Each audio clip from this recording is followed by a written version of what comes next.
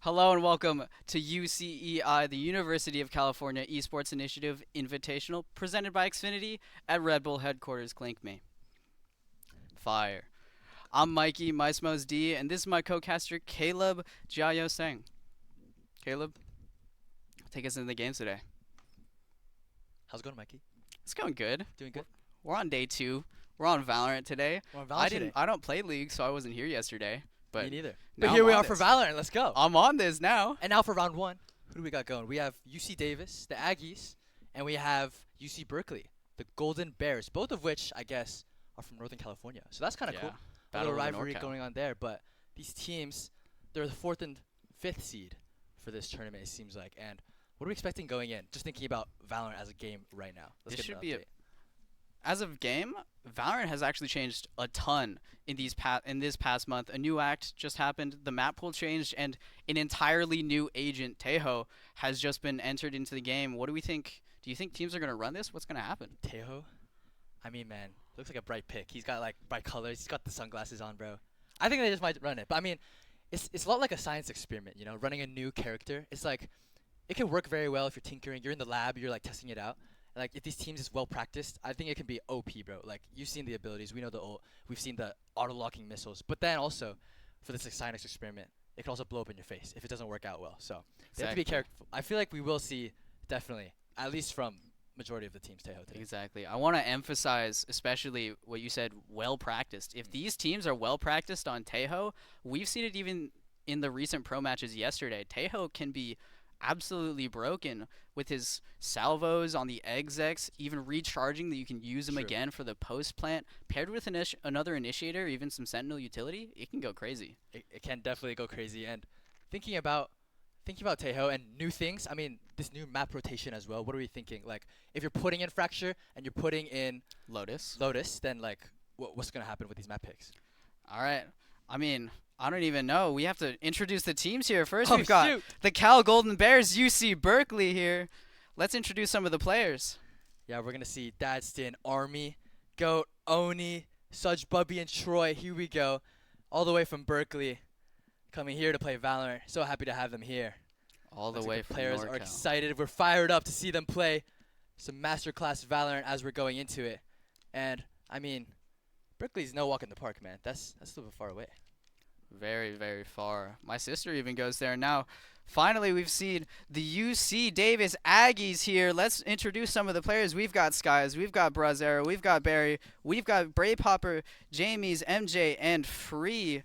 Finally, the two NorCal Giants in Valorant, 4th and 5th seed, putting up against each other today. We're going to see who takes this best of 3. Sounds good. And here we go. Nice little fist bumps going into it. Little friendly competition. You see smiles on the players' faces as they're going to their desks, about to rip each other in the part in the server. But I mean, let's see how it goes. I mean, what do you think about the first map picks? What do you think the map bans might be, honestly, going into this? Kind of going back to these maps. Maybe not bans, but what do you think the popular maps are nowadays without Ascent in it? Honestly, yeah, Ascent was so solved. It's been in the map pool since day 1, and it's never come out of competitive, and finally it's gone. So we're going to see so much variation True. in the agents. There's so many comps that are viable now. It depends, honestly, on whatever teams have practiced, and I think because of that, Lotus and Fracture, they haven't been in the map pool at all. I think they could either be perma-bans, where teams, they go, I haven't practiced on this map. I don't even know what's going on, so we're just going to ban it because we haven't practiced this much. Or it could be used as a wild card here. They could pick it, say, the other team knows this map just as little as we do, or maybe we practice this map specifically for this, and we're going to have the upper leg. I don't know. Very true. I'm excited to see what mix-ups we have here. Honestly, I feel like we kind of know what to expect, but we also don't know what to expect. So we're watching live with you. So this is exciting. This is exciting. Davis on Berkeley, Aggies against Bears. Aggies like a horse, isn't it? Yes. Who would win in a fight, like a horse or a bear, do you think? I think it's a golden bear, so it's like a grizzly bear, right? True. So I'm pretty sure a grizzly bear beats a horse, right? Because Does it? horses don't eat meat. I mean, you touch the horse, you get the hooves. Oh, Is that what they say? true. But I I feel think like, that's what they say. yes, horses are known for their speed, but I feel like grizzly bears, just on all fours, are a lot more horizontally mobile in a fight. Like a horse can't sidestep a bear, True. but a bear, I feel like with it's got some It's got some moves. ferocity to it, huh? Gonna slash you, beat you Definitely. up a little. But I mean, we'll see what happens when they're holding guns in their hands. I feel like that's a different story. I feel So, like it's definitely a different story. excited. Coming into this, this is losers round 1 here. There's some stakes on this match. There is. Whoever loses this match goes home. And that makes it all the more exciting to see these players and returning players. I remember seeing even Bay Popper. That was a large name last year from UC Davis. And from UC Berkeley, we'll see who's going to shine in these coming games. Excited for this best of 3, so I'll at least be playing 2 games. But we'll see where we're going to first. It looks like we're going to be on Split. And already hovering the agents, we see some interesting stuff here, Mikey. Interesting stuff. We see a Tejo mirror on both sides. Both teams probably going to be running the double initiator here. We see Cypher, we see Raze, and we see Tejo so far on both sides. Both teams opting here for the double initiator as opposed to the typical double smokes you would see on this map.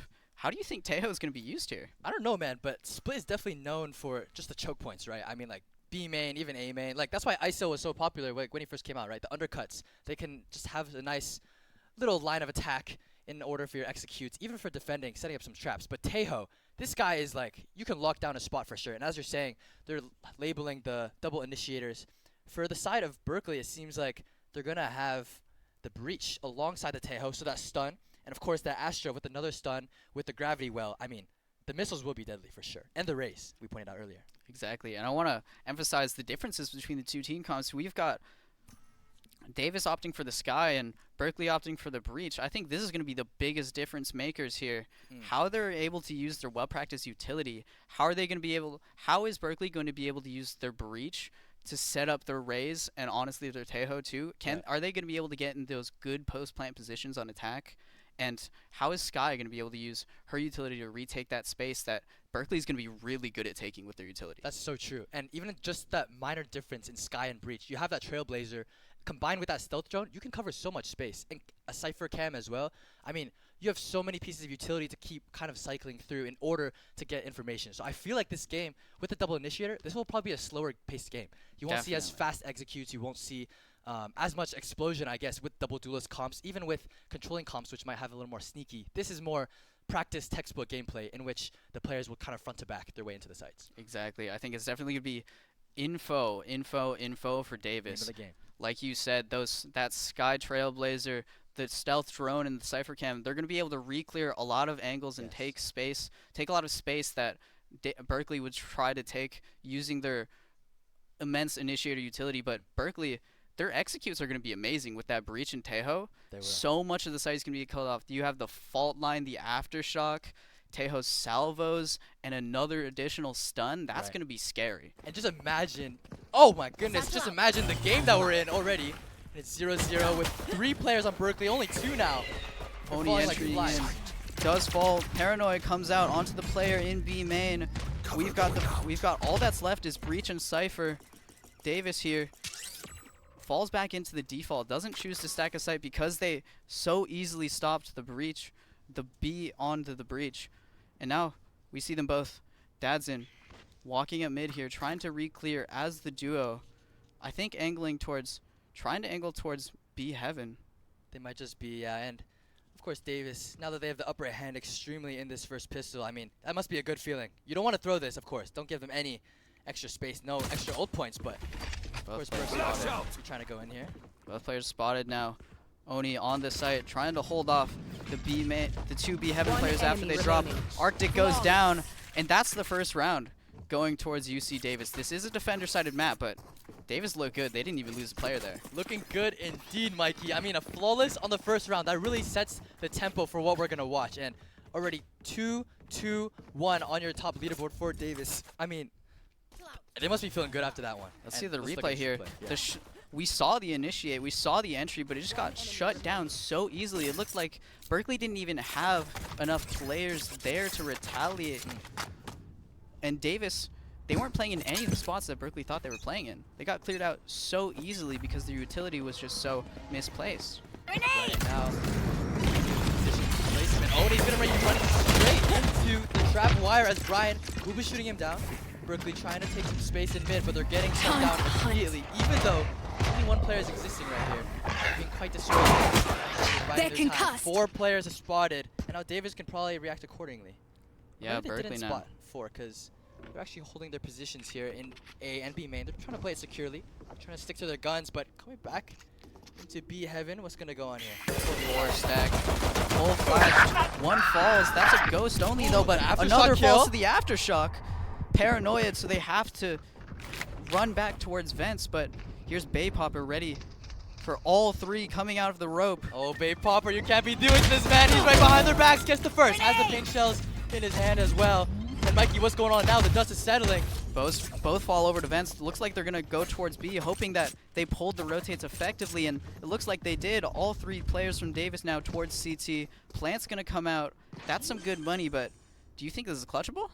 I mean, 30 I guess seconds it's definitely left. winnable. 3 on 2. Arctic picking up a stinger for himself. All 3 players from Davis trying to play this collectively, trying to do this systematically, but Berkeley, they have ideas of their own. They're trying to go for a little pinch here, trying to go for a little pinch. And One enemy remaining. Such Bubby, try to go for it. Oh, And but the it's wrapped boom up. bot of Boom Bay bot kill. Popper does find Arctic there.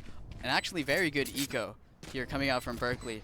3 players falling, 2 other players low with no shield. Shame. And though the second Love round does go the way of explosions. Davis, that round was really close.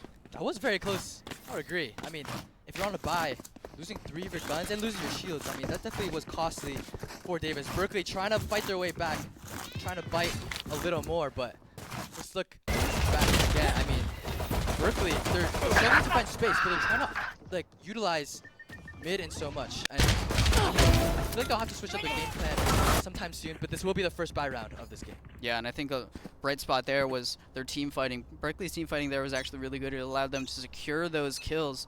And if their team fighting wasn't as good, their game plan got shut down. So they were able to find those kills really well playing as a team. Now we see Bomb buddy out. 3 players from Berkeley defaulting towards mid, and the other 2 taking B main space. The spike is here, but we don't know if they'll actually commit. Trying to spot out that Cypher Cam, gets it. Knows there's a trip close, tries to shoot it out there, but dark cover comes out. Orb does get grabbed. Going towards the Astra, trying to work towards that wall to hopefully take a lot of space with it. Right, if you look at the mini-map, I mean, Davis, they're playing very cautious, like, nothing too crazy, no over-peeking, they know how they have guns, they know they have ultimate orbs coming up sooner than Berkeley. They're just playing passive. They're going for, again, kind of like we talked about, this more informational play, this more passive play, and of course they can retake. If you have Satchel initiators, of course you can fight back, and hold on, Baypopper is getting spicy with it. He's going for one, at least gets his one with his Bulldog, but looks like A will be the contested site. Now, Grenade! rotates coming Satchel over out. from Davis, all going towards Heaven here, as all of Berkeley goes towards main, coming out, no smoke towards Heaven. This is going to be a battle. Uh-oh. This will be a battle. Skyzo Mikey. finds Oh one. my goodness. Such Bubby trades it out. 2 towards Heaven still, 1 towards Screen. Let's see if he goes out the smoke. Such Bubby finds One another one towards enemy Heaven remaining. and only finds the last one, and that's all 3 coming out. It felt like Davis peaked that one by 1. They How did, the and Oni charges. absolutely popping off This there, getting the party's first just one begun. for them on the board, and it's like a bear finding the first fish in the river. They're looking good, and they're feeling hungry. Oni leading the think we need charge this fight. on that first 3 kills in the game. 1-2 now. Berkeley's looking alive, and this is a game on our hands, Mikey. Definitely, but let's look towards Davis. That was their bonus round now. Though Skyzo has a stinger, Bay Popper has already farmed that showstopper. He's been farming orbs. He's been getting kills. He's about to change this round. He will, but let's look at Bay Popper though. All of a sudden, 4-1 this guy on the Rays, and he has the showstopper online already. And where is he being positioned? They're actually going triple people mid for the side of Davis. So they're holding that. They noticed the pattern, but it seems that Berkeley now they're shifting their attention towards B site maybe, or maybe not. They're shifting back towards mid, maybe getting B main space, but then of course opting that stealth going will Satchel out. Tejo. Bay Popper has to be careful. Blast backing out. Has to back off there now. Mail smoked. Looks like Berkeley's angling towards taking vent space, but there's about to be Bomb buddy 2 out. in this sitting in the smoke here. They cannot take the Heaven Tejo. Salvos come out. Showstopper comes out, doesn't find anything. That's a lot of mid space denied, but that's also not a lot of value coming out from the Showstopper. MJ falls in backside B, and now there's only 1. And in the meantime, what the world's going on? Look at B. I mean, it's been evacuated by the side of Berkeley. It looks like they'll have to re-clear it. Oh, excuse me, Davis. They're the ones who have been retaking their B site, but it's 4v4 now. The Dust, oh, excuse me, 4v5. Berkeley having the upper hand, and of course, again, this pattern, they're going from B, they're going to mid, they're going to A. You want It to sounds like fight an it! to alphabet backwards, and the Astro Wall will be coming down, but Bay Popper, look at him. Finds 1, but Go trades, and Datsun finds another. He's hit by the trip, but Arctic 30 spams seconds him left. through the smoke as he tries to walk through the wall. able to isolate those 1v1s so well. They had to peek through one by one. Spike planted. Fight so favorable for Berkeley here. Now Skyzo in the 1v4 clutch. 2 of them are 1 HP there on Berkeley, but do you think this is winnable? Reason if he's able to reach for the skies, but Goat able to sit him down. Make sure there's no deterrence for that, and it's 2-2, tied up, Mikey. This is getting closer and closer, and the buy round, I mean, the economy, excuse me, for Davis, it's not looking great. They're in the action right now. I love the way that actually Davis played that round, because they lost B main control, but they re-cleared it so quickly that they were able to pull the rotates from heaven, but that Astro Wall coming out from Berkeley messed up Davis's entire plan. They thought they had the upper hand because they were able to rotate so fast. They were able to take the B main space, re-clear it so quickly, but even though they had the rotates, the Astro Wall just cut off their entire plan. It really did, and that's just the power of ultimates, man. When you get the kills early, when you farm the orbs, that's what you can do on the attack, especially on split. With these small, I mean, just these corridors, even A main, they were able to use the Astro Wall so effectively. But now, things are getting a little more ratty here. Davis looking for an inch forward. Now they want the ultimate orbs. They're realizing the economy of the orbs is just as important as the guns, and that should give Berkeley some hints towards A. Although they're sniffing their way towards B and mid. Yeah, same thing towards Davis. They put 3 towards A, hoping to find a pick in the 3v1 or 3vx. But now that they know nothing's A, we see all 5 players rotating towards B now. Though MJ is by himself right now, sitting right in front of the smoke. Let's see if he can deny this entry. There. Doesn't find one. Tucks into the corner. Can't find one. Doesn't find one. Goat able to turn around and one tap him. That could have been huge for him. It's just denied. And Goat finds another 2 towards spawn. This is a failed eco for Davis. This is, and Spike planted. as the dust settles again, that was a very valiant effort by Brian sitting in that corner, but Davis not able to pull it off together as a team in that one either.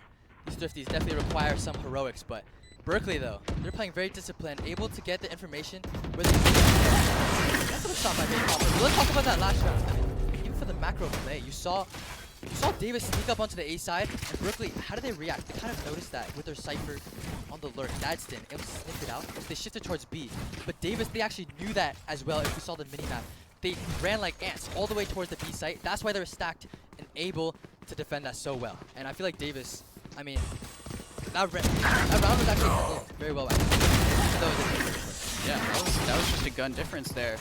And as we saw in the replay, that was just each fell one by one so quickly, and it was just because they had Vandals. Satchel out. Satchel out. Oni going for the entry towards ramps. Stun comes out, ramp space taken, but smoked out very quickly, taken off. He could have gone, now Davis know he could have gone into vents, but Salvo's come out. Salvo, 2 towards CT here, and 2 on A side. Brian finds Oni. Oh man, Flash to re-clear. Stealth drone too.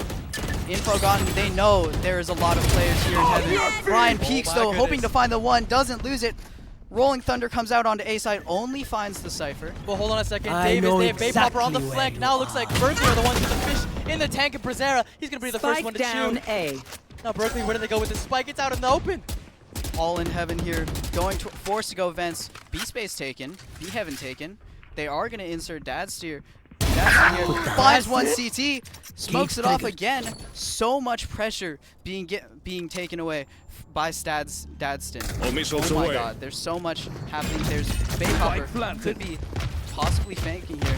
Re-clearing mid slowly, does angle towards heaven. Looks like it's going to be Tejo and race towards heaven with Cypher on the long flank, but they've got 3. Berkeley's got 3 in B main. I mean, this, if you've ever seen a ward, this looks like a 3-pronged attack right here. Your fork is coming out, and Brazzera, you have to be so careful. He's 30 HP, this guy.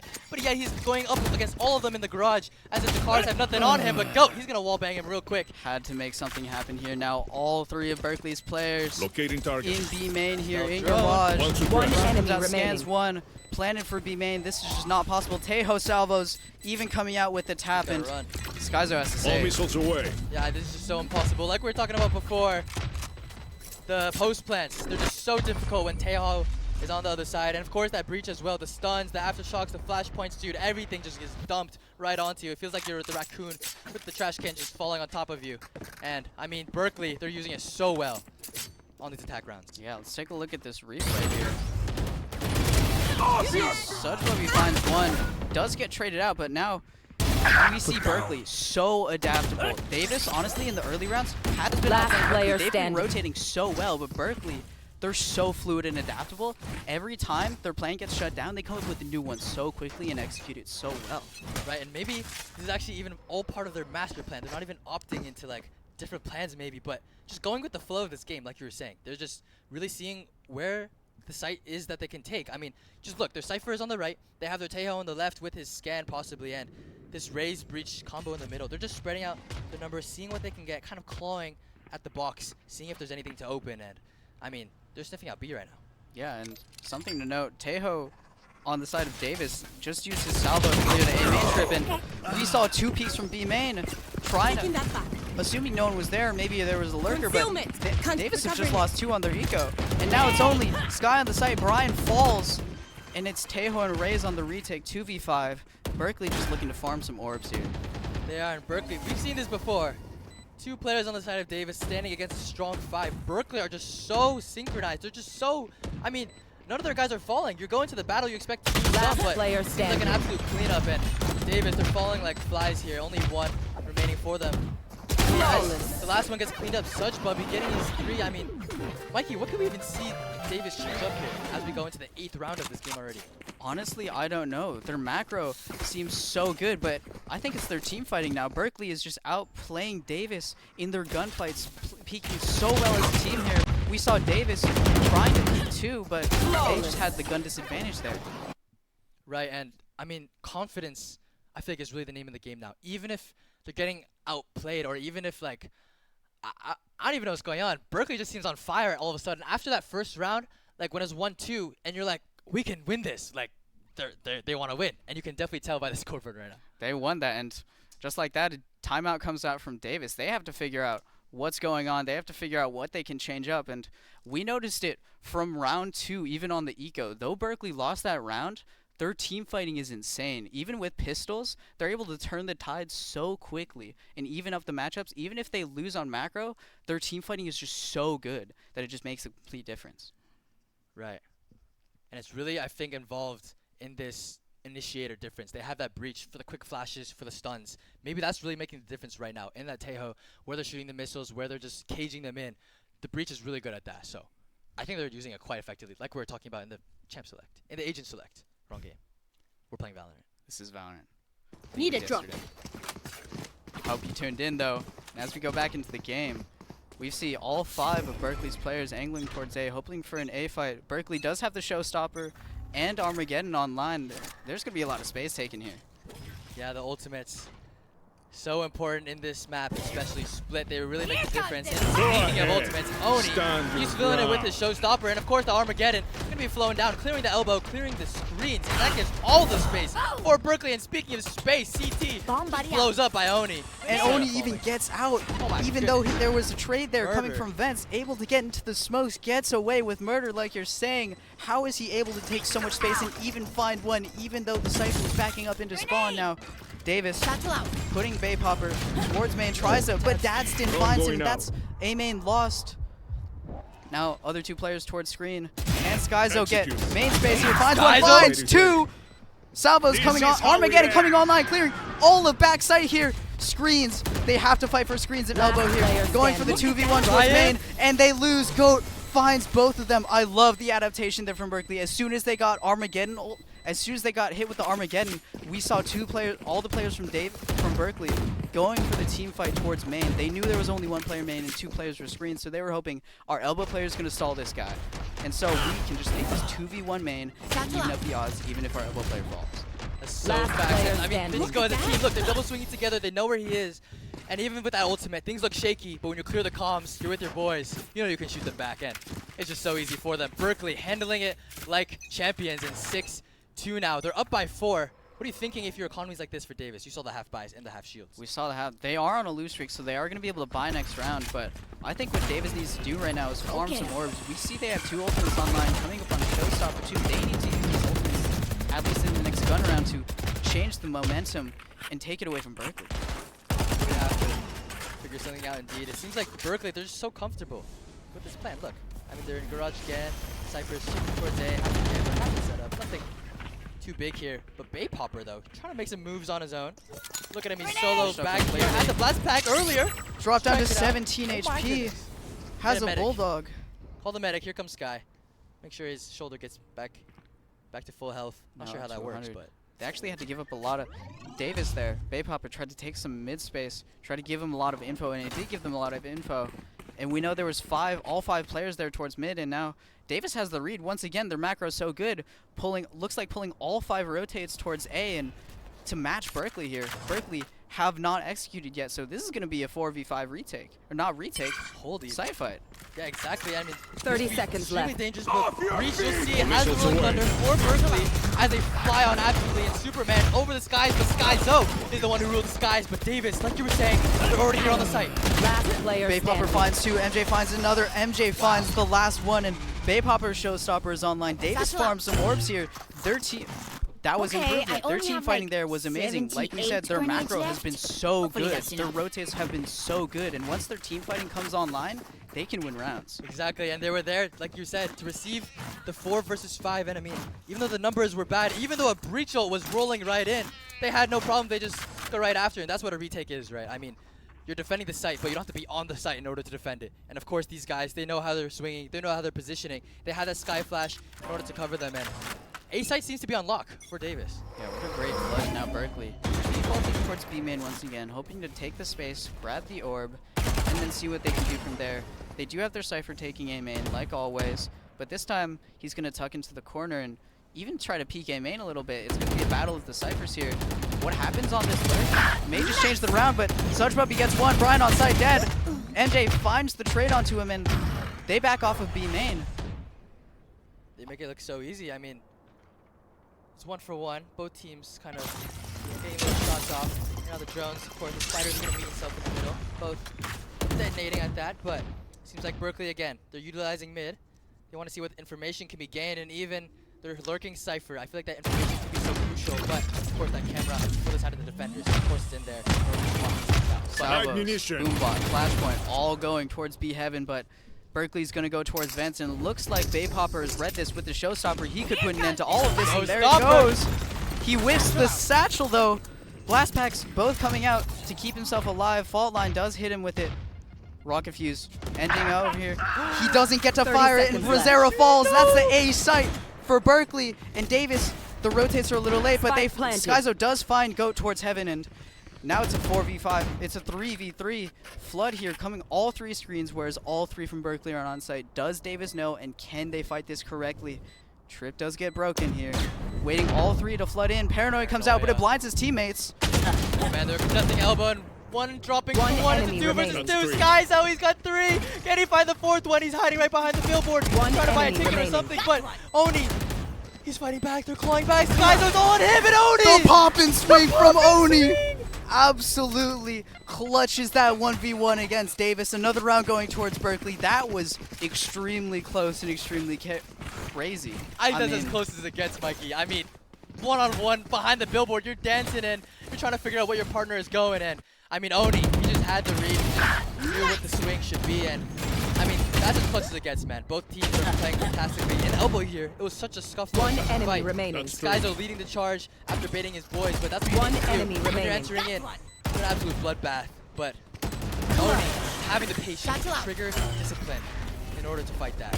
Yeah, Now I we're really back wanna to point D, out- back to basics. I really want to point out that Davis's use of the Showstopper, Bay Popper's Showstopper, could have went crazy though. He had the read that they were all vents, but Berkeley responded to it so well, completely denying it, not even letting him shoot it. Stealth drone does come out from Market.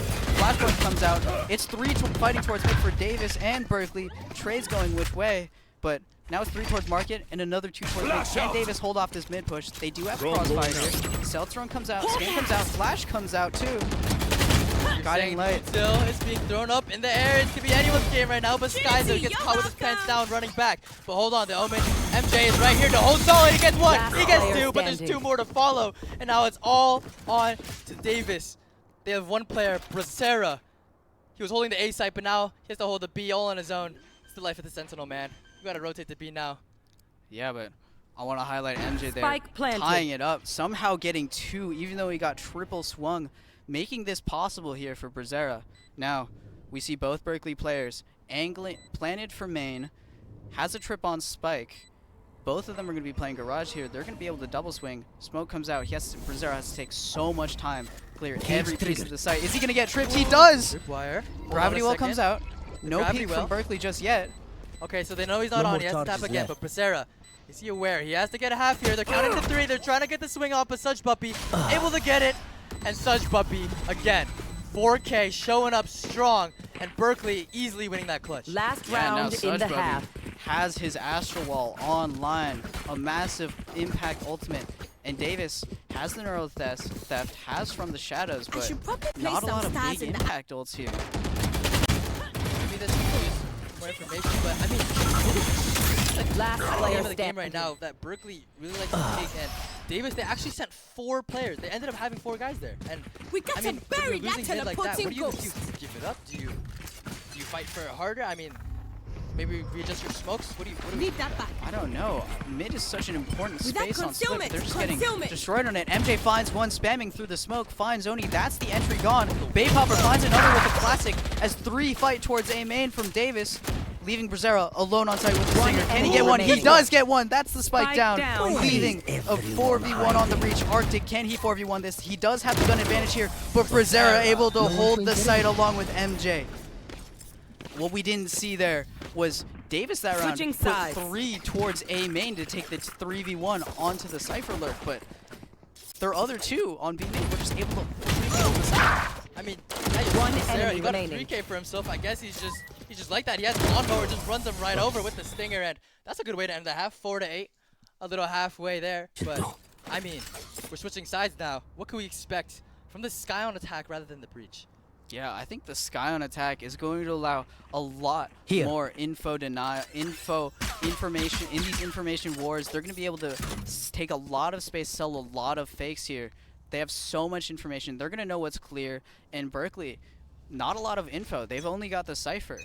They're going to have to push and take a lot of space for their info. As we see 3 fighting from Davis towards mid here on the defense. Stun comes out. Or, I mean, Berkeley. Baypopper finds Oni, trying to peek off the stun, but he's alone. And 3 are now towards Vent. On this pistol, can he? Arctic finds Baypopper. 2 more fighting. MJ pulls out the flashpoint. Dadston comes in, finds one. Such Bubby finds Spike another. down mid. And both of them are towards, both of the players towards Davis are going to the attack, to the defender spawn, but Spike's stuck in mid. It is stuck, and see the Davis members, they're splitting up in order for this operation to go through, but you see Berkeley, One they think enemy differently. And remaining. Brazzero, he's gonna get 1, he's gonna get 2, no problem for him. Little clap of their hands and dust it off. Brazzero pulling off a little 2, pulls out a cell phone. He's trying to make a call. Oh, that was him. But anyways, I mean, Davis, their attack's looking good. Good stuff. I think Davis there, I mean, Berkeley there, tried One fighting enemy remaining. towards mid, and honestly it worked. They were able to, Davis, Baypopper wasn't able to peek off the stun well enough.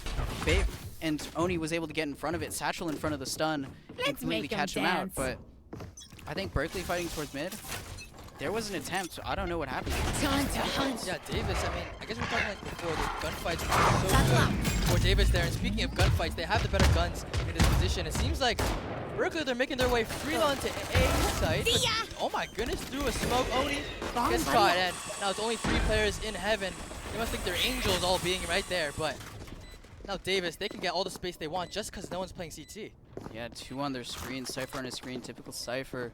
But Baypopper walking up towards spawn. All of the Berkeley players towards CT in heaven, looking for the Davis push. They know Davis want to farm orbs here. They want to get some exit frags and not give them orbs themselves. Right. Everyone's playing patient. There. Looks like the bomb will be in. We'll end up going up. Baypopper. Doesn't really matter. Doesn't really care what's going on. He's gonna shoot people. Calco able to get 1 for himself. There's 2 more guys here. He's running out of bullets in his clip. But Baypopper going enemy for his 3. remaining. But Sarah here to clean up once again. Able to get his 2 once again. 6 to 8, and I mean, this is becoming a recurring theme. Davis seems like their attack is strong. Davis' attack is very strong here. Their macro is so good as it has been, especially on defense. And UCSB not able to make as much use of their fighting as they would like to here. All their utility is used for taking space, taking these fights.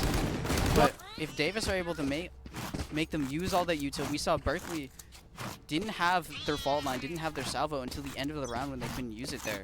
If Davis is able to draw out all this important util, their team fighting and info gathering is going to put them through these rounds.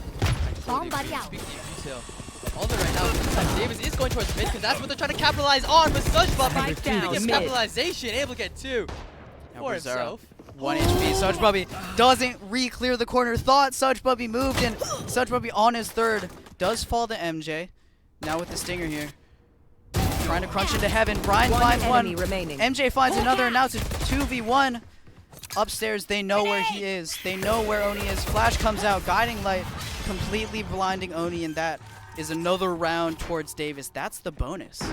Man, for just half a second, it looked like Berkeley was winning that round with a 3v2, but in heaven, things just fell apart as Davis. You're right, their team fight, their mechanics, but not only that, their comms, they're able to swing off each other with their flashes, and I mean, that's just what you want from Davis, and now they're the ones fighting back, able to kick back with their hooves. This is looking strong from Davis. This attacking half looking promising. And speaking of attacking, their ultimates are coming online very soon.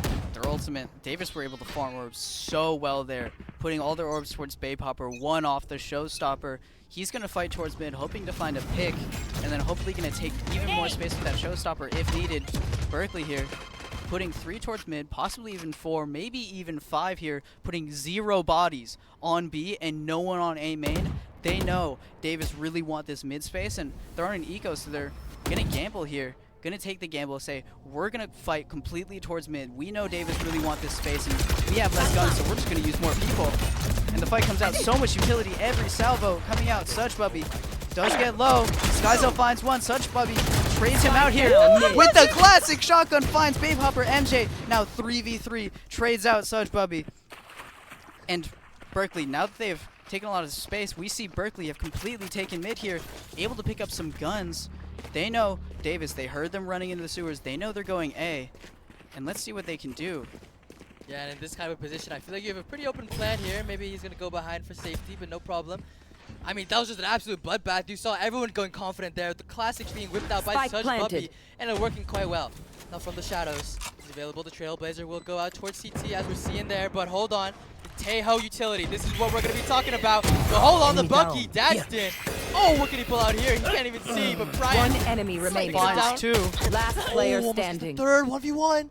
Goat. Phantom playing, maneuvering behind the back, but Brazzera trades out Goat in the 1v1. Another round going towards Davis, but that Berkeley was showing some light there. That was a full eco.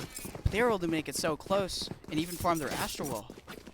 And you'll see Sarah, I mean, this guy can just do it. He whips out his phone again, maybe making a call. Phoning a friend. Hey man, I just clutched up in a 1v1. I just chill, but It was crazy. You should have seen it. normal stuff. But look at this. Spike Absolute down mid. bloodbath. I mean, Such Bubby in the midst of the fire, and yeah, when your guys are in there, One I'm in enemy there. remaining. I mean, that's what your comms are probably feeling like. Fight, fight, let's go guys, and look at this. This is the closest it gets, man. This is a tight game, 8-8. Yeah, now we're going to see all 5 players from Davis here, angling towards A main. Going to try and take that space. Showstopper available from the shadows, also available. Satcheling towards ramp here, trying to take heaven space. It is smoked off, and more players from Berkeley are going to rotate 4 here. Though they're Davis's showstopper, or Berkeley's showstopper, not online yet. Raze is anchoring B here with the Cypher utility, but Berkeley have got 4 towards A. And does Davis commit to this, or do they rotate? I'm not really sure. It seems like they're inching their way forward, kind of like a caterpillar here, one segment at a time. They have the ramps, they have almost heaven, they have sightlines into there, but Berkeley, I mean, if I'm them, I'm playing safe, man. You have the showstopper that's going to run you over, the Tejo is going to go over, and speaking of playing safe, looks like you can't do that when you're in the clutches of them. Brian getting the first. It's a 5 versus 4 in favor of Davis. Yeah, and All missiles away. immediately here, we see Davis angling towards vent, trying to take that mid space that they like so much. Maybe even going towards B, or maybe even the spike is still in vent. They could re-hit A, but no, they're going towards B heaven. Drift off, they do identify it. Dastin isn't able to find any. 30 seconds and now, left. we see Oni all alone here in B. Finds one with the op. He's got B Operator. main on lock here. Can Davis flush him out? Or are they going to get wrong from CT? Goat finds one. Another one from Oni on his up through the smoke. Skyzo trades it out. Arctic finds another on to Babe Hopper. Now in a 1v2. Flashpoints available. Uses both. Oni comes out. One enemy remaining. Skyzo with Oni's satchels and shorty. He's just too distracted to get traded out. by Arctic there. That was a crazy round. That was, My old I mean, friend, that's, change of we're just plans. seeing crazy after crazy now. After that half switch, I mean, closer and closer this game is getting, and again, in those swapping clutches, these fusion players are cells. starting to heat up. These players are showing what's up, and Oni, you saw that, I mean, you saw he was in garage, One 5 enemy. versus 3, but almost equaling out the numbers. One enemy Operator. remaining. That Not was even through the smoke. so That close, was but now look at crazy. these ults, man. Everyone's glowing. 4 online. Showstoppers are the only ones that aren't up for both teams. There's going to be so much utility here coming out from Davis, and we see 4 from Davis here. All 5 angling towards mid. Might even take Heaven with the Tejo Armageddon. All Might missiles even use the away. Rolling I've Thunder. got They're your going to take trail. as much mid space as they can with the immense amount of utility and movement they have. They know Sky, Cabbages do come out. Going towards B Heaven here, taking a lot of space. Paranoia comes out. Judge from Dadston. Can he hold this? Peaks. One peaks. J Popper. One falls. MJ. Dangerously low, but gets traded out. Such Bubby finds another 2. Mid. Skyzo in the Last corner. They player didn't see him, but he standing. was stunned. He couldn't kill them fast enough, and now all that's left is the Sky of Davis. Brian just alone in this 1v4. Berkeley have all the B space, using that stealth drone to clear out the site completely. They know they have B. They know this guy has to be flanking or in B main somewhere. They're so ready for this swing. All he has, Brian, just with the classic. Gets dangerously low in the op. Peeks him and Oni gets him. Right, that's an interesting point, actually. This guy only had a classic. His team called for him to use it. Oh, they were going in. They committed to that, man. Like, they didn't have many guns to their name, but they were so confident with that exec working. They used ultimates, and Davis, they're feeling themselves right now also. They're trying to get in, take the space, fight together again. But this operator, Oni, I mean, that's definitely a difference now. It's a game Will the op changer. change it at all? There's so much pressure coming out from the operator. Berkeley on their defense didn't really make use of the operator, but now Davis on their defense, the operator is a game changer. They're able to exert so much pressure. We saw in that round where Oni got 2, 1 through the smoke, he was alone on B. They put so much trust into that operator to hold so much important space that they put all 4 towards A gambling. They did, and I'm no gambling man, but if I were to gamble on these players, I think they're all feeling heated right now. And they're going for these fights, dude. I mean, that's a fun game you want to watch. Informational, that's what we're talking about, but these players are getting scrappy, and they want to win. But after this timeout, I mean, they'll probably change up their pace a bit. What are we looking for after they Definitely. change their game plan? I think Berkeley there was trying to change up the pace, go extremely fast using their ultimates, but not really many ultimates were used there. Just the Rolling Thunder to take a lot of space. I expect Davis now on the attacking side. They have Armageddon and From the Shadows online. Let's see how they use it. I think they'll use it to clear out some important space like B Heaven or maybe even A Heaven or Vents. But Berkeley, 3 towards A. Operator is one of them. Going for the early peek off the fall line. Stealth Throne and Salvos come out, clearing the close corners. No one's there, but they would have had to peek the operator. Right, and I mean, we'll see the utility now. The Breach and the Tejo, both initiators were used to set up that operator sightline onto A. And all he has, though, is he's kind of biting granite. He's just a Cypher here. And he will get silenced, but this guy can just dip back right into the vents whenever he wants to, into the sewer. But now, hold on, Persera, coming to his guys. Maybe he thinks the operator is here. Maybe he doesn't. Or maybe his whole team is being baited right into this. Oni actually runs into the tripwire. Now they know he's here. They hear the shorty. They might be able to identify that the operator is there because of the shorty. Stealth Drone comes out. They definitely know the Yeah, operator's shot there it, now, yeah. but they know. They usually, Go ahead. Berkeley usually leaves Stand Oni your alone ground. here. Get in. Armageddon comes out, clearing out the site. They cannot play. They have to peek elbow here. Showstopper comes out to respond, but he falls to the salvos. So much pressure alleviated from Davis there. Astral comes out, cuts off B main. They now have to flood through the wall if they hope to take the site. It's a 4v4. Site right. Brian finds one. Dadson One trades it out. enemy Bay Popper. remaining. So many trades. Arctic and Brazero finds 2. All the trades going the way of Davis. That was insane. The Showstopper being canceled by the salvos was huge. That is really big. That's an operator down. That's a showstopper down. And when your big guns are out of the picture, it's just harder. I mean, but the Cosmic Divide also, again, playing a difference maker, and that did make the scuffle a lot harder for the attacking side. And I mean, that change of pace, that was a large rotate. They ran all the way through T side from B to A. They probably showed some presence B, which we didn't quite see, but you saw that operator. It was set up towards A. And so Berkeley, they're looking. It seems like that this operator is actually one of their winning factors to getting picks for this Go game. get it. Yeah, we see Berkeley putting 3 towards mid, and 2 towards A, but now all 5, so much info. Davis completely executing onto B, but the rotates coming out in kind from Berkeley. Satcheling out onto the site. Davis here does have the site. Both angles smoked off. Going for the plant for B main. We're going to see all of Davis's players here angling towards Garage. Armageddon comes out, clears all of backside, and Baypopper traded out because of the Armageddon. He finds Arctic, or Arctic found him. MJ traded out by Goat, but does find Arctic in the process. Now it's a 3v4 in favor of Berkeley. It's all calming down a little. 3 in heaven, but Oni getting one with his operator for himself. Brazzera able to, of course, trade that out. And it's 2 versus 3. The neural theft is online for Berkeley. They'll probably know where the players are already, though. The spike in a tricky spot, but can they get it down? It seems like they have to kind of commit to this B site. They don't only have smokes to get away from this operator. How are they going to deal with it?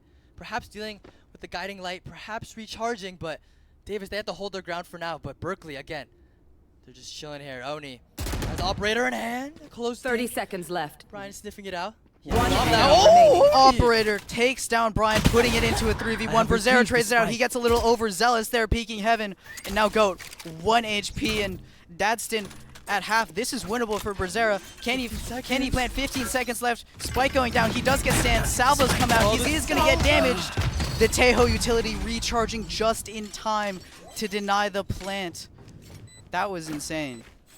That was insane, indeed. If any step, that felt like triple play. Walking a tightrope, man. If any team stepped out of place there, look how low the health bars are too. I mean, that's a close round as well. You just see everyone holding basically their sniper positions, just like no one wants to move. Who's gonna make the first move? But Davis, they have to make the jump peaks. They're the ones who have to make the move because the operator is in the hands of Oni, and that really made a difference in that round. And we can see it very tangibly. And now 11-9 in favor of Berkeley. Yeah. But this is looking dire. Look at the. I'm all out. Let's look at the economy here. Berkeley, both teams sort of on their dire straits here. Berkeley is able to squeak out a little better of a buy, still keeping that op onto Oni. That is the major factor. 2 stingers and all light shields coming out for Davis.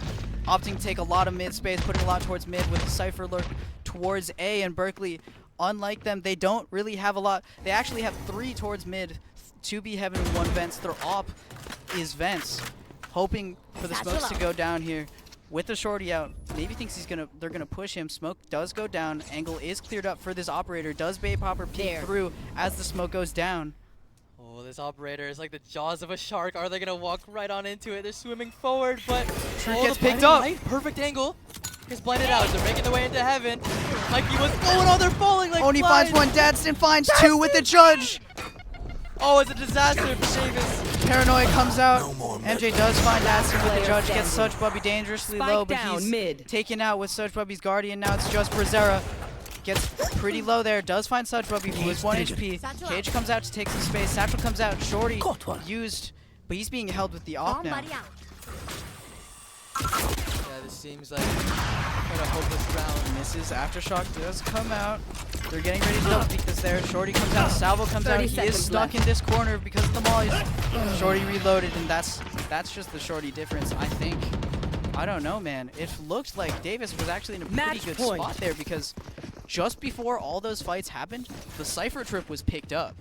Nobody got tripped. Their mids, they thought they left mid. They thought, I can just pick up this trip. But, I mean, unless it was a bait, it was looking good for Davis, but they just got completely traded out with that judge and operator. So strong towards mid. And Davis now looking at the scoreboard. They're in a desperate situation. It seems like Berkeley knows that as well. So they're going to gamble stack towards B, but of course Davis, they're gamblers as well. They're going towards A. Trying their luck here. 5 members strong.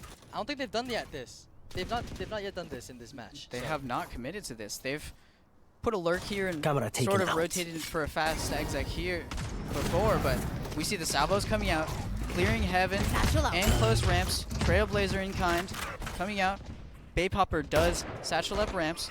Lurk smoke here. They could, putting a lot of doubt in Berkeley's head. They could go towards vents here. They could be sitting in this smoke. The Cypher setup's still up, so they know nobody is out. But a lot of doubt here from Berkeley. Not any rotates coming out. Though all 5 of Davis's players are A, there's no rotates. It's just the Cypher alone trying to hold from screen. Tejo playing extremely safe from spawn. Heaven is going to be Davis's, and they don't know yet. Some utility. Paint shells coming out to clear heaven. A lot. 4 players here towards ramp, hoping that Berkeley fights them in heaven. walking into all 5 of their players here before going towards B main, opting to go into the Cypher side of trying to destroy it. No rotates 30 coming out seconds yet left. here from Berkeley. Yeah, it seems like Davis, they have a really good grip on the situation. 5 members strong in the positions that they want, and now, only now Berkeley is now rotating. And I mean, MJ, he's in a tricky spot, a little smoke here. It seems like he gets sniffed out, no such, but he's aware of the spot. Armageddon, all hell's breaking loose as a 4 versus 3 now. Berkeley, they have the upper hand here, even though they weren't even on the site. Maybe Davis fighting off more than they can chew, but Calgout using the salvo perfectly. And now it's just, Last oh my player goodness, it's a standing. disaster. And Berkeley, they're gonna get this round. They're gonna make it 13-9 in their first game, taking split for the side of the Bears. That flood was so good. Even though Davis used the Armageddon to try and Defenders retake win. screen, there was just no space for them to fight. That Berkeley looked really good there. They did. I mean, I feel like there's nothing to add to that. They just ended up finding out what Davis was doing. Davis, like, what was it, 4-8 during the half, and they're just able to fight back 8-8. But then all of a sudden, Berkeley, I think, able to read kind of this tempo, and I don't really know. Like, the space, it was easily taken by Davis, but Berkeley able to just hold onto the sights from afar, and you saw them in that last round. That was kind of the spirit of the whole game, or Yeah. excuse me, the winning rounds of the game at the end. They were able to sit back and able to react when David pounced onto the sights. Yeah, really relying on Berkeley, really relying on their team fights there. Their flood was so strong, aided extremely by their team fights. They're fighting together, using those gunfights to their advantage. Double peeking, triple peeking Davis members was so good there throughout the entire game. They made such good use of that. I think that's why they leaned more towards floods, where we saw Davis on their defense tried to out macro Berkeley, trying to out rotate them, and honestly they did pretty well on that front. But Berkeley angling heavily towards floods. They know our team fighting is extremely strong. We're just gonna flood the site and take them out 3v1, 2v1. That's how it goes. More guys, more guns. That's how you win. And it seems like that was just an amazing game from both teams. Both of them kind of feeling out how the series will go. Of course, Berkeley taking the first one, and that was the map split. I'm excited to see what the next maps are going to be, but I mean, we'll have to see in the next games. Yeah, let's take it to a break. Thank you for watching and stay tuned.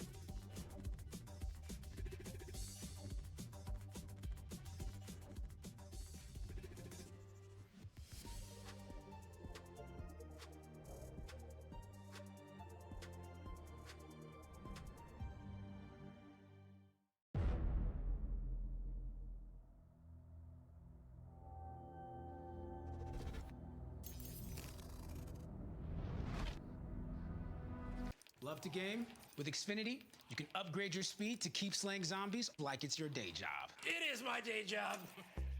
Upgrade your internet speed for the ultimate gaming experience. Bring on the good stuff.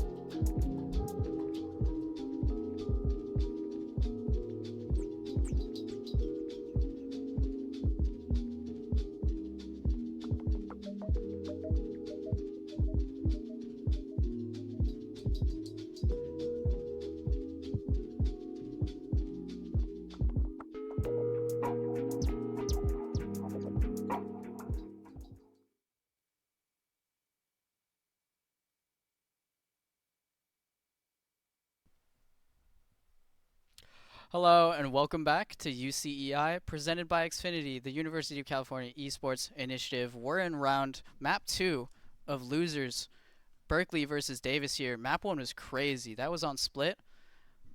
That What was even crazy. happened? That was crazy. It was definitely back and forth. You see the horse and the bear fighting. Maybe that symbolizes something interesting. I'm not sure. But anyways, maybe we'll find more about that. We after did these think the coming bear games. would win in the Would fight win? between the. We did think that the bear would win in We the did fight think. between the bear and the horse. You called it, yeah. They won map 1. They did win map 1. Let's see Maybe if on the a horse different can- terrain though, they won't be as hot. True. Maybe. Or maybe they will. Maybe they'll be even more on fire. But we'll see in this next coming map. What happened in that last map though? Split. I mean, I think you and I were actually both not expecting maybe like something new like Fracture or even like Abyss, but we're back onto Split. What happened in that game, and what do you think that means for the next maps? Yeah, I think that game, what we saw a lot of was brilliant group engages, team fights that coming from the side of Berkeley. Davis actually had pretty good macro there. Their rotates were honestly really good. They were always on defense, especially. They were always able to match Berkeley's pushes, but Berkeley would just run them over using the Breach and Tejo utility. They would, and I mean, I guess it's Berkeley's style we're seeing, the grouping. And maybe instead of the macro, the tricky stuff, we didn't really see much of that. There's a lot of, maybe not just 5-mans, but they're feeling it out, and then they go into the 5-mans. It's almost like a calculated aggression, their playstyle. But it seems that Davis, they need to figure some things out. Of course, they have similar spreads, and they like to do more of the information, but it depends really on the next map, how the playstyle is going to feel out. But it seems like right now, Berkeley, they're on the fiery edge. They're going for it, and they're rushing forward together. This is going to be a game. Remember, this is a best of 3, so Berkeley here on match point. If Berkeley win this, Davis is out. This is the loser's bracket. This means that one loss and it's going home. Yeah, and then if you're an Aggie fan, you're rooting right now. As you see the players on your screen, the Aggies them and the go. Golden Bears. Oh, man. That must be fun. Coming all the way from Northern California down to Santa Monica. It's Safe, crazy. everyone. It's a journey, and they're here. This is going to make them locked in. They've come so far just for this, and we see all these players discussing, talking about what they could have done better, what could be changed, what is their plan for the next map. What's in your mind right now when you're a player, like, between matches? Like, what do you think is going on in their head? I don't even know. I feel like it depends on the player. Like, if you're a duelist player, you're just thinking about, I should have hit that shot, bro. Or maybe you're just locked in zen, just trying to focus up your aim, steady your crosshair. If you're the IGL, I feel like this is specifically for the IGL of Davis here. There's so much pressure. There's so much on your mind. What could I have done differently there? How could I have led my team to get even more rounds and taken the victory? And I of don't course, know. it's the morale, I guess, in that. Like, you need the confidence, and you're going to fight back. And, I mean, that was a close game. I feel like both teams, they're feeling heated right now. They're ready to go. And hopefully they'll pick that next map soon, and we'll be able to see how the shots are going to fly, what the shots are going to be called. But, I mean, I think this is as close as it gets. You see the clutches, the 1v1s. You'll see the scoreboard was 8-8 at some point. This is a close match for sure. Yeah, and let's take a look at the map. We're going to see Pearl. We were actually talking about this off camera. We Okay. thought Tejo would be extremely strong on Pearl. Pearl is such a post-plant heavy map. What a lot of teams like to do here is quickly execute, take the site, plant the bomb, and go into either A main or B main because the utility for the post-plant, especially now with Tejo, is just so strong. But something interesting here, Cal Nice. does opt for the Vise here. That's Din. He's been on these Sentinels, and now a new Sentinel in the roster, Vice, will be picked up. And, of course, we saw Tejo on the side of Davis. Don't forget that. He's coming back in his jacket. But, I mean, these are definitely new things. Normally you see, like, Vipers and, like, I mean, I don't even know, like, Omens, Harbors even for some time. But this is we're definitely in a new age here. Yeah. Something interesting I think we could point out is Davis there opts to run the Tejo, but something else interesting, they opted to run the Killjoy, and that means we know Tejo, extreme Killjoy counter. So did they have the read? Did they know that Berkeley wasn't going to pick Tejo? Perhaps. And Killjoy, I mean, mainly useful for watching those long sight lines and also, of course, the alarm bot in the small chokes. But if you're Now Tejo we on the win. enemy team, you can easily destroy that. But Berkeley, they're not even opting for any Tejo, no Killjoy. They're just whole vanilla. They got their Vice and they got their KO. Able to shut things down for them. Yeah. I'm interested to see like what site is the most popular in this. You see like Berkeley is rallying towards B. A is quite open. Yeah, let's talk about it. Let's analyze it a bit. I think because Pearl is such a post plant heavy map, B is absolutely the best site to play post plant on. Teho especially can play from absolutely anywhere and still get value from his salvos. But Davis on this first round one, leaving the spike back in shop, gonna put a lot of pressure on mid here with 3 players. A lot of people from Berkeley re-aggressing, taking the B main space, knowing Davis is putting a lot towards mid. We're going to try and take and clear all of the B main space so we can hopefully put rotates in other better places now that we know it's clear.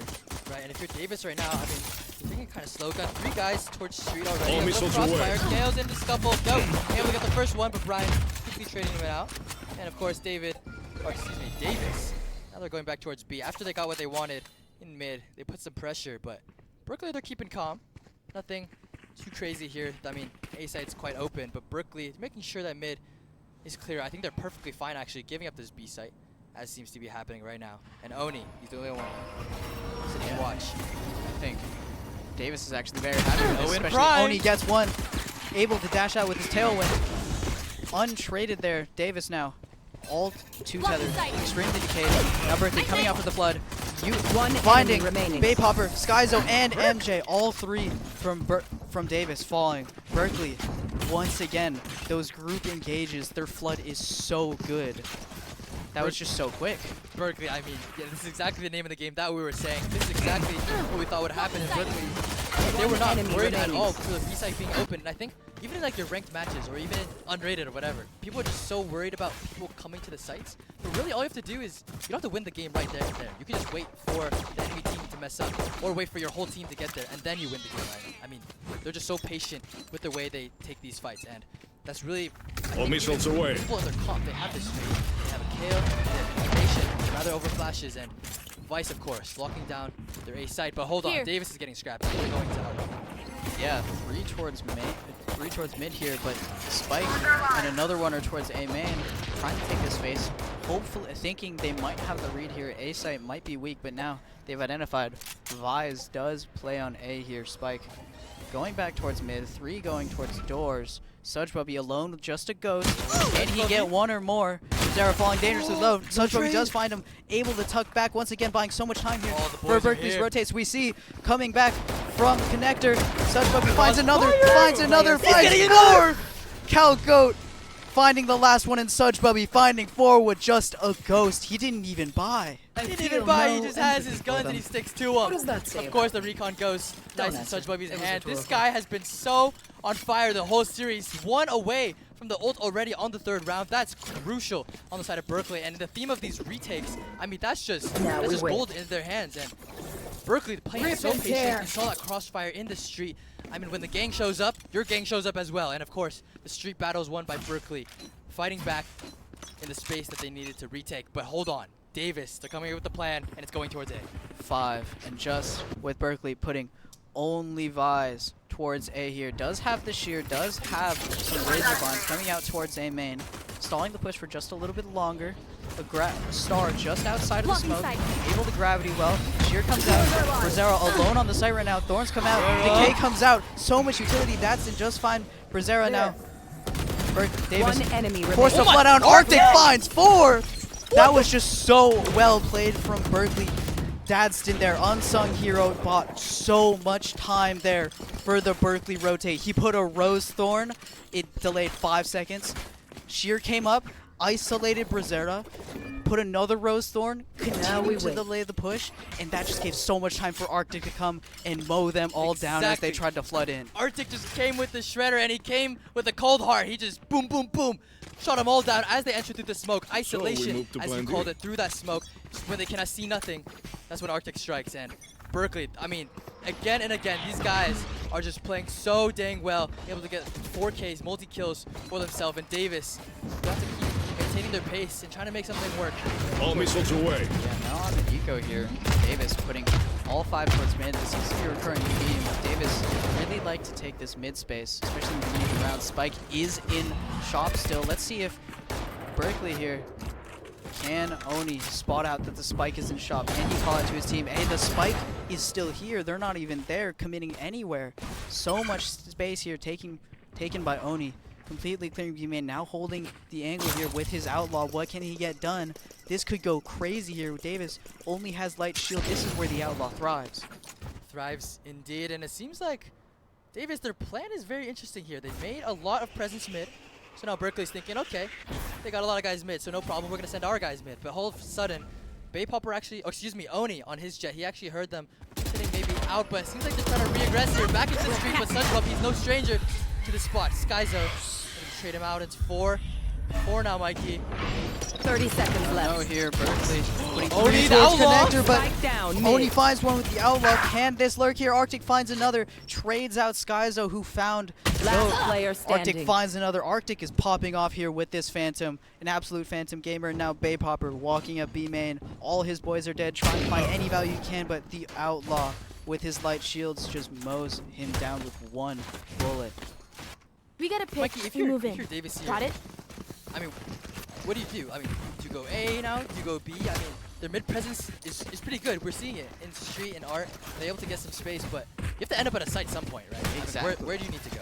I think we saw in the beginning of those rounds, Berkeley, once they identify that Davis's default 5 towards mid, kind of crazy. They identify that there's a lot towards mid. They're going to take some B space. So Let's much go. info. They're able to stack towards mid now that they know they're all contained there. But Berkeley with the op. Oni holding B main, pushing up towards pillar, able to see the angle. Smoke comes out, knowing they could have crossed, holding the close with his dash popped. It is going to run out before Davis peaks. Right, and Maybe.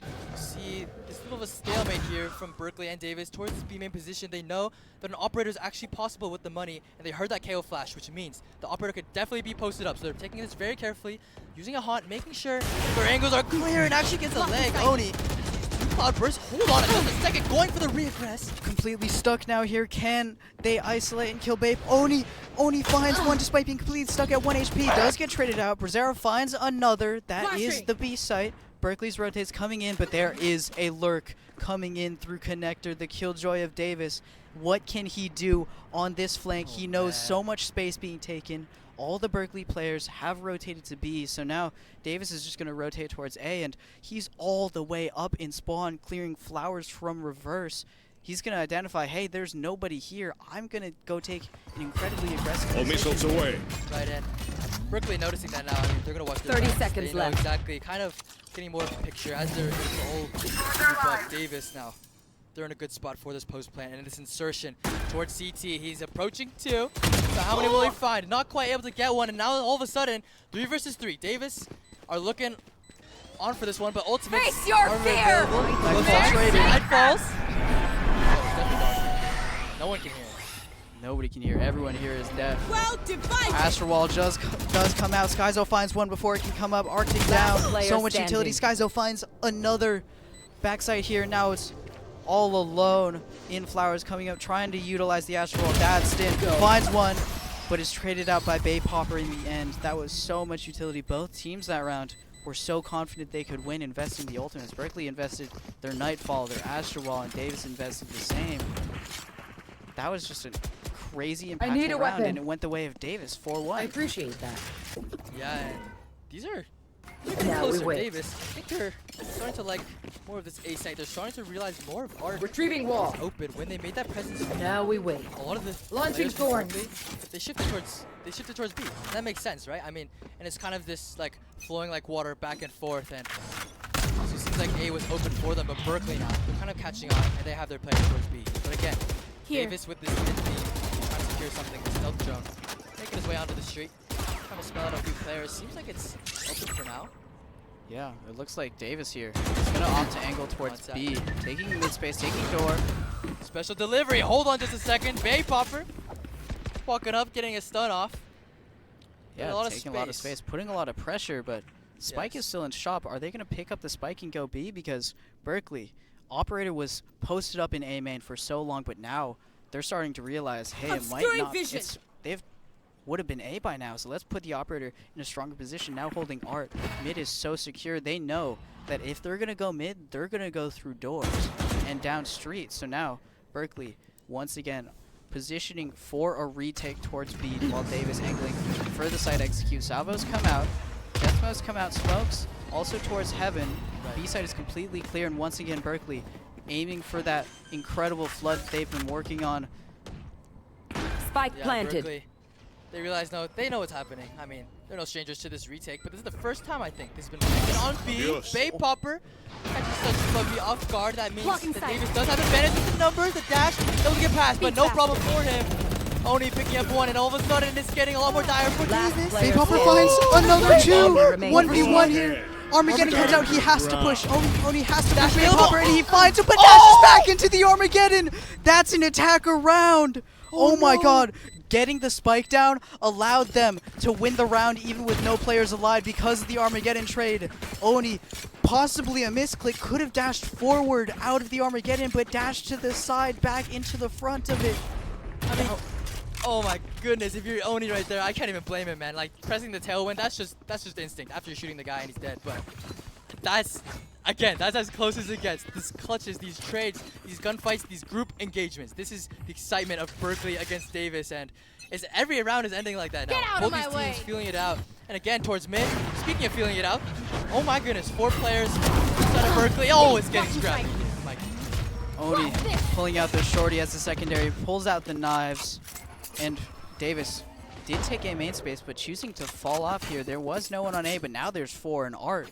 All 5 of Berkeley's players here expecting some sort of push down mid, and that's what Davis is going to try to do. Oni updress finds Bay Popper with those knives. Just impossible to fight there with Jet's movement and even a double swing now. MJ with his fade is going to angle towards Art here, trying to make use of that player 2vx, but Oni finds another. Skyzo trades it out, but Goat able to find him once again, and now Goat has his ultimate online. I'll shut them down. This changes. Until then, Changes a bit. survive. I feel like Goat, they're going to be even more confident on the retakes now that they have the null command online. And I mean, they're actually switching over this Vice for these B sites for these rounds. And I mean, they're leaving the operator on A. And I guess that's the power of just having an operator, having your sentinel, and having good retakes. I mean, it seems like Brooklyn Last has all the player tools standing. to be able to respond to what Davis is putting forward. And mid is not working out for Davis anymore. They need to Yeah. change their plan, and they need to do it right now. I think what worked for Davis was once they got sight, if they were able to hold B well enough, they could work, especially inserting the Tejo there into Street. If they can get Street in mid control, which they've been fighting for so long, Brazzero finds one onto Sudge Bogey. That is the smokes. No more. And now there's 2 towards A, trying to angle Grenade is 5v2 live. on A site right now. Special delivery. Arctic does find one through it, but MJ trades him out. And now it's just the operator of Oni here, playing on site, looking You want to towards find Art. it? Astro Wall comes out, running up the side, but he peeks through the wall and finds Brazzero. That's the entry gone. So much space being lost.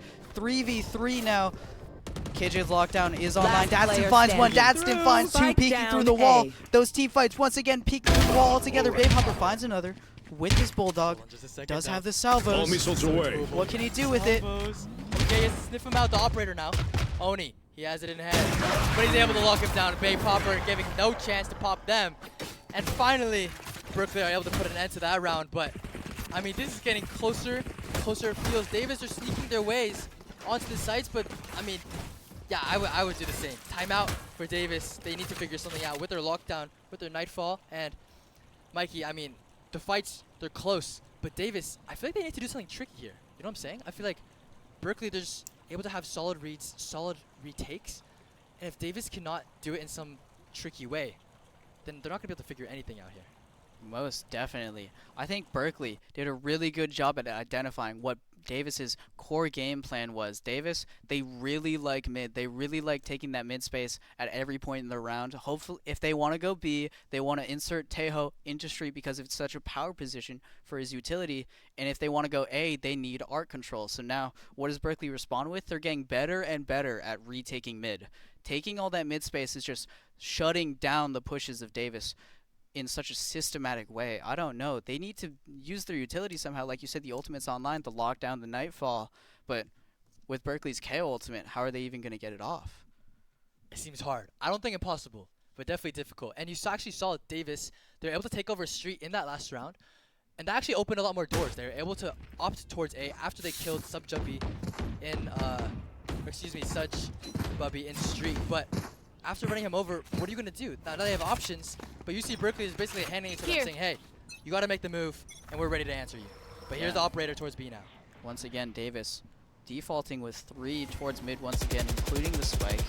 Going to try and angle towards B, but one crossed across the mid point there. Backs up, takes his knife out, but no one from Davis peeks. Great timing there to take from Brazzera with the operator.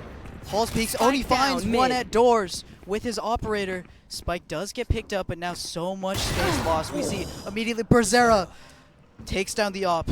B is looking a lot more possible here for Davis, but Berkeley, now that they know there's a lot of pressure alleviated, we see all 3 rotates coming. What can Dadston do here? Flash does come out, blinds a couple. Comes out, he sprays through, finds Babe Hopper. That's the Tejo. A lot of post-plant utility gone. Dadston finds another in mid doors here. Now it's both players of Davis stuck in B main. They have the spike, but they don't have really any utility for this take. Meanwhile, Berkeley, 3 people holding this. It's going to be really difficult. Placing They swarm basically have to grenade. peek it dry. Swarm grenade out. Dude, and this is the power of the Vice One Commander. enemy remaining. Of course, Berkeley, they're the ones with the flashes. Spike That's down, getting B. 3rd in the round. And finally, let me go sit down, Brian. The last of the Aggies standing. And Berkeley, A, B, mid, they can do it all, man. Yeah, the Golden Bears just have such a... Their holds are just so good. Their floods that they're relying on every single round. Even if they lose a site, their flood is One so enemy good. remaining. The way that they retake space Spike down, and B. alleviate pressure is amazing. We saw, though it wasn't on the camera, there was every single time Davis tried to retake the mid space by peeking mid doors, Berkeley just shut it down, expecting it. They know how important mid is to Davis, but now Berkeley putting 3 towards B main, hoping to set up the operator, post it up towards A main and take a lot of that space. And Davis once again putting 4 towards mid with the KJ lurk, finding the A main player. Yeah, that's very true, but hold on. A main, like you mentioned, is about to be contested. The chop shot, it's actually missed, and the Sheriff is going to best Oni, and all of a sudden the tides, they change quite quickly. And now Davis, they want to speed things up. They're going to the Art, they're making sure Street is controlled. And now Art finally seems possible with that operator down. They're dashing in, they're on top, and they're looking for the A site and the A fight. Skyzo leading the charge here. Hit by a high-low there, and once Davis had the advantage, Steel Guard had just come out. Guns taken away from Davis here. Have to play back, have to wait for the cooldown to end. Now Such Bubby in great position, does get spotted by the Prowler. They know he's here, but Berkeley also Face know your that Davis fear! is huddled up in mid. Nightfall just come out from Art. Savo's clear secret. There's one towards Flowers here. Dadston, he finds one. Such Bubby finds one. Last Dadston player finds one. standing. Skyzo and Brazzera, though, traded out. Now it's a 2v1. KO Ultimate online. One enemy remaining. Finds Brazzera. Doesn't get tethered there. 30 seconds 1v1, left. natural gunfight. Eye comes out, is broken immediately. What's happening, Goats? I do. He gets 1, he gets 2. He has a flash online, but he doesn't need it. He just needs his gun, his brain, and the crosshair he's shooting at. And Berkeley, I mean, all their players, man, they're just all able to do it. 8-2 now. That's really telling of their strength as a team. And we saw, like we saw them lose A main. They actually saw them lose the operator, which is doing most of the work. But even without the operator, One they failed enemy to retake remaining. the event. But this again, this is as close as it gets. Exactly. I mean, we even saw as soon as the operator fell, Berkeley, whose Keep up. rotates have been so good preparing for the floods, they were frozen. And even though there was 2 All missiles isolated away. in Art, they were somehow able to regroup from Flowers, even though they were down a player. They were just able to take those gunfights so well, so timed so well to just shut down Davis, even though they had so much space. Look at the map. Everything's quiet. All quiet on the western front. Everyone just holding their positions. Davis with their bread and butter, trying to take mid again. They have the Killjoy ultimate. That's why they're putting him towards A. Tron probably going to utilize that ultimate. They're at the site in Art. Take hold. 3 towards Art here. All 3 Davis players ready to fight, and Arctic ready to respond with his utility. Star there to smoke off the push. No, and hold on. Things are heating up here. Perez all of a sudden in the line of fire, but in the line of danger, he does not back down. Such Bubby peeking in front of his utility, unable to use the star that he had placed at the end of Art. No command coming out. Okay, here's the retake we've been talking about. What can Dadston do with this? Finds one. Prowler comes out to clear him, but MJ and Skyzo clear out 2 more, and now it's a 4v2 Come on, in favor Davis. of Davis. We're looking good. This Spike could be the planted. 3rd round of the map. They have 4 players strong, and it's only Oni and Goat in the same position in Flowers. Operator in hand does swap it out for a Phantom. Better for the retake here, 2v4. They're gonna hope to utilize any utility here to get an entry. 0 point cancels out the utility. So no suck and no concuss, no fade eye can be used right now. Dash ready to hopefully take back sight. Eye comes out, broken. Goat, Skyzo maybe over peaks there. Smoke comes out, a lot of doubt being sown in both both teams' heads here. Salvos come out. Nanoswarms come out, two of them running extremely low on time here as Berkeley run out of time. Oni finds one, but that's Last player time, standing. and that's a third round towards Davis. And now, what I think Davis has been saving their lockdown for is when that null command has been used. They've been Last holding round it for before the so switch. long, and now that it's been used, they can finally pop it. That's why Killjoy's been angling towards A, trying to find the opportunity to use it. They've always been scared of that null command. Now that it's used, this is going to be Davis's best chance to win a round. Completely agree. And Need a Oni drop. with the operator, I mean, wherever he's gonna go, I feel like they'll try to not go. And I mean, honestly, with the lockdown, it doesn't really matter where you go if you have your smokes in the right spots and if you're able to get the right positioning. And mid, Get again, out of my way. point of contest with Davis, must be proud of themselves, getting that one round, and they're gonna fight for another. And here they are, the Blade Storm being popped out. Popping up, walking up, such Bubby, sitting him down. Two knocks available, Oni repeats with the Operator, operator. Nightfall. Nightfall comes out, Babe Hopper finds one on the Goat. Jumps up but isn't able to find more. Oni able to trade it out with his shorty, unable to find. MJ does trade out Such Bubby. Now stuck in shop. The Killjoy lurking towards Art. Oni smells it, is though. aware. He smells it. He had his tailwind ready. Oh no, he just missed him. Can The he mouse peek just this went by the timing? cat. Brian finds him despite Oni being aware. Here's the Lockdown comes lockdown. out. Divide it. Secures the spike as Cosmic well as divide. the Astro Wall here. Spike is going to be secured, but where does Davis go with this? Berkeley in a 2v2 situation. Does Where Davis are angle you? towards B, or do they Area's go towards clear. A? They have grouped up. Looks like they're going towards mid doors. Correct gamble here. Berkeley identifying, peeking through the wall for a short amount of time. Hey, there's nobody here. They would have planted here by now. It's going to be a 2v2 onto B. It will be, it seems, as Davis make their way over. There is actually a Vice set up here. But will they 30 be seconds swayed by left. this? It seems like Bot they'll be able to get the coming bomb back. down, but after that, where do you play for your post plant? It really depends, I feel, on what your Astra has. You have the 2 nano swarms, as you'll see in Brian's. Spike's but down. seems like Berkeley, they have to make their way over now. 2 nano swarms available for Davis here. Turret online. Gonna watch the end of doors. Not choosing to use the nano swarms onto the spike. Star comes out. Smokes for them to play around. Berkeley walking up as 2 here. Arctic does have the tether. Does have the I'll eye. find you. Uses it to clear halls. Thorns activated. Thorns Pick up activated. pace. Catch them. Razorvine's activated. They know that at least one is Link now. Could be There. both. Nanoswarm's activated, buying a lot of Last time here. player This is going to be a standing. 2v1 Big. double peek. And that is another round towards Davis. 8-4. But Davis is bringing it back. I think the momentum's in their favor. I also Switching think the momentum sides. is in their favor, even though that was a little more sloppy. They're looking scrappy, and they're willing to do it if they're able to win this. 4-8, and now Davis, they're going to be the ones on the defense. And, I mean, switching up the comps. The comps are very different, Mikey. I mean, of course, that Tejo for that KO, and you have that Killjoy instead of the Vice. And I feel like being able to watch that flank, excuse me, Placing with that sentry. Vice, not able to watch the flank as well, but perhaps more execs. I'm not really sure. They're opting towards more towards A. Placing rather than, alarm bot. When Berkeley was fighting last half, but it seems like A is going to be the point of contest here.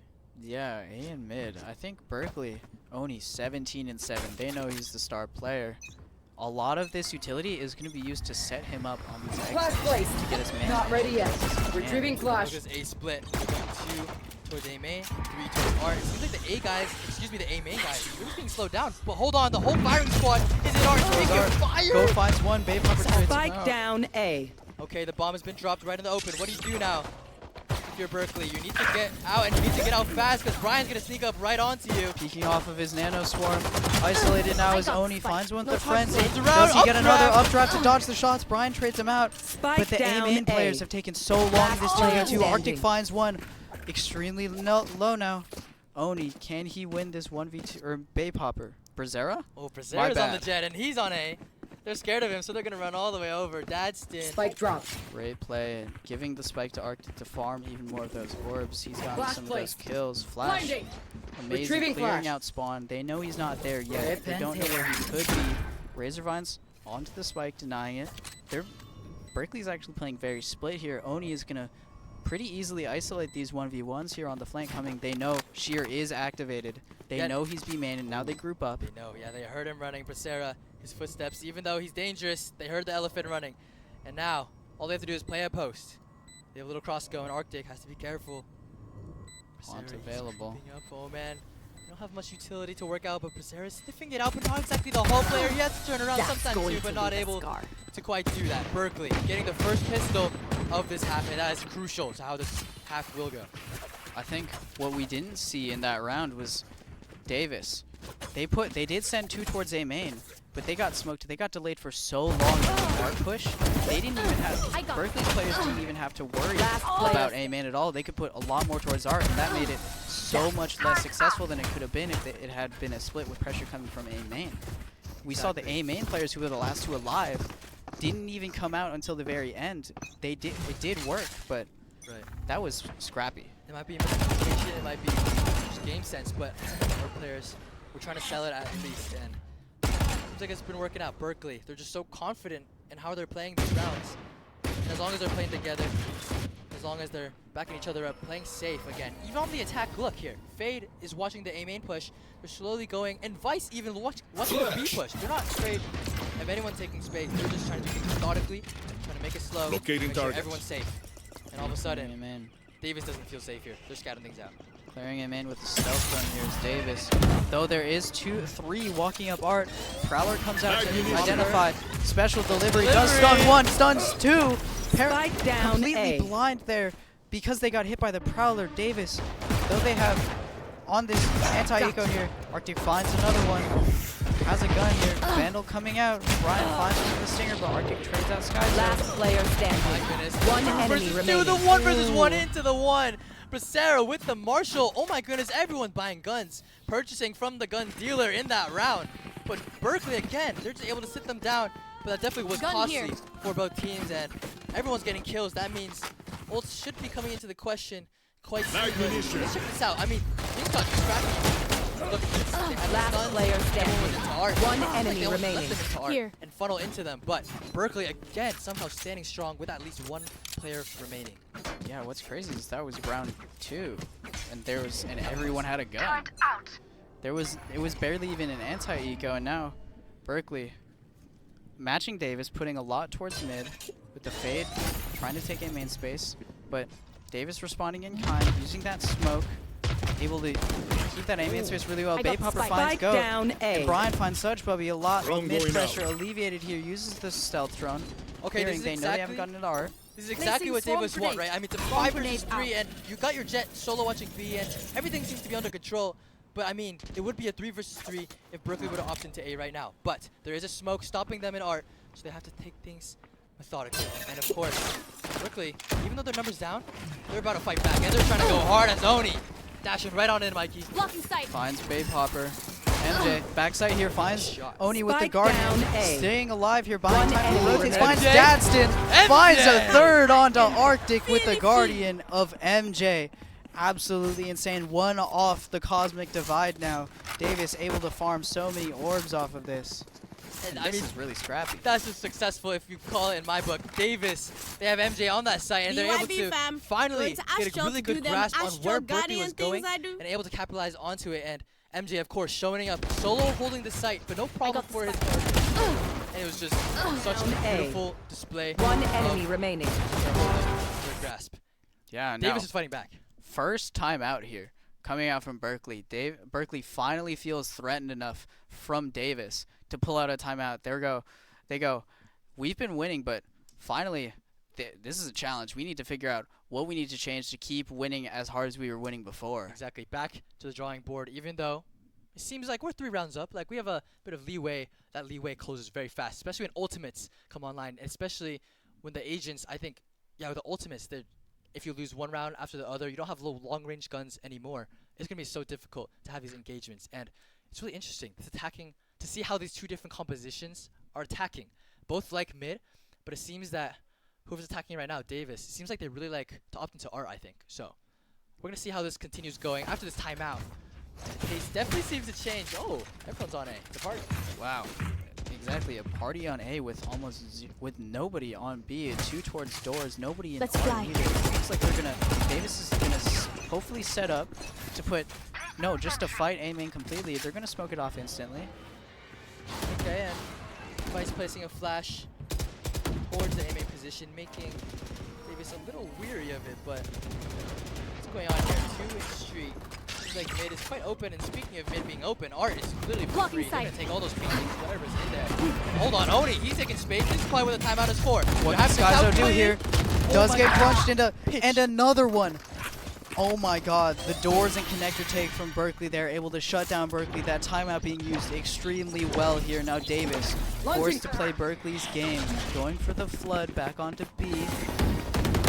Okay, now Davis, they have to work with not nearly as much as Berkeley, but hold on, they have Bay Popper to work Ooh. with, and he's raining hell from above. He gets 3 for Spike himself, down. Arthur shutting them down, Last getting 3K player for standing. himself. Now it's a One 1v1. enemy remaining. Jay and Oni, these 2 guys are playing so dang well. They're out of the corner, who's gonna win it? Both low. No Classic charges comes left. out from Oni. Does he get the shotgun? Pulls out his knife, trying to outmaneuver them. Both players I got here in the this ball. 1v1 trying to outmaneuver. Spike does get picked up. He has 30 seconds. He has time to go to A 30 here, and seconds he left. does choose to do so. Oni's just gonna slip away right into the shadows, and MJ, he probably knows what's up by now, but he has to be careful as he's making his way back. Both players are so deathly close to the end of their lives. They both need to play this perfectly, and how much utility is on the Spike side of Oni. planted. But if an Astra has a cosmic divide, if an Astra has a wall and smokes, he definitely has something to play with. 2 But stars available. 50 HP, they're meeting Spike's here. going towards Secret. And MJ finds Oni on 10 HP. He was 2 shot while Oni was 1 Without a star, I HP. cannot. Another round goes towards the Wave Davis. That looked so good for Berkeley the entire time, but the heroics of Bay Popper finding 3 somehow, walking out of the heaven smoke, looks down and finds 3 headshots in a row. How does he do it? How does he do it, this guy? Let's look right on back at that. They had the B side opening, and of course, Davis, they were down 2 players initially, but all of a sudden, Bay Popper 1, 2, he just pops out of heaven like the angel from heaven, and he's doing the work for Davis, making sure they're fighting back in this game, and the trades were proper, and for some reason, no one from Berkeley was able to look towards there, and I guess it's because the angle wasn't exactly optimal, but Bay Popper taking advantage of that, and round by round, Get out of Davis my still way. fighting back. Yeah, now Tejo has Armageddon online, Bay Popper. How is he going to use Here. it along with the Cosmic Divide, putting 2 towards R, 1 towards Connector. Storm. Meanwhile, Berkeley putting 4 towards No mid. charges left. Blade Storm does run out of knives. Only has a Classic now, but still has to enter for his team. Stuck behind the box here, but only finds one with the Classic, even though Verzera had a Vandal. Both eyes come out. Armageddon comes out, clearing out all of Art. They have to go towards A. They're all going to die. Oh Oh my my god, goodness. the tether coming out from the side of Berkeley was, from Davis was crazy. That combo, such on the, what a heads up play on the fly, combining their utility to take out 2 players from Berkeley. Now, comes down to the wire. Can suppress. Berkeley recapitalize onto this? They made their way onto the A side, but Bay Popper Spike is here down already. A. Gets the third, gets the Last fourth, player for the standing. ace. Gets the fifth, not Oh, quite, but no. go. Now he has to do all the work on his shoulders, and 3 players living for Davis. They are looking so dang good in these rounds. And now they have the Yep. lockdown available too. Oh, man. So much utility, impactful utilities available for Davis here, but Berkeley can't count them out yet. They're still up 1 round, though the momentum is in Placing their favor. swarm They do grenade. have the Nightfall. They do have the Cosmic Divide. They're 1 off the null command. That is going to be extremely good for getting them where they want to go and setting them up for a post point. But what can Davis do to snuff out the push Keep up. before it gets too dicey? Yeah, this is definitely getting dicey. If you're Berkeley, if you're in their minds right now, man, I mean, they just had their timeout. They probably had all these strats come up with, but they're getting shut down left and right. Davis, they're figuring it out. And Berkeley, they just need to, I think they just need to keep their cool. They're able to shoot quite well together, and here they go together again into streets perhaps, but they're losing their grip on this game. Yeah, Tony's accidentally down. team flashing there from Doors. All Skyzo missiles does away. find Oni towards Doors there. Berkeley tried to insert their jet player into Doors to hopefully find a pick and keep that door space, but it's shut down, and now they're angling towards B. Brian finds one, the KJ setup still on B here. destroyed. Able to spot B main, finds another through the gap in the smoke. Spike down Now B. both of Berkeley's players here stuck towards B main, have a good amount of utility, so this isn't over yet, but Spike's down, and now Davis know exactly where Berkeley are, but they also know that it's smoked. They could be anywhere. They see the spike. Now that the smoke has gone down, they saw the spike. They're pulling a lot of rotates here. Say, hey, the spike is still here. Let's all just go back and play this. We know there could be a flank mid, so we're going to put 2 towards mid. But this B hold, this high-low with an operator is deadly. I mean, if you're Berkeley here, I think you're just talking about next round. To be 30 honest. seconds left. Guys, I think A might be the play. Maybe. This operator is deadly, man. And Davis, they have the lockdown. Again, like we were mentioning, they have Cosmic Divide. They have tools. So Davis is doing well for themselves. 9-9 after this round. 10 seconds The left. ball is in Davis's court. I think how Davis can win this game is all on where they put the Can they deny Berkeley? Can they snuff out Berkeley's pushes with this operator before they can happen using all their impactful ultimates? And how are they going to be able to retake if Berkeley decides to invest? Yeah, and let's look at the money here.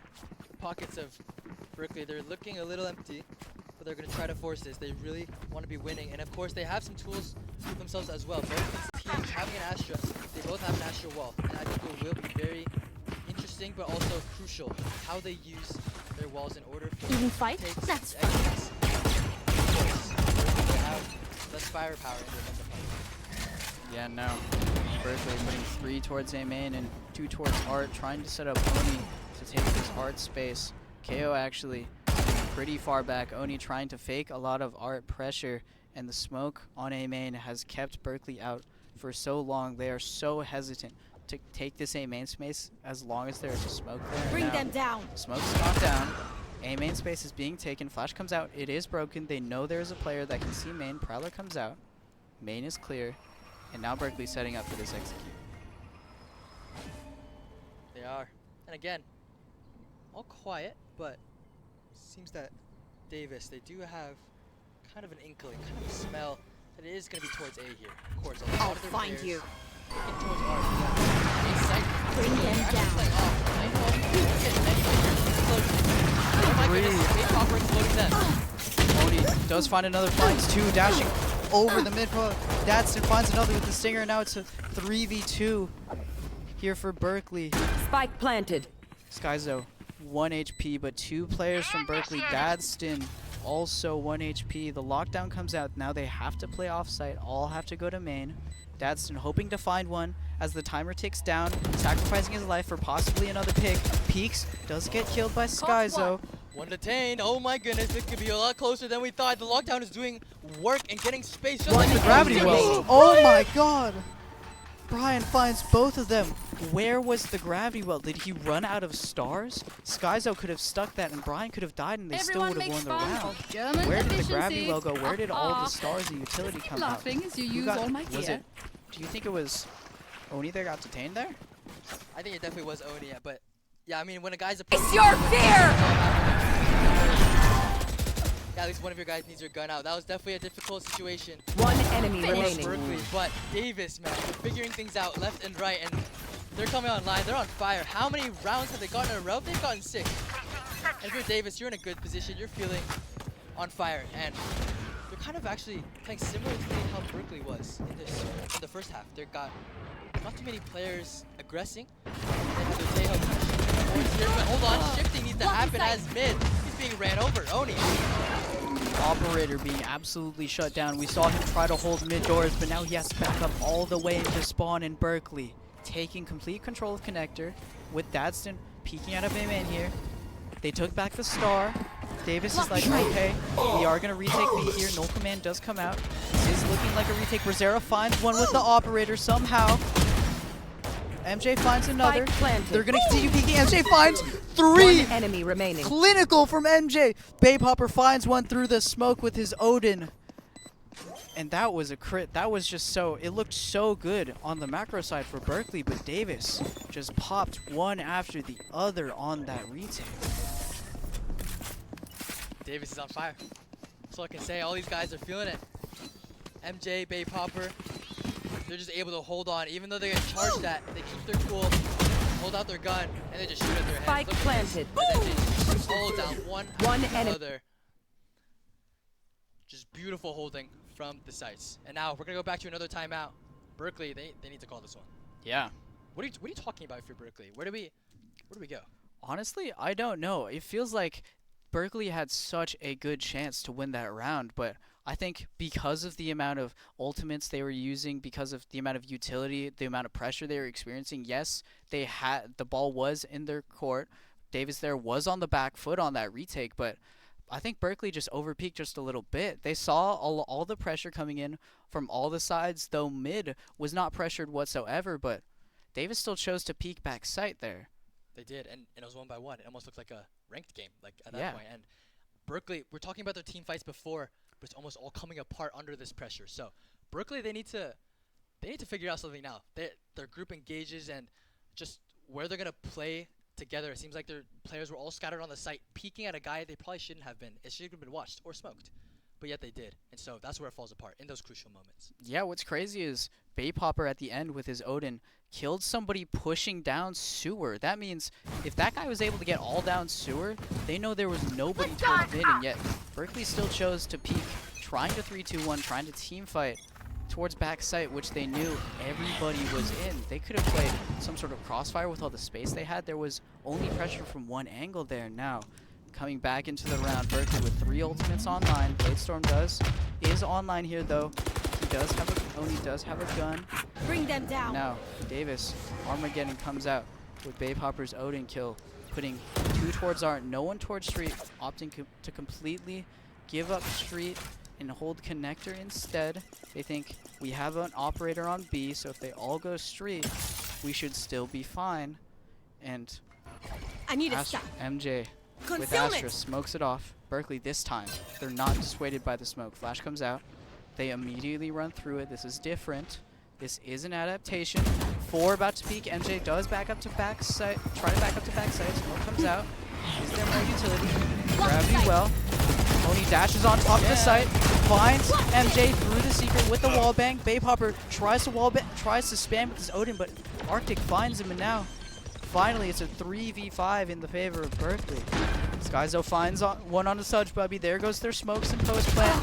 Brazero finds another on Arctic. Oni trades out Brian, so this is a 2v3, but 2 players from Berkeley are 1 HP. This is very doable. Skyzo finds one. Both players are 1 HP, stuck in B main. Steel Garden comes out. They can't hear, so they have to peek. One enemy remaining. Skyzo Last pushing player with That's standing. it. Hold on, Sticking? just a second. Sticking! No, he's sticking! The Nightfall, extremely clutch there from Davis. Berkeley could not Match hear, point. and so they could not hear when they got half. They could not hear when they got onto the bomb again, trying to take the gamble that I'm just going to shoot through the wall, and hopefully he gets off because he's scared, but balls of steel coming out from Davis. Yeah, but Sarah, I mean, he just sticks it. Of course he knows he can't hear, and that's so frustrating. If you're on the side of Berkeley, you're just gritting your teeth. He's on the bomb, he's sticking, but of course you don't know that for yourself. You're none the wiser, and that feels really bad. Being in this match point position now, but Berkeley get to fight with all they got now. This is the last round. They're using all their credits. Again, they're opting towards mid. Yeah, opting towards mid, putting actually at least 4 with 1 possibly angling towards the main space, though there is an operator holding it. Does move towards Street, knowing, hey, there's a lot of pressured doors here, so let's put the operator there. But now that the smoke's down, they know, hey, they didn't actually push. There was a lot of utility, but they haven't committed yet. 4, though, from the side of Berkeley. Going in with the Prowler, gonna peek all 4 at the same time. Pawn comes out, is broken by a lot of players. They know there's a lot here. Armageddon comes out. They have to funnel into Connector. Brian finds one, but Connector's taken. And now this is a trade. This round slows down, but Skyzo finds another onto Sudge Bubby. 2 top Street here. And Skyzo's alone on B, regrouping with his operator, trying to take back the space that they had given up. And now, what do you do here if you're Berkeley? You sit around and hope for the best, man. They're regrouping, hoping to go towards B, which they have not entered in a long time. Seems like a bit of a mix-up, but Davis actually, they too don't know what's going on. Got 2 towards B. 30 seconds left. Jump peeking halls. Trying to play solid here as Goat, he's sitting. He's waiting. He actually has a nice position here, a bit of an insertion. As the players from Berkeley, they try to lurk up, but they need to win this round. They need to get on the site and plant that bomb safely. Skyzo jump peeks, does C2. They know what's Bladestorm back off. comes out, peeking heaven. Okay, the operator's online 10 here. seconds left. Oh, Berserk, About to he's peek. gonna Oh, he gets Oni. one. Skyzo trades out Goat though. Spike has Plan to comes go down. out 5 3, seconds left. 2, 1. Spike goes down, but the salvos comes out. He's low, but the smoke is able to get him back into main. Now Oni alone, what can he do in this position? He needs to make a play here. He gets needs stunned, to but he kill. gets one. And he gets it. 3K for Oni. He needed that. He was stunned up, but it doesn't matter for him. That's in in. the fight.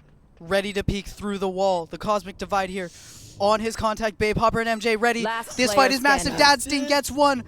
This would be insane. Oni peeking here. What can Babe Hopper do?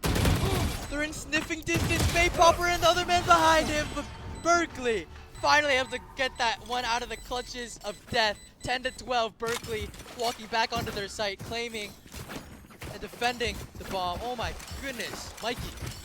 Again.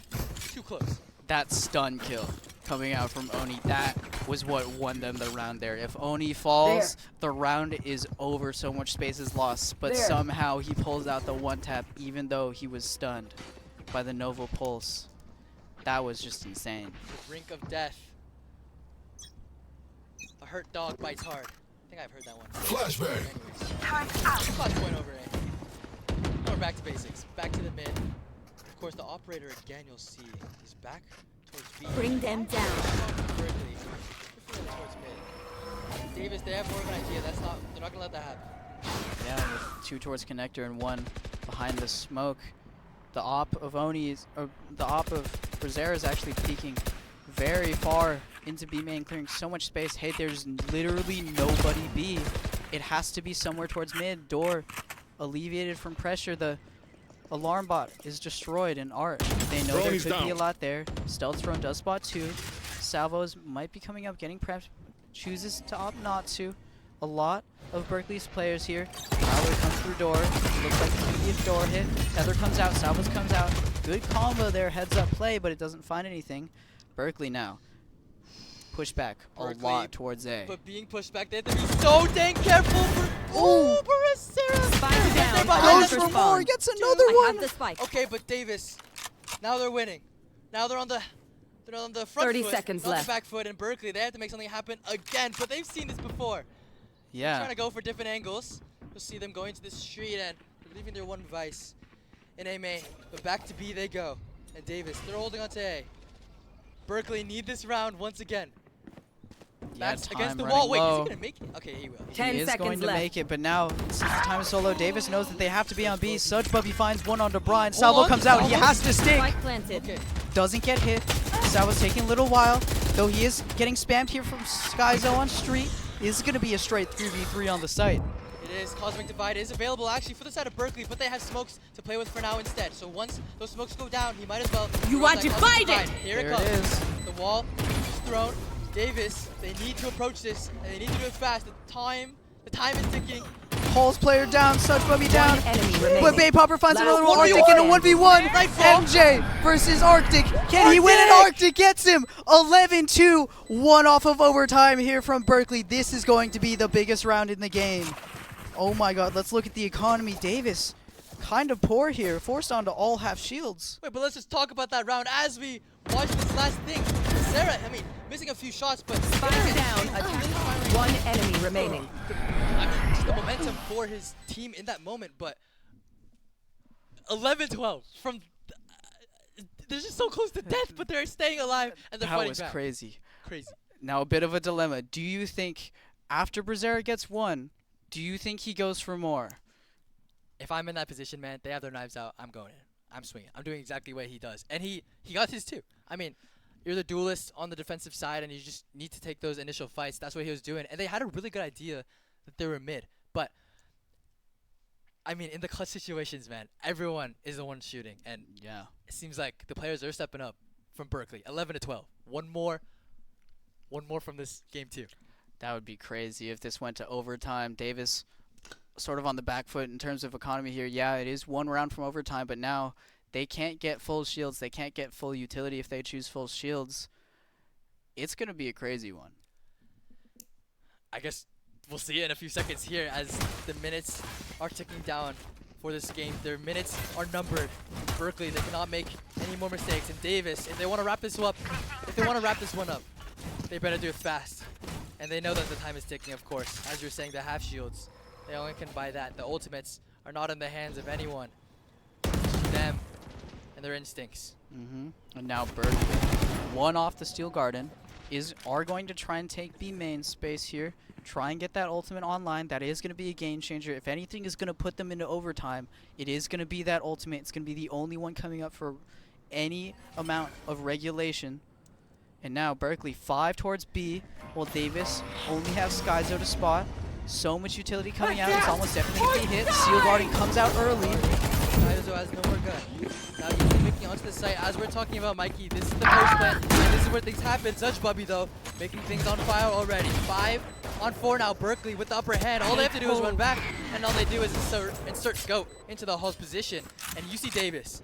What do they have to work with? Now they're trying to gather all the scraps they've got, and they need to make this happen. They have to pick it up here. There is so much post plant here coming out from Berkeley. They need to take the site as fast as they can in order to fight the players main. That's a good start coming out from Brazera, getting a pick onto Goat. Time is ticking though. The spike is going down. Bay Popper has to peek this and get at least 1 or 2. Big So much fight. Bay Popper Player finds one. standing. Arctic trades him out. Now it's a 1v2 in favor, and we're going to overtime. That was crazy. Berkeley, what a change of pace coming out from them. That is, I think Switching that's the sides. first time we've seen a full Overtime. 5 B take That from is the either first, team. That is the first B exec. Maybe even of the game. I'm not quite sure, but it hasn't felt like B has been the point of context. And now it just might be on their minds as Berkeley finally able to Last seal up player the standing. half, clawing their ways back from the jaws of defeat. 12-12. Now we're switching it up again. And it seems like both these teams, they're looking to attack, Mikey. Yeah, I think Davis here going back to their mid plan. I don't know if it worked as well on the end of that attacking. At the end of their attacking half, they did sort of shift the momentum in their favor. Hopefully they can recreate the 4 at the end of their 8-4 half once again. But now everyone in overtime, completely on full buys. Berkeley fighting mid because they know Davis love mid. They're going to fight more towards mid. Oni finds one onto Brazera. The salvos come out. Dash Tailwind gets him away from that fight, and now Davis so much more hesitant to scale up mid. They are, and Berkeley, they're just going back to basics again. Look at this. They're just going back, making sure all their sides are covered. Nothing too crazy, no over peeking into Art. This might be a bit of a scuffle here. He has a star at his feet. Such Bubby, he's doing a little too go peek, but this could be the cause of big war as Davis, they're trying to inch their way mid, but not able to find any ground. But they do have a minute to work with. Yeah, no. Berkeley with 2 towards A. Davis back after their arc got smoked off. They chose, let's back up, let's freeze, let's reorient.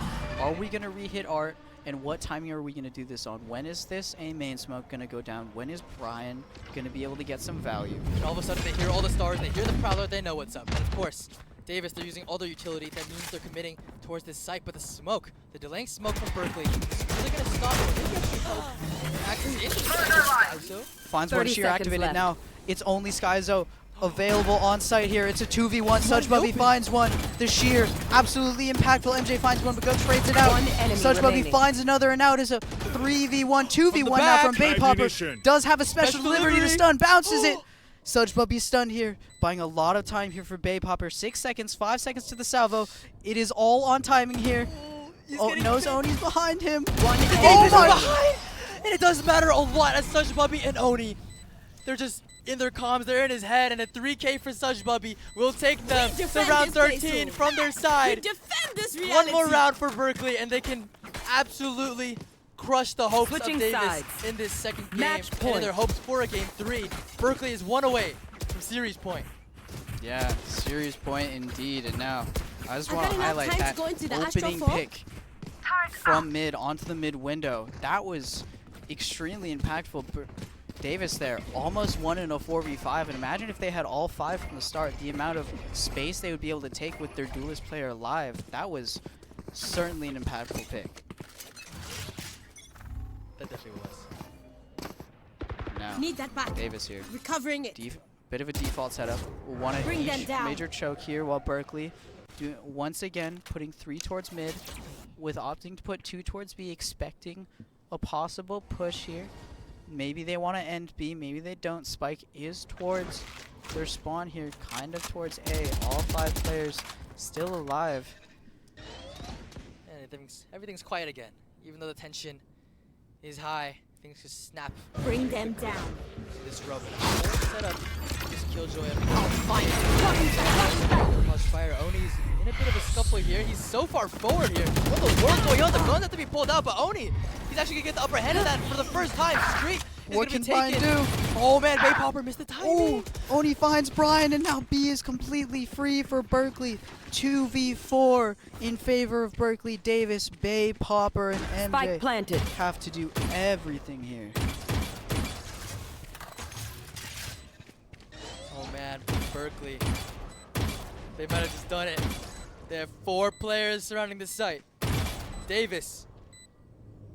They need to make something happen. Like a rabbit out of the hat. Do they have any magic tricks up their sleeves? Juan comes out. Knows Davis has All not missiles away. executed yet. Salvo's come out to clear halls. Last Have to player back up towards the end, standing. but Dadston finds one. Now it's all on MJ here. What can he do? Finds Dadston, and that is the Attackers game. win. And that's the match for Berkeley. That's it. That's 14-12 from Berkeley. Able to get the second round of the series. That's 2-0 then. And Berkeley takes it. The Bears are able to take down the Aggies. And that's the series. That's the series. That was crazy.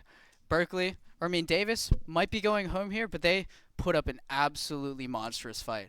It was so close the entire time. It could have gone either way. It definitely could have. And we were guessing back and forth. It was swaying one tip of the scale to the other. And and on the side, we have, from our B stream, we have the UC Davis Tritons against UCEI's and Eaters. And UCSD able to take it 2-0. Maybe we can ask them about that afterwards. But Interesting. that means UC San Diego and Berkeley will be moving on to the next rounds, hopefully facing each other in the next matches. But, oh my goodness, seeing what we have here today, we're going to have more whirlwinds later. Thank you for watching, and we'll see you in the lower finals and the upper finals. Grand finals will be later today, and it's going to be crazy. We'll tune in. See you.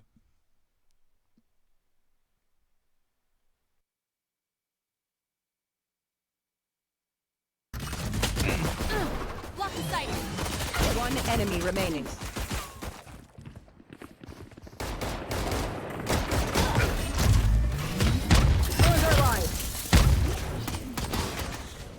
There. One enemy remaining.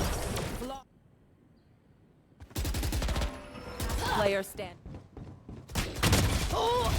Go. Adios. Last player stand. Enemy remaining. Go ahead.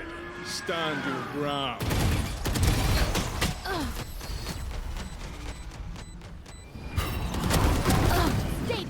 Last player standing. Last player standing.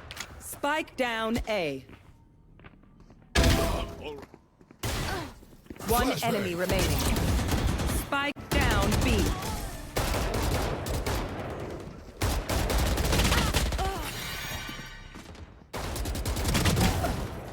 One enemy remaining. Clutch. See ya. Here. Pinpoint. Got him. Last player. Last player standing. I got Last player standing. Ammunition. Last player standing. One enemy. I got the spike. Down A.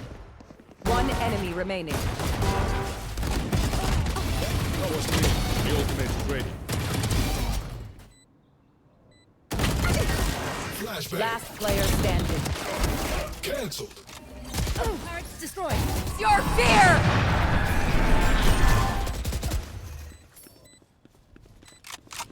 One enemy Finish. remaining. Spike planted. System failure.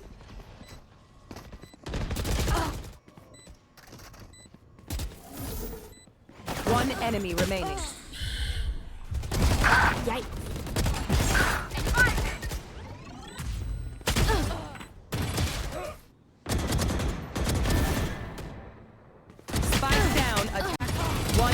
remaining.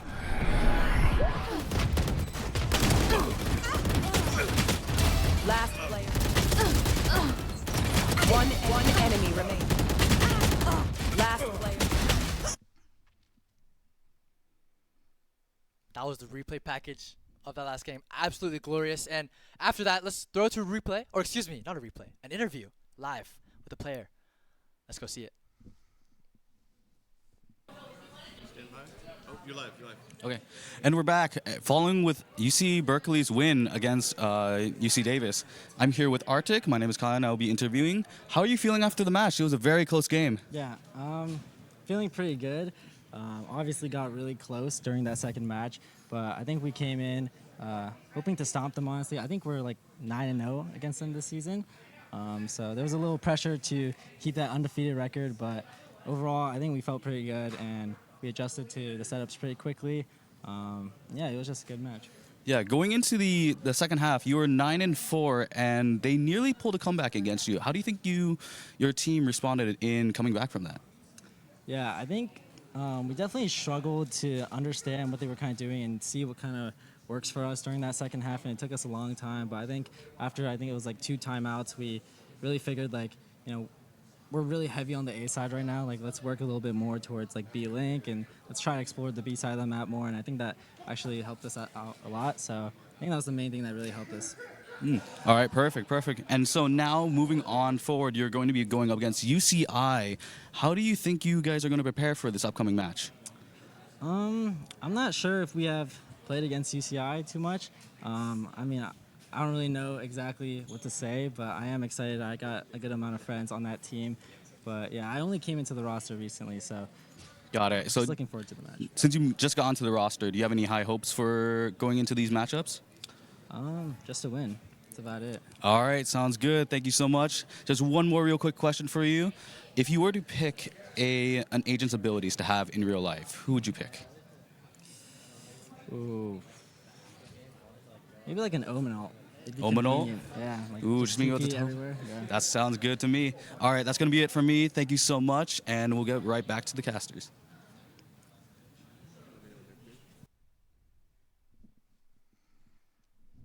Oh, I mean, kind of the story. I think I agree with everything he was saying. It looked like Berkeley there was so in control, but once Davis started making comeback, it was so scrappy. It was so unpredictable that Berkeley had to take a while to get their footing. But they were able to get their footing. And, I mean, just a story like that, Arctic, he's able to really just be that rock for that team, even like when they're hopping out of the smoke, able to shoot them down one at a time. That really, that's what gets you hype, you know? Like, when everyone's yelling and then your whole team's like, nice! Like, these are the moments that Berkeley, I feel like they really had in that game for the individual players. And for the next game, though, we'll be looking at UCSD. They'll be looking at, we just got word that it will be UCI against UC Davis. So that'll be the next match that we're looking at. But we're so excited to look at these maps. If they're all matches like this, I think we have something to be excited for. So that's going to be crazy, and we'll find out everything crazy that happens after this break. So stay tuned. We'll see you later.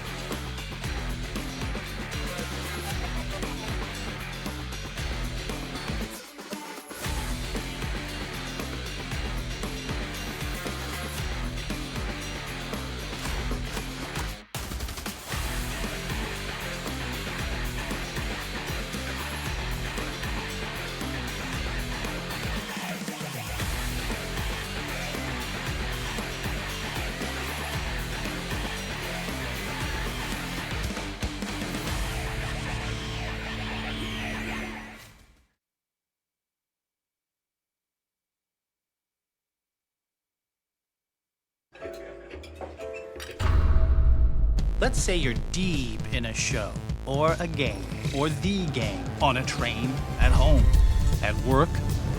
Okay, maybe not at work. Point is, at Xfinity, we're constantly engineering new ways to get the entertainment you love to you faster and easier than ever. That's what I do. Is that Love Island? I got it, 10!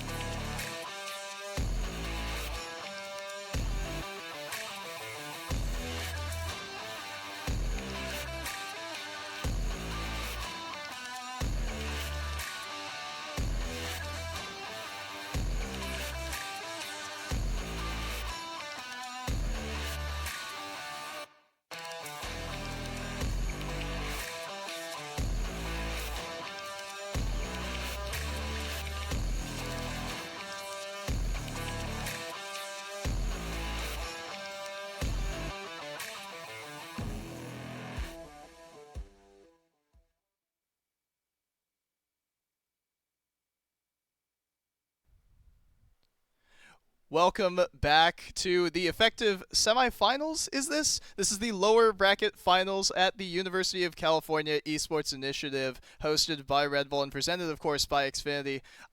I'm your host. You'll notice something new has changed here. I'm your host and play-by-play man, Takeshi Kawada. I was here yesterday. Takeshi, TK, Starstorm, Kawada on the B stream first, and then on the A stream yesterday for League of Legends. Can't wait to be bringing you some Valorant alongside my co-caster. Would you like to introduce yourself again for those new around here? Absolutely. I am Quincy, PhD Stokes, here to bring you guys some Valorant today. You may have also caught me yesterday on yesterday's League streams as well. But here we are with some Valorant today, my personal favorite, if you don't say. But yeah, what have we got here for today, Takeshi?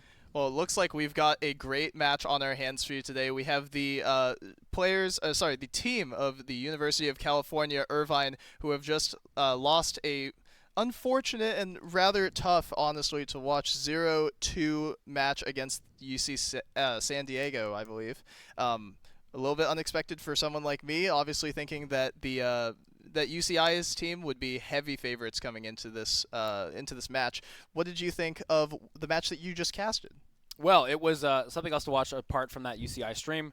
On stream A, we did have UC Berkeley versus UC Davis. That game was a nail-biter. UC Berkeley ended up taking it 2-0 to bring us here, I do believe now, Berkeley versus UCI today. Fantastic games all day, both of them nail-biters. We're going to have to see. These two teams have worked hard to get here through the online qualifiers and now getting here today. UCI maybe at a bit of a mental disadvantage because they're just coming off of a loss, whereas Berkeley coming off of that win. And it'll be interesting to see if the run here for UCI parallels that of Santa Barbara from yesterday, notably losing 0-2 in the upper bracket of our League of Legends gauntlet, and then also dropping 0-2 in the lower bracket finals. Let's see if UCI will repeat that fate or write themselves a new one here against this UC Berkeley roster that just came off, once again, a thrilling 2-0 against UC Davis team. Yeah, if we're going to mention UC Irvine too as well. Last year they took home the trophy. They were able to do it this year. They've got some rocks in their way. Berkeley though, last year, if my memory serves me, they were a runner, but maybe not quite front runner. This year, Berkeley looking good. They're coming here with a vengeance today, Takeshi. And it is worth noting, again, full declaration, full conflict of interest here. I do solemnly swear that while I am ex-Davis, and I will rep them proudly, thank you all at Esports at Davis for giving me a platform to really build off of. I'll be real with you, Quincy. The coach for the University of California, Berkeley's team, that's my boy, Austin. I appreciate you. I've known this guy since middle school, and I would be remiss if I didn't mention that while I am going to be casting and being as impartial as I can for you all, I love that man to death. Well, you're going to get both sides then, because we've got the Berkeley fan over here, and I've got, of course, UC Irvine is those are my peoples as well. So we've got two sides here. Should be able to keep it nice and even throughout unbiased casting. Don't you worry, guys. So we've seen a lot of gameplay throughout the day already. There's something that we have to talk about if we're going to talk about gameplay for Valorant, and that is Tejo. Absolutely. Who is unlocked for this tournament. First tournament, probably, period, to host Tejo in it. How do we feel about that?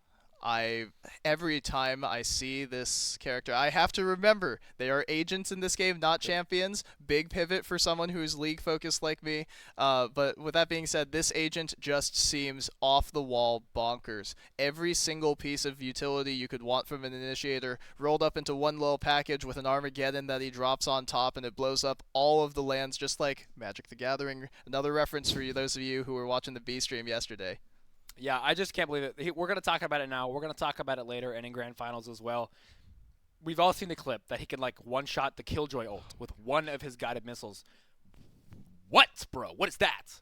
And it is also important to note the guided missiles, it's not on a 2-kill recharge, it's on a timed recharge. And does he need line of sight? No, he pulls up the iPad, draws a couple of circles, boom, instant Molotov, no line of sight necessary. The drone, ridiculous. The stun grenade, ridiculous. And again, the ult, it's like if you had Breach and Brimstone rolled into one, and it does so much work for the team that employs it. Yeah, of course, we're going to talk about Tejo all day. I would be amazed if we don't see him throughout this tournament. I guess the real question is who could pilot it better, right? He's such a new agent. We haven't seen much of it. Well, nobody's seen anything of it, right? No tournaments are hosting him yet. So this is kind of the first glimpse we're going to get at some competitive level Tejo. So these teams going into this tournament know that he's enabled. It's going to come down to like who's practiced it more. Absolutely, and I think you're going to see the fruits of a lot of scrim labor coming through here for both sides, UCI and UC Berkeley. We are hoping to have our players walking out very shortly, but in the meantime, again, Berkeley sympathizer here, we'll call myself, and an Irvine fan over here as well. What is your prediction right now? Cards down, all in. Who are you betting on to win this series and Man, go you to the can't grand ask me finals? to predict. Now it's like if I vote for UCI, obviously, he's biased. But if I vote for Berkeley, then I'm betraying my boys. Absolutely. In all seriousness, Berkeley was looking fantastic. A lot of members, especially on that team. I got a shout out. I was watching Oni was looking crazy in that last game. I think, of course, I would internally prefer UC Irvine to win, but I think it's going to be tough. I think Berkeley are looking really good. Of course. I mean, I do predict that this is going to go to a map 3. I do not think we're going to have a quick series on our hands. It's going to be a bloodbath regardless of who wins. And I'm sure that you at home and those of you watching in the audience are just as excited as we are to get this thing underway. All right, so we've just received word that Berkeley will be walking in shortly. We're going to be taking up a little bit more time here to talk about. Why don't we highlight a couple more individuals? We have some players to watch. Obviously, Oni, a phenomenal fragging performance. Almost 50 kills, I believe, over the first 2 maps that they played against UC Davis. Oh, and look at everyone in the arena. In the audience, we have so much viewership here, especially compared to, honestly, yesterday. Yeah. We're looking great. The energy is electric. The atmosphere is phenomenal. And if I'm being real, when I was sitting in there, it seems very, very Berkeley favored. Very excited to see what this Cal roster can do in what seems to be, and because, I have my inside sources, and what seems to be the last dance for Cal Goat with this roster. I like it. We got so much fans here. UCI Esports, Berkeley, we don't know. They're in a fight. Boo! Sorry, Phil. Mark won that one, unfortunately. A lot of fans coming out. I see Bebo there in the audience, too. A lot of fans here. And one thing I love about VALORANT, too, is not only are we here cheering on our teams, there's often a little bit of smack talk going on. We saw a glimpse of it earlier. Honestly, I'm here for it. And there was a lot of smack talk actually happening, if you'd believe it or not, behind the scenes actually a little bit from the staff actually, believe it or not, of UC Berkeley and UC Irvine. It's phenomenal to see not just the players, but everyone in the organization's top down getting into the rivalry that's here today. Man, 3 teams left. This match has a best of 3. Next match, best of 3, but that's grand finals, and you're going to see someone walking home with a trophy. Do we have an MVP prize for this tournament as well? We do. I believe it was the same prize as we saw yesterday. Going to be that Claw A1M. I do believe the MSI handheld console for the Windows devices. So it should be good. We got a prize for the MVP. It's absolutely crazy. I can only ask whether or not casters get to weigh in on something like that. Yes. So how that does work for you guys at home, us casters on the desk do decide the MSI MVP. So we get the decision. Sorry, fans at home. We have no voting system or anything like that. You're just going to have to take our word for it, but that's okay. We're well informed in watching the games. With that being said, if you do spam your vote in Twitch chat, I'm sure there will be a very, very sympathetic member of the casting team that will take a look and hear your heartfelt pleas for it to go to one of your players. With that being said, UC Irvine, player to watch. If you had to pick one, this is a stacked roster, but who are you taking? It is. What I like about UCEI a lot is that it's kind of it mixes up, right? Who's on that day, who's off that day. It's okay, things change around, but I've got to point out Lace was performing in the last game. Absolutely. But we do have the members of Cal Berkeley walking out here. Ladies and gentlemen, your team, Cal Berkeley. We've got Arctic, Dadston, Sudge Bubby, Goat, and Oni all coached together by Army. Give them a round of applause. That's what I'm talking about. I can only hope that the cheering in the audience is deafening for my boy. With that being said, obviously I can't wait to announce the walkout from UCI, as we're just taking a moment to get them ready here real quick. And they're coming. We're excited. They're excited. This is the point, right, where it's there you go. UCI Esports. Look at this team: Muffin Cat, Guac, Richie, Lace, Jason L, who we will be referring to as Jason here, as JJ here, and Jason, of course, Justin as well, all coached by Curry Shot. This is a crazy roster. This is going to be a crazy, crazy lower bracket finals, and I cannot wait to send one of these teams through to the grand finals of UCEI Valorant here. Yeah, speaking of, right? So both of these teams just played a series. They're playing again. The winner of this series goes on to play yet again in the grand finals. That is 3 back-to-back-to-back series. So that takes a toll on you, Takeshi. 3 back-to-back-to-back best of threes. Best of threes. Too. Exactly. This is crazy. And so if one of these teams were actually to make it happen, it would be quite the feat. Obviously, we did not see the lower bracket run come to fruition yesterday as I believe Santa Barbara were handled, we'll say, by UCI's league team. It was not necessarily... It had its moments. The series had its moments, but it was not a particularly competitive affair. But I expect to see whoever wins this tough fight is going to put up a great one in the grand finals as well as they move to take on the surprise finalists, I would say. Well, maybe not surprising to them as players, but UCSD taking that 2-0 over UCI obviously is shocking, I would say, to an outsider like me who has less knowledge, we'll say, of SoCal UCs and their Valorant teams. Yeah, tensions were high. If we're back here in the prod area, they were playing off stage. It was, we'll go with emotional for a lot of these players here. They're here, and that shows they really care. They've been putting in the work, they've been putting in the hours, and here we see all of them with their bright, beautiful faces, as we just take a glance. This is what you love to see. This is what you're here for. Again, give these players a round of applause. Absolutely, and as you look at all the players getting ready to load into game, you can only assume that the thought going through all of their minds is, what can we do as a unit to make this one and make this run go the distance? This is really what it's all about, man. You make teams with your people, and then you band together to win these tournaments, these meaningful events with your team. This is everything that they've been working for. Maybe not, this isn't CVAL that we're talking about here, but with that being said, this is a massive event, and it would be a great way to get this year started off for each of these teams, and I cannot wait to see what they're willing to bring to the table. Yeah, they've been putting in the work, they've been putting in the hours, and this is kind of where it's almost like a warm-up, right? Because we do have, I believe it is spring CVAL coming up, things like that these teams no doubt are going to participate in. So this is kind of a warm-up, right? They're dipping their toes in the water as a team, seeing how they can put some comps together and perform and really figure themselves out too. Absolutely. And what better stage could you possibly ask for than this one?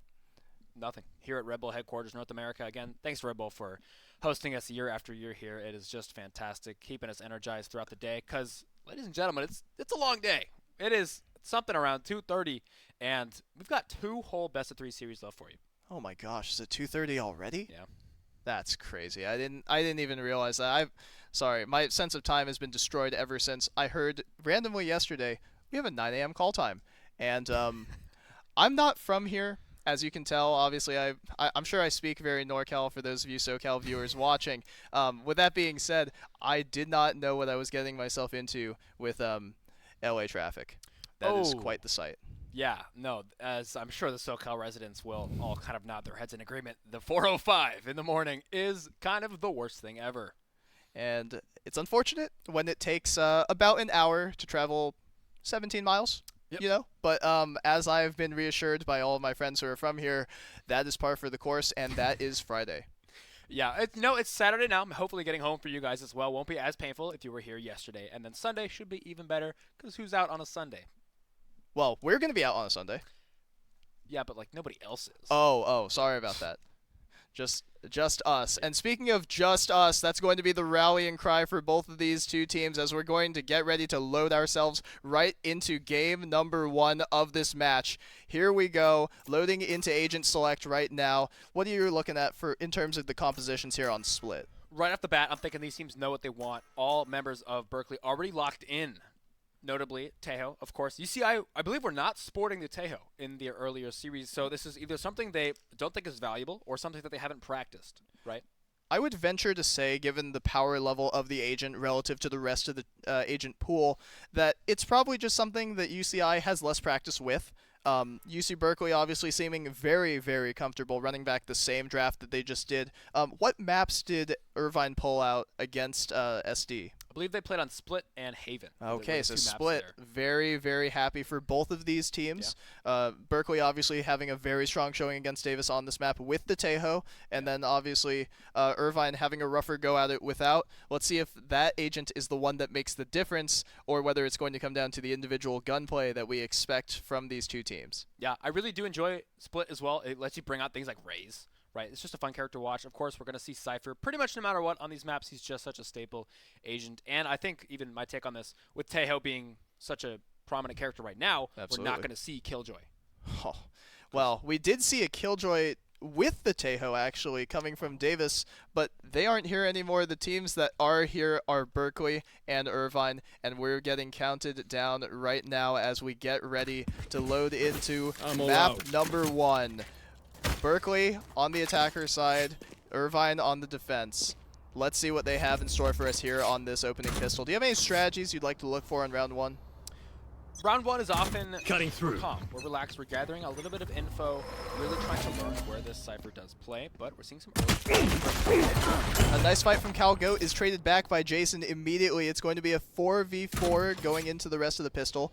Instant mid smoke to deny any potential gun round or any potential gun recovery or any more information in mid. You're going to see the 1-2-1 defense from UCEI, and you're going to see a bit of a probe coming in from the members of Berkeley.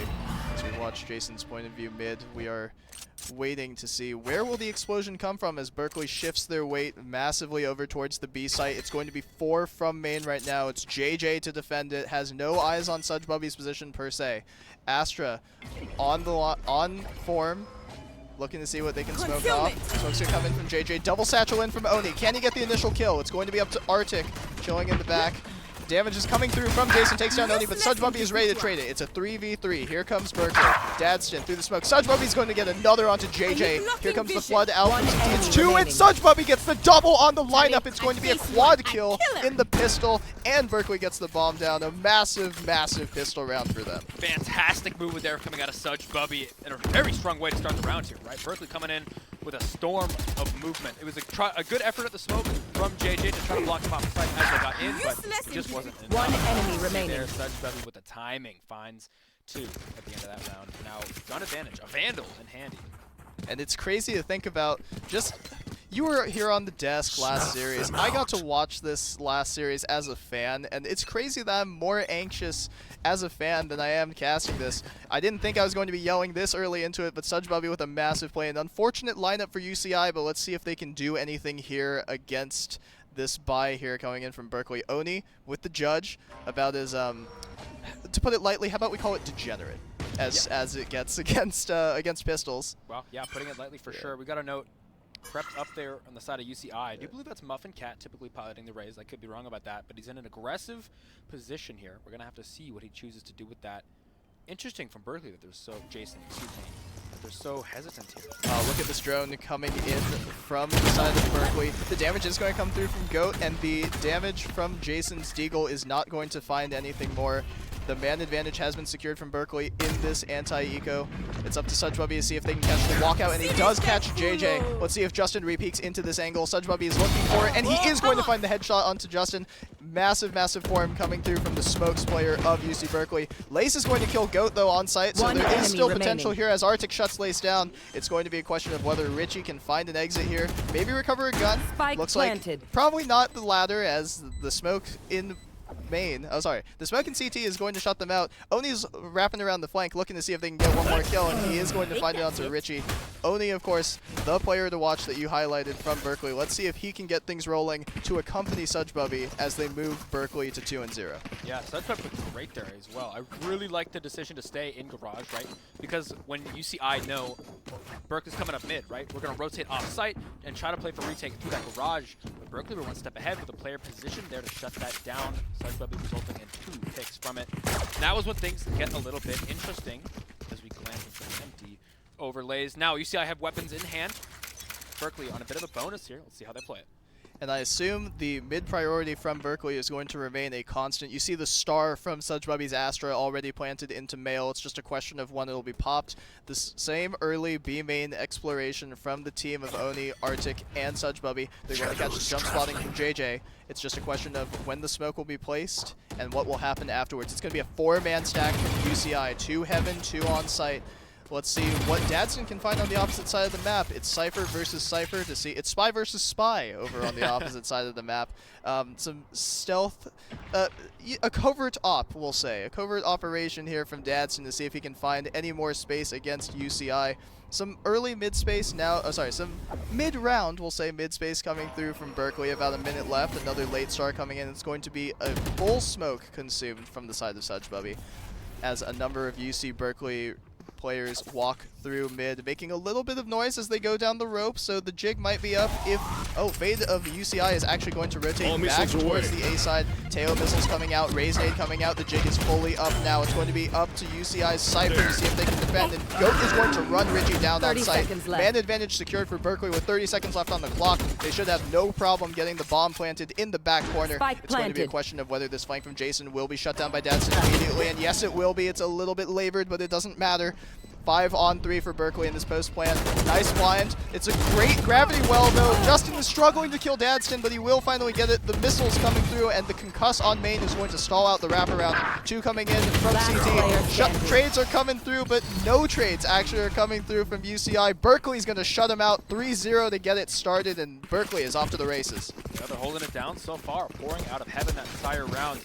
A-Site made theirs entirely as we glance at the play here. I'm guessing we're going to be seeing a whole lot of red coming up here. They did try one thing, but the rest did not go their way. That Cypher Lurk is going to be something we need to look out for the entire game. The second we see one team over on A, you know Cypher's going to be on B. And already worth noting, Astra, Sudgebubby for Berkeley, has ult on round 4. Crazy. 8-0 KD get things started as Oni is going to speed things up with a double blast back onto ramp. Will he clear out Jason? Jason 1-deeks Oni! And there's a chance to recover the gun. He's going to look for a little bit more. Sudgebubby is going to force out the double satchel, and then the repeat's going to come in off of bad flash information. And Sudgebubby is going to go even further and take down Lace 10-0 to get it started for the Smokes player. He's going to get a third onto JJ. Let's see if he can look for the ace here onto this anti-eco. Justin is super tagged up in screens already. This should be the round secured for Berkeley. Obviously, you did favor them coming in here with the guns against the light buy from UCI as they look to get their finances back in order. Dadston with a little wraparound into the vents. Richie looking a little aware of the potential of what could happen. Here comes Justin looking for the angle. Going to get smoked off the screens by Sudgebubby. I'm interested in seeing the level of discipline coming through from Berkeley as here comes the shock from the breach and the Teo missiles. It's so suffocating to try and retake against this util combination. It's so incredibly difficult, right? I mean, they're pinched here. Dadston with a great position. Sudgebubby holding the lead as well. There's that warning shot coming out of UCI, but the Smoker's going to play some mind games. And Dadson's just going away from the first, and he is going to run and gun the second one. Richie not really standing a chance against the point-blank Phantom barrel stuffing him from Dadston. 4-0 to the side of Berkeley. Yeah, it's tough. Astra actually having ult on that round 3. Not even 4, she had it that early. I'm surprised they haven't committed to using it yet. I feel like you should just go for it, but that's just my take as we do see it 0-4 here. So, coming from UCI, I know kind of what goes on the inside. This is a classic kind of pattern that we see. If the beginning game doesn't go well, on round 4, just like this, Curry Shot will call a timeout. We get some motivational words, maybe a little bit of revamp on the comp, and we see a spark and inflame UCI, and typically things go better a little bit after. Let's see if they can stay true to that pattern. And it is very interesting to see because in the previous series that we just watched, that some of us watched here on the A stream, we were watching Berkeley versus Davis. The timeouts were not getting used until the second half. So to see UC Irvine be so proactive with their timeout usage, but also give Berkeley a chance to group and say, hey, we have a couple ults now. We have a massive lead. We have cash to play with. What can we do to extend this advantage? And getting 4 rounds to start on the attacker side of Split, massive stuff coming through from Cal. Absolutely. I really do like the I'll call it a timeout meta, something like that. It's more than just a time to discuss strats, right? It's a bit of interrupting your opponent's momentum, right? If they're feeling good, wanting to play these rounds, they just want to keep going. Let's not interrupt anything and just keep the flow going. The timeout can kind of interrupt that as we do a hop back into game here. UCI now with hopefully clear minds. Let's see what they can pull out, but Berkeley looking good. It's a little bit of icing the kicker, but you gotta hope that the players from Berkeley are clutch enough and they're on fire enough to melt the ice from said timeout. Dadston going to be playing the 1 in this 4-1 setup, looking for a little bit of mid-info after... Okay, never mind. He's just going to chill in sewers as we wait for the drone to come up from GOAT anyway. The smokes and stars ready for Berkeley suggest that they are going to take some mid-presence. The Tejo missiles coming in are going to force Richie's Cypher far, far back off of B Heaven. It is a 4-man stack from UCI, and they do have weapons off of this timeout, so it will be interesting to see how far Berkeley chooses to commit into this. The cage is going to come up from the Cypher, dissuading them from pushing B Heaven through Mail, and it's going to be a question of will they wait out the util and re-hit into this 4-man stack. The Cypher's a little out of position. The Raise Nade comes through from Oni. It's going to be a question of where the damage can come from. Sudgebubby's going to get blinded on main, but it's just him. The Heaven push is going to get stuffed by Justin, Blaze, JJ, and Richie, and they're all going to combine as Berkeley pushes into the stack and gets massacred. That's the first round on the board for UCI. That is what we'd like to see. They calm, cool, and collected. Berkeley looking very confident in that execute once they wanted to go into Heaven. We saw the Cypher Cam come out, the paint grenades come out as well. But paint shells, excuse me. But you see, aim looking good there. Jay Jason holding it back from that back side corner. Looking good. Items about, excuse me, not items. Purchases about even here, coming in for both teams. This is a bit of a swing round, right? If UCI can win this one again, then they knock Berkeley off of this economic pedestal that they're sitting on. You had me going there for a second when you said items. I thought you were talking about a game I was a little more familiar with. But the shock is going to catch JJ on that initial teleport. It'll be a question of whether or not Berkeley manages to clear this angle. Holding the flash out is a little risky, but he does actually take down Oni after the flash doesn't hit him. So it's going to be a nice, clean play by UCI to secure that first blood and get out immediately. Some damage was dealt to Omen and Raze on the side of Irvine, but it'll be a question of whether Justin does catch Sudgebubby on that smoke gap. GOAT will look to disengage. They will play a 5-on-3 defender side advantage. It'll be up to Berkeley to find something massive in order to make a round out of this one. Justin trying to sniff it out, thinking about it. There could be a couple more members stacked in garage, but not quite sure. Keep your eyes on your minimap, ladies and gentlemen. Breach has just breached into Heaven. JJ beneath his feet, but do they know? No charges. They're trying to make their way on the site. We're going to stop them. Yes, sir. He finds one so far. That might be his second victim for now. One member remaining in garage. And it's just going to be GOAT left 1v5 against UCI. It's a flawless round again. They test B, and they are stuffed again. UC Berkeley unable to break through UCI's stranglehold on that site.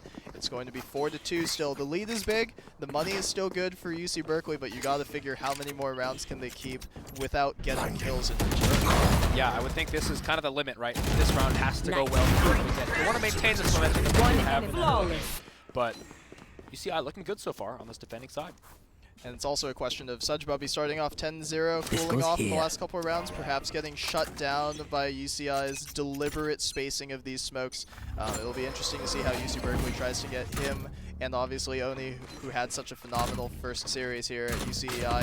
See how they can get going. And it's going to start by Sudgebubby getting the first one onto Jason. It was a little bit labored. He is down to 16 HP. He will be one shot by basically anything in the game. I know exactly where of you UCI are. is going to be falling back a little bit. Dadson Cypher is going to ult and find the information. They're going to see two max over towards B. Now you can cheat the third over from the Cypher of UCI. Here comes the rotation.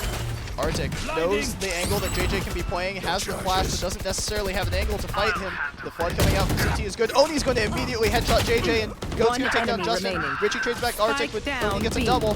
Dadson free fire on bottom, but Oni's got it covered. The star from UC Berkeley's first series is stepping up in a big way. The fifth round secured for them. Yeah, looking good. That's an important win. That was, as we kind of talked about, the round that Berkeley needed to keep their momentum going. Now they've got those full guns, those full econs. And talking about econ, both teams having 3 ults up as well. We cannot, or excuse me, we are going to see the Armageddon come out soon. I cannot wait. They have had this Astra ult up for, what is that, 5 rounds now, 4 rounds now. Surprised we haven't seen it come out quite yet, but we do have a tech pause. And things were just going too smoothly for us here at UCEI, weren't they? Did we have any tech issues yesterday? There was not one issue. You know what? Yesterday might have been the smoothest run of show day we've ever seen. It was 3 2-0s, quick games, no tech issues, no pauses. It was unbelievable. Yeah, we were done here by 6 o'clock, which is unheard of. Some of us may or may not have been out a little bit later, which caused some of us to have been in a little bit later, we'll say, but no such issues. Again, very, very minimal issues here at UCEI. It's been phenomenal. Thank you again, of course, to our fantastic production crew and everyone working behind the scenes to make sure that we can give you a product like this one. This is absolutely crazy. I'm so thankful to be a part of it. Yeah, there's a lot going on behind the scenes here. We've got a whole production room that we refer to as the dungeon going on. It's 6 people locked in like an 8x10 room. It's rather insane, actually. I hope we do get that cam shot of them up eventually. But a lot of work going into this. We do thank you guys for your support and participation. And of course, most notably, you, the viewers, for your patience here as we continue to deal with this tech pause. Not exactly sure what it is. We know that it's from the side of UCI, Richie making the call for it. And actually, as soon as I mention it, we're coming right back to live just now. Here we go, straight into round number 8. Okay. Berkeley with that 5-2 lead. Oni's drone is going to be followed by the camera of the observer. It's very nice to give the drone some airtime here. Oni's going to be walking into vents, trying to see what he can find here, as he does make some noise on the drop down. So Lace's Yoru should actually know for the side of UCI, but it's fake information that's being gathered. There's a clone in the corner as Oni and company rotate back towards mid. It looks like it'll probably end up being the B split again now that they've broken the Cypher util. It's a question of whether UCI will make a move and move one of their rotators back over, namely the Cypher, to see if they can reinforce this B setup. Bomb given over towards GOAT. Not necessarily the Teo, while it is incredible. The drone cannot plant the bomb yet. Let's see if Riot decides to make it a reality and combine every part of every initiator into one neat and tidy little package. Justin on this jump spot. Let's see what he can find. There is the Armageddon. There's a lot of damage coming through on site, and here comes Jason. But GOAT is going to trade both of them out, so Oni dies, but not in vain. The Flood from CT is going to come out a little bit early. He's past the wire, but Dadson shuts down Richie, takes down his opposite number on Cypher. Sudgebubby has the lurk, ready to shut down this mid play. Oh, the op unscopes at just the wrong time, has the pressure on Jason. Breach charge is going to force him to hold this line with the op. Not sure if he'll be given any room to work with it. Sudgebubby is still just going to be poking and prodding. He's going to one-tap Lace, take him out of the round, and he's going to shut down Jason. Unbelievable from Sudgebubby. How many is he at? 15 in the first 8 rounds? Yeah, Sudge is looking good right now. He's online, hitting these shots. 14 and 2.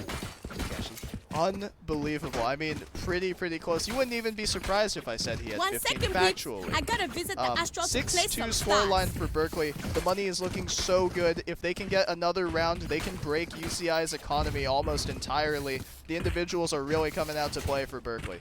Yeah, they're looking fantastic. UCI does have 3 ults, as Berkeley expending 2 of theirs that last round, the Showstopper and the Armageddon coming out. We did get to see it in action, which is always exciting, but a bit of a pace switch up here coming out of Berkeley as they want to make a bit more noise coming into this round. Perhaps a bit of fake noise as they're spamming through here, waiting for these rotations to come out from Irvine. 2 members standing up mid, Lace on that Yoru, holding strong here. It'll be a question of whether these UCI frontrunners can actually get things going. They had a nice couple of rounds after that timeout, but let's see if they can build anything more of it. Lace is going to be forced back by that Tejo drone. I don't really know what to call it. Spider? Is it a spider? I like Spider. Okay, cool. We'll call it a Tejo Spider, or something along those lines, but the only thing that matters here is as the Raze drone goes in, the Raze drone, not all drones are created equal. Let's be real. The Tejo drone, the Tejo Spider, a fair bit more interesting than its Raze counterpart, than its Duelist counterpart per se.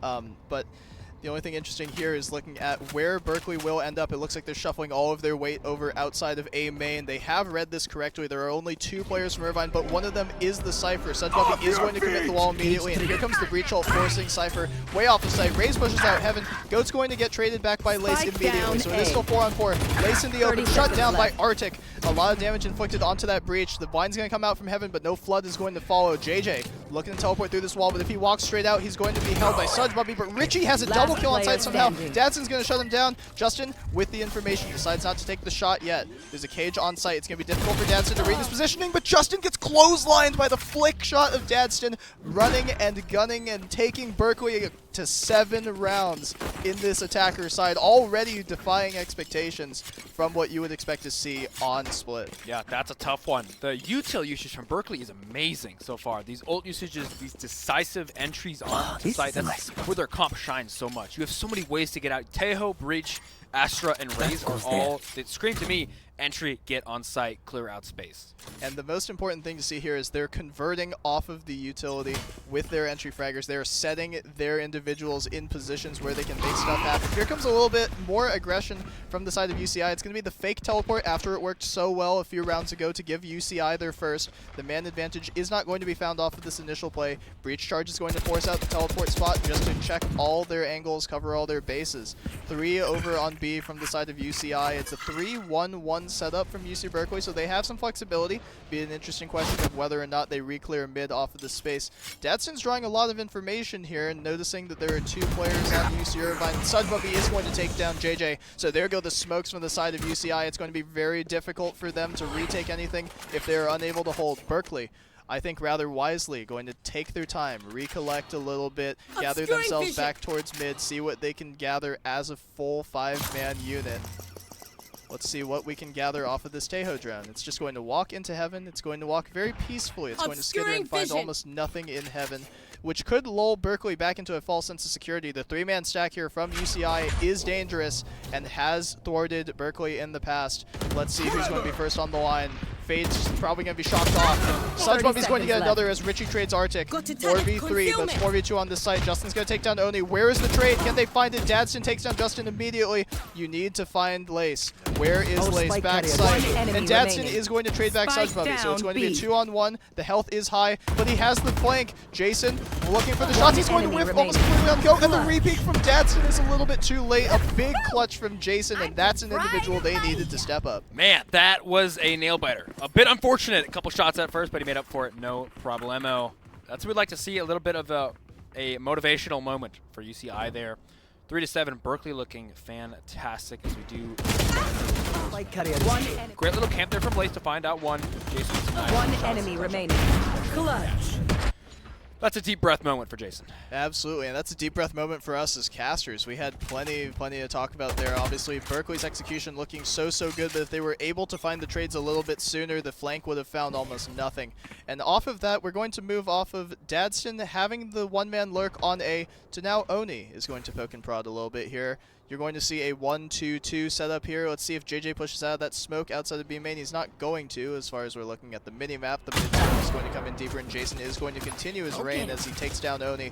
Nice opening pick for UCI. They've had precious few of those in this half. Let's see if they can get something going off of this momentum. Yeah, converting it into something more is what matters. We've had Astra and Omen on that B side dancing with each other for so long. But the rest of Berkeley looking like they want to make some moves here on the A site. They're going to be walking into Richie's Cypher and Jason's Raze, who we've seen pick up a couple kills in the last couple rounds, but it looks like Heaven's their priority here. And Goat is going to be the tip of the spear here for Berkeley. They do have 3 players inserted towards Heaven, but they're going to fall back as now you know the information for UCI. They see 2 minimum, maybe 3, and Sudbuppy is grouping with them, so it's going to be all 4 players from Berkeley pushing into this Heaven angle, and Jason is going to find a nice time on Arctic, and an instant one-tap on the Sudbuppy. Looking for a little bit more as Jason's on for the ace, takes down Goat, seeing if he can shut him down. Dadson's going to deny the ace, and he's going to get the second, so he could actually end up making a round out of this with 1 more clean kill onto Richie. He does not know, however, that Richie's wrapping around him. He has beaten the timing on the camera, or actually the camera can't even see that. Dadson's going to peek into this angle, and he is going to be shut down, body shot by Richie,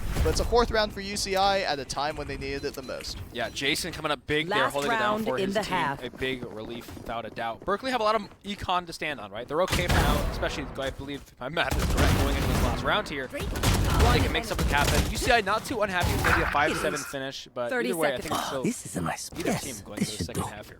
I think given the start that Berkeley had, how hot they came out of the gate with that 4-0 start, UCI would be thankful to have 5 in this half. Obviously also knowing that this comp, sorry, stuttering a little bit, this comp from the side of UCI does have a lot of ways they can play the attack side. There's a lot of teleports, there's misdirection, there's a lot of ways that you can get the players up into these advanced positions. The shot from Heaven is going to be countered as Jason blastbacks out and is countered by a double blastback from Oni, looking for a target to rocket, and he's not actually going to find anything with that showstopper. Jason's going to have to disengage off of that, but he has 2 teammates to back him up and get him back into safety.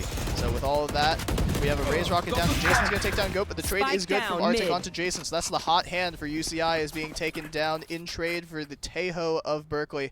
Let's see what happens in this 4v4 as we move to a 3-1 setup and we chill out a little I know tiny bit as the exactly where smokes you and Cypher are. ults come down. Yeah, the nerf that's going to be huge here. This is where the real round begins, when the second entry point on the site, and here it comes. 3 members of the site of Berkeley. Strong UCI. Justin shuts down one, make it 2. As he works on his third, we're not quite finding it though from heaven. Oni shut down 2 alive for Berkeley. Nice spray coming through from Oni to make sure that those trades do not come through unpunished. It is 2-on-2. You know that you've drawn at least 1 and maybe 1.5, we'll say, now that the Yoru ult is down and the rest of the utility is out of that kit.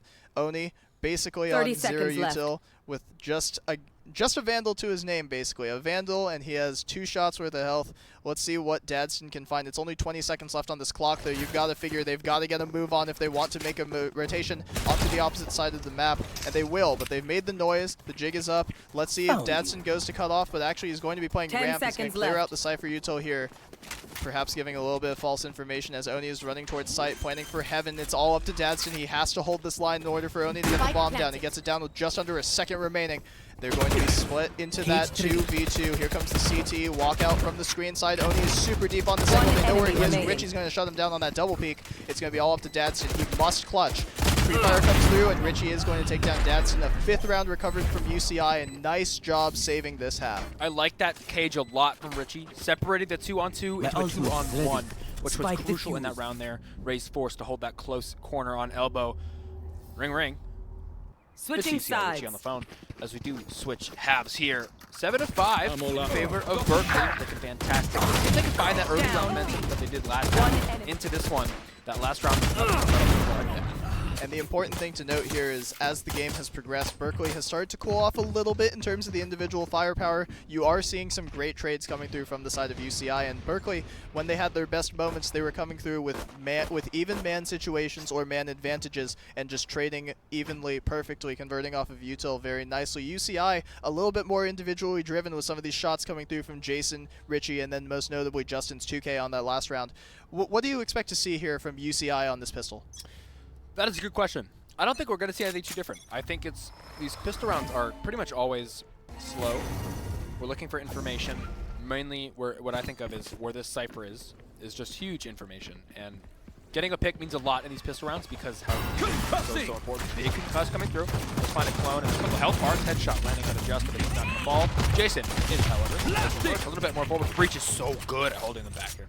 And it's really, really difficult for UCI to make a move without knowing the positions of Dadston. Cypher's Jason, I say it, and he takes away Sudge Bubby from the operation. It's going to be a 4v4. Berkeley with a slight health advantage, UCI with a positional advantage. They have to get the plant down. They're going to fake it first, see if they can draw out a peek from Berkeley, but they are going to be disciplined. Important to note, there is a super, super late flank. If Arctic's Breach is not careful for the side of UC Berkeley, he will be wrapped around by the Cypher of UCI. Richie has a chance to make a massive backstab and make something happen here for his team, but he might be spotted by Tejo. He's actually going to catch Goat right as he goes into the drone. That's such unfortunate timing for Berkeley's initiator, but let's see what they can do onto the site as they look to double flash their way in. Arctic's not going to be able to do anything. Oni on this wraparound is going to be spotted by Justin. There is a timing. Dadston looking for a little more damage. Have to break the eye, but they're not going to do it early. Arctic traded back by JJ. Damage needs to come through. Oni needs to land these shots. He's not going to be able to. Dadston gets the shutdown. It's up to Dadston. Let's see what he can do here. He will catch the last one on site, but he thought he had the shot early. The information may be a little imperfect here from Berkeley, and UCI picks up a must-win pistol. Yeah, that's what you want. A must-win pistol is exactly what I would call it. If they want a good shot at winning this half, they need to make some rounds go their way early on, and that's exactly what's going on. Weapons coming through. An outlaw in the hands of Jason. We've seen Jason coming up big in these last couple rounds. He's been a very influential member for the side of Irvine. Absolutely. Yeah, go on. Oh, no, go ahead. Did you have a thought you wanted I was going to say Sudge Bubby was just playing fantastic. You mentioned a couple times, I'd love to see that flame come back from him. Their aim has been so incredible. What do you think it's been that's been the changing factor for these rounds? I think the main thing is that Irvine is giving Berkeley fewer fights where Sudge Bubby can actually excel. He's really, really good at popping out of these smokes, finding unexpected timings where he can take heads off of UCI. UCI has combated this by bringing the house, really, to stop Sudge Bubby. Sudge Bubby is popping out, maybe getting the first one, getting instantly traded back, and then forcing Berkeley to play without its hottest hand right now. It will be interesting to see which site Berkeley chooses to stack their players on. It will be A Heaven.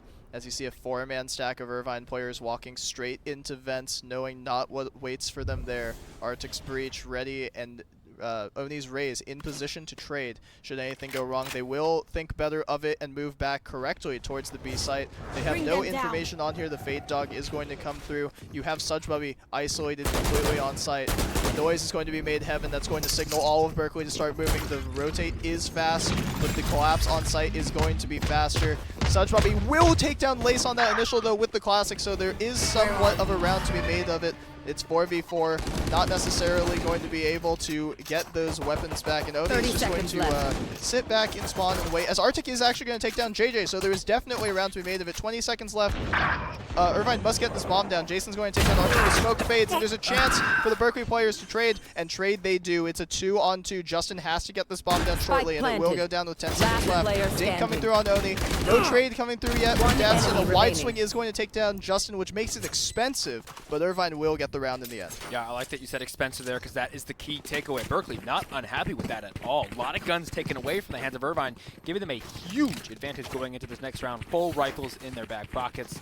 Irvine got a couple of handguns, mixed in with some Vandals, but fantastic round. We saw a lot of members of Berkeley in that last round stacked in A heaven.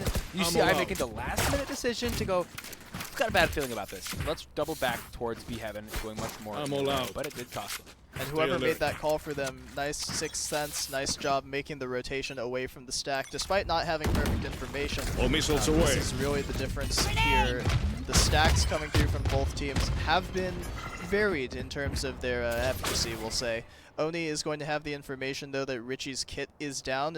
If Richie steps into this angle, he could have a difficult shot against Oni. Oni will think better of it, as they have 3 people towards A, 2 on the defense in heaven, looking towards that mid-aggression coming through from UCI. Dadston, a little bit panicked looking, as Sudgebubby's going to get smoked off. They have no information on heaven. Here comes the Star coming down to buy himself a little bit more space. Sudgebubby is just trying to stall this out so that Dadston can operate with a clear head.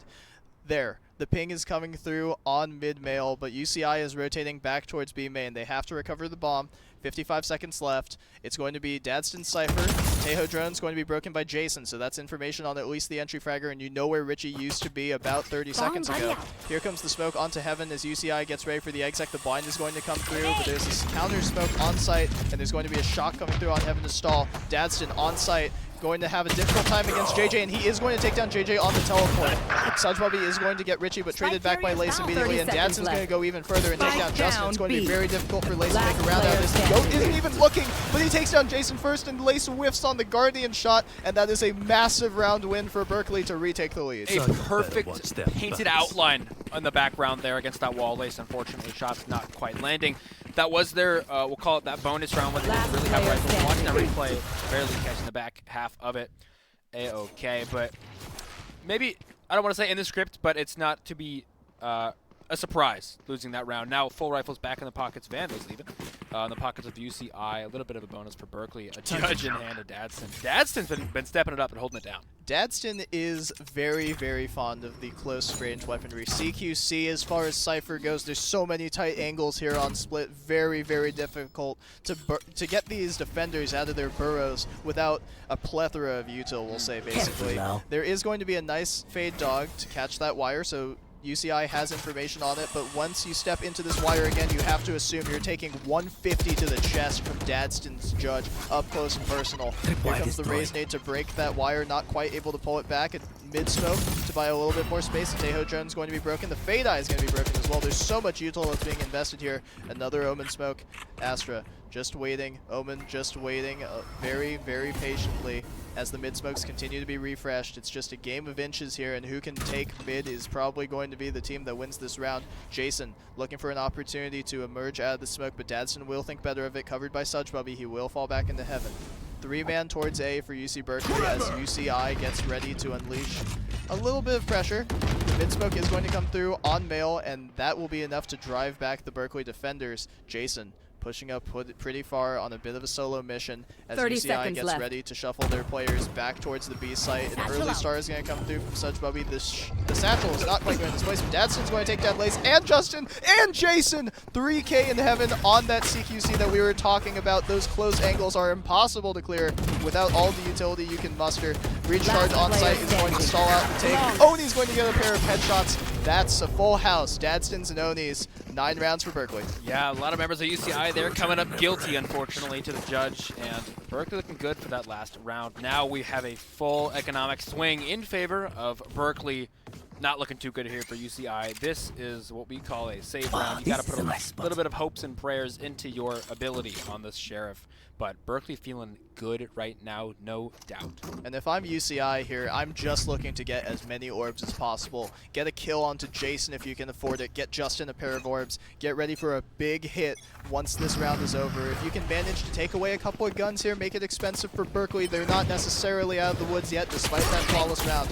Here comes some early pressure. Dadston's going to be firing through that one-way cage as Such Bubby puts down the gravity well, I believe is what it's called. It sounds like a Proteus move from Heroes of the Storm days. Jason's going to be caught on that wire, so the satchel and the showstopper are not going to find anything. That's about as unfortunate as it gets for the Razor. Such Bubby's going to wallbang Lace in the head, and he's going to take down Jason. Justin with a nice trade through the wall. Dadston going to be searching a little bit deeper, and Justin gets a second. And Dadston gets one through the smoke and flicks right back onto Richie, really stepping up when it matters most. A 10th round for Berkeley. That may be a sit-down moment. Dadston coming up huge there. That flick was rather disgusting. The timeout does come through.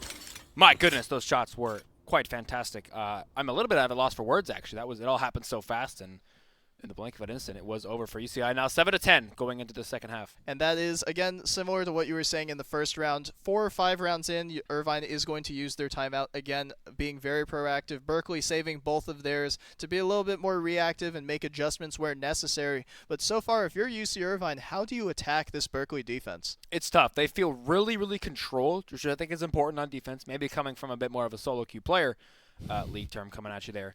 It's tough to be so controlled, right? All you have to do is sit and wait, gather information, and then you can make your moves. The more util you have to expend early on in that round, the harder it is to retake sites. So it's finding a bit of a balance to give enough space early where you don't have to use up all your util and be able to take that same space back later with that same util. And all of those things that we've just discussed, we have to hope that the coaches are instilling within these players. Within these best of threes, time is a precious commodity, and we are only able to buy so much of it with these timeouts. We're going to load right back into game very shortly, and you have to expect that the high-octane gameplay we've seen from these two teams, individual firepower, lots and lots of fighting, it's going to continue likely in the favor of Berkeley with a bit of a gun advantage. The op on Oni, an absolute monster in last series. Let's see if he can continue his reign of terror here as he looks to take over this A main angle. Early smoke from Such Bubby, going to secure this ult orb for Arctic's Breach. Nice ult economy if we want to talk about a different kind of econ here. Oni's just going to stay posted on this line and wait until UCI makes a mistake. You have to assume he gets the first one. Oh no, he's going to shoot right between his legs, it looks like. The shot is not going to hit. Oni's going to have to drop back. One satchel expended. That's a blind, forcing him off the angle. The Omen teleport is not going to find anything. The blind on the bot is actually quite nice. It does allow Oni a chance to re-peek, but there's not necessarily anything that can be done with it. Jason's going to take some damage in that corner, but it doesn't look like any of it's going to stick all that well. The wallbang is unsuccessful. Here comes the fatal from the side of UCI. There's a lot of pressure that's being applied into Heaven. Berkeley has to back off from Heaven. Arctic's going to get the first, but he's going to get traded back by Richie. I know exactly where in Heaven on the angle is going to drop down. You have 3 players of UCI committed towards the site. You have to see if you can retake through Heaven. Here comes the position reveal from the Cypher ult. Dadston has his ready. Misses the chance. Richie does from ramp on the Heaven kill. Wait a moment. Cypher Cam's going to go down. Has a chance to regroup a little bit. Here comes the smokes. The wall is ready from the side of UC Berkeley. Do they have a way back into this round? It's going to be so difficult without Dadston finding one. Such Bubby's going to trade Lace after Lace kills Dadston. 3v3. There's going to be one more in main. There's one in Cubby. Will you clear out this lower angle? They don't actually see anything in Cubby. It's not going to be discovered until it's too late. just in trigger discipline perhaps onto Goat. Richie's going to take down Sudgebubby. Oni, are you going to save the op? Are you going to look for a little bit more? He's been known to push the envelope. Push it, he will across the line to get that kill, but he will not get the round. An 8th for UCI. After the timeout, they've done a great job converting these rounds. Yeah, that's how that goes. Oni with a good decision there to save the operator. We're here. You see, I'm taking a We're the lot of best. space going into Heaven at the Any of beginning of you that round. forget that. Did use up that Omen ult and the Breach ult, I do imagine. Excuse me, that was UC Berkeley using that I Breach need ult, this. but No, Berkeley still has them. My thanks. you're right. Why did I feel like I saw a Breach ult? All Maybe good. It was a that the fade ult. Armageddon? It was a fade Fade ult ult, from excuse me. UCI. Yes, fade ult from UCI. Taking a lot of space that? into Heaven. I was a bit worried that they weren't going to be able to clear sight. They ended up doing it in the end. Wow, this Berkeley is a nice spot. trying to hold it down. Yeah, ult economy is something to absolutely talk about here. Berkeley still have 3. Yeah, And that means a lot in absolutely. these last 3 rounds. And it's on some of their Taking most that back. crucial players. Dadston stepping up at a big time. Sudgebubby's Obscuring ult vision. doing some great things in terms of being able to hold those lines. A nice flash coming through from Yoru, but nothing is going to come of it. Oni's going to take down Richie on that initial, so that's another man advantage for Berkeley in a round that could decide the rest of the game. 10-8 scoreline, a man need advantage to concealment. Berkeley. You need these rounds. Oni off that kill, has the ult because he was able to find one of those exits last round. Here comes the smokes as UCI get geared up. Yoru ult. TP onto site. Let's see what he can find off this blind. I'm back. Going to invis and is going to be shut down by Arctic. It's chaotic for me. It's a little bit difficult, but Jason's going to find a jumping double kill with the judge. Dadson's going to shut down JJ. Let's see what they can find in this 2-on-2. UCI is damaged. UCI is a little bit low, but they do not necessarily player know where standing. Oni's coming from until the showstopper comes through, and Dadston's going to clean it up with no help needed from Oni on that one. 11 rounds to Berkeley, and they're looking to secure map 1 very soon. Yeah, who needs showstopper when you've got Dadston coming up big here? These shots are looking on point as ever. As you mentioned, stepping up big in these last couple rounds. Using one of their ults in that last round. Now 8-11, this is where heartbeats start to quicken. And it's hard to tell if it's from the intense gameplay or the copious amounts of Red Bull. I'm sure we're all drinking, but Last player standing. regardless, I mean, the tensions are high here between these two teams. Berkeley feeling good. 2-0 on the day earlier. Let's see if they can make it. Well, not 3 quite yet, but a step closer to 3. Yes, well, you have to assume against this lighter buy coming through from UCI, unless Jason can find something amazing, it's going to be the 12th round converted from Berkeley, and it's going to be 4 shots at that point to take a nice lead in this best of 3 lower bracket finals. Oni again with the initial pick onto Jason, assisted by Arctic and Sudgebubby. That's some great team play coming through from UC Berkeley to find another advantage. He's going to perch his way on Heaven and see if he can find a new angle. Lace having a difficult time finding much on this Yoru, going to port their way back out. Goat retaking a bit of the space. As UC Berkeley, if you look at minimap, they have taken the mid space, but they are actually, as soon as I get excited about it, they are going to back up and retreat back through Mail to reinforce that B area. Even though Dadston has all of the kit there, here comes the smoke defensively. They want to make UCI work for this space. Yoru clone coming out. Clone triggered. Fade dog. Dadston up close and personal. Shut down by Richie. Sudgebubby gets a pair, but then Spike Lace trades it down, right mid. back. We were talking about Lace having difficulty finding the enemy kills. remaining. And Goat's nade is going to kill Lace? How does that even happen from all the way across the map, away downtown? Bang from Goat. And let's see what JJ can do here. He does have the wraparound. There is an unknown player. The position 30 yet seconds to be left. discovered by Berkeley. Walking through the vents silently, not making any noise on the drop. He knows it's going to be so difficult to recover this bomb. How many Berkeley players are waiting for you when you pop out of the smoke? The answer is none, but the magic trick is not complete. Walking towards B Heaven. Let's see if he can pass this first test as Oni holds the line, likely 10 still on seconds that left. op, and he's not going to be able to do it. Berkeley, in dominant fashion, is going to move their way to map point in game number 1 Match of this point. best of 3 series. They're looking good. They're feeling good. Oni on this operator has been such an influential player in these early rounds. I mean, the op shots finding this first blood round after round. You mentioned a while ago that it was far and in between for the first bloods for UC Irvine. Berkeley doing a fantastic job of starting off the rounds in their favor. Just being incredibly tough for UCI to really do anything past that, always being one member down. Some scroungy buys here in the pockets of UC Irvine. A Sheriff for Lace and a Guardian for Jason, but they have to make it work. It's do or die right now. Standard plays coming through a little bit. Importantly enough to note, UCI's Omen, Jason, does not, Double Bring J, them down. JJ, that's what we've been calling him, JJ does not have any shields. Blast cannon by, and Goat is going to shut down Jason. Sudbuby is going to take down JJ. His opposite smoke is going to go down, but Sudbuby will be traded back by Justin. A nice one tap by Goat. He's looking to finish this round out. Here comes the breach ult to clear out all of sight. Let's go, he says as he clears out. But Lace is going to land the one tap onto Goat. It's all up to Richie, the lone player in that 4-1 setup. Must play a 1-on-3 in order to take UCI across the line, and Oni's going to hold it right there. 13-8. Berkeley will take map 1 of the lower bracket finals here at UCEI.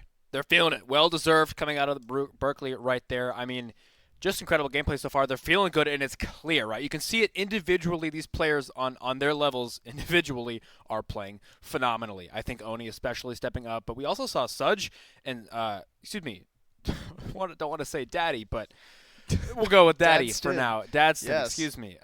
Really just stepping up, performing at an incredible level. You'd love to see it, and it's also clear that their utility and their movements as a team are in sync. Yes, and it's really, really impressive to see, especially from, again, something that we talked about, this being one of the first events of this year, a big warm-up event in this cycle, of course. Berkeley making some roster changes. Earlier in the stream, we had mentioned incorrectly that they had Troy still on roster. They have Arctic. Arctic has come to play on some of these Flash champions. He's setting his duelists up. He's setting Sudgebubby up, surprisingly enough. The Smokes player is really getting his hands dirty, but Dadson's having a nice one. And as we move into replay here, what are your thoughts for UCI moving into Game 2? I think it's really tough. I think going into this next match, they've now maybe had very high expectations, not from everybody, but from themselves. I'll stop my thoughts here for a second. We presented some highlights from this last game. A bloodbath of a game. Some slow and controlled early rounds, but crisp aim. A lot of judging. But there's a reoccurring theme of the entire team of Berkeley being in unison together. One enemy remaining. Over and over again. Just works out for them every single time. This is how you can tell the team's been practicing together for a long, long time. Put hours One enemy. Flawless. to really find themselves in a place where they can control the situation. 30 seconds left. A. I mean, it's clean gameplay all around. It might be a bit quick pace, but ladies and gentlemen, that's VALORANT. Nice shot here. Like that one round. But talking about UCI as a whole, to answer your question, it's tough, right? UCI have come into this maybe with high expectations for themselves from the crowd. And unfortunately, they've gone a little bit flat. 0-3. Lost the first 2 series, now this one game as a whole. Mental comes into play big time. In situations like these, you have to keep your, PMA, positive mental attitude about yourself. So much. Look within yourself and find the best view. Spike down, B. Dadston was a disgusting shot. Here and there again, just phenomenal. All around. Last player standing. Love to see it, Berkeley. I think UCI have it somewhere deep within them, but I think they have. 10 seconds left. To call it an uphill battle would be doing it a little bit of injustice, because it is going to be tough. For whatever it's worth, I will say that UCI definitely can take solace in the fact that after timeouts, they have been doing a phenomenal job picking up rounds. Let's see if they continue that proactivity in map number 2. But for right now, I'm Takeshi, this is Quincy. We're going to be stepping away for a second. We're going to be taking a short break before we get underway in map number 2. Don't touch that dial. We'll be right back with you.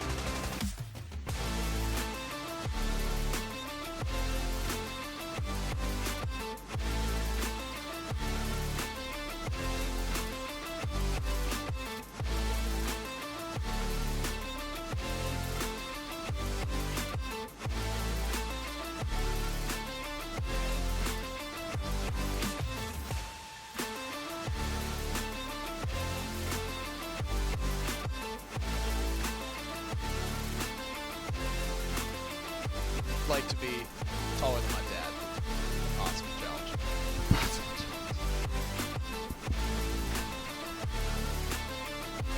I gotcha. Loud and clear.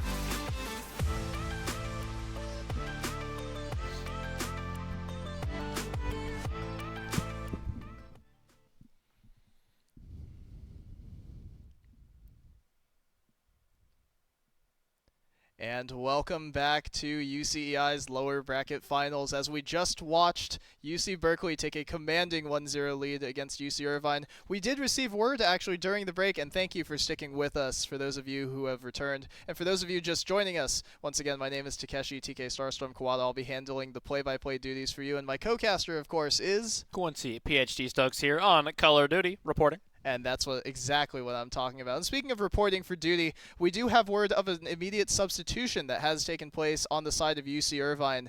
Justin, who was playing Fade last game, will be subbed out, and Muffin Cat will be playing in his place in game number 2. Do you have any idea what the substitution could signal for UC Irvine? They play the same role, so I'm not surprised at all.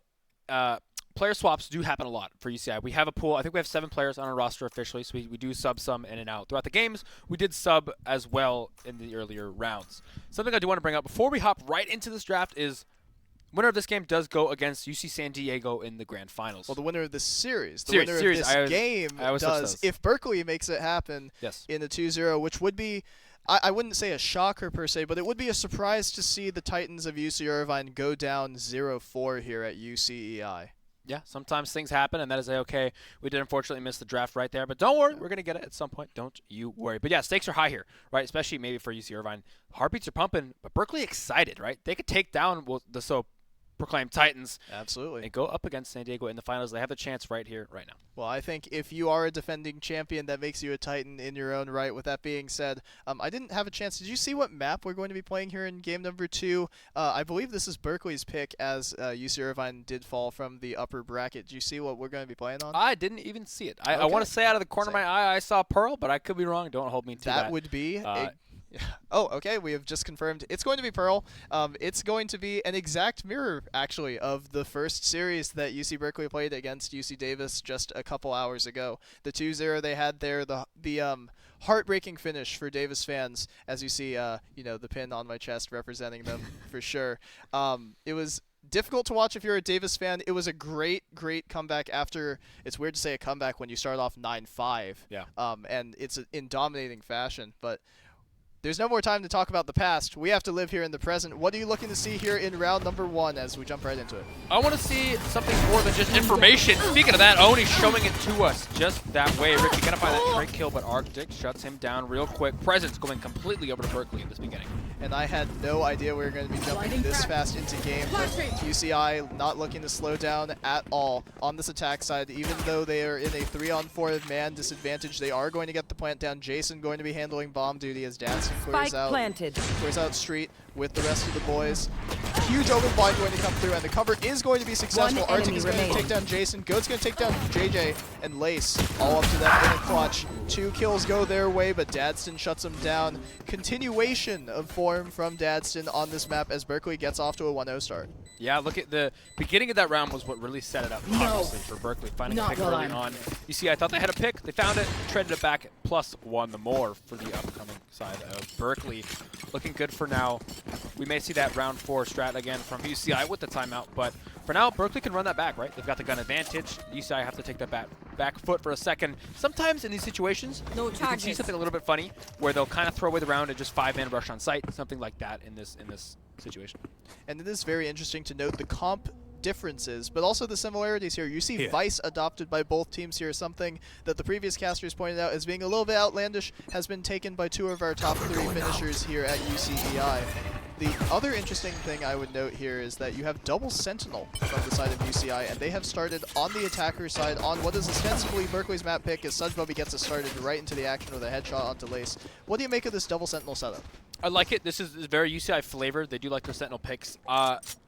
As an individual, I like double Sentinel. I think Sentinels have a lot of impact, and you can take a lot of space, especially with like Killjoy. I love this turret setup mid. You can kind of just get permanent info safely on mid the entire game with that turret. I'm a big fan of the double Sentinels, personally. And I like KJ here, but that's maybe a little bit old-fashioned, as what Berkeley is bringing to the table is a double initiator combo with a lot of firepower and a lot of fight potential. We saw Oni drop in 30 on this map last time around. Nice eye coming in. It's going to be immediately broken with Richie, and there are trades coming through on the opposite side of the map. Sudgebubby, Arctic with another double. It's going to be a nice continuation of form from him, another individual who stepped up big time in Berkeley's Pearl victory. Richie, see if he can find one here as the smoke fades. He is able to take down Arctic, but Dadson has the trade. The safe hands from the Sentinel of Berkeley are going to take them across the line for a 2-0 round advantage. Yeah, again, you do what you can in these save rounds. You find the picks. They were able to get 2 kills. That's -2 Vandals. You would have maybe liked to find a little bit more. Didn't get the bomb plant either as well. So UCI now have to make a swing here.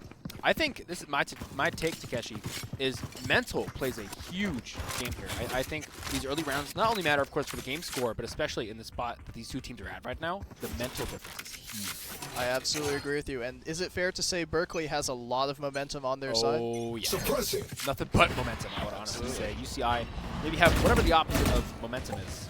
Inertia. A little bit of a slow start, but maybe they'll warm up into it as their substitute, Muffin Cat, really starts to get things rolling here. What do you expect to see from UCI now that they're here on the gun round?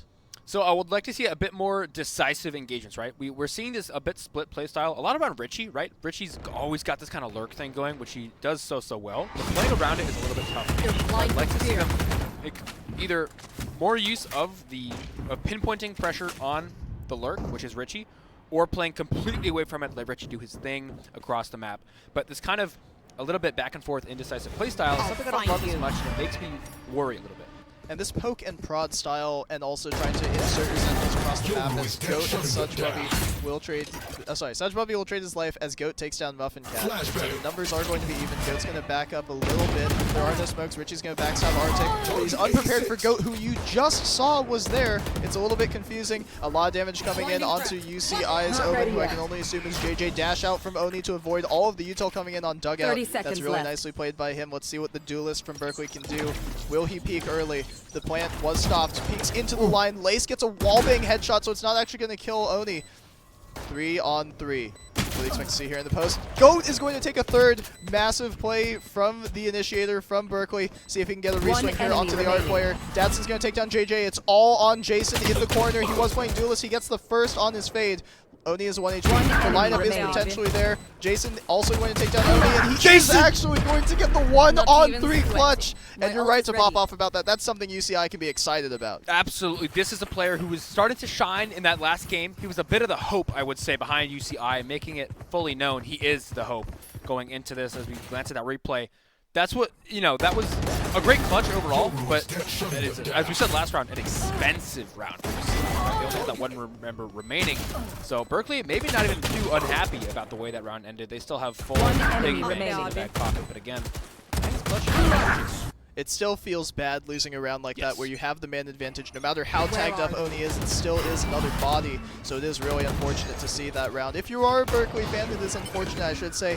UCI, you want to talk about mental. That is a mental saving clutch from Jason. Going down 3-0 in a round where you had a 3-on-3, you had information, and you had damage dealt to 2 Berkeley players. Let's see what they'll do once they regroup here as Berkeley, with this double initiator, look to resume some more of their aggressive looks to try and get that man advantage they so desperately desire. Yeah, they want it. They're walking into a Vise here on this B site. 4 members strong for UC Irvine. The wall here, the sheer is going to be crucial to get through.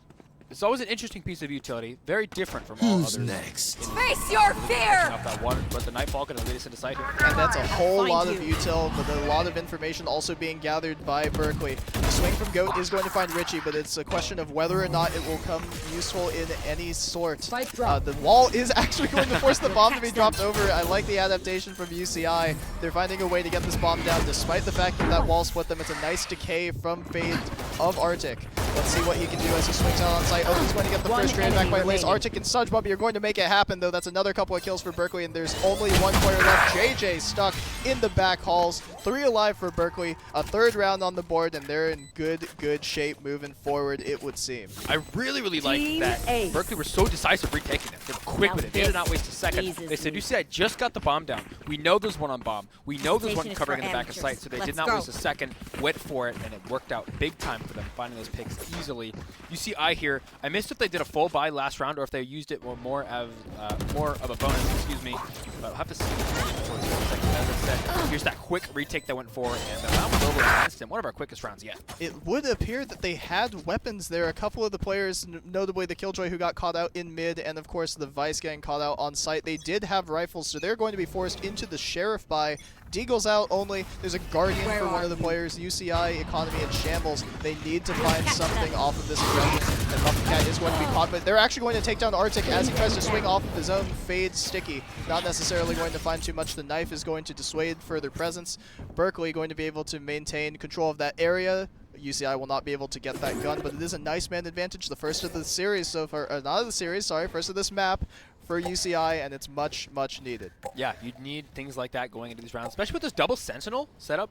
Getting these first picks is not something that's easy to come by, right? When you're missing out on something like an Initiator, and I do believe they're missing out on double Sentinel just the way they're rocking with Destin. My ultimate's ready. Here on A side is just a brick wall to get through to catch. Not ready He's yet. popping these heads at a disturbing rate, we'll say, if you're a UCI fan. A lot of the utils coming through on backside, trying to isolate where Dadson can possibly be. He's going to get the second one as the wall comes down to dissuade the rest of the push. It's really, really nice from the Sentinel of Berkeley. You can tell how comfortable he is on this Vice. Something that people were calling a little unorthodox as SpongeBob gets another one onto Jason. Not sure about using the ult here, as they are going to get a couple of kills for the side of UCI. It is going to deny them the ability to use the rifles, but they've been on pistols this whole time. It's a question of whether or not the Vice ult is actually going to be that useful. Fade of UCI going to take a little bit more space. 20 seconds on the clock. Vice has to make a move on. Missed shot by Oni. Self-smoke. Switch to the Vandal. You have a chance. You have the AK. Can Dadson get the spray? He will. He walks his way right around, and he has the chance, and he closes it out on Lace, taking out the other Vice.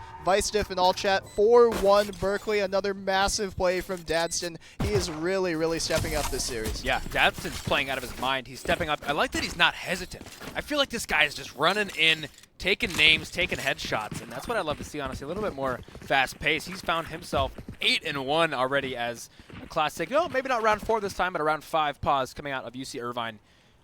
4-1 so far. Not what they want going into the series. So some nice symmetry here from UCI. You know, round 4 timeout on the first half, round 5 timeout in the second half, round 5 timeout in the second.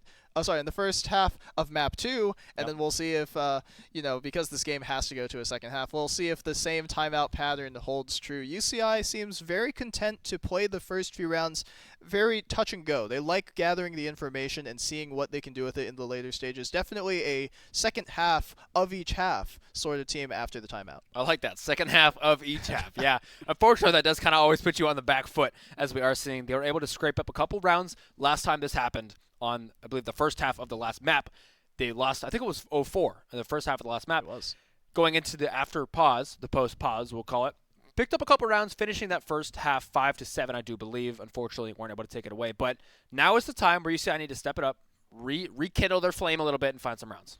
Absolutely. And, you know, being able to recover the half from a state, it was 6-2 at one point, or 7-2, I believe, was the biggest deficit that they faced themselves at. And then they were able to string together 3 rounds where they looked dominant on that defensive side against UC Berkeley. However, Berkeley proving a little bit too strong in the first map. Definitely split. Looks like a map that these guys are really confident on. Let's see if that trend continues. Oni, this is a site we saw a whole lot of in the last series, but that's not a site we saw a whole lot of. He's going to repeat. He's going to miss the second one, too. He's going to have to fall back, and he will be shot. Spam through the smoke. Jason's going to shut him down. Man advantage to UCI. Really, really good. Could not happen at a more opportune time for them. Absolutely. You'd love to see that coming out. Well, yeah, I should say UCI happy about that. Dadston is just too good, man. This guy's shutting it down constantly. Big lockdown. Gonna break us on the side here. And they're going to get shut down through the smoke in both directions, actually. The smoke betrays Berkeley, and then it betrays UCI. Dadston has a little pocket in back halls where he can continue to be annoying. The KO is going to make it difficult, and the fatal from Arctic is going to make it fatal if they push onto site. He's just going to walk all the way back. All the members of UCI will, but they do have Vice. The lurk through on Art is going to secure the A site, but the Omen doesn't have the bomb. You're not actually in position to get it planted in time. It's just a question of how much space you're taking. Look at this mid explore from SpongeBob. The Fade ult, the Fade Eye is a great distraction. It's another 1v1 mid. It's at top mid. The wraparound coming through.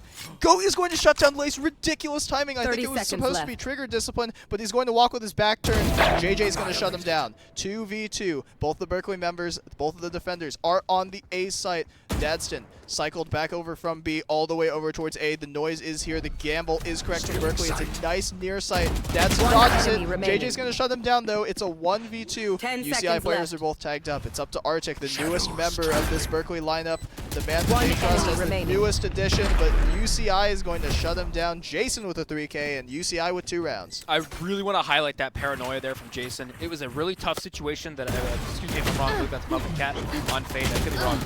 Lurking into that backside, not lurking. Walking into sight with bomb there. He was in a very vulnerable position, but right here he was able to do it with the help of JJ coming with that paranoia, eventually trading him out for that round win. These are the rounds UCI needs. They need to keep it going, though. Econ in favor of the Anteaters for the first time in a while.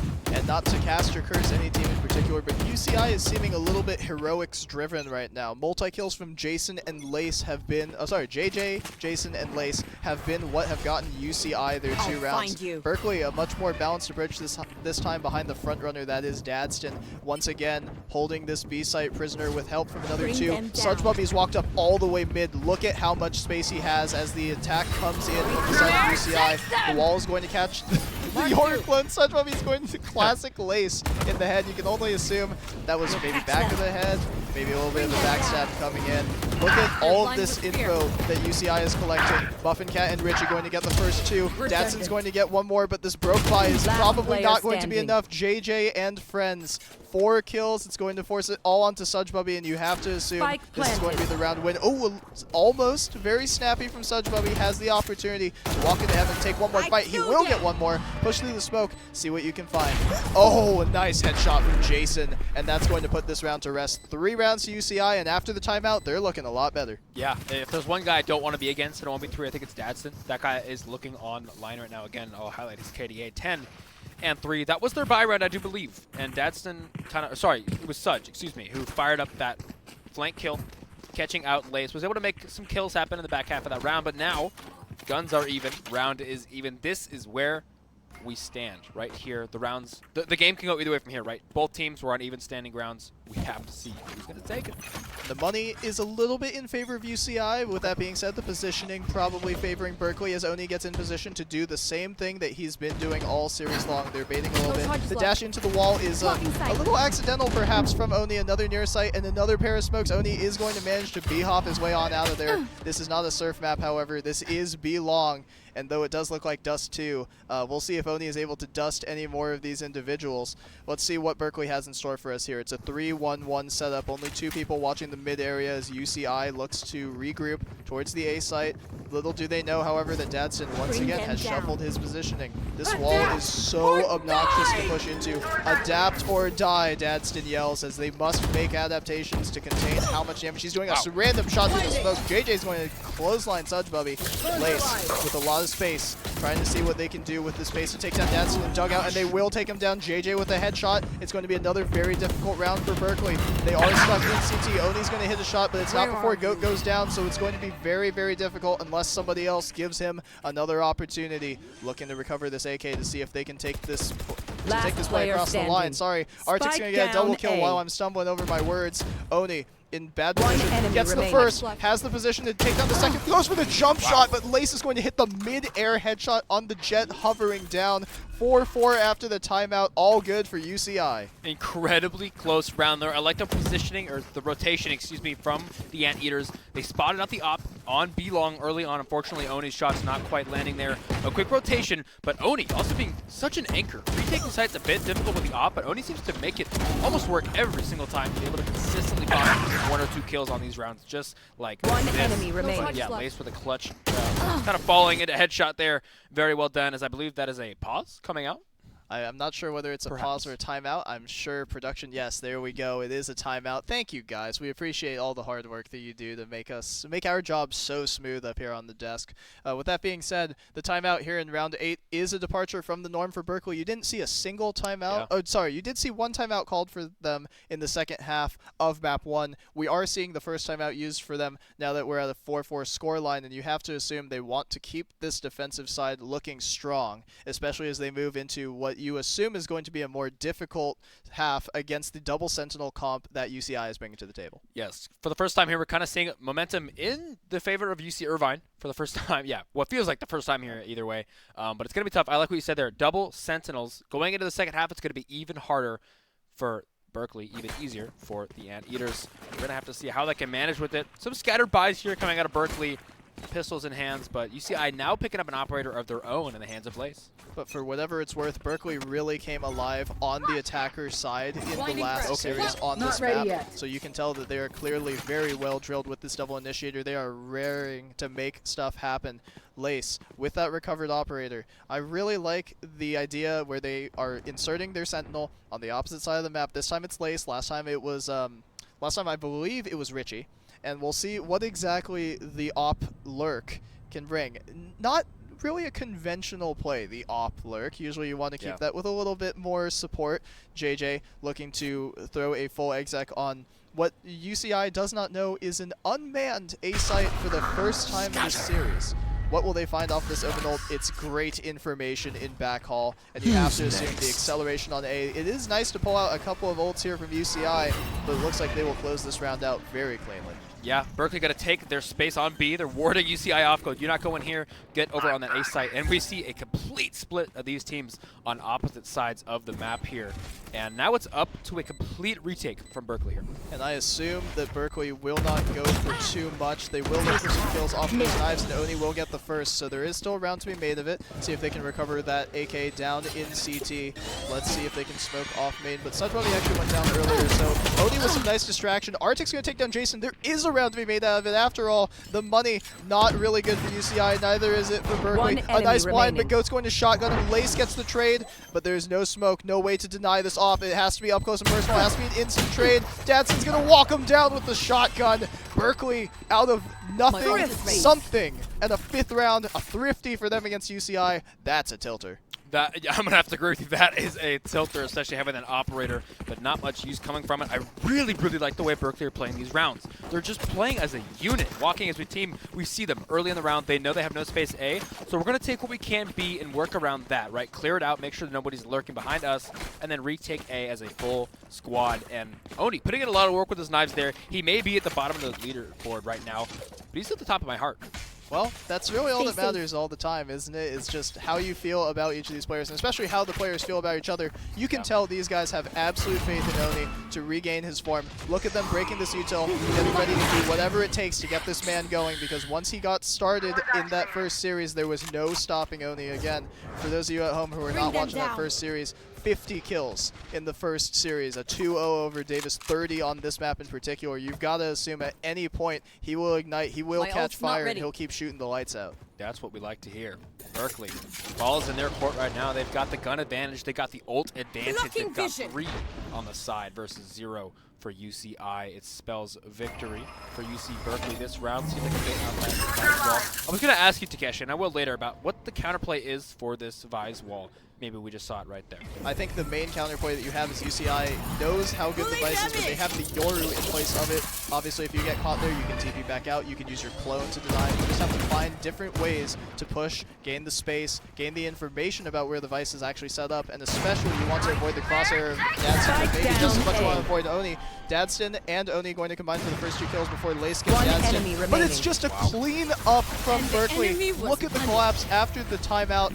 Berkeley looking revitalized as they pick up another couple rounds. Yeah, I mean, fantastic positioning. They're just so patient and calm, and the way they play these rounds, I'm making me want to go home and play Valorant. I just can't emphasize enough. Right? Isn't that dangerous? What a thought to have. But yeah, I mean, they're playing phenomenally as a team. UCI at a bit of a loss here. They've got rifles again, so they have this other chance going into the second half to claim it, make it up to 6-6, but I've got to say, favor is entirely in Berkeley's hands. And it's actually really, really impressive with Pro being a map that is so... I mean, I would assume it is traditionally attacker-sided. This map is very, very large. There are some long angles you can fight down. But Berkeley's setups with these initiators are putting their primary players in positions to really frag out and get those man advantages. When Berkeley has had numbers, there have been a couple rounds where they've faltered, but by and large, they've done a great job of converting on these rounds. So what do you need to see from UCI in a round like this?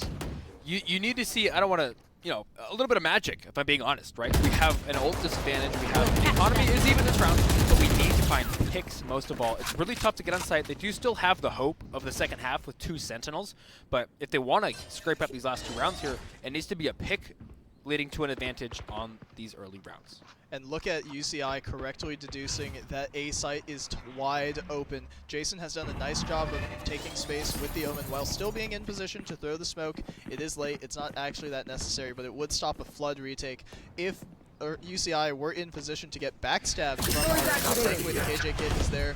The util is going to go down. They have lost track of where this Omen can be. JJ walking straight through B. He's going to find Oni with his back turn. That's a freebie. He's wondering, what is Dadston watching there? How am I dead from this angle? But now it's going to be a 3-man from Berkeley trying to shove their way through Art. KJ ult just to secure it. This round must be done and dusted. It's looking like it's going to be a 5th round for UCI, trying to even up the score line as we move closer and closer to halftime. A good adaptation going into this round. A couple members of Berkeley creeping along here, looking to find some fresh blood. JJ is going to be what they find, and they'll save a couple of rounds from this round, but I think it is... They're going for it.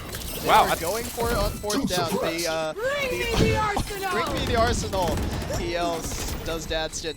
3v3. Arctic and Goat going together pair, and they're doing it quick enough. Lace going together with the classic kill. Richie's going to shut down Dadston, and maybe a bit ill-advised to go for it so late in the round. The timing would have been tight anyway, but the rifles are cleared mostly off the board for UCI. It's just going to be up to what they have off of that bomb play. Yeah, I'm with you. I'm a bit surprised they went for it. I guess if they have the cash in the bank, they can do that. They can sacrifice. Looks like they have money for full buys again. They did commit the Vise ult, which was a bit surprising, to say the least, for now. But now they're looking to find some money. This round, Oni with his operator in hand again. UCI going to have to be careful about that one. And so this is a question where I would ask you, stylistically speaking, what do you think of someone like Jason when he is top fragging, when he is the hope for UCI so far in the series? Why does he have the half-buy rifle? Why does he not have one of the upgraded AKs? I think there's not one star on the team of UCI is really what it comes down to, right? He may be at the top of the leaderboard. Kills are pretty close. He has been in some clutch situations pulling out the win for us, but I don't know. Maybe that's not something that's as important as we may think. That's my take. I don't know, though. Well, that's good, actually, if they're running such a coordinated, such a team-oriented ship that they're willing to give their AK to some of the more maybe supportive in this series sort of players. I just figure that when you have your star player in a series like this, you want to feed the hot hand, and they're trying to feed Oni another couple of kills here as he stares right down this long angle. Let's see if he can make some op magic here where it was previously lacking on B site. Let's see if he can get an A+ on the A site.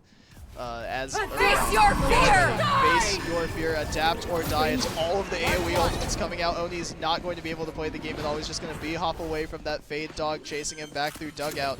Retake of the art space is going to be absolutely necessary for Berkeley. Goat's going to get clotheslined. Arctic's going to trade it. Let's see what happens now. 4v4 as Berkeley looks to pour out from the CT side. It's all of art conversion, and Richie's going to shut down Arctic. That's a big kill. Absolutely necessary for UCI as they look to only look at one angle. You just have to consider backside. Astra Orbs, ready. Star on front side. There's a smoke. Totally blanketing the bomb, but there is someone in the middle of it. And Dadston's going to jump right through and get the first one, breaking the grenade. JJ, Jason, and Jason again. UCI equalizing the half. 6-all. Timeouts both ways. After timeouts both ways. And we're playing a clean 6-6 half. There it is. Keep going. I gotta be honest with you, Takeshi. I did not see that coming. It was 1-4 in the early round. UCI were not looking too hot.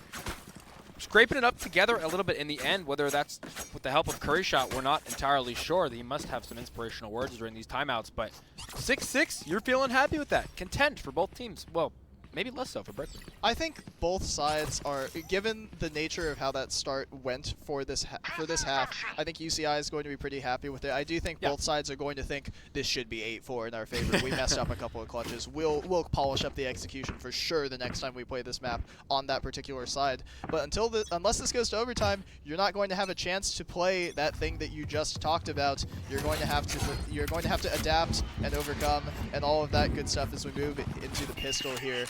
Berkeley looking a lot faster, more dynamic Where per are se than UCI, but UCI is going to Spike get a pair down behind A. Jason. Oni's going to get a trade dash forward. Richie's going to just right-click Oni to death. It's going to be a wraparound from Dadston, so it is a 2-on-2. It's even man, even health. Retrieving And flash. it's almost the same champ, so the Vice is going to make things a little bit difficult. UCI getting pulled back towards A as Berkeley looks to cycle back towards B. Let's see what exactly they'll find. Do they just occupy mid, or where do you think that they'll end up? Yeah, I mean, it's a mind game at this point, right? This is why we're leaving Lace in spawn. It's pretty much a 50-50. I'm not sure you can realistically predict this any which way. They do have the Vise wall set up on B still, so we have a bit of information if they do enter from B main specifically. But other than that, it looks like they're defaulting back to A main. It looks like the good old-fashioned cut noise and re-hit is coming through from the side of Berkeley. UCI does not actually have anyone on this line, so they, unbeknownst to them, they will walk in not making any contact. It's just 30 a question seconds of when left. they'll pop the util, when they'll make the noise, because as soon as they do, the jig is up. They're find going you. to look to eye deeper and re-clear a little bit more space. Dadston going to beckon Arctic to take the fight, but instead they're going to play it closed. Vice is going to be safe here. Dadston, the Spike safest pair planted. of hands so far for UC Berkeley in this match. Lace into dugout. Omen smoke coming. One enemy Fine. remaining. Arctic's gonna get the first. Looking for the second position is ugly, but it does get done. Dadston makes it happen. Arctic with a shot through the body, but Berkeley with a pistol. Yeah, you love to see it coming out of Berkeley. A decisive round, which took a bit of silence in the middle as the players rerouted their default destination, doubling back to A eventually in the end there. Weapons now in the hands. This is the way you want the half to start, obviously, if you're Berkeley. Spike down But A. this last round was a lot of action in Art.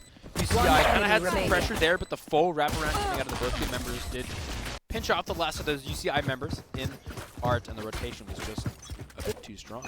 And perhaps for those of us on the desk who have been running out of air frequently, I'm not sure you guys can tell how hard I'm breathing trying to have enough air to narrate some of these fights. Berkeley slowing it down was a nice change of pace. They're showing that they can win this in different ways. They're showing they have multiple strategies to attack UCI's defense. Even though they have the double sentinel, Berkeley just keeps poking and prodding and trading people, and Jason's going to take down Spike Goat. down mid. Oh, and he's going to double up onto Dadston, so this is going to be a very difficult round for Berkeley unless they can actually manage to take advantage of that gun differential. Bring them down. Let's see what exactly they can find as Jason just throws the dog back out, taking a little bit more information in mid as they retreat back to the 1-2-2 setup. The back hall angle for UCI's Omen is going to be very difficult to overcome, so it looks like Berkeley is going to position more towards mid. Not necessarily, okay, now they make noise right as soon as I say it. And it looks like they're going to position towards a potential B split. Instead, it's just going to be an A-Art walk-down. 3-man strong from the side of UC Berkeley. Richie is wise to this. Arctic's going to make noise. There goes the eye into dugout, but do they actually know about the player that is in church in the corner of A, looking to bury Berkeley? But actually, this wraparound on Arctic is going to be very difficult for him to deal with. Yep, as Muffin Cat, it is labored, but it will make it happen. 2 on 4. Sun Bubby back out. Going to take down Muffin Cat. The jig is fully up now. Here come the smokes onto B site. What happens here? What happens next is anyone's guess. Oni going to go fast, getting the bomb plant down on the corner, but not open enough. 10 seconds left. Walk out. What is JJ doing out at this angle? It's a 2-on-2 now. Berkeley from nothing again, something. A 2-on-4 equalized into a 2-on-2. They have the gun advantage. They have positioning advantage. It's going to be so difficult for Lace and the UCI's KJ to actually dig their way out of this one. I believe Richie is on KJ. It's going to be very, very difficult for them to dig them out of this burrow. Yeah, this one's going to be tricky. Two members of UCI strong. Lace does get spotted out of One the head of enemy the information. remaining. Richie getting shut down. Lace dropping down. Not going to last much longer. Berkeley going to take their victory round 8-6. And credit to Berkeley for being clean on these anti-ecos. Yes, they're losing some people. That's sort of the brawly style that they've been showing us this entire event. But with that being said, they've done a great Spike job down, of 30 bringing these seconds man left. disadvantages back when they have the weapon. Yeah, absolutely. It's just been peak gameplay coming out of Berkeley thus far. 10 UCI seconds have left. this round One enemy to make up a remaining. deficit. If it doesn't go their way, they are in trouble for the rest of the half, but it's up to Berkeley to shut it down. They actually have rifles in hand, so it's sort of a bonus, sort of a buy, but certainly they have the means for this victory. And what do you think of the Stinger buy? What do you make of that from CalGoat? Do you expect him to be leading at the tip of the spear? Or do you expect him to maybe bait a couple of his friends a little and see if he can recover a rifle? Bomb grenade. We might do a little baiting, but Alright. I think at the end of the day, it's really kind of a placeholder. Like if you get into a fight, you kind of to make use of it, play those close corners, but at the end of the day, you're looking for one of your buddies' Vandals. I think it's a question of whether or not you can get this stinger into back halls where it really matters. Nice smoke on heaven, good timing on these nades. It's going to force Arctic into an uncomfortable angle, and Jason's going to get it, but Richie's going to get a pair. He's going to get 3 from lower. There's a one-way, but it's a none-way, actually. UCI is going to grab their win, their first round win of the half on their first gun round of the half. That's what has to happen if they wanted this, right? Like that's the round that says, okay, we won that, we can double back and we can take this game. Right now is kind of where the real game begins. As I've said before, we've got rifles in all members of all teams except for Richie. He's got a pistol, but don't worry. That's okay. The thing that I'm looking at the most here, and I'm not sure what you're looking at, but in terms of ult economy, I'm looking at KJ ult lockdown coming in for Richie at about 2 orbs, Sudbubby having the Astra wall to deny it. It's really just a question of when those will be invested. Do you think we'll see either of those this round? I don't think so. I think Sudbubby has been in this exact position before. Round 3, having the Astra wall up. We saw it on Split. Didn't opt to use it. I'm not sure. My brain maybe isn't large enough to know when exactly it'd be good to use. In my mind, it's, wow, you already have ult. We might as well use it to clean up some more points. But we hold my word. There's some early contact. These Yori flashes have been on target, but maybe not necessarily mass flashing. Muffin Cat looking for a little bit more, breaking the Vice flash immediately. That is on a timer, so it will be back for Dadson later in the round. Again, Berkeley being very, very conscious of maintaining this ult economy, looking for the orbs wherever they can. The Vice for UCI is just chilling back in B halls. It is going to be very difficult to dig them out of there, especially given the fact that Killjoy has such good control over the street, and as soon as I say it, there's going to be a smoke to cut it off. It's a dismiss, actually, followed by another smoke, and a real smoke this time, so the control of the top middle part of, we call it Banana, because it's basically a Counter-Strike, of Banana there is going to be secured by Berkeley. It's going to be all 5 members again into this B site. This is where the double stack. The first couple of shots are going to miss from Richie. He has to back up, otherwise he will be caught in front of that wall. They know exactly where the Vice is, and Lace is going to take down Sudbubby. Goat's going to trade it immediately, so it is 4v4. Berkeley with a slight health disadvantage, but it will be a difficult round as 15 seconds on the clock. The spike will go down. Irvine must retake. Face your fear! From CT.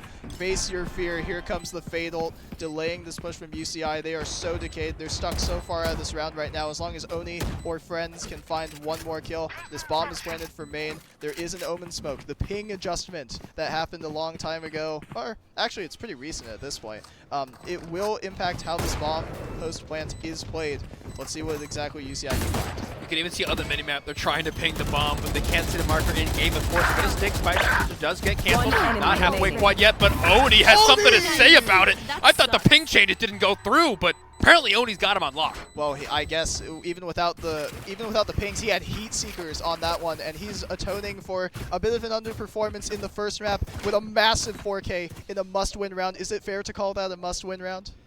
I think that is. I think a lot of these rounds are must-win rounds, absolutely. right? We're getting to the end of an onslaught here. Berkeley coming up big at 9-7 so far, playing out of their minds. Especially, I mean, we got to talk about Oni right there, right? He knows where that bomb is. We may not have the pings on the map, but he's got where it is in his mind, and he's just. Did he get? That was 4 kills he through got smoke. All 4. Yeah, the first 3 through the smoke, and then the last one, he had a rough idea of where it was. He saw him pop out first, drop back into the smoke afterwards, try and hop on the bomb again. But really, once you read the words "spike diffuser killed" from our observer POV, you know the round is going to be really difficult for those CTs. Yeah, absolutely. That was. I don't want to say heartbreaking, but man, that is something that does not feel good on the side of UC Irvine, right? You have a full kind of retake going in for you, and all of a sudden it's shut down by. I was going to say luck. I don't want to say luck. I want to say game sense there, right? Shooting in the right positions. But going into these next rounds, I do believe that breaks UC Irvine's economy pretty heavily. Berkeley in a fantastic spot. It's pretty rough situation for UCI to be in, as you are correct. They are going to be on more the half buy. They have the Guardian. They have the Vandal. Let's see. Oh, no, they swap off the Vandal, and they opt into buying a set of Sheriffs. I think that is the correct call. For a team that is as balanced as this one, you want to see the aimers from UCI actually make it happen against the all-out brawl that UC Berkeley likes. Normally, if this were the CT side for Berkeley, you might see a judge for Dadson, but it's 5 rifles out, and it's just going to be range advantage. They're going to take up this A main space immediately, break the Killjoy kit, see what more they can get. The nade is so early from the side of Richie. Double smoke to protect me, Oni on site, and Arctic and Dadson's going to double up. So this is a clean conversion so One far. enemy remaining. Cat gets shut down too. The substitution is not looking so hot for UCI. 10-7 looking all but confirmed here unless JJ can show us the play of the decade. And it looks like he's going to get tagged up through the wall, jumped around, Sudbubby's going to wall bang it, a flawless anti-eco from Berkeley. What do you need to see from UCI to turn this half around? Well, I know we've talked about this before, but this one might be a must-win round for UC Irvine here. We've got guns back in the pockets. In terms of things I need to still see some proper utility usage and some kills traded over. I gotta say, Berkeley's aim just also looks immaculate. We've talked about everything except for aim. These players are just online. We're snapping to heads, knocking them clean off. And it is important to note, Dadston, once again, the front runner of Keep it this up. series, but some of the individuals who had a tougher fragging performance here on Split in this series, Arctic and Oni in particular, are really stepping are up. you? Now Yeah. they're dominating as well. It's been very Mark difficult four. to shut down Oni when he's been in these positions. Jason looking for a bit of an early fight. Astro Stars are going to come down from Sudbubby. It is a 3-man stack. Berkeley will think better of it. They'll retreat for a second and give us a chance to think about what we'd like to do. Look at the Yoru positioning from UCI. Muffin Cat has walked so far up B main. They know they can stack confidently towards A. Berkeley has been burned by this before. They were burned by a late flank from UC Davis Duelist last series. Let's see if they're wise to the tricks of UCI this time. Yeah, we've got to be careful here. Taking a step back in that last round, the pace was quick.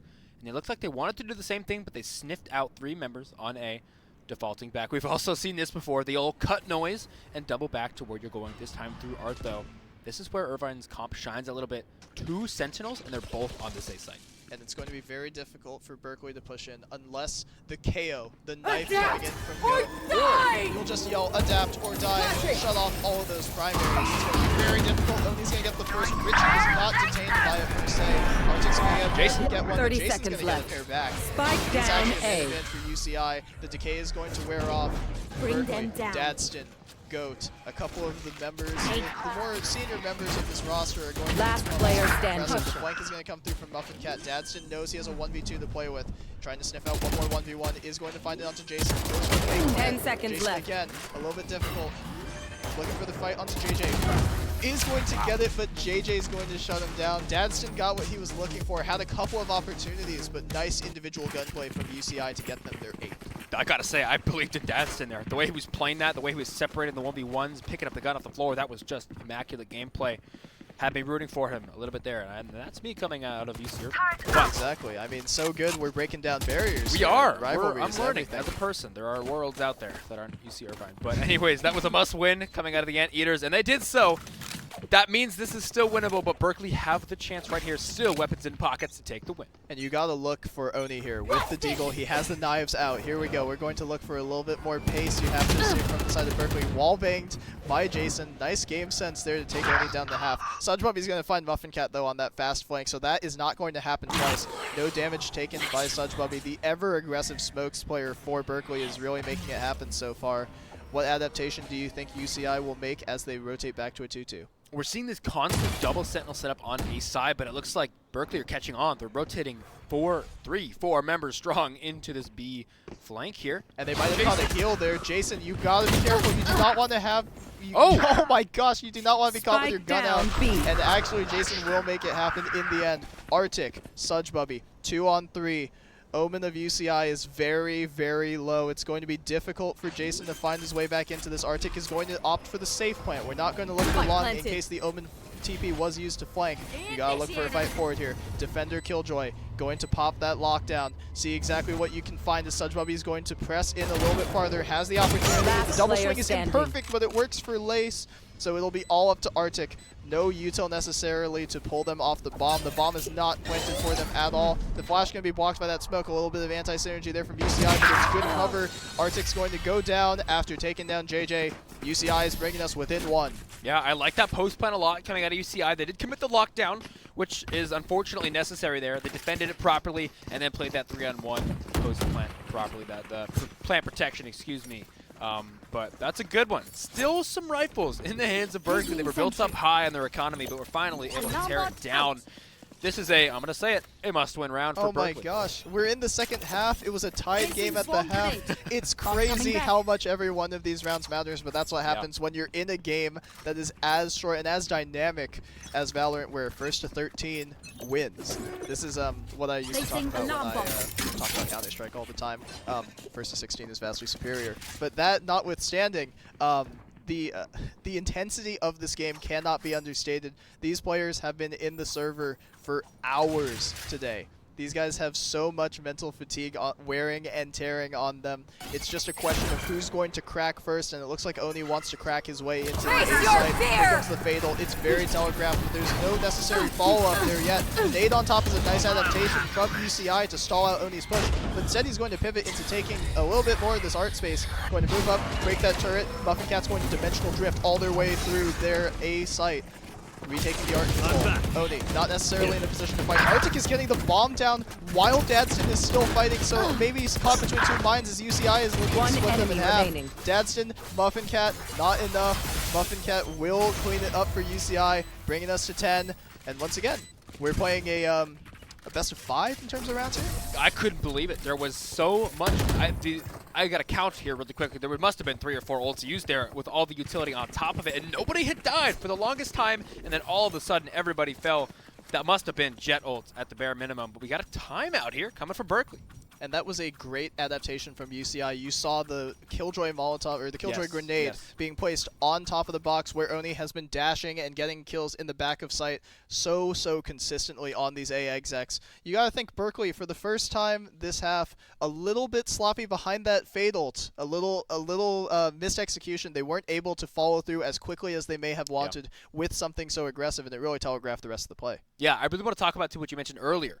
We're fatigued. These players have been playing for a while. They started at around 11:30 in the morning, and they've pretty much been playing Valorant all the way up until now. And that's the best part, is they're not. What time is it done. now? It's 4:15 already. Oh it my is lord! Already 4:15. They've been gaming for 5 hours, pretty much, and they've got more ahead of them. Especially the winners of this going on to yet another best of 3 series after dinner.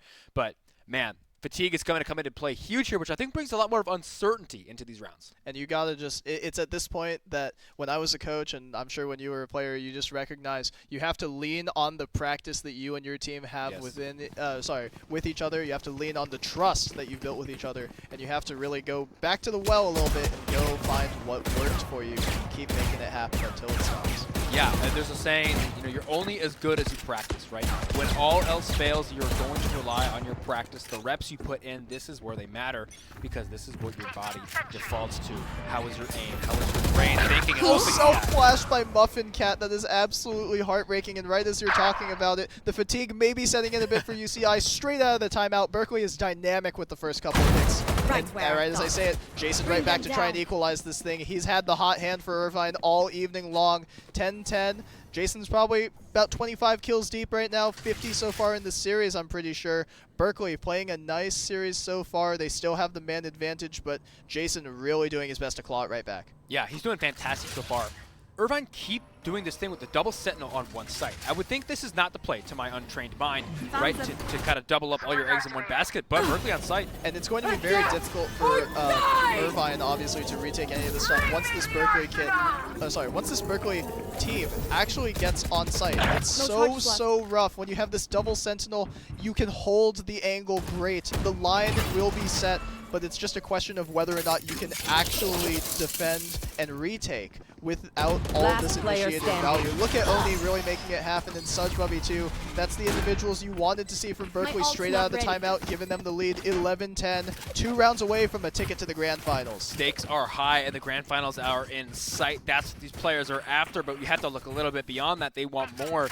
All of these hours spent in the range in these games are just coming to fruition here. Where I thought. Goat getting knocked down there a little bit. Yeah, Jason doing all that he can. Again, the util usage from Berkeley is just so incredible. And it's been multi-layered, hasn't it? Yes. There's more than one piece of it that's being dropped at a time. You have to break a Fade Dog. You have to dodge a KO Flash at the same time that the Jet of Oni is running straight into you. The tip of the spear from Berkeley grabbing a couple of kills that round, really making it happen. It's going to be all up to this A defense. And look, the double Sentinel that you pointed out last round, Quincy, has been cycled over towards the B site. It is going to be a 4 stack towards A, but it's only 1 on main. Oni's going to run him down, and he is going to get JJ mid-teleport. That is ridiculous. Kale is going to telegraph the rest of the play unless Berkeley decides to slow it down. Oni's going to smoke, and he jumps straight into it. Jason and Muffin Cat trying to claw this one back. Can't push through the smoke yet. Muffin Cat, so Buffy's going to bring back Calgo. Here we go, 4 on 4. This is not quite the full retake yet. The bomb is not down. Arctic's going to commit it now. You know at least 2 of them are from, 2 of the CTs are from Art side. You know one of them is from the defender side. You got to think, is there a flanker? There's no CT on the side of Berkeley right now, save for the Vice, but there's no information until that wall gets triggered. It's just a question of what angles are you looking at. It's difficult. Arctic's going to be stuck on site. Hit by the Fade Molly, by the Fade Sticky. Arctic dancing around, finds an angle, is looking to get both.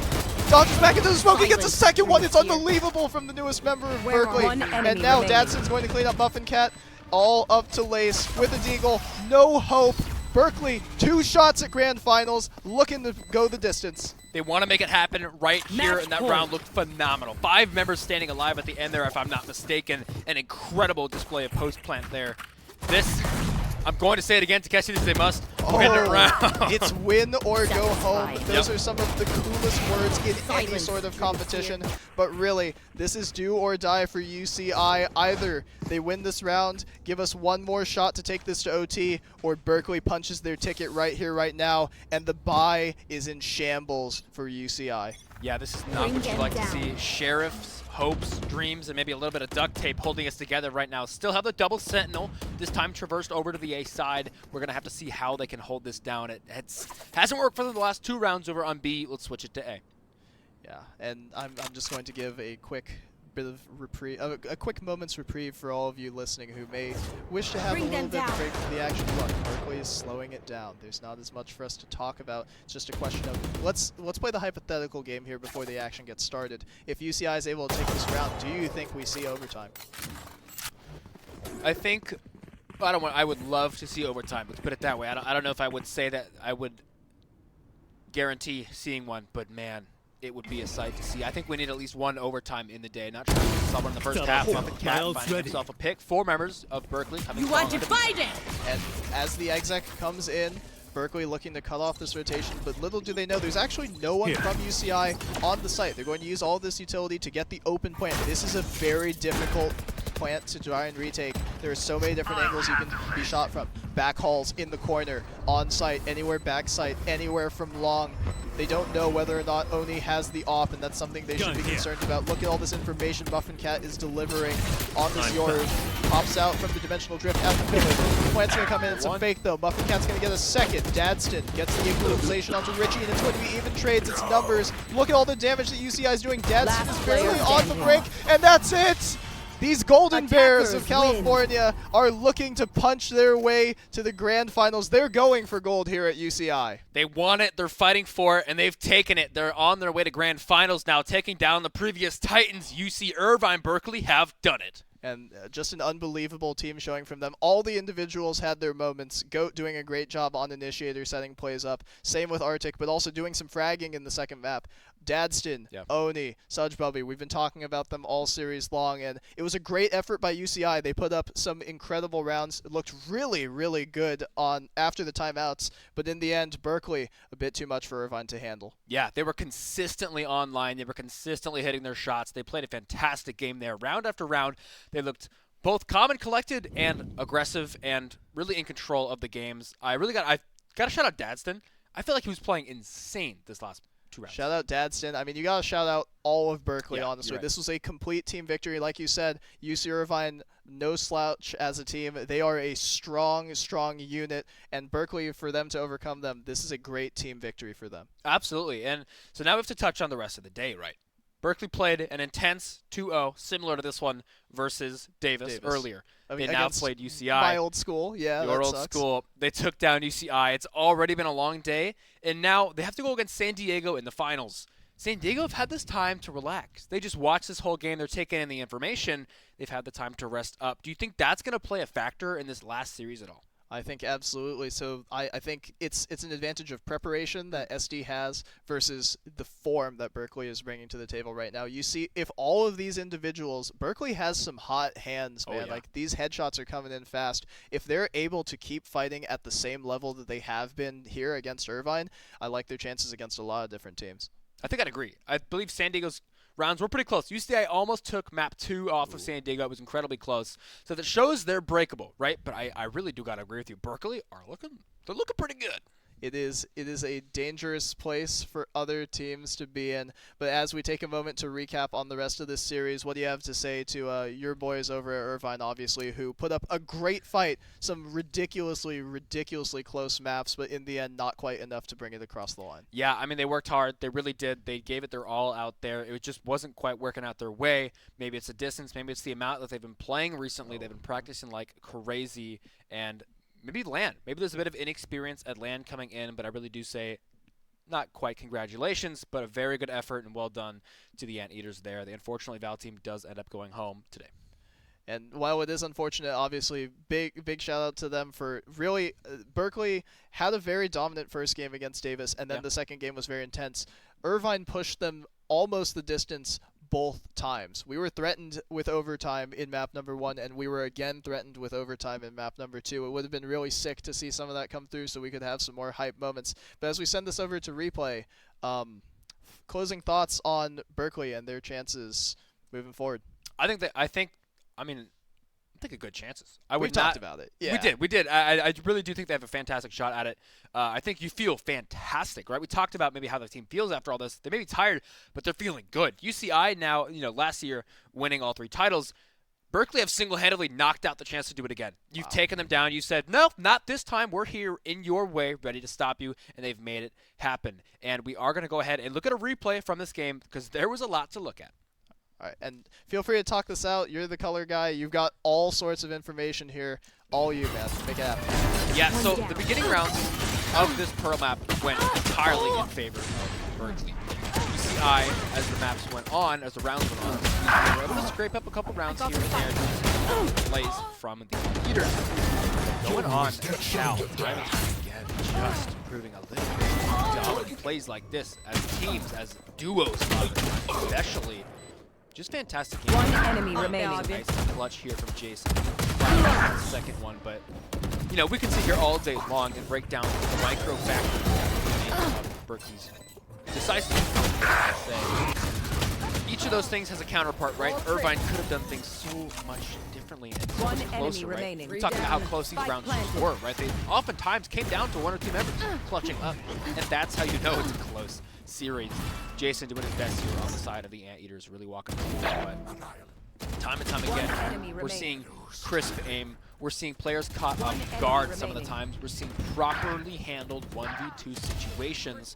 And these are the fundamentals of VALORANT, of course, as many of you may know. And if you keep your eyes on the top of the scoreboard, 4-3. It was close in the beginning, as the first half did end 6-6.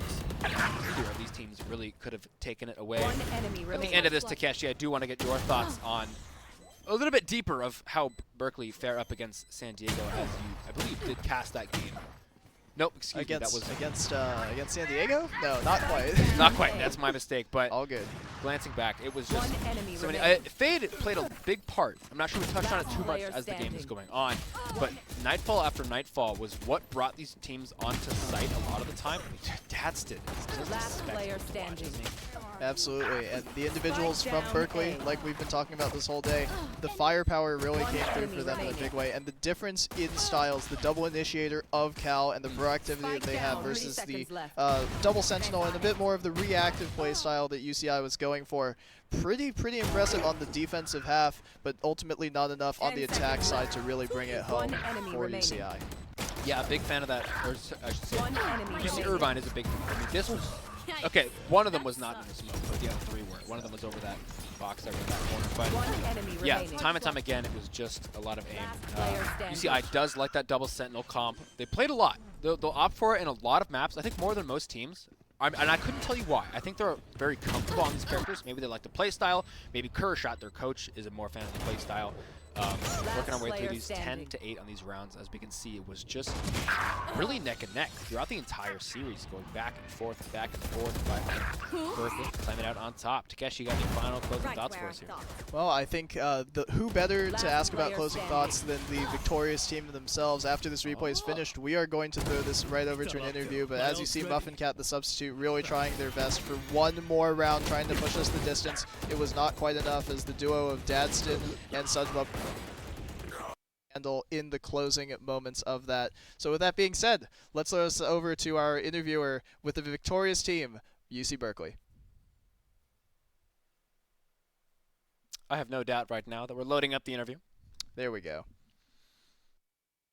Welcome back to UCEI presented by Xfinity. I'm Kimmy Alwyn, joined by the lovely Renee Reggie K. Ruse. And we are with Go and Oni of UC Berkeley. And luckily, they just won and are now in the grand finals. How are you guys feeling?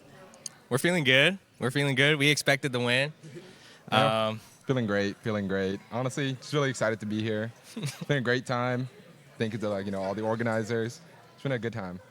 Okay, that's amazing. I know you guys played your heart out that last game against UCI, and now you're in the grand final. How does it feel to be facing off the next opponent in the grand final? Do you have any strats that you're going for? Obviously, don't link what you're gonna do, but I think we're just gonna do what we've been doing. Maybe we'll play the same maps, but we'll see. Yeah, we're just going to treat them as, any other team we've gone against. It doesn't matter who they are. It doesn't matter what the rank. Just going to do the same things we're used to. And, that's been winning us the maps. We're 4-0 so far, so we're just going to do the same thing and just hope for the same outcome. Okay. Yeah, you guys have been playing absolutely insane. We've been in the crowd. We've been yelling so much. You guys are just insane players. So speaking of some absolutely insane things, we're going to test your insane speed drawing skills over here. We pulled a random champion out of a hat, and we're going to have him speed draw a random champion, and then we're going to have you guess. It's just going to be very simple, very basic, but we're just going to put it to the test just to see if their hand skills for the mouse are as good as their drawing skills. all right, we're gonna give you about 20 seconds. 20 so seconds. It's So not just that speed draw. much. We're gonna count Are in you our ready? heads. Can I look at it? Yeah, go. Yes, look at it right now, Okay. and timer starts 3, now. 2, 1. Do I look at the drawing or not? Not yet, not yet. Okay. So we have a fun little stick figure. We have, oh. I'm not looking. I have, when you guys see this, you guys are going to be a bit shocked. There's just some weird, So you have random. 5, 4, What is that? 3, Is 2, that a tent? What is 1. that? Okay, show us your drawing. What is this? Can you show the camera really quickly? So is this a bunch of candles? It looks good, right? This is... I think it's pretty obvious, to be honest. I think it's ISO. What do you think it is? I think it's ISO because it looks like he was grabbed him out of the ice vault. I don't know what these things on the side are. They kind of look like glass exploding on the side, kind of like when you pop the ISO shield. Okay. But other than that, I have no clue what these are. Okay.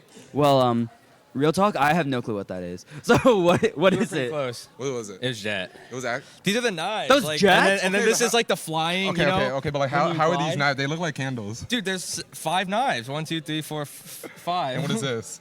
This is the gliding. You know when you hold space Okay, but it kind of looks like the thing below when you pop the ISO and you grab someone. Can you show him one more time, just Yeah. so everyone can really bask in the glory of your drawing? So bask in the glory of his drawing. I think his guessing was I just don't think anyone here would have been able to guess that. I feel like, my guess was probably the best. I think ISO was like the worst guess. Okay, no. It looked like an amazing ISO pick. Well, thank you so much. It's lovely. Maybe we'll auction it off, since you guys were the winners. But yeah, thank you so much for joining us on this segment, and we'll send it back to you, casters.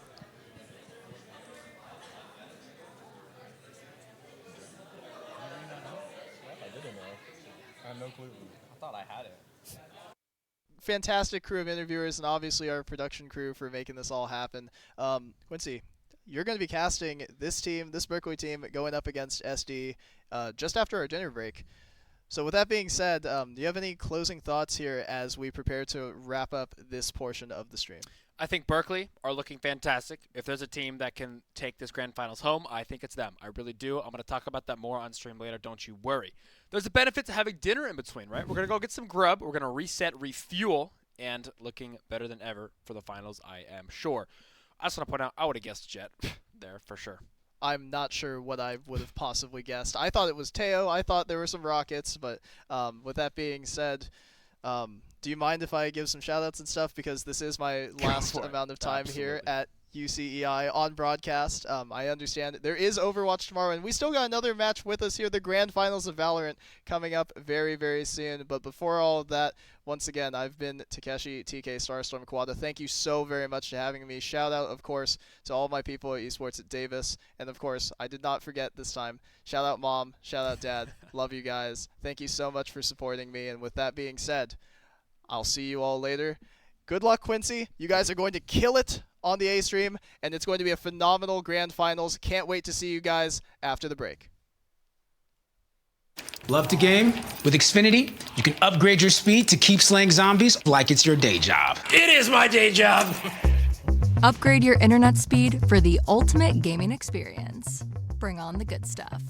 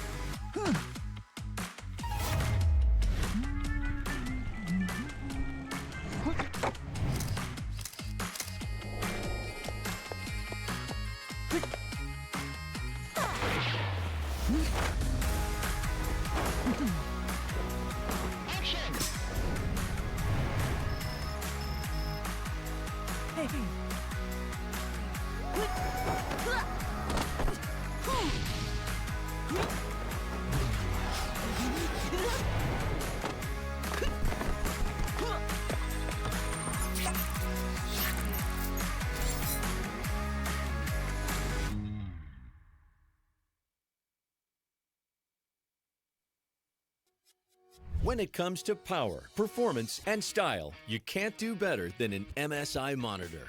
Rapid IPS and Rapid VA displays provide gamers with the quickest response time on the market, giving you a competitive edge. HDR400 technology provides a more immersive experience for creators. With crystal clear images, 1440p resolution, and 1 millisecond gray-to-gray response, check out the latest MSI monitors to give you the advantages you need.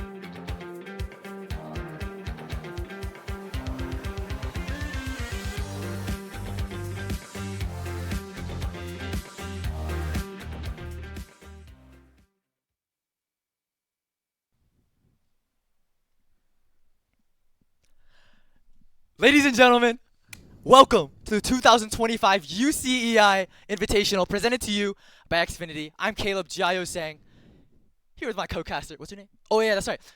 Oh, shoot. Quincy, PhD, Stokes. There it is. That's my man right there on my right. Yeah. Quincy, how are we feeling today? Oh, we're feeling fantastic. I mean, if you're out there in the audience right now, you know today has been nothing but banger after banger game, series, you name it. Two Titans, not to be confused with Tritons, meeting up in this finals right here. UC Berkeley versus UC San Diego coming at you. Coming at you, indeed. And Berkeley has been on a hot streak today. 4 games won and 0 lost. If I'm not mistaken, that's undefeated. I think that's undefeated. They might just be on the road to. I don't have enough fingers for that, but I mean, I got undefeated. Fingers. Oh, you got? Yeah, they can go 2 more. 2 more, maybe, to make 6-0 against the Tritons. But will the Tritons allow that? We'll have to see in this upcoming game. But here come the players as we're walking through your favorites from Berkeley. The Bears walking through, loud and proud. Here they are. Looking good as always. They've been going all day. Arctic, Dadston, Sujbabi, Goat, and Oni. Standing tall still after playing 4 whole games. And here they are in the grand finals. A round of applause for these fine gentlemen up here. Ladies and gentlemen, UC Berkeley. And coming in from the other wing, the Tritons, UC San Diego, make their entrance onto stage. They played this morning going 2-0 versus UC Davis, now here to make the name for themselves. We have Low-Key Cow, Kuromi, Frostora, Melvin, Wick, and Tran. And you just love to see it. The players going to take their seats.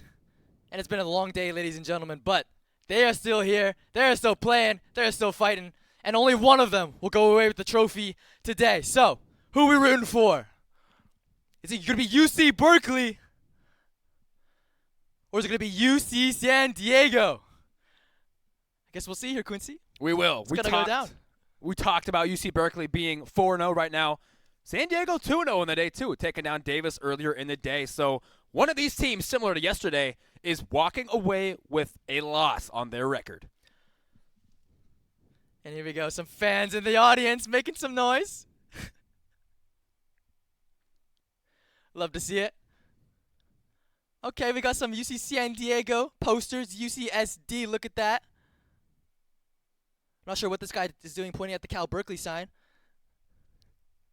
But anyways, here we go. The players locking in, all warmed up, about to go into the match. Yeah, the map pool for today, ladies and gentlemen, these teams are going to be playing on Split, Abyss, and Sunset. We saw Split and Abyss earlier throughout this day a lot. These teams are comfortable on both of these maps. Sunset, we haven't even gotten to yet because every series has been a 2-0. It has been a 2-0, but will these teams make it a little more interesting? Of course, starting off Split, both of these teams, at least Berkeley, they've had to play Split for both of their series, and I mean, they've been able to really capitalize using Tejo as one of the new agents, and they're just very adaptable to the teams that they've been playing against, and I'm sure it'll probably be no different against the Tritons, but the Tritons are also looking very good. Both these teams have suffered no losses so far, so it's going to be a fight for sure. Titans, like you were saying. A big talking point for sure. Not only are these teams undefeated scores, but Tejo, right? We got to talk about it. VCT Americas are going on right now as well, with Tejo just barely enabled. But this really is the first we're seeing of this agent as we hop into Agent Select here. We'll have to see if these teams opt to pick him up. I have no doubt that they will. Yeah, and looks like they are.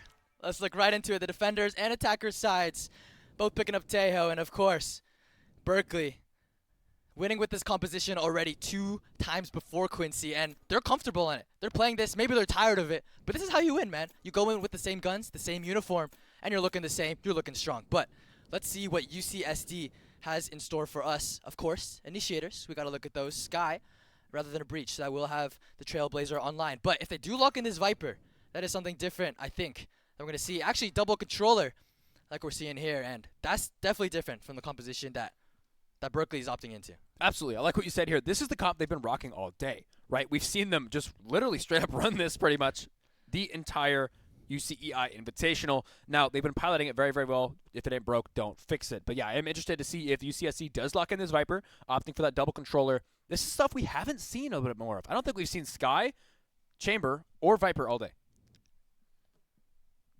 I don't know what else to add. That's very true. I mean, we'll see if they lock in the Viper or not, but double controllers, that definitely changes the pace of the game. And of course, with this composition with your Taeho, your Breach, your Cypher, again, that's going to be a lot of information gathering, but with controllers, things get a little more dicey, a little more maze-like, a little more, you have to deny the information rather than even gathering it maybe. But they'll have to work a lot more as a team. San Diego, I have no doubt they have some strats prepared, but Quincy, I'm excited for this one, man. This is going to be a brawl. Yeah. That's for sure.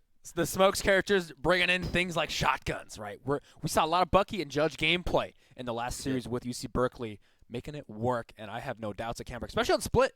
This map is tight corridors, small angles where things like Raze succeed so much, but these controllers as well, denying so much space. Get excited, Caleb.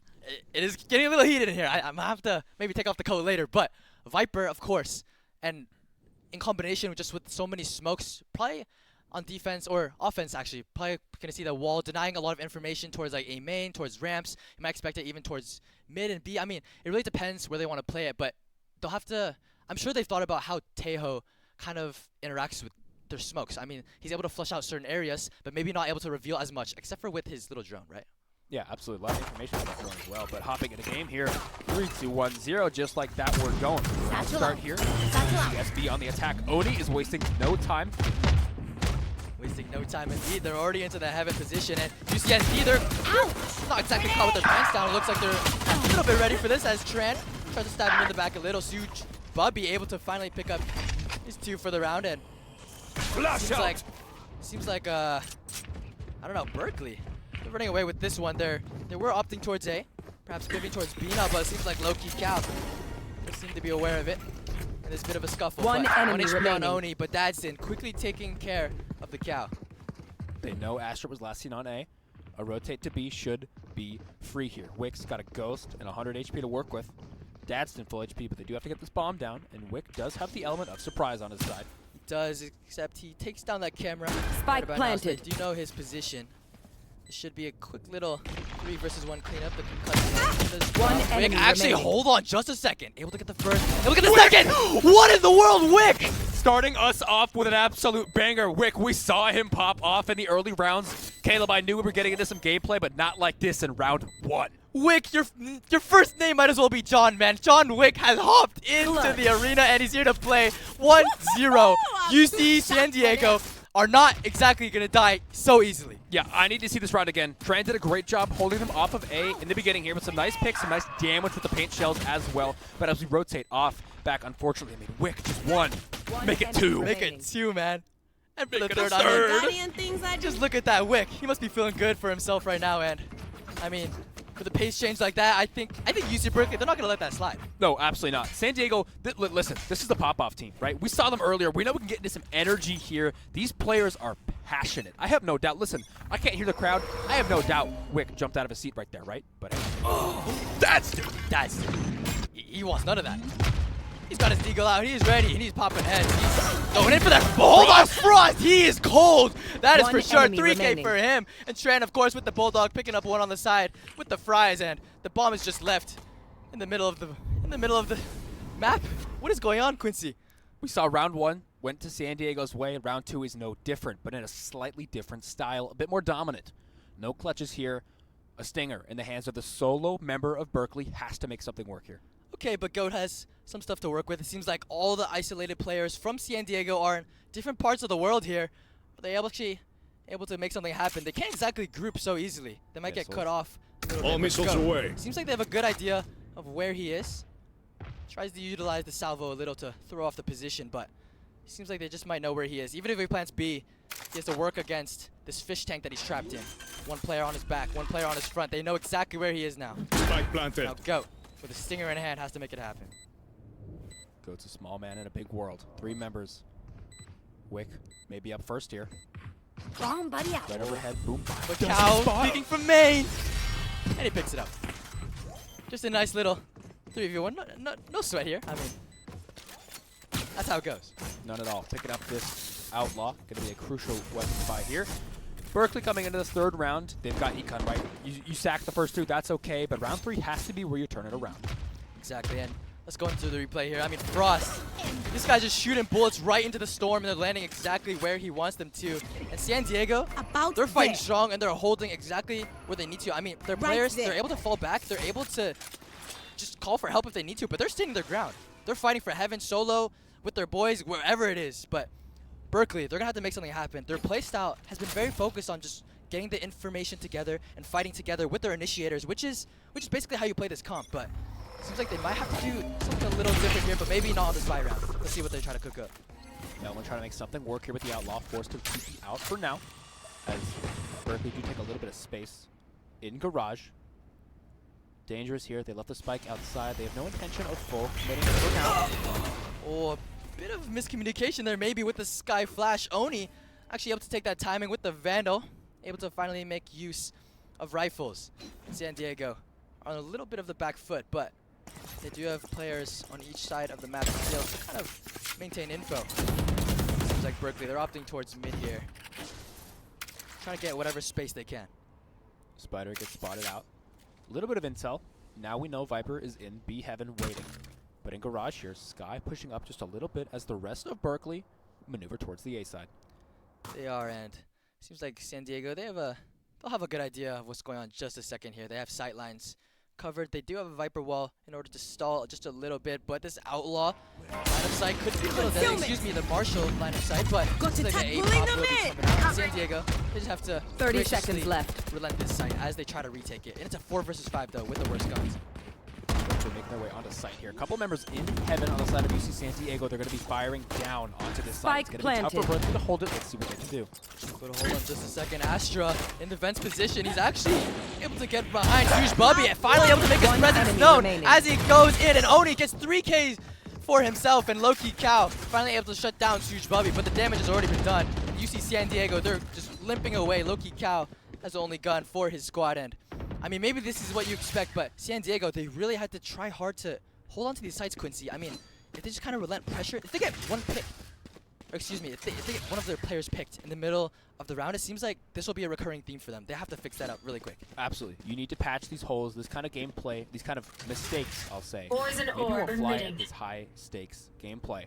He's trying to save this gun here, which I think is a smart play. Berkeley claiming that round, which they should. That needs to be a Berkeley win because of how the buys go, and they did so. They did so. That was a nice little round. It was. Not bad. I'll give you a fist bump for that. That's pretty good. But look, here we are. 2 for SD, 1 for Berkeley. They only need one more to tie it up. And let's look at this little replay here. One enemy remaining. As we saw, Berkeley able to close that round out, but let's look at this little default. They always opt in for claiming garage first, leaving their Cypher towards A, and leaving just their Tejo to just watch mid. I mean, that's all. Get him.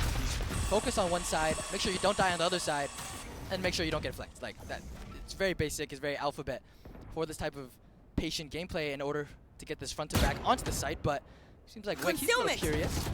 Goes for a little peek, goes for a little smoke, and that's exactly what they want. Berkeley, able to farm their ults, able to get that Astro Wall, able to get that Breach ult if they want to. They just have many options, and San Diego, they're not even able to do anything on the other side of the map. In fact, it seems more like a liability. Low-key Cow actually getting picked by Melvin. He's picked up the operator, and he's making it work. Yeah, that mid control is going to be crucial for the rotations. He does TP out, and he's going to give up that space as the rest of Berkeley does march up mid, trying to take back. They lost. Scout destroyed. Trailblazer, unable to find any information. We know somebody's there, but we don't know who.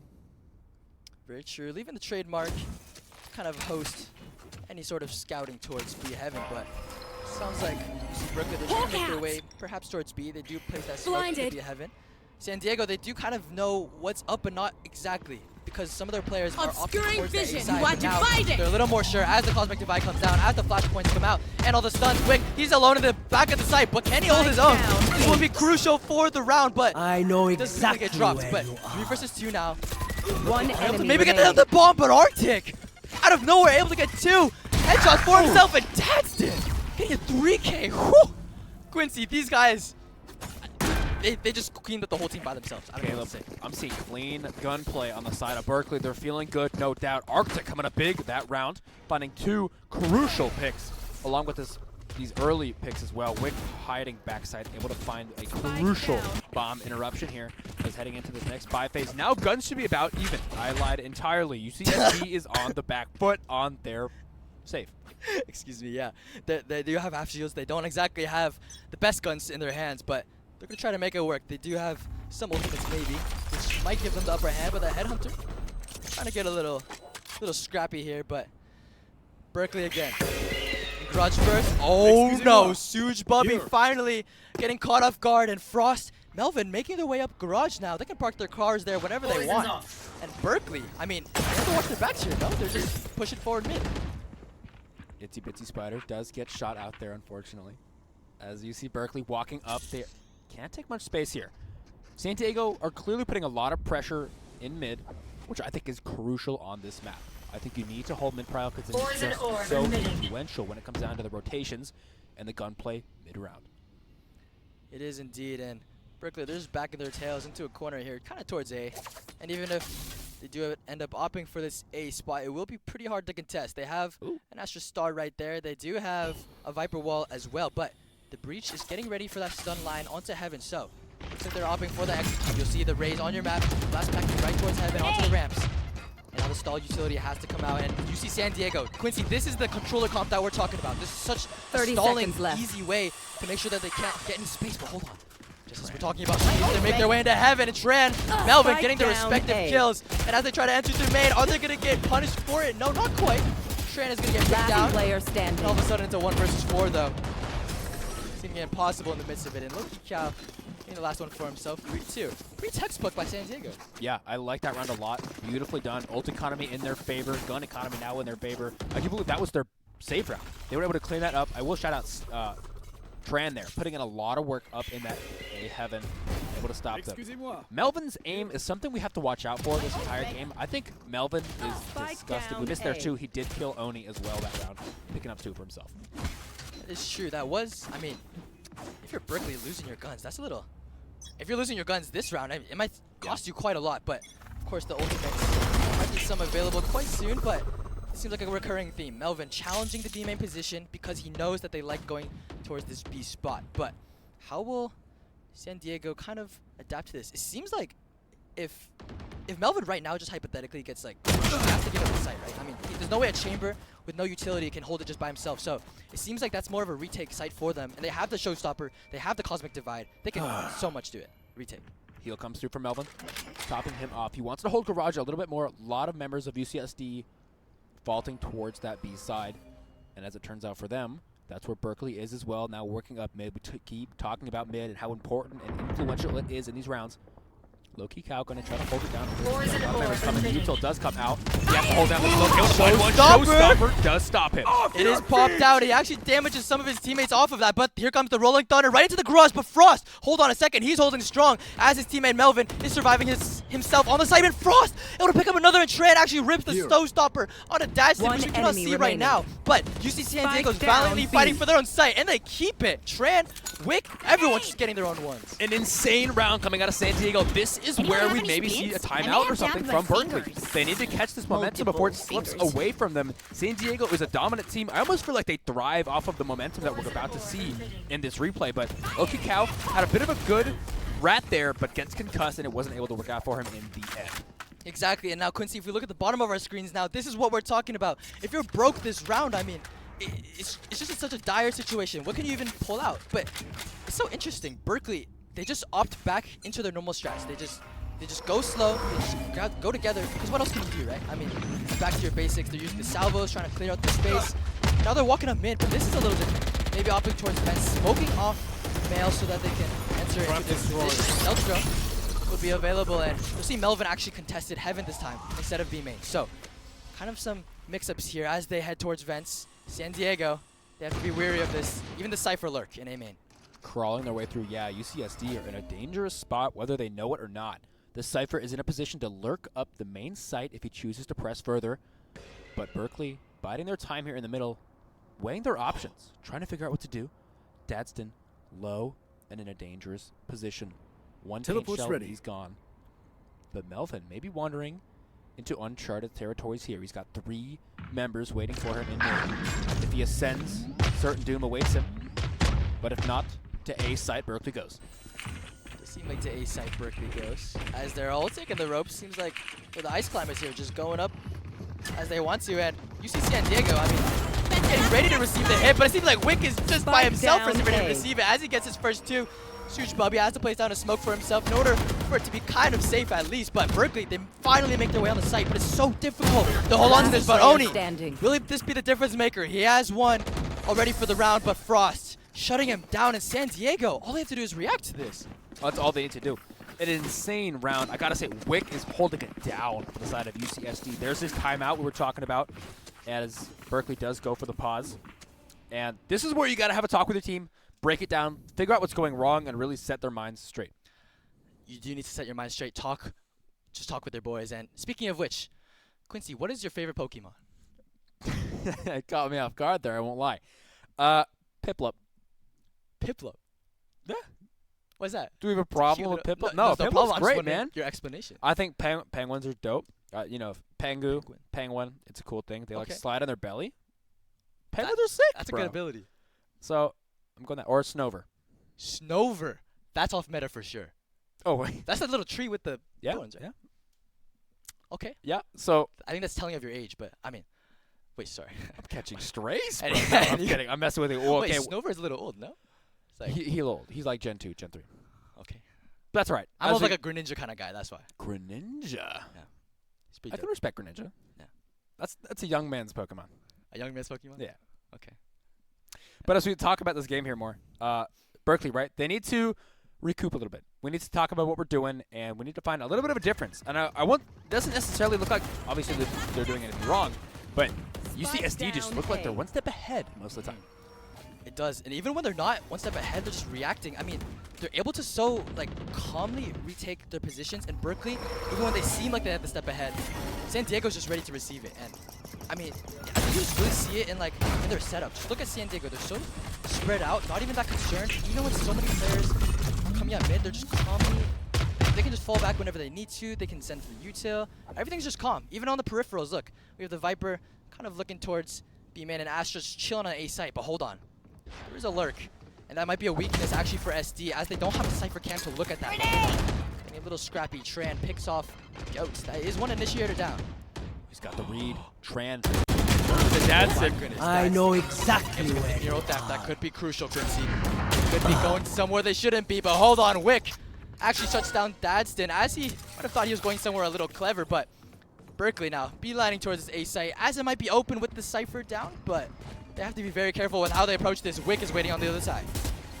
Movement towards A site is heavy. 3 members of UC Berkeley now on site. It's up to the post plant and how it works. Ladies and gentlemen, on your minimap, Viper is on what I like to call the mega flank. Planted for heaven, I do believe. So we're really banking on Oni here. We need Oni to live, but he's got 2 members walking in. He's got 2 on front, 1 in the back. Is this a little more money he can chew? Oni has to do so much, but he's just not able to. And now SD, they can just very easily textbook just clean up Arctic, as he's here on the site with only 1 flash to his name. Not a lot to deal with. And I mean, UC San Diego, they're just looking so solid, man. They're just letting them on the site even, giving them the ultimate orbs even. But they're just able to take the rounds, and the rounds are what matter, Quincy. Yeah, they're playing, I think, through mid extremely well. I think their ability to hold down mid is preventing Berkeley from rotating, from pushing where they really want to. They're being denied this heaven entry time and time again. They're trying, but UCSD's kind of here with the trades, and it's just going in their favor every time. Exactly. It seems like also adaptation is a big player in this. You saw Dadston able to sneak his way all up into, not halls, excuse me, ramp. But even being able to sniff that out, it was no big deal for San Diego, as they just did a simple real retake. So they're just proving again their composition with the controllers, taking the space that they need. Oh, but hold on. This operator might be in trouble. Melvin has a lot to deal with here, but getting a shot for himself and getting out the salvo. Just barely missing him. Oh, excuse me, it's tagging him up a little, but hold on just a second. Everyone's getting killed, not just Melvin, but Arctic. Able to get to him for himself, but everything's already in a dire situation. The Viper's pit was thrown down, but it won't even be needed, as Arctic, he's in a bit of a 1 versus 3. That's a rock and a hard place. Yeah, he was able to pick up 2 for himself there in the beginning, but he has to grab Spike, Got the spike. default back somewhere. UCSD have a clear numbers advantage here. It's a matter of Arctic and how he plays it. He can go back to A site. He can creep up mid and try to make something happen. But the way UCSD have dispersed themselves is immaculate. Immaculate. I like that word here. And Berkeley, if they want to be able to contest this sort of like retake style, this very crafty style, I mean, what can you even do? I mean, you can collect information, you can gather your ult orbs, but even when they get onto the sites, I feel like they need some sort of pressure to extend after they're able to get those sites. And that's definitely going to have to be one of their mix-ups, I think, involved kind of in their strategy. Even after getting sites, I mean, what can you do? And even now they're struggling to get on the sites. It just seems after you push through one rock, you have to get through another, and it's just so difficult. Speaking of rocks, I want to bring up Melvin. The chamber on this B side here has just been holding down Garage. I mean, he's got the clicker holding it closed. You cannot get past this man. But as I say that, we have the switch up. He's now holding mid. Berkeley switching it up. I don't think we've seen them towards A start in the beginning of most of these rounds. I don't think so either. And San Diego, they are actually starting 2 ramps this one instead of leaving no one there. This is quite different from both teams. Perhaps they're both feeling it about sparring a little. They're feeling the jabs, they're feeling the crosses, and they're trying to counter exactly where they are. Skydog actually sniffed out everything mid, and seems like the numbers are actually going to be towards A. The trades are very good for Berkeley, and this is finally one of the good side takes they're able to have. But they have 2 ultimates available for their disposal. Will they be able to use them effectively in order to dissuade? Armageddon can do a lot of work here if used correctly. The Astral Divide as well, but all 4 members of Berkeley on site. It's tricky to hold them down in this situation. The Skydogs do come out to try to hold something. Flash comes out as well. Goat having his first one. They're holding elbow like there's no tomorrow. Goat doing a fantastic job. Now one member remaining. Melvin with an operator. That's one. He needs a couple more. Headhunter by his side, but he's not gonna, he's changing his mind. Okay, maybe going for a little exit here and there, Melvin. But Berkeley, I mean, nice shot by Suge Bubby, and they're able to clean up that round. That worked for them, Quincy. What went well there? I think they switched it up. I think we haven't seen them go towards A side like that in these early rounds, basically ever. They keep walking into Melvin on this B side Garage round after round, but I think switching it up is like the key part of this VALORANT as a game. I think if you keep your opponents on their toes, the game becomes so much easier. So close. Exactly. Berkeley, they opted for that A push, but now they're just going back to where they're comfortable, maybe trying to get ultimate orbs for themselves. They do have that showstopper in one, but it seems like mid is the point of contest for them. And again, the peripherals are being washed, but what in the world in the wilderness? See, Bubby just picked up low-key cow. That means no wall, that means no smoke. And that does mean that Berkeley, they do have maybe a little more options here. But what will they do with it? They're still playing cautious, playing disciplined. Oni has an operator in hand as well. You cannot go towards this B side. The angle Melvin is holding right now on top of that box with the operator is perhaps uncontestable. You might need a guy cracked to take on a threat like that, and that guy might be Oni as he's marching a little bit forward. But the rest of his team, Cal marching into a vents. Seems like they are going vents, but that smoke actually very smartly placed. They could go into it, they could not. They have a Cypher camp to clear out the other side. I think they have a really good idea here that B is actually weak side, and all missiles away. Here come the missiles and everything to follow. The stars are following as well, and all of a sudden Melvin, just with an operator in his hand, has to deal with everything. He's able to actually leg Arctic, but that's not enough to stop the overwhelming inundation just going onto the site. Now, A site players have to come over, and it's a very dire situation for them. Only a Cosmic Divide is available for the ultimates. And it's looking difficult, but we've seen stuff like this before, Quincy. Can they pull this off, this 3v5 retake? The retake has to be clean here. They've got all 3 members Heaven. They have numbers to trade off themselves. Not the trading switch one here. Paint Shell's fantastic in the backside. Kobe gets knocked. Goes down, knocking some health on the well. Spam, hitting a couple shots, no doubt. But before I can get the words out of my mouth, 2 members of San Diego drop, 1 remaining. Okay, and Wick is the last one up here. He has 3 players to get through. That might be kind of difficult, especially when one has the one that can one-shot you. Oni just sniping him down, and Berkeley able to get some momentum here. 4-7. Last round in the half. 5-7 half. Need a drum. Not at all. You take that, honestly. Split is, I'm going to say it, I think it's defense sided. So I think you're happy coming away with 5 rounds on the attack side. I would agree. And with this controller comp, I'm really interested to see how this attacking works. I mean, Viper Wall is classic towards A, kind of like we talked about earlier, but this chamber and, I mean, Astra Viper, they're a little slower agents. Like, they can maybe sort of act as initiators, but slow will really, I think, be kind of their pace. Kind of like Snover. You know what I'm saying? Like, he just kind of waddles around. But he gets the job done. We do a little waddling around, Caleb. Like Piplup. You're just a madman. Like Piplup, indeed. 3 ults on the side of Berkeley. I'd like to see them make use of them sooner rather than later. Obviously, this being the last round, I got a feeling we're looking at an explosive side entry soon. Perhaps. It seems like they learned from last time. B site, they're ping in the close left corner. It seems like they do seem to like leaning towards this. And the Armageddon, he's at the ready, I believe. He has the lighter out. He's got the clicker. Anytime now would be good, but Trailblazer actually fights towards the market, and now, only now, San Diego able to rotate, but Melvin, we didn't even see it, but he just shot down Dadson. On the entry, the showstopper was actually ripped as well. Low-key Cow able to get 2 for himself, and all of a sudden 3 versus 2. You see San Diego, they have to make something work easily with the showstopper, and Tran, he ain't stopping for nothing. 8-4, and Berkeley not able to get onto that side. San Diego looking good here, feeling good too. I know these players are popping off right now. 8 rounds going over to them in the first half of this split map. As we take a quick replay at this in this slightly longer buy round.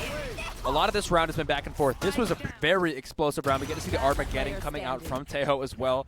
Unfortunately, missing Melvin there in the backside, but still, I believe, dissuading Sky from her duties. Right, and those explosive rounds, Quincy, I think they're rather, obviously they're going to be lacking in this game with these slower compositions, but I feel like, I don't know, both of these teams, it's a little coin flip when it goes into the explosive situations. So maybe that's why they're trying to avoid them, but yeah, just look at the spreads here. I mean, you see San Diego, they have the controllers on the opposite sides of the map from each other, with that classic Viper wall, blocking off any vision. And Berkeley, they're wary of this. They're contesting with their classic double initiator, setting up their raise towards A main, but players from San Diego, they are holding heavy. Tripwire waiting for them on the other side of this smoke. Gotta be careful about it. Haven't tripped it just yet. Oh, there's 3 members on the flank from UC Berkeley. I believe that's UC. Yes, UC Berkeley. Oh my goodness, but in the meantime, Sush Bubby able to pick up 2 for himself, but looks like Loki Cow, he's running from the cops. Here they come. They're running right on in. Can they actually put him in the handcuffs? They do. They shut him down, and all of a sudden, 3 versus 2. Berkeley have the 3, but the bomb is down. What's going to happen here? The magic has to happen from SD. It looks like they are going to be splitting up. Well, they're trying to come get you. Vision. Divide and conquer, you know what I'm saying, Quincy? Absolutely. SD have a little bit of time here to find Arctic, but they can't quite find it. That is a crucial kill for this round. If they were able to get it, it would have been a 2-on-2. But Melvin is going to be our last man standing here. Arctic takes the high ground. His team on the low does drop down. Explosion comes in, dissuading Melvin from here. Headhunter in the hand. Find the headshot on 1, unable to find anything more though, and the first round of the second half is going over to Cal. Cal getting their pistol. That's exactly what you want if you're a a Grizzly right now. One of the Golden Bears from Northern California, and that's 5-8. Berkeley, they're definitely not down for the count. They have fighting chances here. Look at the guns they're picking up. They're so dang confident. They do have that one judge that we've seen before. Dadson using that judge. I remember he used it in B Heaven, but these UC San Diego players, they do seem to like this B site. So probably locking that down. But again, look at this spread. It's so conservative. They're having players towards mid, safely towards A.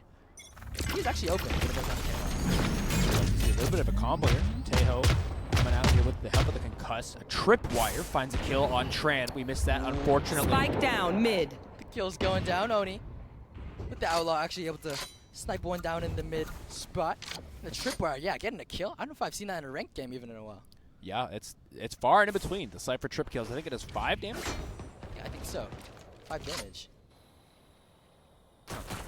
Sounds like that gives the vibes of like 25 cents kind of. Okay. 5 damage.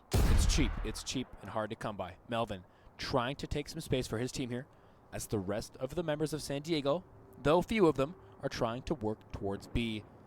A pick here would be crucial. They know Melvin is on this side of the map. They have the read though. Most of the members of Berkeley rotating towards B. Yes, indeed. And UC Berkeley, they are holding a lot of people towards this B side. They're very weary that it could easily be a B hit, but they're not worried about that at all. They're saying, hey boys, come onto our site, and we'll just retake right after, and there's no problems for them. They actually have to approach 30 now. seconds Cal left. Getting a little bit interested in where he's going, but they're quite ready. Huge Bubby has a Guardian in hand. Actually gets taken care of by Wick, but this is a desperate 2v4. Melvin Has to walk up mid here. Only has a classic in his hands. This is looking a little dire for San Diego, but they're probably thinking about future rounds right about now. 10 seconds left. Spike going down. Last Dash player taking care of standing. it. No problem for UC Berkeley. Actually, able to pick up this defending half quite nicely. As you were saying, Quincy, defender sided. Yeah, absolutely. The second round going cleanly for them. We do get a tech pause call in chat here. So we may be heading to a quick break. Berkeley looking good, feeling good on these first 2 rounds, but this next round really does need to go the way of San Diego. If it doesn't, that pretty much means Berkeley can go ahead and even it up. Does this sound right about right? 68. Very close. If I count on my fingers, 1, 2. That's very close. Close in number, close in firepower. Berkeley and San Diego, both of these teams seem to like the defending side. Yes, It's like the tech pause. Doesn't necessarily need to go through. Everyone's walking around nice and happy. So Oh, this is a nice right spot. on our Let's way. go there. San Diego. They need to figure something out on this attack. They're actually going to change up their spread. Actually, no, they're not. It's just about the same. If you're San Diego, what ultimates do you want here, Quincy? San Diego, What would I you like? really want Sky Ult. I think Sky Ult just gives so much utility in this round. Like, information is incredibly important. We are going to go ahead and go through with that tech pause. But, you know, if I had to pick one, I'm thinking Sky. I find a lot of value in it. I think it's just knowing where 3 people are without having to kill them first. Sorry, Cypher. Is rather fantastic. The tech pause looks like it's coming to a short conclusion here as we do go back to game in just a second. Watch this. Then we're back in. Snap of the fingers, Melvin. on my track. Right on out of there. No problem as Berkeley, they're trying to contest this A main spot, which Melvin's been trying to rat through, but in position, like you were saying earlier, Quincy, does seem to be a point of interest. Grant himself actually as a judge. Right here, able to take down the tripwire. Seems like trespassing on this land might just be legal as they're working their way through with the dog in front. We talked about controllers enabling plays like this, right? On split, you brought up Caleb. It enables things like these shotguns, like these sneaky plays. You can find yourselves in the strangest situations. Tran. Go get him. Close to multiple, but we've got the read with the Roomba. Hold on just a second, He finds the the Roomba! inspect.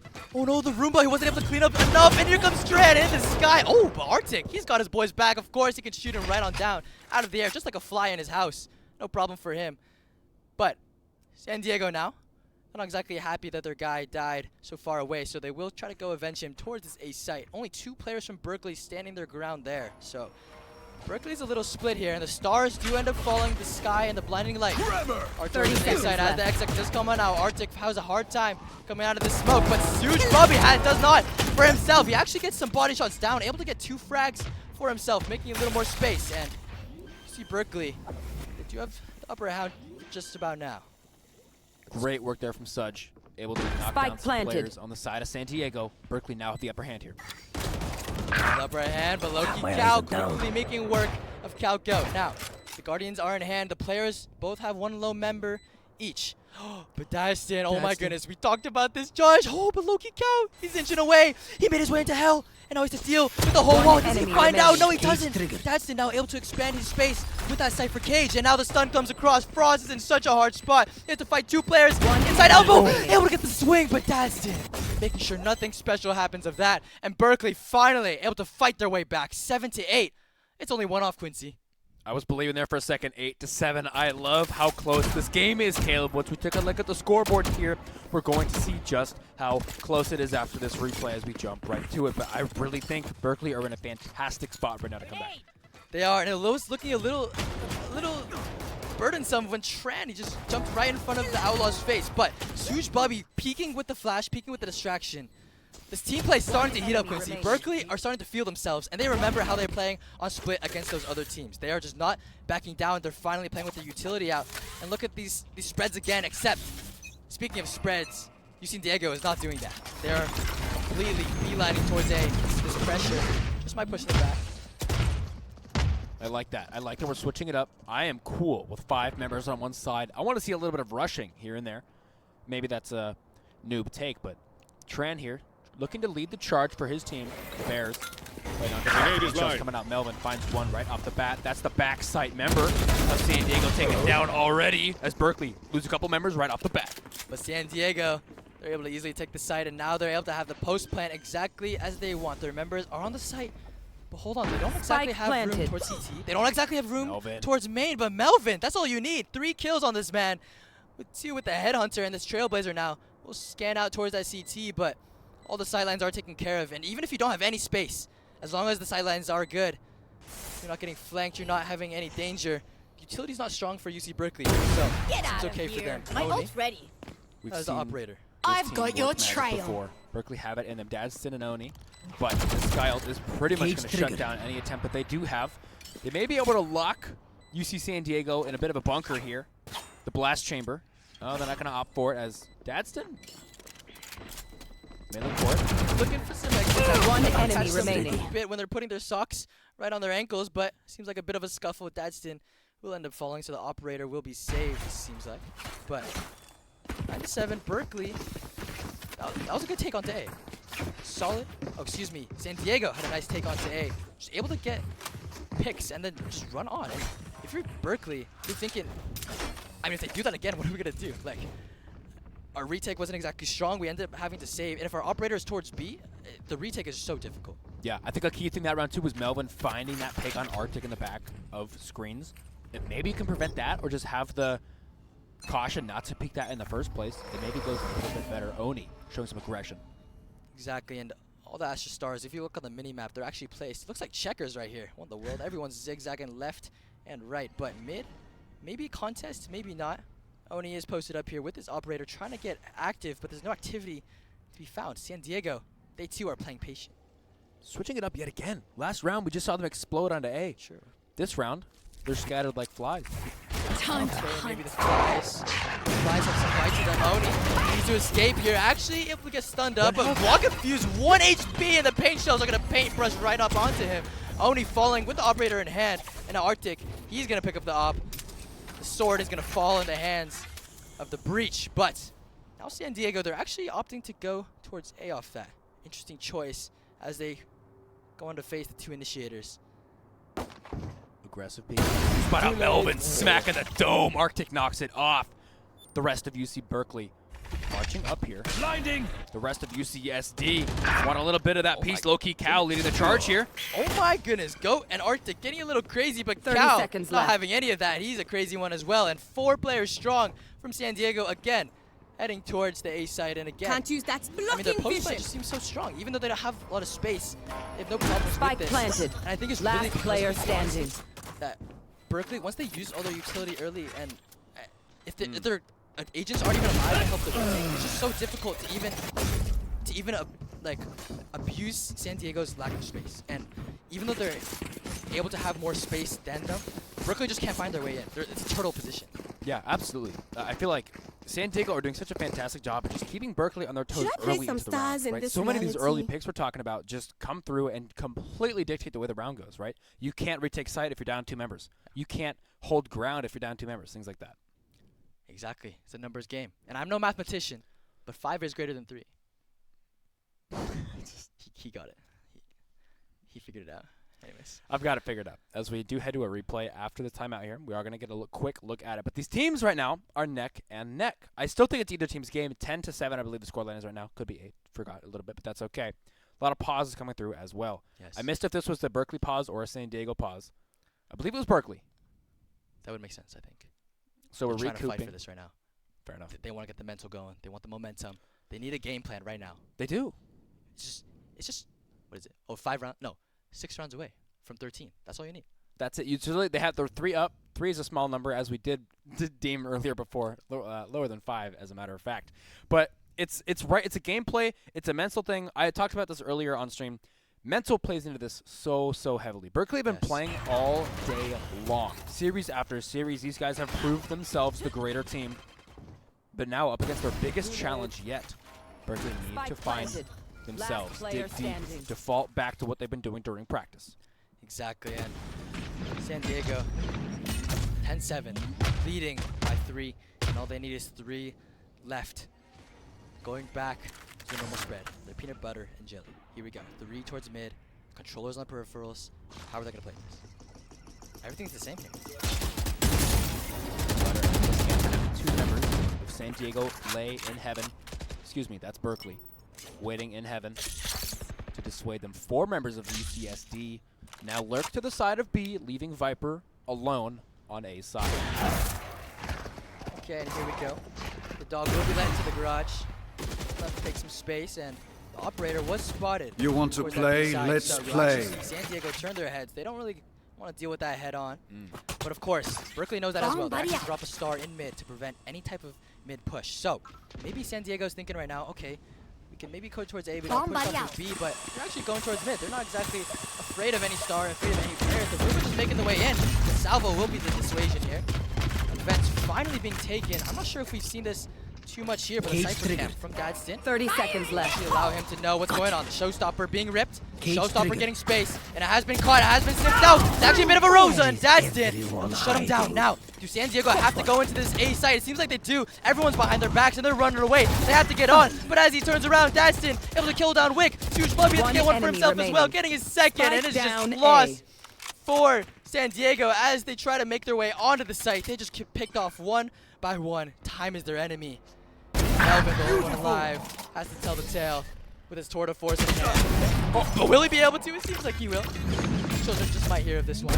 Okay, gets a little third. Melvin cleaning up some kills there at the end. Dadston on the side of Berkeley held that round down as that Cypher. Finding 3 kills, I believe it was, on site, was really the driving force behind Berkeley's win there. Dissuading things like the Showstopper was huge for Berkeley. That's the tempo we need. Exactly, and Berkeley, that's what they need. They just need the holds. That's what they're missing too. I feel like they were trying to relent a lot of sites and go for the retakes, kind of like they were earlier, but it seems like they're adapting. Dadston really had to make a stand for himself. As you saw, everyone shooting at the same time, and the Cosmic Divide was used. But it was used in a good way, and it seems like A site seems to be their choice again, as they try to go exactly where they were before. 5 members in the screen. Okay. 5 screens. It's 5 gamers behind their screens. Trying to make their way in. Judge is online. Loki now looking into that though. Diego getting the kills easily for themselves as they just watch what they need to. Through the smoke, through the Viper's pit, it doesn't matter. They get the kills and they're out of there with another round for themselves. And all of a sudden, Quincy, it's 2 rounds for San Diego until this game is over. Like a funnel into A elbow there. UCSD just kind of forced Berkeley to walk into them. They took the round right at the start.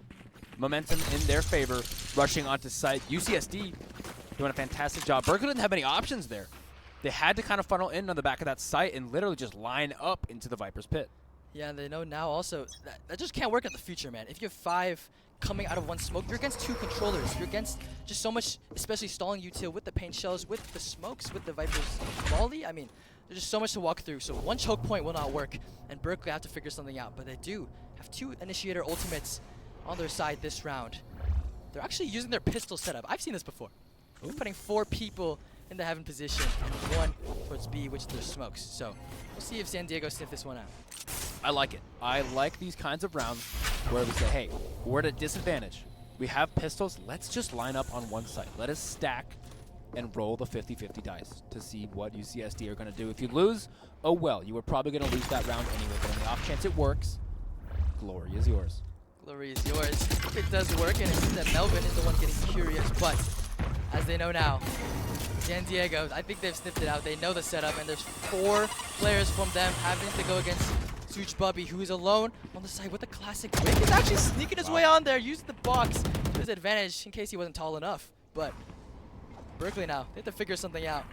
Spike planted. San Diego getting the plant down. Dadson does find one of his own. 4 from heaven. Dadson trying to find a little bit of damage. Tough at that range with the classic. The rest of the team making their way onto site. Goat finding the first one for his team. A lot of classics. Okay, but hold on to Armageddon. It is actually online. This perhaps could be a win, but Melvin making quick work of that. So not allowing him to remain in that heaven spot, raining down on his teammates, and Frost quickly just shooting them in the head, sending them down. San Diego looking strong on their match point of this game. They're feeling good. The Tritons, no doubt, smiles across their face right now, hearts pumping.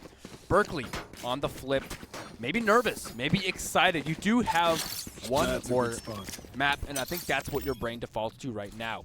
For the first time today, Berkeley are being taken down in a map. They'll be challenged, man. I mean, when David comes against Goliath, you can't count down David. You know he hit that rock. And of course, Berkeley, they have to defend what's there. They have to stand tall, but 4 rounds in this split map, it's not easy. Oh my goodness, so much flying at Trap you. destroyed. San Diego. I've got your They've seen this trail. stuff before. They've seen all the aggression. It almost feels like they have Berkeley figured out. Absolutely. A lot of members of Berkeley, speaking of, they're not done. They want into heaven. I like this. We're switching up the pace. We're marching forward. Tran, excuse me. UCSD marching into heaven. He does find one, unable to get that second. Caleb, it's looking good here. It is looking good, and the players, Concealment. as the dust settles, everyone's just kind of watching their own corner. Everyone's making sure no one's sneaking up, no one's going for a little ratty play. But speaking of a little bit ratty, low-key Cow has made his way onto the B site, knows that it's hold clear, and his boys, they're just waiting to pounce now. They're waiting for the call. They're waiting for the cues. Arctic the read! Arctic does know, and he takes him down, reading him like a book, making sure nothing gets behind his boys. And it still seems like B is the target for UC San Diego, as they will scramble their way onto the site. But here it comes, the Armageddon will be firing over, so B Heaven will be Berkeley's. And the space finally taken, and Berkeley, they have a good chance on this one. 4 versus 3. They do. They've set themselves up fantastically. They're scattered around decently well. Melvin, a bit on his own up here. Main has to be careful for Tejo behind him walking forward.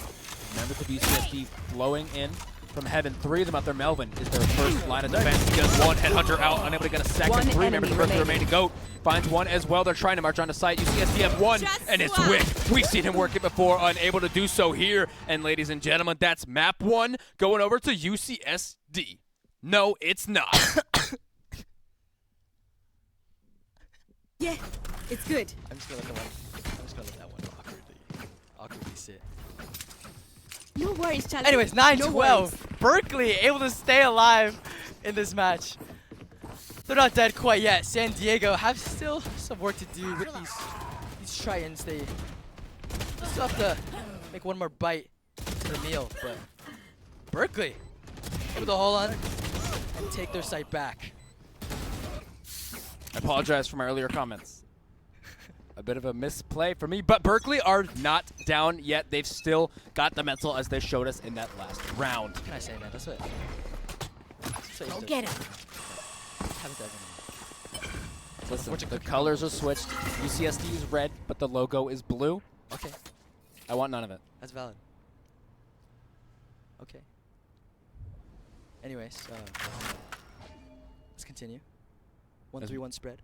3 mid. 2 on A. It's quite open. This point in the game where teams start getting nervous. UCSD want to pull the trigger and take the last round for themselves, but they're scared to because they know it's close enough to the point where if they do slip up one too many times, they give the game to Berkeley. Berkeley nervous themselves, no doubt. Oni, when you have this operator in hand, you know you can't be shaky. You have to be precise as a surgeon. Holding towards mid. Oh! My brain just... I'm happy for him that he hit that shot. Speak of precision. Honest. That was precise. 30 One seconds pick left. for the side of Berkeley now to work. Okay. Spots out 3 in Garage. It's up to him to slow UCSD down. Loki Cow makes his way on the backside already, followed by Wick. Frost still left in Garage, and Sudge has the drop here. Judge knocks him down. Swinging around, going over, and there's remaining. nothing to be had on this B side Spike for down, SD. B. Berkeley are holding 10 on to their seconds B left. side. That's where they're UCB, and they're able to hold on so tight. And Melvin, I mean, he has an operator, but what can you do when all your guys are dead? 12-10 after this round. Berkeley, don't count them out yet. They're No, still sir. alive. This is what they need. They need a little bit more momentum. 2 rounds is nothing, especially after we take a look at the econ here in the pockets of UCSD. And as we do look, they have an operator, but that's about it. Now is the big question. Do you save this round, see what magic Melvin can make, or do you force the buy? Looks like we're going Stingers. Okay. This means if they lose this, they're poor, and it may mean UCSB take it to overtime. Exactly, but San Diego, they're confident. They're willing to try to win this round, but of course they have another round to follow in case they don't. So it's almost like 2 chances here. Trying to go for a safer opt, and it seems like A side again. Point of interest. Berkeley actually trying to dissuade them with their classic double initiator information being shown towards A, but San Diego, they're not biting. The Tritons, they're experienced with the water. They know the worm on the bait is not exactly what you want it to eat, but they might have to figure it out right about now as they're exploding onto the side, but Oni Again, precise as ever. Low-key Cal's going to be Bomb falling. out. That's one of your smokes down. And UC San Diego now. They have to get onto the site, and they do, but Dastin, he's waiting in the wings still. Frost shooting him down. Quincy, it's a 4-on-3. Bomb can go down right about now. Berkeley find themselves up in members, 4 versus 3. UCSD have the showstopper available if they do want to hold this site down a little bit more. Astral Divide from Berkeley, not likely going to help us much here. As I say that, they drop it down, dissecting this site into 2 different ways. Tran pops the showstopper. He wants to find something, maybe a little bit of chip damage as Arctic marks forward. Melvin in the backside finds a 1-for-1, but the rest of UC Berkeley knocks a couple members down, 1 versus 2. Tran, Goat, the last man standing. He has an uphill battle, finds the first, and that is all there is that she wrote. Berkeley are making it happen, Caleb. Berkeley are fighting, and they're running them over. They're easily just, maybe not even easily, but they're making it work. They're able to get in there, and finally, they're abusing the lack of space that San Diego are able to provide with their lack of utility. Honestly, they don't have a sufficient amount of flashes or even like damage utility to just fight against Berkeley. And when they're stuck and they don't have a Viper, they're just running out of space, running out of options. And Berkeley now, they're starting to read what UC San Diego's doing. Absolutely. They have found the money to buy full rifles on the side of UCSD. Ladies and gentlemen, match point for these teams. Berkeley need to cinch out this round and take it to overtime. They want it. There's no doubt about that. Tejo coming through with the salvos, forcing Melvin to TP out. Oni marching forward. Oni's marching forward, but he might be marching right into an ambush. There's 5 players here waiting around the corner. I think he knows it too. He has 2 satchel packs just in case he needs to bail out. And Dog does come through. He knows that Sky is near. Cosmic Divide showing some signs of life of an attack. San Diego trying to make their way on. The trade's going down. 4-on-4 still. Respectable numbers. It seems like the site is easy for the taking, but Quincy will not be easy to hold on. That's for sure, as we've seen in the past. Tran wants in. He's going to take this backside. It is clear we can get the bomb down.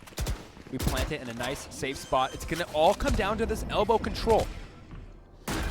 There are 3 players in screen. I've got your trail. Before Berkeley, they haven't been exactly able to make it work through this screen spot, and they have a star there. They have paint shells, and surely this is not going to go so well. Wick also in such a crazy spot. He's had to put their pants down. They're not able to look both ways at once. Enemy With only 2 eyes, and Tran shutting them down. And UC San Diego will be taking Attackers map win. number 1. Split is gone, and Berkeley devastated by this loss. Crucial. 1-0. Crucial position there by Wick. Love that he had the mentality to sit there. They had the pincer. Elbow is so hard to retake on this map, Caleb. They held it down well. UCSD claiming that first win. Well deserved. So well deserved. And that's a close game. 13-11. About to enter an OT. We thought we were about to see something even more, but I mean, I feel like that really well lays out the rest of the series. I mean, these teams are scrappy. They're playing so precisely, and they're just, I don't even know what I'm saying, to be honest. We're just watching VALORANT here. Listen, that's all you need to know. As long as you're saying what you feel in here, you're doing it right. Because this is awe-inspiring gameplay we're seeing right here. Berkeley all day have been the ones in control. Now we get to see how they respond when they're on the back foot. UCSD, I know those guys are popping off right now, as confident as they are. And that's what we love to see. The energy coming out of this game, I'm sure, is amazing. It's hard to find words here. Yeah, no, it's... We just have to wait for the next game. What do we do while we wait? Shoot, I don't know. I'm not wearing a watch. Are you? Oh, I know what we can do. What? We could go to a replay. If we could, like, should we do that? We should do that. Right about now. Oh. Let's just watch this. Game. Such an explosive start. We remember UCSD. Pop-off moments. remaining. John Wick right here. Out of the ceiling, just finds 3. Frost even through the smoke. Finds so many.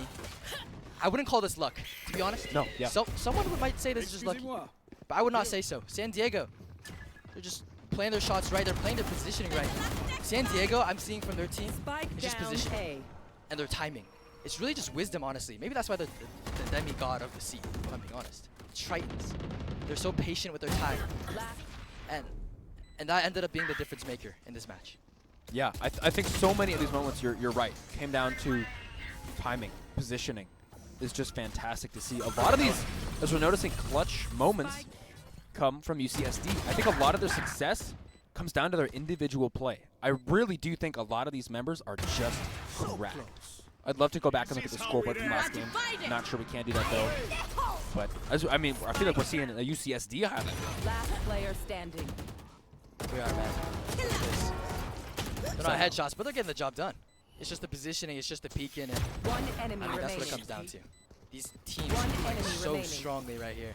And this, I mean, when it's the last battle of the day, maybe the last of your life, I guess, in terms of its context is. One enemy But remaining. these teams are fighting so hard, and this is all they've got. Throwing it at each other, just going at it. And this is what we love to see on VALORANT at UCEI. I love going through the replays, and you watch as just the score lines of both teams increment slowly together, and you know how close it is. On top of that, I mean, Melvin's a demon. He is. I mean, he peeked there, but he can hit the shot. You know he can. All these players, like you're saying, man, they're just cracked.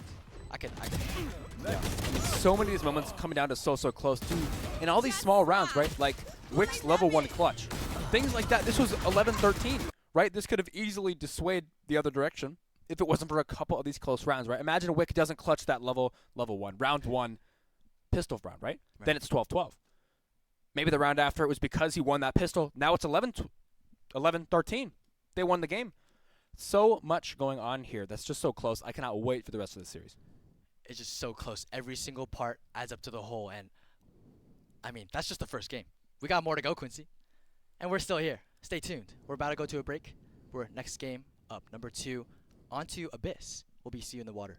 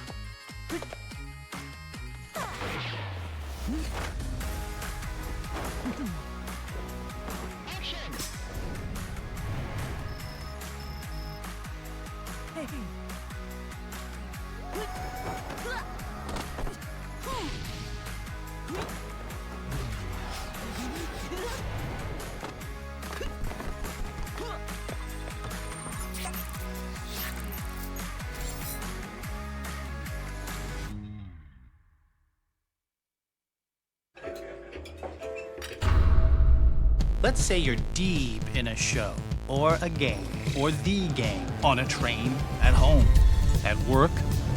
Okay, maybe not at work. Point is, at Xfinity, we're constantly engineering new ways to get the entertainment you love to you faster and easier than ever. That's what I do. Is that Love Island?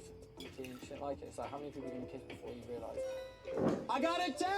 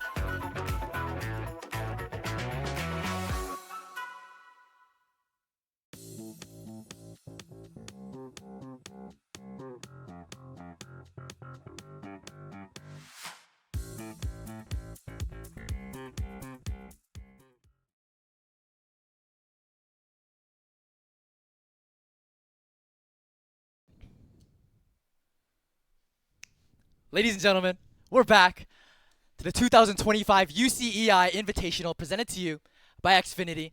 I'm Caleb Giaio saying, again, joined by Quincy PhD Stokes. Oh, there it Got is. it this time. Well done. Thanks. And we're back. It's going to be game number 2 in a series, the grand finals, mind you. UC Berkeley against UC San Diego. Quincy, we just saw an absolute bloodbath in the first game. 11-13. That's Yeah. a close game. 11-13 going in favor of San Diego.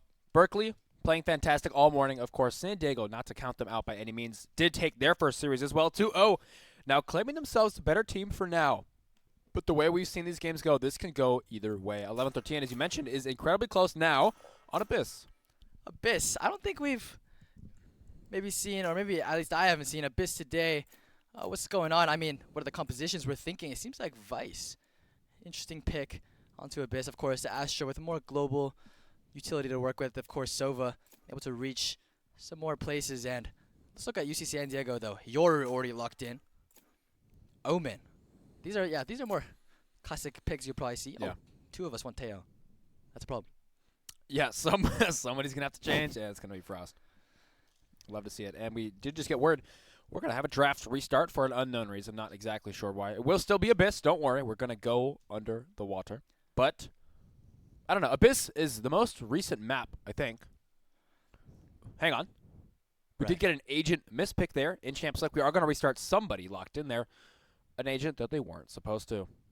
Interesting. Making things interesting. Exactly. That's what these players are here for. Just giving us a show. Making things interesting. Who do you think it was? Ooh. I mean, we only saw like 4 or 5 agents. I feel like Melvin. I don't know. Melvin, to me, screams like, listen, I feel like I've been talking about this guy all day. I feel like his aim is insane. We did just get word it was Oni. My pride is apologizing and or trolling. We're not actually sure. We'll get word to you guys shortly, though. It really doesn't matter that much, the specific player. I don't know what's going on. I'm just ready to watch it. I'm just standing here Abyss. talking a bit. Abyss. We're on Abyss. We haven't seen it today. You're correct about that. It's the newest map, if I'm not mistaken, with some wacky new mechanics, like falling off of the map. Falling off the map. It does hurt a bit. Yeah, it's a big fall down there. If you see it, it's like jet updraft, or can slow it down, rather, by like 45 seconds. You've got quite the fall in front of you when that does happen. It won't come into play that often. We do have things like Danger and Secret that we can see a little bit of movement around, but it's really not a factor in the game at all, pretty much. You did just get word players are back in as well. Okay. Speaking of big falls, I mean, Big Falls it's certainly a big map. There are just so many long sight lines. There's just a lot of meters. Just there's a lot of distance. That's the term. There's just a lot of ground to cover, and so you need really agents that can, first of all, deal with these deal with these long sight lines. Of course, Sova is able to. It's kind of reminiscent of Breeze. I feel like a little bit, at least. The mid is such long angles, and yeah, you just have some tight corridors. But of course, it's gonna come down to a lot of the movement, even in Omen and Yoru. These are two agents that can maneuver quite well. They have teleports. Yeah. They have ultimates that can traverse quite long spaces. Yeah, it's a big map. It is. Abyss is a lot of empty. I like what you said about it being Breeze. I know that there is just a lot of empty space, right? It's a big contention point. It's big, and there's a lot of open space. Now, I know what you're thinking. Why are we looking at the casters again? We got word a computer has frozen. Everybody's been talking about how we've gone the whole day without any tech issues. Oh, have we got some tech issues for you? Yeah, everything just froze. I can't not smile. I'm not good at that. Bro. I can't do it. It's okay. That's why we talk. We're not like actors, you know. Like, right. We say everything that's real. True. We do be real. Almost as real as our main topic here of tonight. Ladies and gentlemen, if you were viewing yesterday, you may have heard of a little something called the MSI MVP. Now, the MSI MVP is a player chosen from this series, winner or loser, by the casters to be deemed as the MVP. This MSI MVP gets a little reward. I'm going to go to the basement to grab it. Meanwhile, well, I'm not sure where Quincy went, if I'm being honest. We will be presenting something at the end of the night. Oh, he's back. Oh, what do we have here? So this is our reward for the MSI MVP. That is a brand new MSI Claw, a Windows portable device to play all your favorite games on. And the MSI MVP will become the proud owner of that there box by the end of the night. And of course, the bragging rights, the boasting, the champion. The champion. That's all that really matters. This is actually just an empty box. I don't think you're supposed to. I don't think you're supposed to tell him that. But oh, is that not in the script? Oh, don't mention that it's an empty box. I had missed that I actually part have no originally. idea if it's empty or not. You, if anything, you could be lying right now, but I could be. You seem like a trustworthy man. And we just got word that there's a little more stuff going on stage. I'm not exactly sure what's going on, but we do have a bit of mishaps, but that's no problem. We're here enjoying Valorant, so. Yeah, I mean, I don't know if it would be a night of Valorant without some issues here and there. Valorant seems to be a bit more of the mischievous game, if I do say so. But for realsies, chat, the MSI Claw A1M, I believe it is, something like that. I couldn't tell you. But is the reward here. It's a big deal for the players. It's an expensive machine. It's fun to play on. So, bragging rights as well as the Claw A1M. The prize, but as we stall right now, we're actually going to go to a break. So, we'll see you in a bit in game number 2.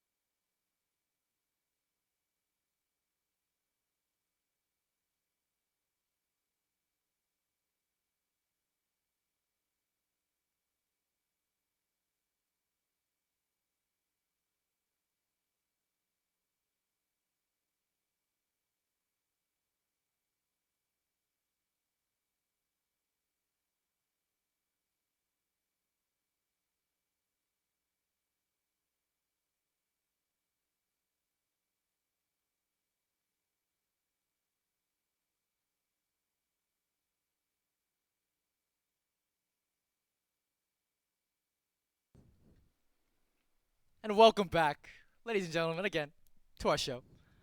To the 20,000... Sorry. Welcome back, ladies and gentlemen, to the 2025 UCEI Invitational presented by Xfinity. And we're going right back into the game. Back into the agent select. Let's see the real agents that are going to show their faces here, Quincy. I want no frauds here. No frauds, only real stuff. No phonies, real guys only. What are we seeing here, Caleb? I mean, aside of UCSD, things that we're expecting, double smokes, 2 smoke agents, Omen and Astra, and of course, we were talking about that Sova Yoru, able to cover long spaces, and on the side of Berkeley, we are going to be seeing that Vice, and of course, the double smokes again. So, the main difference in this comp, I think was that Vice. Yeah. Yeah, Vice and a Jet on the side of, I believe it was, Berkeley. Could be mistaken. I won't even say that, actually. On the side of one of the teams. And neither Jet nor Vice on the other. Double controller, though, being a reoccurring theme here. Yes. So we saw earlier, UC Irvine opt for the double Sentinel very often. I believe we saw originally UC Berkeley opt for the double Initiator. Yes. So coming off a little bit, going for that double controller. Do you think that's because of the map here? Certainly because of the map. Okay. The sight line's so important. I mean, refreshing the smokes. I mean, also, if you watched a bit of VZT World stuff, China really likes using double smokes. They like to stall stuff. They actually smoke themselves off in order to get space, which is quite an interesting concept. But Astra and Omen, they do have refreshing smokes. Astra maybe not refreshing like a cooldown, but Omen, of course.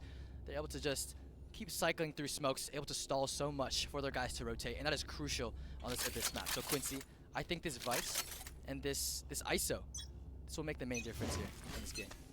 Absolutely. Ladies and gentlemen, this is the beginning of Map 2 of the Grand Finals for the UCEI Invitational 2025 presented by Xfinity. Right off the bat here, 5 members strong of UC Berkeley walking towards A. Here we go. Chrome actually going to be taking the first contact. Seems like revealing area. Spike planted. For this one, playing the Yoru, but San Diego on the back foot here in this first round. They do have to retake this site. They're going to try to do it together. Hopefully to some avail. Bit of a fight. Oh my goodness, a bit of a mishap. Wick catching Suge Bubby actually with his TP out. So, equalizing the numbers, making things a bit interesting. Here comes the paranoia. As they enter the site, the ISO going to be stepping his way forward. Everyone's in heaven, everyone's raining it down, but like Berkeley able to fight a little bit back, but Melvin on the ISO this round. And we're going to try to make something happen. Melvin looking solid, getting a 3K for himself, and SD, they're starting this with a strong start. Wick seems to prevail every single time in these pistol rounds with the help of his teammate ISO. ISO is not somebody we've seen throughout the day very much at all. Melvin piloting that for us today. ISO's an interesting pick. What are our thoughts on ISO, Caleb? That's exactly actually what I was thinking. I mean, ISO, he's good in more of those chokes. He has the undercut for those vulnerables. He does have more space. And as you'll see, he executes like those in the replay. Like, you need more space when you're attacking. And it's just really difficult when there's so many sight lines to look at. And maps like Icebox, map like Breeze, you need space. And Abyss is no different. You need a lot of sight lines to be cut off, and you need to control space. But here we go into the second rounds. SD have the better guns here. Absolutely, they do. Phantom in hand of Melvin. Sightlines across the map are in control of San Diego for now. Gun advantage coming up huge here. Nobody paying much attention to mid. Both of these teams, I should say, Berkeley, kind of just waiting for members of UCSD to push forward, but San Diego are not giving it to them. Yeah, and as everyone is kind of quiet right here, we can maybe talk about the Zero actually taking up the space. If you actually saw towards the beginning of the round, he broke the doors and was actually able to send his TP down the ledge over to that B heaven spot. That's definitely something you cook up in the lab, because right here. now 3 players Scanning ahead. present at B at the same time, but you have 2 holding mid. Deploying drone. 1 at A. So enemy they have mark. to figure something out here. They're gonna be sniffed out towards this mid position. Ross with some great info there, thanks to the Owl drone. Recon Arrow did not find anything. 25 seconds, he'll try again, but now the members of Berkeley walking towards the A side. 3 members of San Diego in wait for them. Just waiting for this entry to happen. They've got answers. Remember, San Diego have the weapon advantage here big time. 30 seconds left. We'll see 3 pings actually precisely going onto the A site. That's exactly where the stars are going to be going out. Maybe a little concussed, a little suck here and there, but they're actually going to make their way on the site. They don't have strong guns for themselves, but they do have the sight at least, and the paranoia will be going out. Spike planted. Loki Cal's the first one in there. The trades are already going out in Berkeley. They're actually holding strongly to the site. Oni and Goat able to get classic kills for themselves, and Melvin now having to do work. Puts on his shield, making sure he doesn't get hurt, but he does have a Phantom, and Oni Phantom at that. And he has to try to make something work. Gets another 3 to smoke. The 2 players right out of the corner. One has to jump, one has to make the shot, but the shield is still good for Melvin. And now they're just going in, baiting for the Phantom, and Wick running him right over. San Diego grasping that round from the jaws of defeat. Melvin and Wick. This might be John Wick and John Wick's dog. I mean, these two are just wreaking havoc on the side of UC Berkeley. And as we look further into these rounds, I got a feeling that's going to be a reoccurring theme. These two are just, time and time again, proving so good. They are Melvin and Wick. Who else? Like bread and butter, the only 2 alive in the world that could save the round for San Diego. And that's ISO Quincy. We're starting to see what it can do. Yeah. He has the shields, and I suppose it was against a Thrifty, but I mean, it's able to take duels, engage, re-engage whenever he needs to. And that definitely seems to be one of the take tools they have when they're fighting back. Absolutely. I mean, San Diego needs to, excuse me, not Berkeley need to be the ones to hold them back here. This is Berkeley's buy. We need to see a little bit of gunplay coming out from them. If they want a chance at taking down the Tritons, they need to make something happen soon. They're trying to do so through mid. Such Bubby. Vandal in hand with a little bit of spraying. Some info coming out from Arctic as well. Owl drone up north. Unable to find much for now. Unable to find much, but you can see both teams, they're just slowly feeling out this map right now. Trying to see where they can place their smokes. Trying to see where there are weaknesses, perhaps, in the defense and even in the attack. As both teams kind of just sitting around. Again, there's a recurring theme we actually saw in Split as well.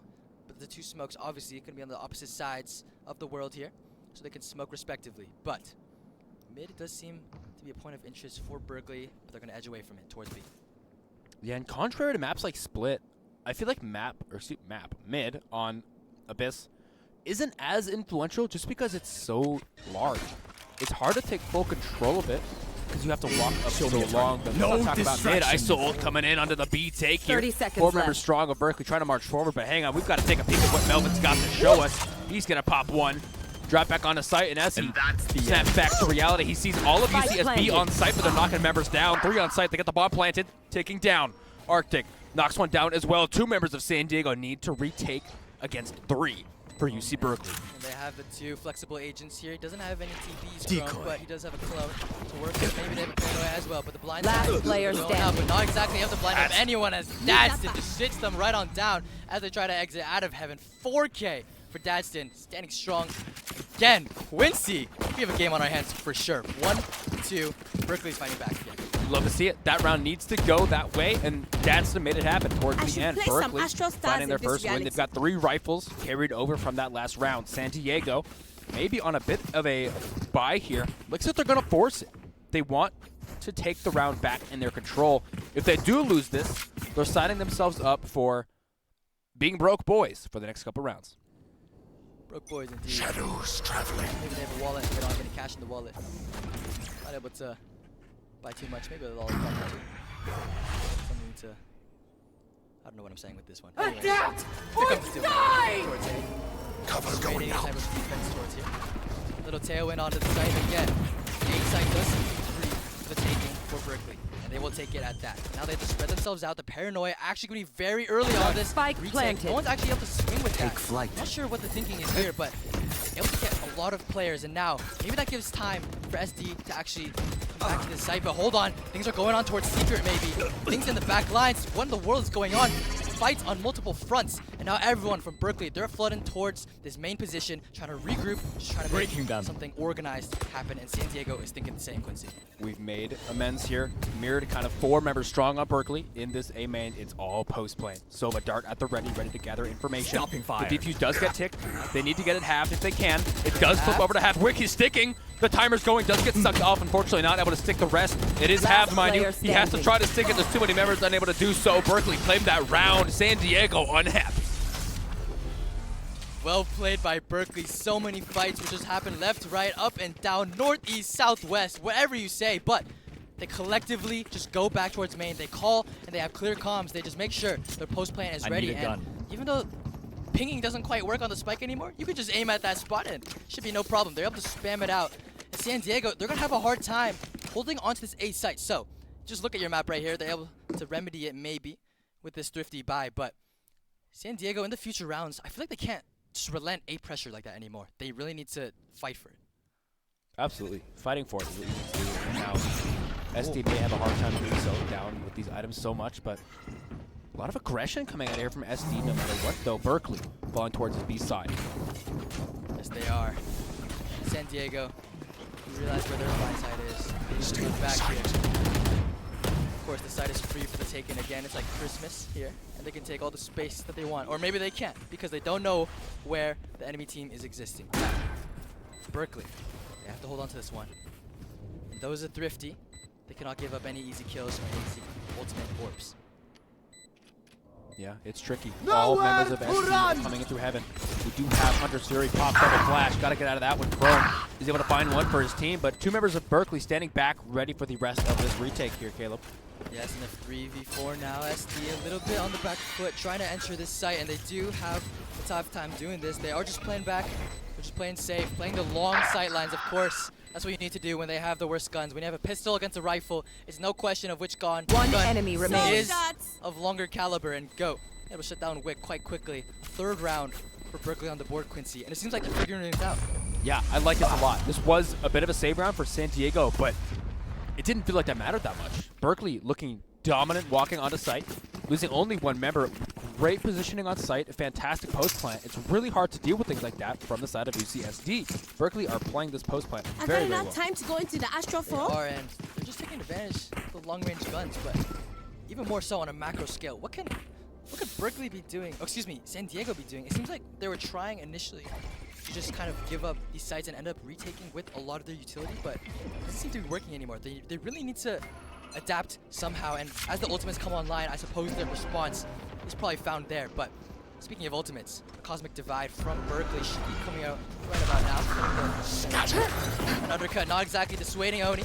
He's making his way onto the site. And as we slice through, Oni trying to find his way on. Goat has to get this plant down. This is the start of the end. Arctic finds a cheeky little shock dart onto Wick as the round goes on. Berkeley in full control of this site. Members of San Diego just dropping like flies, and it doesn't seem like they have the manpower or the means or the guns to do anything about it. 5 members of Berkeley standing. San Diego down to 2. You'll even see this in the backside. Daxton, oh, he got caught, excuse me. Dadston got caught in the backside, but quickly dealt with. But even so, San Diego, they're having a hard time. Whenever their site is taken, the site is just gone. They're having a hard time retaking it, and they really need to find out how to hold on to their own possessions and really just take up space, fight for it. When you love something, man, you fight for it. You know what I'm saying? You just got to go in, and you just got to throw everything out there. Oh, ladies and gentlemen, apply that to life, please. We're fighters and lovers. Lovers and fighters. Take what you want in life. That is the moral here. And Berkeley want this game. The grand finals, as we do go into a timeout here from Uninside. If you're UCSD right now, you're coming off of a long streak of wins and a long streak of feeling good throughout the day, and now maybe for one of the first times you find yourself down. What are you telling your team right now, Caleb? It's been a long day, man. It has. But we're together. That's what we have. I'm not a very emotional guy, but this is what we got. We got to work with each other, our guns. We know this map. We've been here before. Backs maybe against the wall, but we're fighting. Just like dogs fighting back. Just I don't like know what dogs. I just making it silly. No, absolutely. Yeah, no, I like back against the wall. Maybe feels like that. Absolutely, right? It's taking back a second. You're thinking, "Oh my goodness, this is losable," right? You can't get complacent. You can't just be okay with where you're at because Berkeley are taking this time and they're striking back. They are, and they're making this map work. The initial 2 rounds, they went away. But they're not exactly having that swayed them from reaching further. And now they have 4 rounds, and they have a lot more to work with. It seems like they have ideas now towards mid. This is something they're maybe even thinking of. They were hitting more towards sites, but now mid, perhaps somewhere they can find a little more for the treasure. Absolutely. I think a lot of it is this map. It just really does seem like Abyss is such a attack-sided map. This post plan, or I should say retaking rather, is so difficult to team, especially on this B side. Unaware of what we can really do, and clearly haven't been working out with UCSD in the past. But as we take some space mid here, Chrome trying to hold back the slaughter that is Berkeley, as for the first time we're showing a little bit of presence mid. Yes, we are 5 members Back strong. soon. Towards here. Going for a bit of aggression. You'll see the smokes going down, the Astra and Omen smokes. Dropping right on next to each other. And now, first time, scaling up towards mid, and it seems like UCSD kind of an idea of that. Chrome, into the back line, seeing what colors he can find. The Hunter's Fury is actually going to use in combination with that, with the vision, but not going to find anything. And that's actually kind of a dire loss. That's 2 ultimates, Quincy, that are down for San Diego, but I guess that dissuades a little bit of Berkeley's tempo. But now Loki Cow, he's on the front, and he has to be ready for this. If he can get the early read, give his team some time to rotate. We're gonna see some early 30 seconds here. left. Gets shut down by Sudge. Now the rest of UCSD sirens are blaring. We need to get to this A site because Berkeley's gonna plant, and we're gonna be looking at the exact same situation that we have been the last couple rounds. Yes, it just seems retake after retake, and what can they do this time that's different? They're not gonna have Omen now for the smokes, or mainly for the paranoia. But hold on, Frost is equalizing. He has a garden in his hand, and that's not gonna stop him from popping Oni's head right on off. But hold on. Type of swing is coming together, and Arctic actually able to get one as he jumps down. Melvin securing his life as well. Has 1 bullet in the chamber. And actually has no distractions right in front of him. The kill contract has been assigned. One enemy remaining. Not quite. That was a major one for this round. And Goat, he's all by his lonesome, and the Cosmic Divide is just so impossible to deal with. He doesn't even know where he's looking. And Wick is just going to stick the defuse. And finally, San Diego have a response in this round. 3 ultimates expended for it. Quincy, that's what they need to fight back. It was an important round. They had to win that one economically. They went for the force buy. They bought like 3 Guardians going into that round. If they had lost that, that would have spelled it almost disaster for the rest of the half. I think that was a fantastic replay. Melvin putting in a lot of work as well in that round with, of course, the 1v1 here on Dadston. A kill onto the Sova as well, who was flying in from the sky.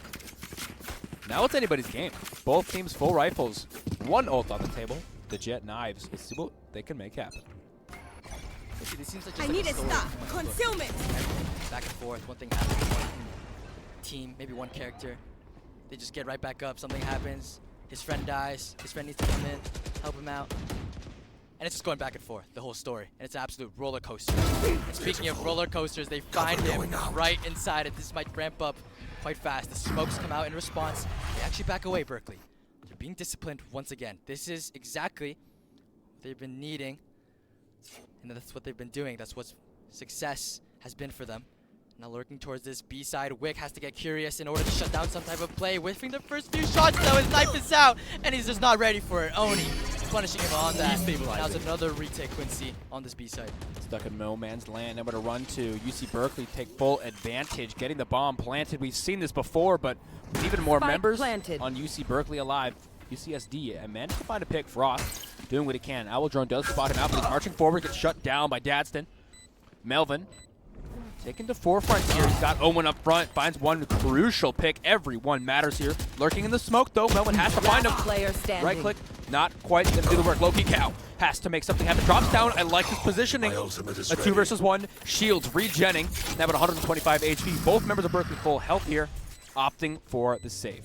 Yeah, I mean, you just have to get out there. It's so difficult when they're just playing long angles. You have to defuse a spike, watch where they are. There's 2 guys, I mean, and there's only one of you. What are you going to do? You only have one set of eyes. And really, San Diego, yeah, Quincy, I feel like the name of the game is defending the sites. The retakes are just not working out for them. With these long angles that Berkeley are able to just set up for themselves. And with their utility, they have Sova shock darts, they have the gravity wells. They just have everything at their disposal in order to delay these retakes. And so, San Diego, they have to hold on.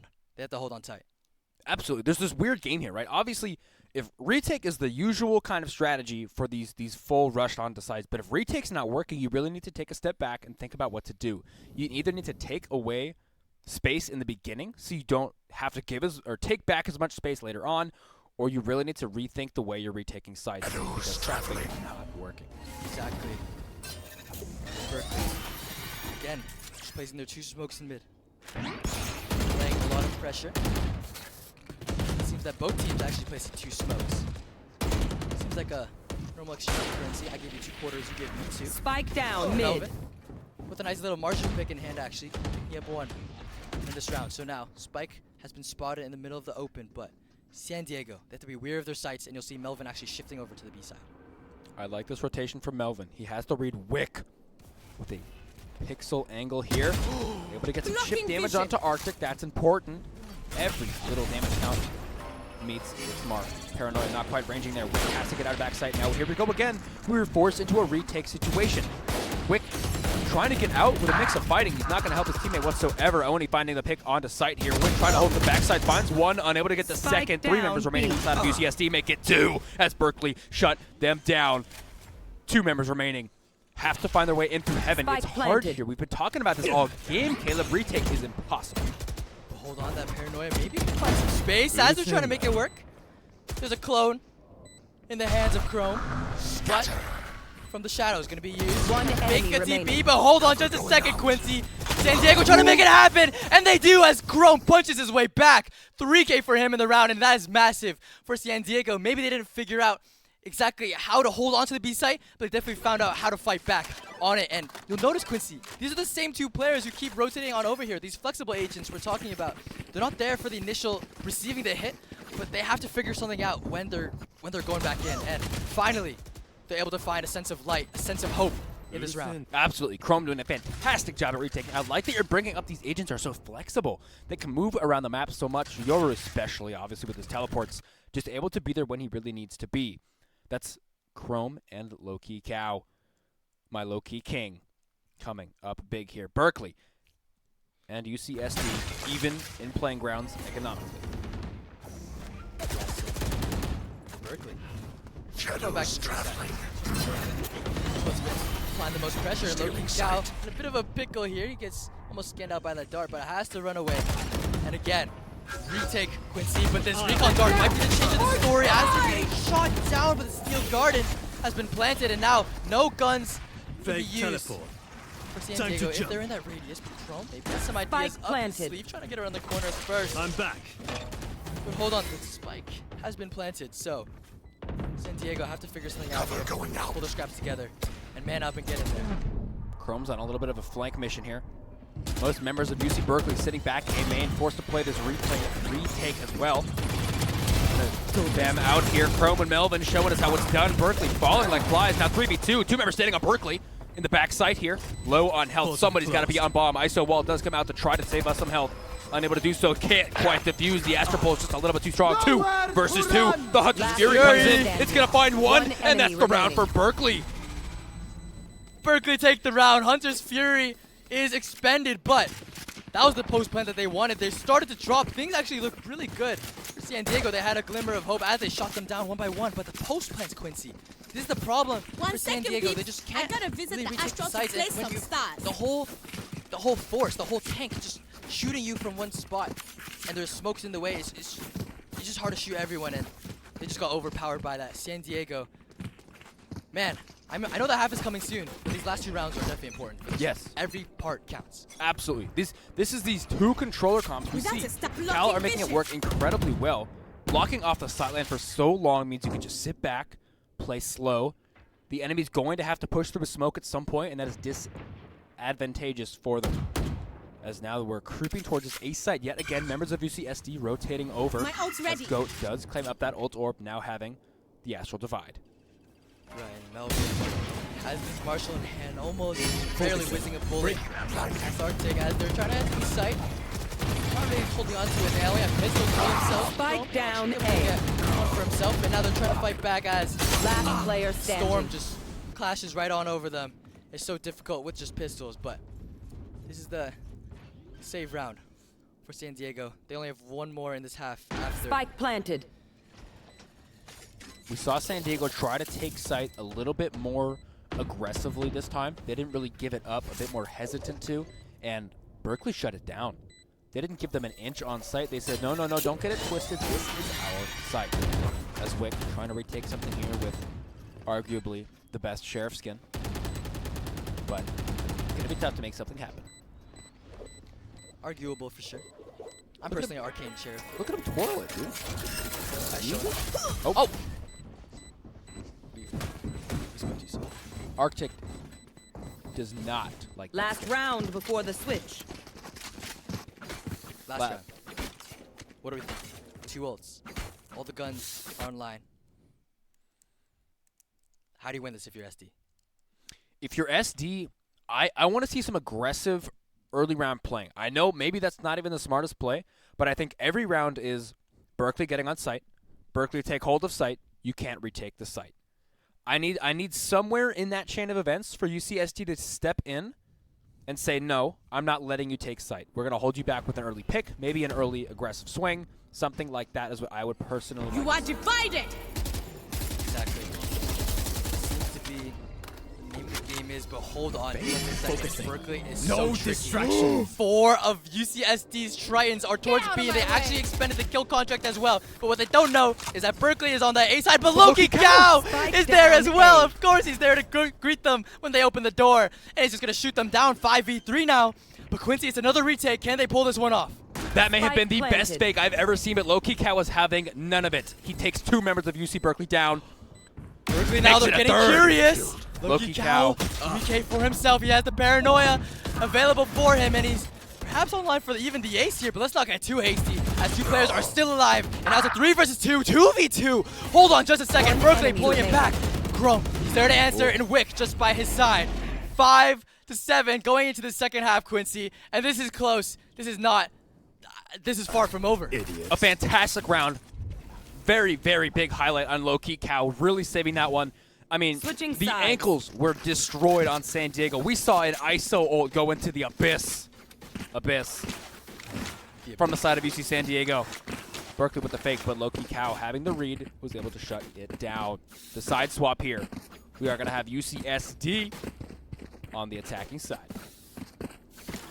Let's play that Abyss. Thanks.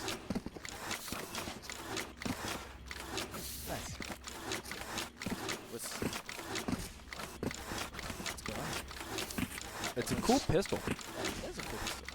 What is that one called? Bro, I have. Nocturnum, actually. Oh. Off the dome. Time to jump. Not on the screen. But look at UCSD here. 4 mid. It's 4 mid, and this is a change of pace. Oh my goodness. Hold on. The Omen and Jet. Oh, Spy in the smoke. Spy Not down, expected mid. at all. Wow. But dealt with quickly as they're discovered. What in the world? Within 5 seconds, it's a 2v2, Quincy. I mean, if you blinked, you missed it. UCSD now have 2 members scattered on the side. They do manage to pick up bomb. Omen's going to retreat with it. Now the ball is kind of in Berkeley's court. How do they play this? Do they play together and just pick a site? Do you wait and spawn for the bomb plant? Or do you spread out and just look for information? Sounds like a game show kind of question, but it seems like San Diego, they're going to opt towards A, and Berkeley, they're going to go with option A, stick together. Of course, that's the safe play. 2 controllers on the side of SD. Things could be a little bit tricky here, but of course, 2 controllers, that's good news for your post plant. They have their gravity well, and they probably have some more smokes at their disposal, but Wick, he's going to get a little curious going up into the building. He's not afraid of these type of skirmishes. What's the plan here for Berkeley? They're trying to wrap around. Berkeley have time. Bomb's ticking. Maybe not an infinite amount of time, but they do have to start making some progress towards this bomb. Wick in a great spot up heaven. He's going to be tricky to deal with, even if Berkeley do manage to take down. One enemy remaining. Low-key cow here, as they do. 1 member remaining. Wick up heaven. All he has to do is play calm, cool, and collected. He's in a great spot, despite it being a 1v2. Pole does come through. But the defuse. Oh no, it's not gonna go through. Hold on, just a second. That half will not exactly go down. The smoke is defending him, but Dadston make sure none of that will cause problems for them. Berkeley getting the pistol for themselves, perhaps having an upper hand finally in this. Excuse me, they've been having the upper hand, but they're really carrying their momentum now in this second game of the series. Mind you, if they do win this game, it's gonna be 1-1, and we just might go to a game 3. Quincy, Berkeley, they have the momentum right about now. Caleb, we've been looking at best of 2 series. It's been 2-0, 2-0, 2-0 all day today, all day yesterday. I want a 3-game series. I think you might just have it. I'm putting my foot down. Okay. Not that I have any control over this game. But we'll see what happens. Berkeley looking dang good on this defense. Right there. So far. Yeah, looking fantastic. Goat here. Going to be the first line of defense for Cal Berkeley. And as we march on here, we're actually going to double back. Take a second. We're taking a second, indeed. Everyone's calm. Everyone's collected. It's moving too early. Oni feeling a gust of wind right there, making sure that no one's overstepping past that stone wall. But oh goodness, everyone from the anthill, they're just, excuse me, I guess not the anthill, but from the ant colony, they're just beelining over to A. Oh, maybe not. I just got faked out. They're posting up in mid, making sure nothing's coming their way. The ISO is actually remaining on his lonesome towards B. Good fake here. I like it as the members of UCSD march into A now. Studge Bubby has the read mid, a crucial pick. We know they're rotating over. The rest of San Diego planting on site. The bomb goes Spike down. planted. This is a story we've seen before. The bomb has gone down. But can they get the retake? This is actually a change of pace. Both teams meeting each other at the corners. This could get bloody really fast. 3 players from heaven. They're going to pinch these players. They're trying to fight towards CT. This is an absolute disaster if you're the one holding on to the site. And wow, Berkeley just swiping them up really quickly, exploiting really their positioning. That they're just holding towards CT. No one occupying heaven at all. So, Berkeley holding on to this lead. Continuing to push it forward. Feeling fantastic. 5-member strong, a flawless round coming out for the Golden Bears. They're feeling good. I'm feeling fishy. I don't know about you. I get it, because there's fish, right? Right, and we're on like Abyss. That's like a water joke, huh? Type of thing. But, okay. I mean, look, they got animations and everything. They're squirming around. I could sit here and watch this. Me too. This is quite calming, actually. Oh, but anyways, here comes the archer. Darts out. Oh, this is different for sure. Paranoia. Dart. Swinging. Everyone's coming out swinging. UCSD, they just have the rifles in hand, and they have everything figured out. Dangerous spot here. Finds his first. Makes it a second in a smoke. Does get spammed down by Melvin. Makes a namesake for himself, but now leaving Dadston in a 1v3. 1 versus 3. Can he pull this off, Quincy? He has a flash. he has a position which I feel like they're not exactly too weary of. They do smoke him off, so maybe they won't be worrying about that a little bit. Okay, a little bit of a delay here. Spike down Bit of a A. crack in the smoke. Wick will surely make sure not to make that same mistake in the smoke, but he has the flash now. Dadston. Can he pull this off? They're planning towards backside. He has to be Spike careful planted. where they are. He doesn't exactly know the Sova, but he saw the undercut from the backside. Now both players, they're actually looking in different spots. They're trying to double up towards CT. But Dadston himself, he has to make a call here. He has to make a commitment. He has to do something quite meticulously here. One There goes enemy Blair. remaining. They're trying to do something which can challenge him, but they're just giving ones at this point. And hold on. Dadston thought he was going to wrap around the corner. His instinct wasn't exactly right, but now he knows exactly where he is. But now he knows, or the opponent knows exactly where he is. Dadston is on top. And hold on, Dadston! Does he have time? I'm not sure. I can't even hear the bomb. I think he does. That's just a 3K in the round. Dadston just got away with murder against the whole gang of Tritons. And 10-5, doubling the score against them. Dadston, out of thin air, pulls out a clutch. That was UCSD's buy. That was theirs to win. Dadston may have just single-handedly changed the fate of UC Berkeley, at least shutting down UC San Diego's. What started out as such a good round was shut down by Dadston. The hopes of UCSD, the light just dimmed. Now we wait. The light just got so dark. I mean, in chess, when you make one blunder, it just Launching means that you thorns. need to add and stack upon that. Launching thorns. We just can't afford those things out here in this grand final. But of course, Dadston able to capitalize on all of that. Beautiful clutch by him. And now it's 10-5, UCSD. What can they make happen? They want to work with Magic. They're on a half buy, as I'm sure. The rest of Cal, Spike pockets planted. full, wallets stuffed with credits. As now UCSD do get the plant off. They're able to play backside, and now it's their turn to play post play. Okay, Cal getting a little pinged up. That means all of their presence on the site is gone. And now if you look at the chessboard, all of the pieces are on one side and same as the other. Everyone has to kind of make their own moves now. Who's Trying to next? move in. Look, attack is going out. The gravity well has to be used. Crumb, ensuring that no one's on the spike. Actually gonna try to body block it. Okay, I'm not sure if I've seen this tech before, but everyone's getting shot down. And even though they have worse guns, they're seeming to pull something off. Maybe, but Suj Bubby get one. It's actually halved. They're trying to make space, but he's just gonna stick it, but he's getting shut down. Wait a second. It got stuck. He has to back out, and UCSD walk away with that round. Oni dying to bomb, unfortunately. Their pockets full, but UCSD needed to make that work, and they did. That was crucial. I'm in shock. They just expended the Yoru ult, and it was able to get enough information, and their pistols were enough. Pistols were enough for the post. If pistols were enough, Going to Astral to do them stop the Astral retake. Guardian things like I feel like the theme of this game almost goes even more clear. They just need people need to fight here.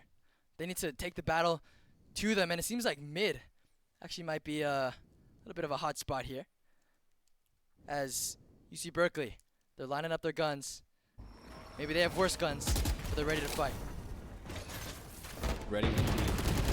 Berkeley. Not a great start to the round already. Low-key Cal claiming his first kill. And as we move forward, the rest of Berkeley leaning towards B site rather heavily. UCSD towards A. Berkeley may have to make a rotation here. We could see another post-plant situation here in favor of the Tritons. right there. And the Tritons now. Well, it's quiet. They're waiting quietly aside of it. Taking that back. Nothing is there. Particularly Berkeley don't exactly know what's up yet, but I think they're gonna feel that there's no pressure. points Blocking exactly obscuring from the map. vision. So A site again can be taken for free, and a retake again is gonna have to come down from UC Berkeley. They only have the Hunter Sphere to work with, but a lot of post-plant material for San Diego. To be honest, the retake has not started yet, but I feel like this post-plant will just be a win for SD. Absolutely. I think it's an incredibly hard site to take control of. But Berkeley, I don't want to say they're late to the party, but it's maybe not as quick as a response. They were delayed coming all the way from B site. But nonetheless, they're going for it. We've got a couple members heaven trying to march forward. Melvin on site, trying to hold it down. Shots not finding. Arctic shuts it down real quick. As Melvin is no longer with us. Oni now trying to do what he can to take back site, but UCSD 4 members strong, all fighting from main or shutting it down. They need to find these rounds here and now. They're making it happen. One member remaining on Berkeley. And it's Oni. Chrome shuts it down, and UCSD finding some much-needed rounds. Yeah, getting a 3K Don't stop in the fighting. round. Chrome. You must keep going, SD, even I mean, if you're the only one. it's getting towards the end of the day, man. People are getting tired. Yeah. But 7 to 10, they need to keep fighting. And they're trying so hard. They have 4 ultimates online for this next round, but let's just watch this back. As we're talking about Quincy, the retake just so dang difficult for them to be able to execute. And now Berkeley, they're the ones going to have to figure something out. And here we go. Here's the aggression we were talking about towards this B side. This is what I like to see. From an outside perspective, at least, it's easy to see. Oh, hang on. Talk about aggression. Bit of a warning shot towards that clone. No real business going on here, but hold on. That's a new angle we've seen contested towards mid. It seems that Berkeley taking more space and Bubby getting curious, but Chrome shutting him down from Time to jump. Okay. Some scuffles going on, but the dust is settling. And again, everything's quiet as they lurk on towards A. Quiet indeed. UCSD know that the A site post plant's been working out for them. Fake smoke here. You are divided! Show me a target. Melvin wanting to enter his team onto site, ready to drop the 1v1. No distraction. Does at the last second change it to Heaven. Let's see if he can find this crucial entry kill for the side. Gaston gets shut down. Melvin is a demon as he just marches forward. Now site belongs to UC San Diego. And Berkeley again. Spike planted. Deal with this retake. They have Colin right of their own. Oh, and they have Goat watching from his little perch above, able to take down the cow as he's watching from the field. But 3 players for San Diego. Concealment away. Again, towards main. They have the gravity well. They have the Hunter's Fury. Both teams actually have the Hunter's Fury, but this is a retake that has to go well. Again, this is just the name of the game over and over. Shock starts, Hunter's Fury. Oh my goodness, he's face checking right into his face. Goat! He's getting 4 kills for himself. Can he get another one? As he peeks the corner, he's going first, and Frost actually cancels it. But that just means that Berkeley actually getting around, able to secure the retake, Quincy. They're able to do it. Berkeley up to 11 now. If you're not a good 7 shot today, on the side of San Diego. This is when reality hits them a little bit. When you see that number tick to 11, you start to realize, oh, that's close to 13. That is close. And hopefully when you're running out of gas, you're nearby the gas station, which, by the way, 7-Eleven is a gas station. I heard great things about their taquitos. Really? Well, no. But they're cheap and affordable, which is great. I would agree.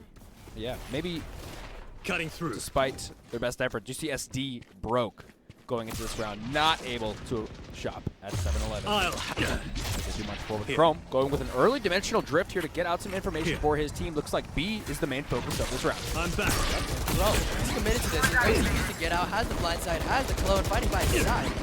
This just might be a little bit dangerous for him. He has to fight his way out. Cutting through. Already, ST one of their members, and Chrome fighting his way right on back. 2 ultimates available for Berkeley. They have to retake a B site now. San Diego, oh, they're not exactly able to hold on so strongly this time. They're taking gunfights, but they're not exactly winning them. Arctic, Huge, Bubby, they're in their comfort zone right now, and they're heating up. A fantastic Cosmic Divide coming through for the side of Berkeley. I mean, there's no way Wick does anything about this. He's walled off by more than one thing. As his defuse is going to come through. He does find one pick, playing with the Cosmic Divide, finds a second, snaps on his head. Sud shuts it down. I lied, that's Oni, but now 7-12, Caleb. It's looking dire. Berkeley match point. On this match point of game 2. Quincy, this just very might well be the 1-1 series that we were talking about. San Diego somehow have to pull out a miracle 5 rounds in a row to hit the OT. But I mean, Wick, he's hitting shots still. He's still got some fight in him. This game, technically not over. Even if the odds are low, you still got to fight, put up the pressure. As a wise man once said, do not ever say it's over if I'm still breathing. And as we just keep on marching forward, UCSB knows that they want this site. They do not want to give UCSD, the chance to find their way onto site here. Melvin, ready to take some more space for his team. I like that UCSD aren't faltering, but Berkeley need to find a way onto site here. What now? Oh, Melvin. Crisp shots. Everyone's seen him to feel themselves right now, and Oni getting one through the crack of the smoke, and the shield is broken.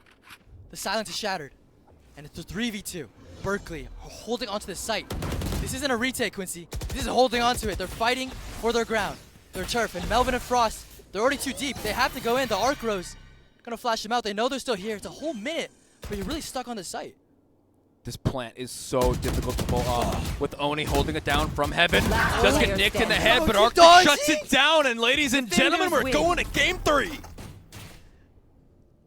Game 3 indeed, and in the bag, Berkeley able to secure that second game of the series. Now it's a 1-1. Quincy, we're still here, man. I mean, that's what we like to see. Finally, we get a game 3. We got a series on our hands, and in the grand finals, nonetheless, of the UCEI Invitational presented by Xfinity. We're here. You guys are here. We're having a great time. We're just having a great time, and of course, now let's watch some of that game. Yeah, I need to reabsorb some of that just to take a step back at what these teams have been through, because this game 3 is going to be nothing short of emotional, intense, and a spectacle. Just watch this. The ISO was online very much so for the first round. But honestly, these types of clips, this is kind of like heroics, you know? Like this is, that was definitely more solo plays, I think. And your team comes together and figures something out. Berkeley, again, this is like their playstyle. They go for the information, maybe some spreads. They end up always 5-manning, hitting the execute. Nothing even too complicated. Not really any lurks, not really anything tricky. They're just going with the basics, going with the boys, running in together. And Berkeley were able to take this one very solidly against the Tritons. And we are going to a game 3. Oh man, everyone is fighting for their lives out here. I mean, if we're taking sight and we're winning or losing, I don't care what the outcome is. If you're doing it together as a team, you're doing something right. One enemy remaining. And that is A-okay with me. But Berkeley, time and time again, showing us just how dominant they are in this series. Now, this was on Abyss, a map we haven't seen. Another map we haven't seen, I believe our last one, Sunset. We have not seen all day today. This is something new for these teams.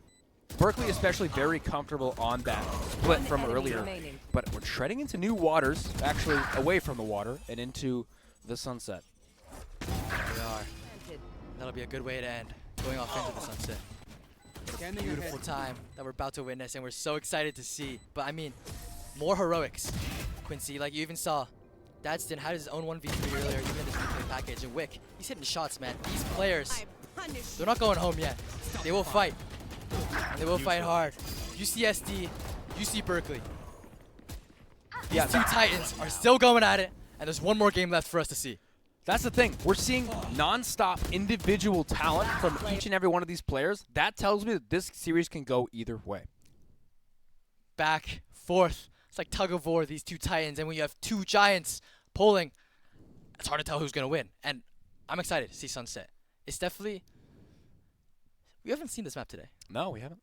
And what a way to end our grand finals. Right. With something new. Something new indeed. Sunset's a map we haven't? Yeah, okay, yes, we keep saying it. Haven't seen it yet, but in terms of comps on it, we may see something new as well. But unfortunately, we're not going to talk about what we're going to see in the future. We're just going to jump to the future right after this break. We will catch you guys on Sunset.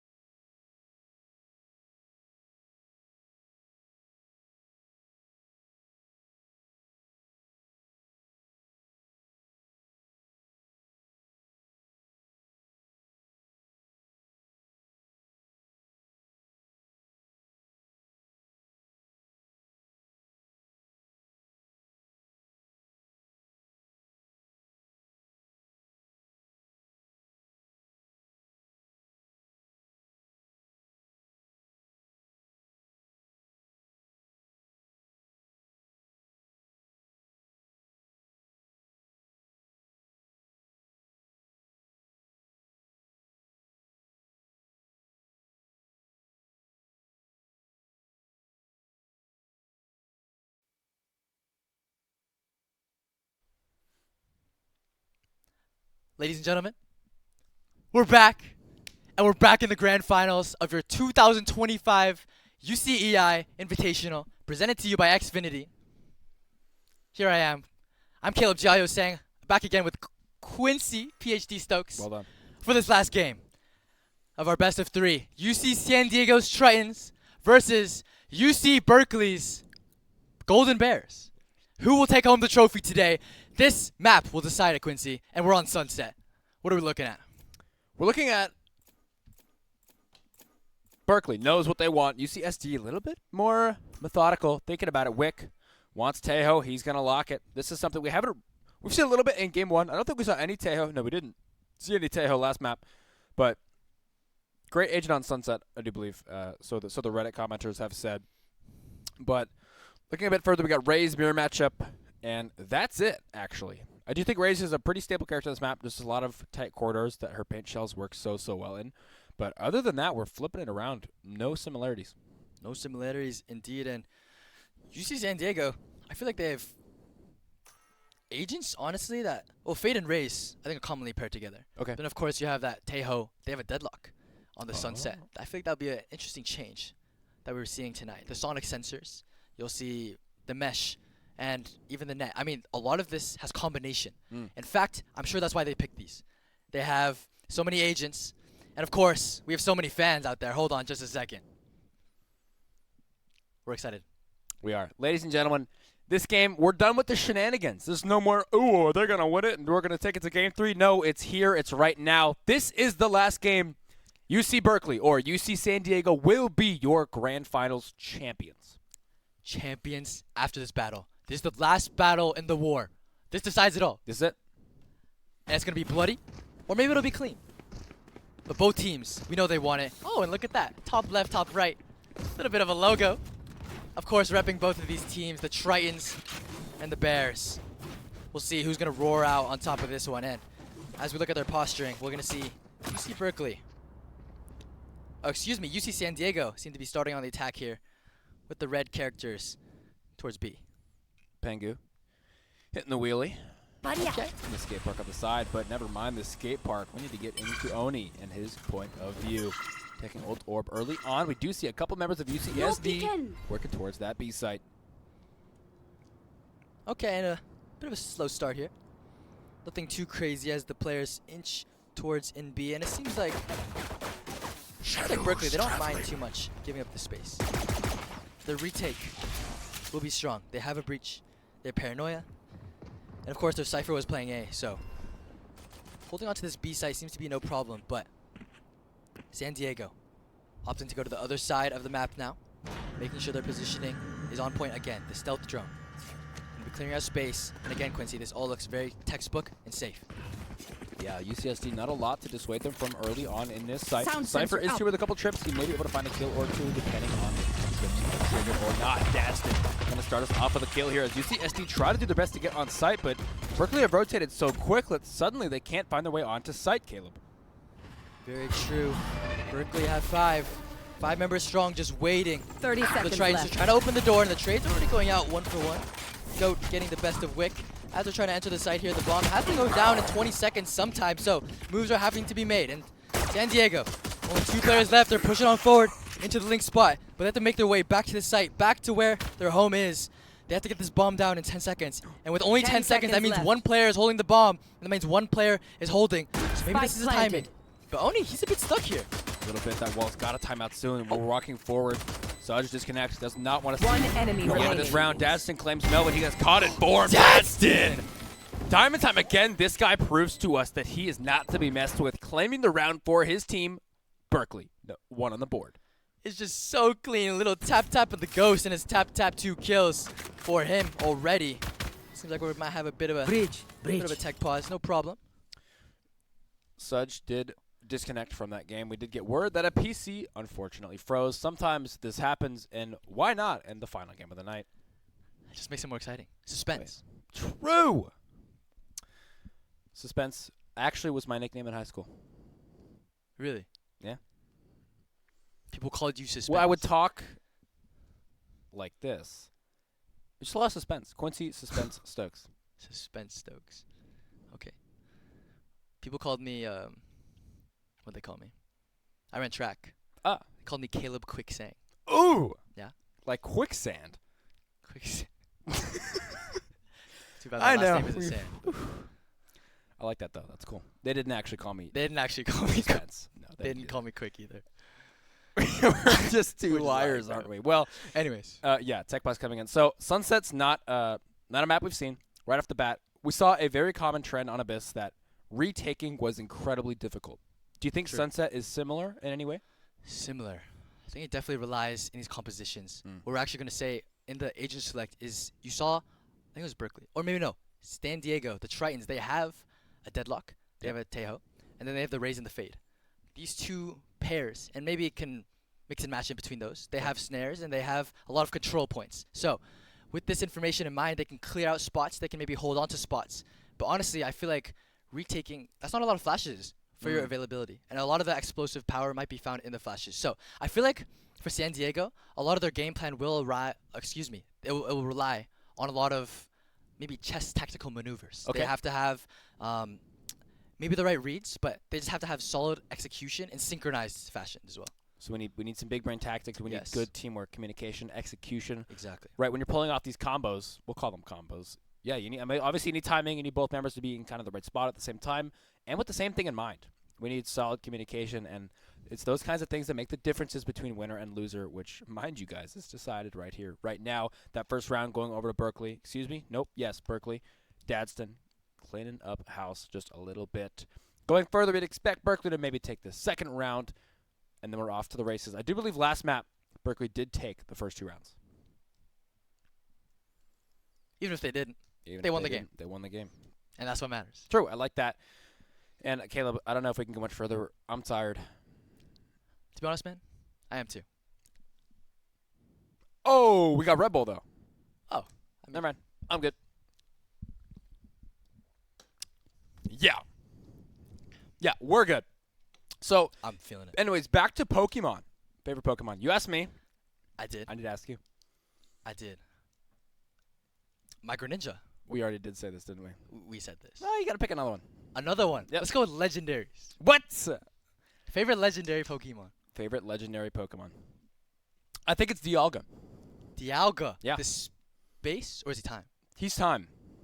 Okay. Speaking of time, we're about to go to a break. So hold on. Hold tight. Don't go anywhere. We'll see you.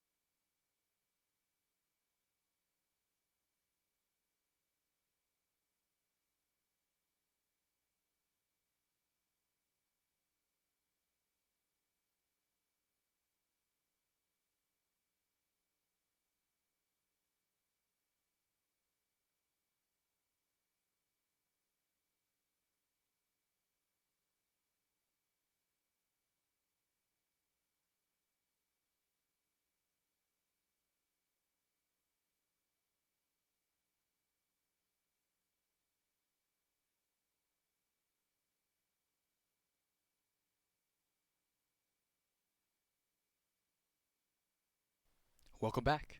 We're back. You're back. And here we are back in game number 3 of the 2025 UCEI Invitational Grand Finals. Right back into game 3. It's already 1-0 in favor of UC Berkeley. And of course, they have the guns now. Let's look at the economy here. San Diego, only some pistols, but I mean, already we kind of got a taste, I think, of what these compositions are gonna be looking like. San Diego, if you actually notice, they have like this is very similar to I feel like actually Berkeley's play style. When they played on Split, they had their Tejo, their Breach, like this double initiator sort of feeling. I know both of them have it this game, but they're able to clear space so methodically. Look at the sound sensor. If someone pushes up, they immediately get stunned. And that's what they actually did. You'll see him, I think, Loki Cow, as he goes into elbow, he'll do it again. He's going to place a sonic sensor to clear corners. That's the type of thing that you need with this type of pick. Look at this. He's going to put it, making sure no one can push. And now they can just leave the space. Wow. They're going to opt towards mid and try to see what they can get. I like that. This is deadlock play. Well, I should say, some high-level deadlock play that I haven't necessarily seen. Tran and the rest of his squad moving forward. Leaving deadlock to lurk is not something I've thought of. I know often Sentinels do the lurking with Cypher, things like that. Killjoy can take a little bit of space on the rear. Deadlock I haven't seen.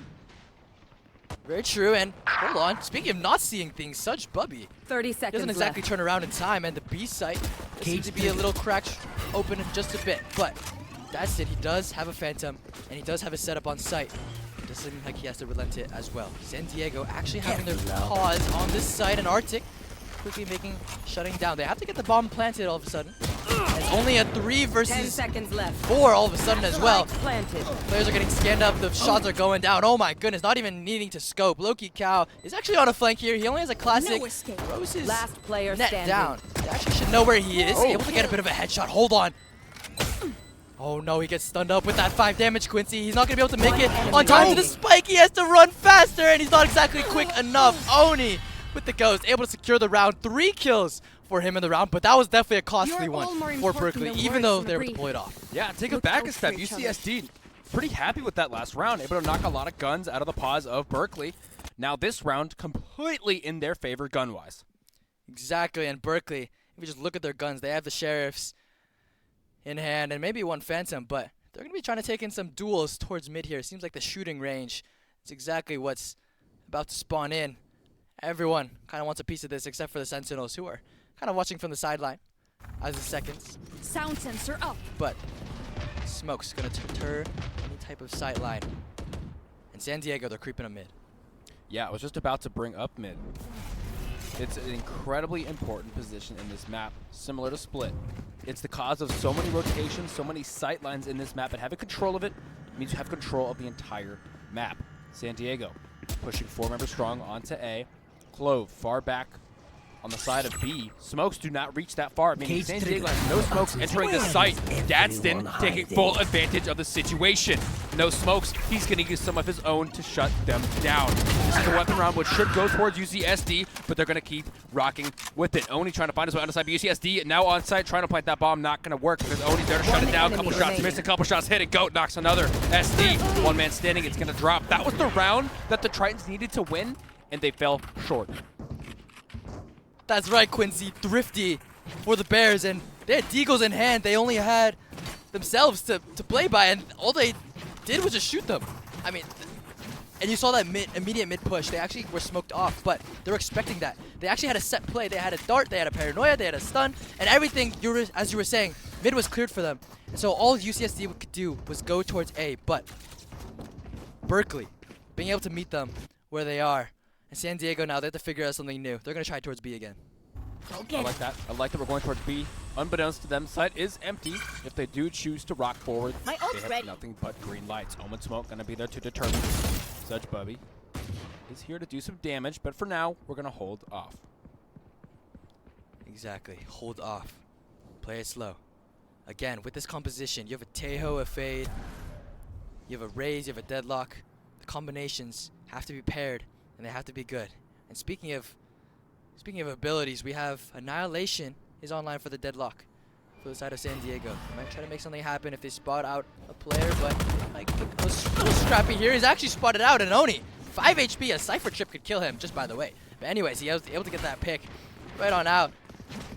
the showstopper is available for Berkeley. So this push, honestly, will be rather difficult. Absolutely. I like that we have the presence of mind there to trade weapons. Ray's having 1 HP. Let's get the expensive weapon out of her hands. Throw a Guardian in there. Oni been stepping up these last couple rounds. They get cleared out here by a paint shell. 5 healthy will fall short. That concuss comes through. Tran unable to see, unfortunately. Paint shells in his face. Tries to march forward. He finds 2 with that nade in the back of sight. Oni with 5 HP and a dream, making it happen for Berkeley. Beautiful stuff, Berkeley. I mean, you smoke it off, you hold it. They can't get in. They have no flashes. It's so difficult, I think, for San Diego in these positions to One just not enemy able to find remaining. space that they need. 10 Because seconds the utility left. is not the right Spike proper down thing that B. they have that they need in the time. And Berkeley, they're just running over San Diego right now, even though they're the ones defending. Looking fantastic. Throwing UCSD for a loop. They were looking clean all day. Even game 1, UCSD looking dominant, not necessarily looking like that right now. Maybe less practiced on this map. Maybe Oni's just built different, sitting at a KD of 8 and 0 right now. Oh my gosh.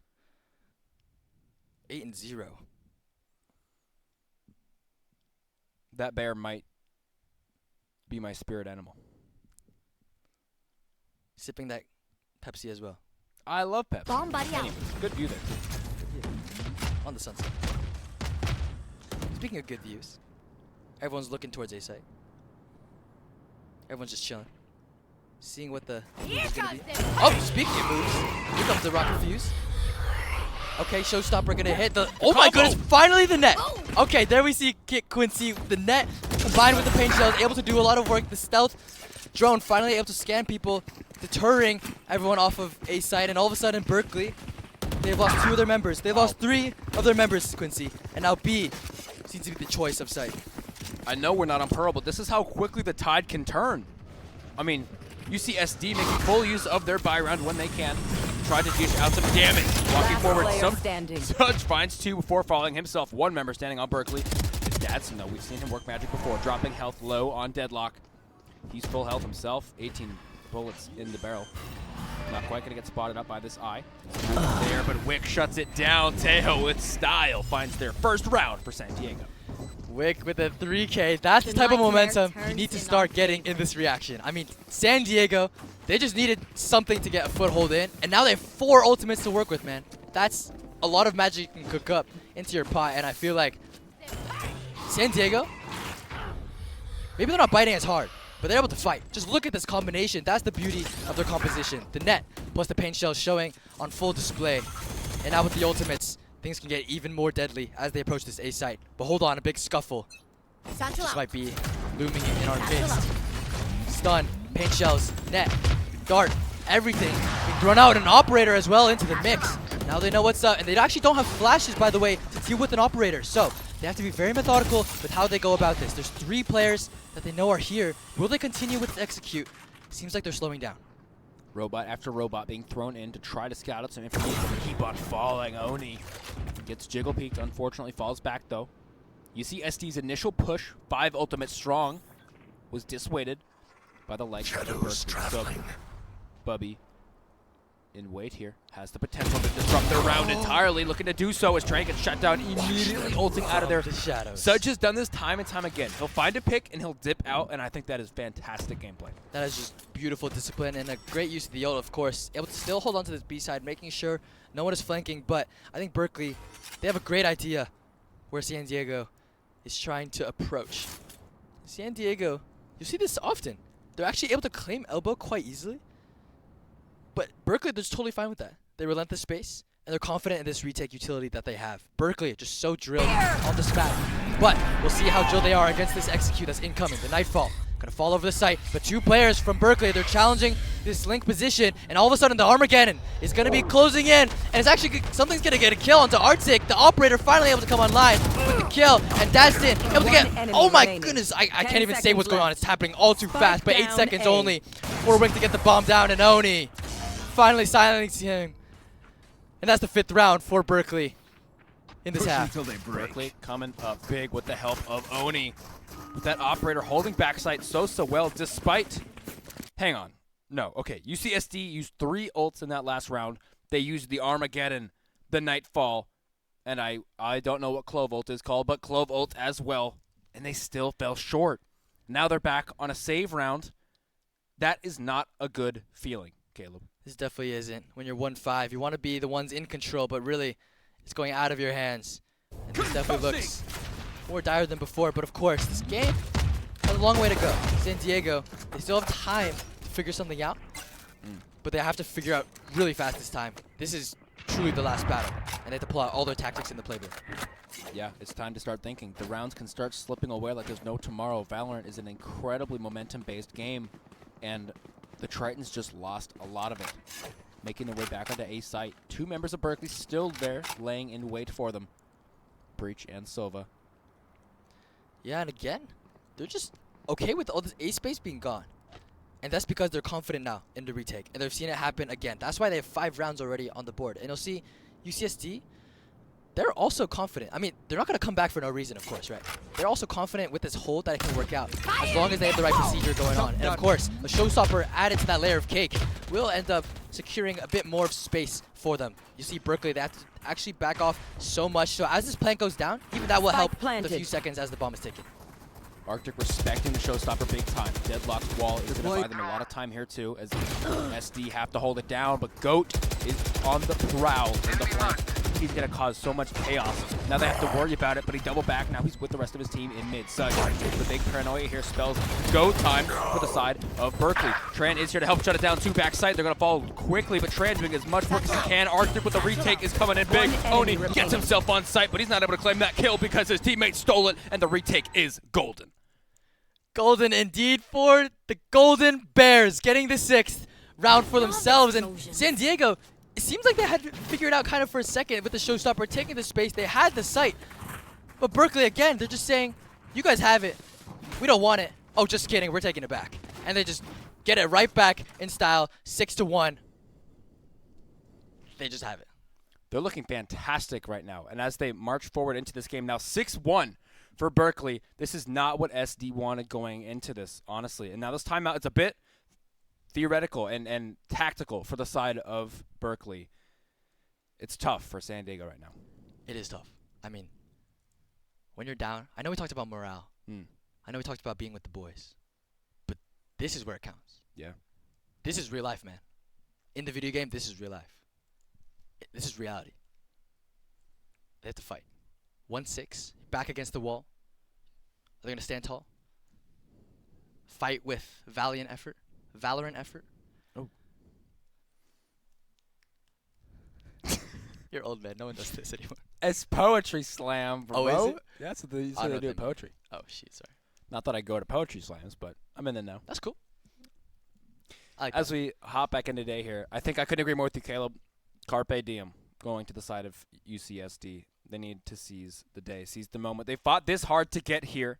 They need to take advantage of their situation. Operator on the side of Berkeley has been crucial to their victory so far. It is so tough to break through, especially, as you pointed, without flashes. Exactly. And as the cars go by, you realize it's just another day. And it's just another day. Oni sniping Wick out of the air, showing that he wants to win. And he's ready. He has an operator in his hand. Not stopping. He's going to probably reposition towards market again here, but Berkeley again. They're actually switching their setup. Cypher is going to be towards A. So SD will be walking into that, but I think Berkeley is not too worried about that. They do have a Rolling Thunder. They do have the Hunter's Fury. This is all great retake utility. And again, the Tritons will be taking Elbow for free. I like this adaptation from Berkeley. Cypher on site is so confident here. He can just control so much information. Camera taken Tag out. 1. Camera does get shut down. Has a trip here. Does find himself caught in the deadlock wall. Has to break. Cage triggered. Unfortunately. Team coming though, and as you mentioned, Caleb, retake options are available. Here we go. Hunter's Fury tagging up 1. Low-key Cow actually able to pick up that stint, so making things quite a bit more doable. Spike finally being able to go down, but hold on, the numbers are equalizing. Everyone is on a different side of what they expected, and hold on, only 1 on site. 2 are fighting towards CT for Diego, and now that they turn their backs, they're getting pinched like a scorpion on both sides. They have too much to deal with. It's poisonous. And UC Berkeley, with their claws of death, are just pawing down San Diego. And UC Berkeley, again, showing why they're the stomping grounds right here. 7-1. Their retake is so good, Caleb. These guys play it so well. Sometimes they're pressuring flank, sometimes they're not, sometimes they're pushing as 5, sometimes they're pinching. It's so hard to play around. I can't help but feel like the lack of flashes is not helping anything for the side of San Diego. Obviously, you can't change that now, so you have to rock with what you've got. Exactly, and how do you deal with that, really? I mean, I guess Tejo can shoot missiles around the wall, so you don't have to look at him. But aside from that, I feel like flashes are the main utility, or one of the main utilities for scanning out those operators. But otherwise, you have to become creative. You have to become able to be flexible. But it seems like San Diego, they really just want to hit A. It worked that one time. And boys, maybe it'll happen again. But they have to make it happen, and they have to do it solidly. This drone's going to lead the charge, and hopefully they can get something done here. As the Cypher setup actually is here, he's taken down. But Goat sitting down Tran outside of the air. San Diego. Now again, they're just trying to enter the site, but it's not working for them at all. And Berkeley holding on to what is there. They're not even on the site. Look at them. They're off of it. But yet they're able to retain possession. It's so tough coming from San Diego here. They're down a member. No site control. They do have time to rotate if they so choose. Concussed comes through, stopping them in their tracks for now. Running out of options. They're running out of options. They are forcing Berkeley to use a bit of utility here and there. The paranoia and the stun, but Arctic able to shut down Wick. And now to 2 versus 4. This is even harder than before. In San Diego, the options are running out. The time is running low, even in this game. In the war, they need to figure something out. Backing up slowly. Words cannot describe the feeling that's going through San Diego right now. They find themselves in a terrible game state. 8-1 on the side of Berkeley. Hopes are down, but this is where it starts to count. They fought this far to get here, and in the last game for it to go like this, 10 seconds left. They need to make something happen. This is where games begin. Exactly. In these last few seconds, I hope they be talking about the next rounds. What's going to happen? Boys, let's get all our coins together, all our scraps. What can we make of this? What do we have? We have a Nightfall. Maybe we're close to a few other ultimates. Let's look at that. I mean, when you have no credits, it's hard to make choices. But you got to make do. And it seems like A site was their goal for so many rounds in a row. But now, opting towards B and mid, hopefully. I mean, maybe something would be different here. But Oni still sitting on B with the operator. I mean, they're stuck between a rock and a hard place. They have an operator on one side and a Cypher on the other with no flashes. It's hard to break through. Drone going to come out here on the side of B. I have no doubt Oni's peeking. Take flight. Tucked in a little corner.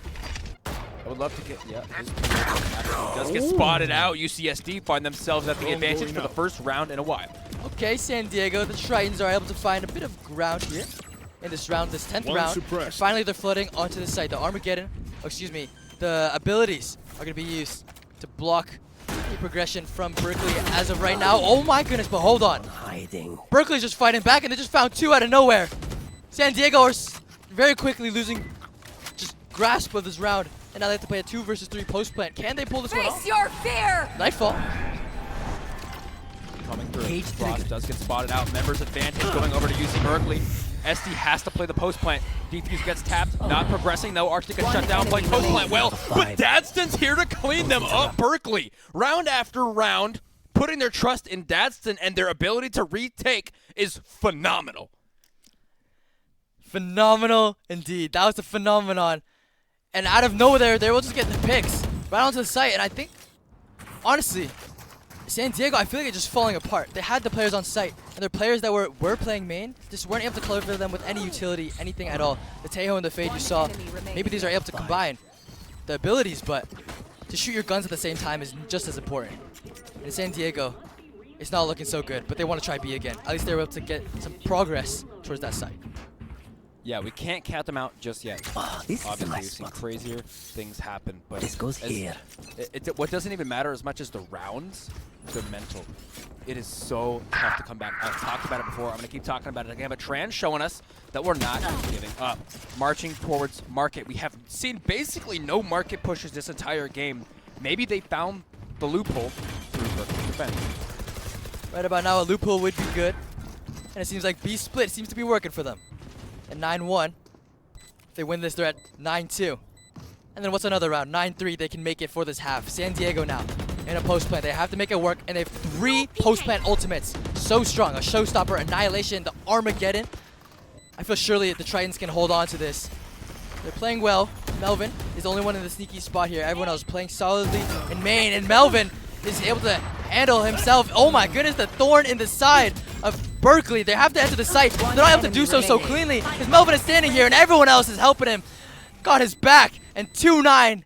UCSD just might have broken towards B. That's more like it. UCSD able to stabilize once they get on site. The bomb goes down, and they finally have a member advantage. Ults available that they didn't need to use, and Ray's in a fantastic spot there to clean up some kills. Excuse me, I believe that was Melvin actually cleaning up kills on site. That's what we'd like to see last round of the half here. Exactly, and oh, spirit animal. Did he get stood up? That's sad. Damn. I feel that. Back to a happier subject. 9-2. Berkeley. Trying to hold on to this B site. Maybe trying to adapt from last round. They actually have 3 players stacked towards here. Oh my goodness. Showstopper flying past. Both races getting taken out, but already everyone is falling, and the global will be expended here as well. The Annihilation also trying to keep it. Oh my goodness, everyone's dying. Everyone's getting shot, and everyone is falling except player standing. the last 2, Dastin and Wick. These 2 players so dang solid. Wick has the bomb, taps it. He knows where he is, shoots a little warning shot, but that was the one that connects. Dastin not safe behind that that billboard. San Diego, just like we're saying, just like that, 3-9. And we've seen this before, 3-9. A 3-9 curse. Absolutely. If you could take those 2 rounds, you can take a couple more. That was the glimmer of hope UCSD need to cling to if they want to claw back in this series. Now, given this state, if UC Berkeley comes away with the win on pistol round here, it is massive. Massive is definitely the correct word for that. This is the pivotal round, perhaps, in this game. But if you're San Diego, if you're a Triton, you're believing right now. You're 10 rounds away from a win. What's 10 rounds, right? I mean, you have to believe in something. At the end, everyone has a belief in something. And I think San Diego, they just might put pull this one off. On this beautiful map of Sunset, by the way, which we saw earlier. But as these teams continue to fight on this map, as they're going to switch attack and defense, we're going to see how the compositions again work out. Excuse me, already, Cypher working up towards mid, inserting himself on the grass. I like this. No util placed from this Cypher, but he's certainly in a crucial point. Now is when, as Berkeley, you rotate to A, forcing UCSD to rotate where you have Cypher waiting for them. This is template gameplay coming out of Berkeley. We haven't seen them attack yet on this side. We saw them retake sites time and time again, but this is something new. We're going to have to see how they are. I like what I'm seeing so far. Exactly, and the attacking side from Berkeley, I have hints that it'll be strong. This is very reminiscent of what they've been doing. Look at this breach stun. Look at this lineup. This guy that's playing an elbow, he's getting stunned, he's getting darted, he's getting blinded. Everyone's going to be running at him just about now. Everyone's jumping right on top. And Berkeley, again, showing their force, but Tran trying to stop them in their tracks, has the paint shells to make them slip up. But they have to hold on to this. San Diego, the players need to come and help for the defense of the site, and they're just dancing around the site. Tran able to get 1, able to get 2, 3, and Loki Cal got his back as well. San Diego, pick up the pistol, Quincy. Very well done. That pistol is huge. That is the glimmer of hope that you need. San Diego coming up big. Now you just have to keep it going, right? This next round should be a given. They should have weapons. Yes, sorry, that overlay was tossing me off. But this round should be theirs, and we should see some wins coming out. I agree, and now, if you're San Diego, you have hope. You have something to believe in, and of course, these guns, they do put a tangible force behind San Diego. They have... Oh. So I'm distracted. All missiles away. Anyways, they have a force now. And they have a lot of belief going to this round. Maybe they can get a 5th one. And then, of course, their ultimates by then will be even more charged. Momentum, like you're saying, Quincy. Big paint shells here from the dish out. A lot of damage. Tran taking some space for his team and a first kill as well. Danson shuts it down with a classic shot. But Frost, that backed him up, has to back out as well. A lot of util being used here at the beginning of the round. SD, excuse me, need to take this round. But Berkeley kind of shoving it in their faces at the beginning. saying, don't count us out just because we're down gold. Exactly. And they're just going to run. Run towards B. We couldn't take A, guys. But there's another side on the map. So let's run towards there. There is a wall there, though. And it's a big wall. So they're going to have to take it down, or they can maybe wait it out. 50 seconds on the clock. Time is exactly on their side right now. And SD, they're not exactly quivering too much in their boots. Each one of them kind of holding their respective sides of the map. And Berkeley with lesser guns. They have to play it again, together. But with or without good guns, it seems that they're always sticking together as the pack. They might as well be called the Wolves, but the first wolf gets picked off as Loki Cow picks off the first of the pack with the stinger. And Berkeley struggling to get on the site now. 20 seconds only. Wick shuts down Goat, who had crept up top of mid. Now the 2 remaining members of Berkeley are in a tough spot. There is no way to push out of this and make it out alive. One member dropping. Cal putting up a brick wall that round, showing us a lot of promise on the deadlock. Speaking of promise, 5-9. It was just 3-9. Just a second ago, it was 2-9 before that, and it was 1-9 before that. 4 rounds in a row. What's another 4 rounds? 9-9. We'll just tie it up. And San Diego on this defending half. They're making something happen. Quincy, I think we have another game on our hands. It's looking like it. This is what I like to see. Do not count them out. SD are fighting, and they're not giving up this game. This is hope. The morals start to heighten again. That positive mental attitude comes back. And as Valorant is such a feeling game, it is what you need. Exactly, and Tran, you just saw him. They both just double swung. They're just swinging. They have confidence. They've had the momentum right now. They pick up the ultimate orbs, and now they go shift to their other duties on the map. But Berkeley, though, they have other things on their mind. A quick little trade in mid sets them up for more fluidity on the map. But they're getting out of there. The showstopper is going to be popped. San Diego dissuading more of that mid push, but Berkeley now has more space to work with now. That dark cover will be covering off that right side of mid as they slowly back away. Again in Berkeley fashion, just textbook. 4v4 now. Berkeley left in the decision point. They have to make the call here, and the call is to rotate towards B. This is looking extremely similar to last round, where Loki Cow gave them a bit of trouble, this time with an owl drone to enter. In just a second, here comes to execute the paranoia, but hold on, the net stops so many of them in their tracks. The railroad has come to a stop as Loki Cow sneaks past, has the Cypher cage, there's a dart, but he's not gonna get spotted by it, and he's sitting in the wings, he's waiting for them, able to stop them a bit, but Arctic, he's not dead yet. He's trying to get his team onto the site, but all of a sudden Tran, the confident player, swinging in the beginning of the round, going in, and he's stopping them, going right on over, even though everyone's dead. He's standing tall with no HP to his name. Tran is trying to fight for UCSD. The Tritons are still in this, and they're looking good. That is huge. That was Berkeley's bye round. They needed to win that. That should have been them, according to the script I have here. But no, sir. UCSD going against the grain, claiming what they can, not giving up, fighting. Spike planted. Exactly, and now UCSD, look at their economy. Now they're more happy, the more gold in the pockets, and of course Berkeley, they've been here before, but hold on, you cannot count out their thrifties. These guys have such good set plays. They have the utility to work around it, and of course they're on the attacking side right now. They're the ones calling the shots where to go. So, SD, again, have to be methodical, making sure not to be caught, but Loki Cow, it's so solid on this B site. Can he do it again? We're going to have to try. Time and time again, Berkeley, as you said, marching towards this B site. A has not seen a whole lot of action, nor has mid or market, as we try to figure out this map that is Sunset. San Diego putting up a fantastic defense for us here, despite only having Deadlock as the only sentinel. And let's look at mid here, on the grass. Stepping on your lawn, your dog's gonna go and bark at him. Fade is the only one standing at top mid here, holding down the door. Speaking of doors, the door is closed in the market, so seems like Berkeley have an idea of what they should do here, reminiscent of the last round as they dark covered that right side. But the flashes again, this is a key point in this game. UCSD don't have any flashes to fight out of these smokes. This is such a problem, and it's a hard point in their contest. That's why they're backing up so much. You see all of their LOS, they're all just looking towards mid, and that's because they have nothing else to watch. Their mains are kind of being covered right now, but as more dust settles, again, dark cover is expiring. Everyone has to go back to their posts, and Berkeley again, opting towards B.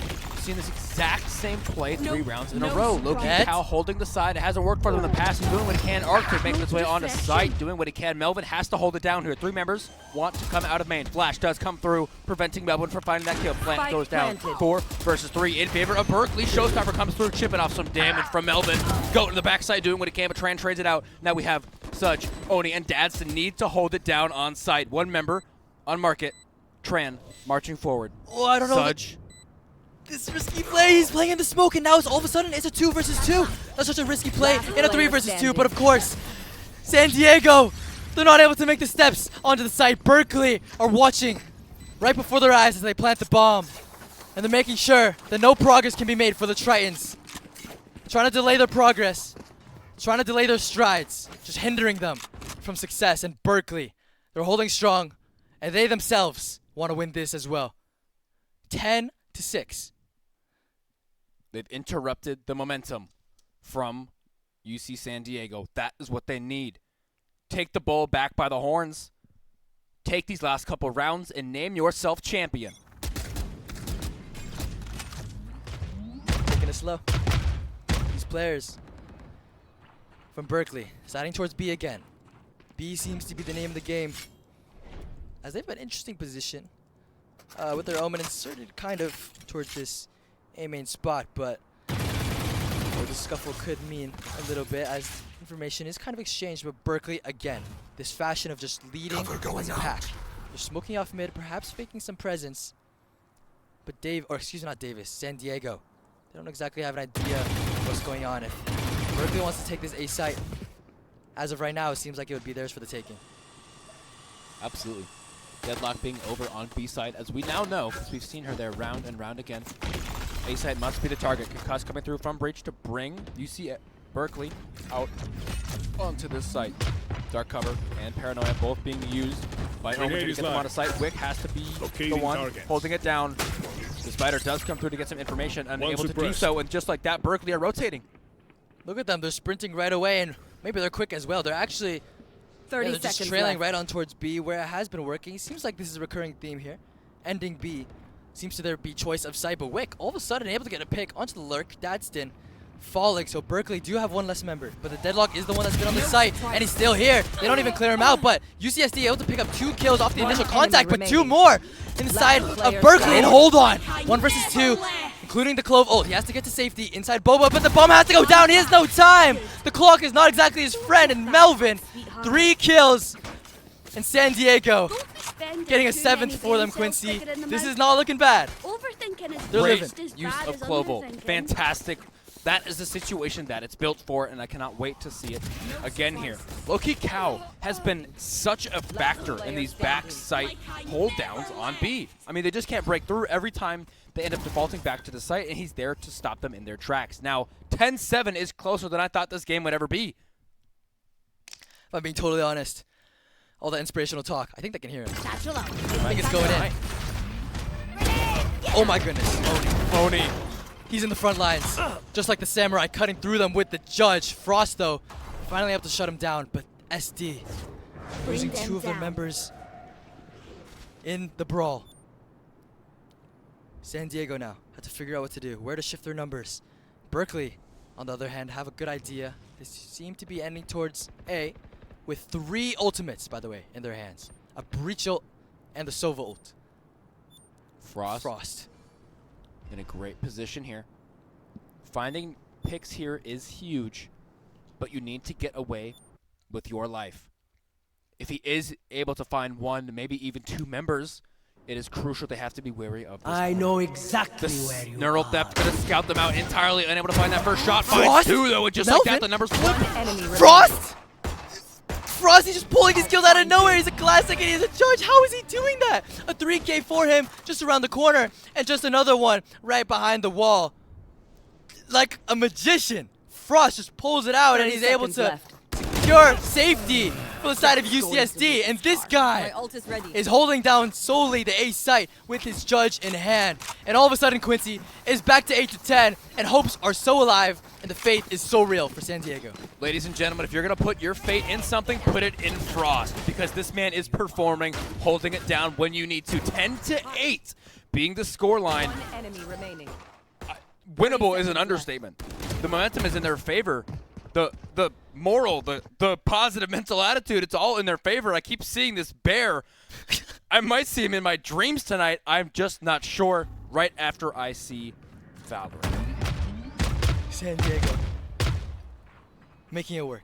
And of course, we couldn't count out Melvin, who's fighting right alongside Frost in that A main spot. This team is coming together. They're feeling a trend. Feeling so confident, but such Bubby finally able to punish that overstep. And all of a sudden, mid is looking a little more juicy as players might shift towards A. It may seem a little more open as that dark cover will be covering off the left side, which is a bit of a mix-up from before, but all of a sudden, San Diego, they're taking fights maybe they shouldn't be taking. And Berkeley making their way towards A now. Oh, San Diego, they're running the other way. They've got the read. Berkeley, in their minds this round, controlling them. Yeah, I agree, Caleb. Maybe taking some peeks that we shouldn't have taken. Getting confident, but maybe a bit too much. Berkeley, 5-member strong, taking A. If they can get it, they can hold it. It's hard to retake without flashes. They have 3 ults, but it's a 3v5. It's going to be an uphill battle. Uphill for sure. All missiles away. They're going to lift their eye to the hills. Where's their help going to come from? They do have 3 ults. 30 seconds left. They do have the Nightfall, the Armageddon, and Annihilation. I think I've said that exactly, maybe even in that order. These 3 ults are so good for retaking. There's only 3 soldiers standing for San Diego. Can they pull this off? They're all towards the same spot. But if I'm thinking right now, the Armageddon's going towards May. That Nightfall's going to the site. Annihilation might just be towards Elbow, seeing where their players are at, but everyone's getting ready. The Paranoia is getting launched out already.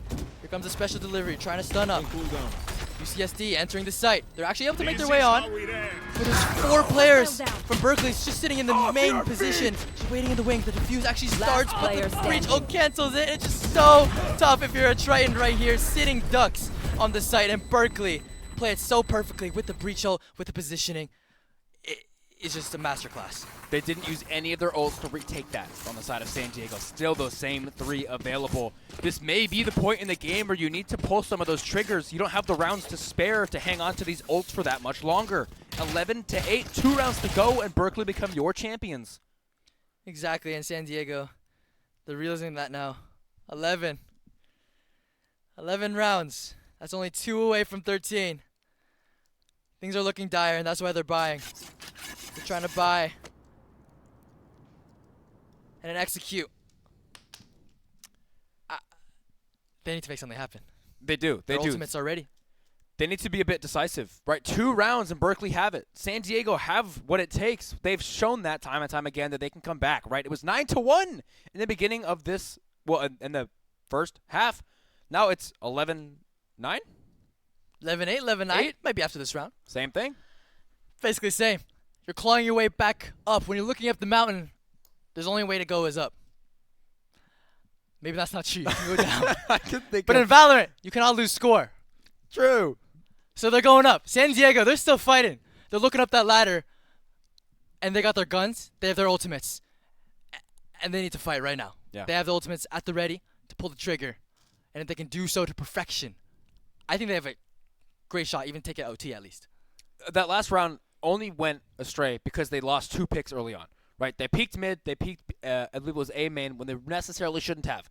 If they could just hone that back a little bit, maybe not give over some free kills in the beginning, easily this round goes differently. Then they're able to pull the trigger on those ults later in for the retake. Things like that happen, and it goes so much better. But you need to clean up the gameplay if you want to win this.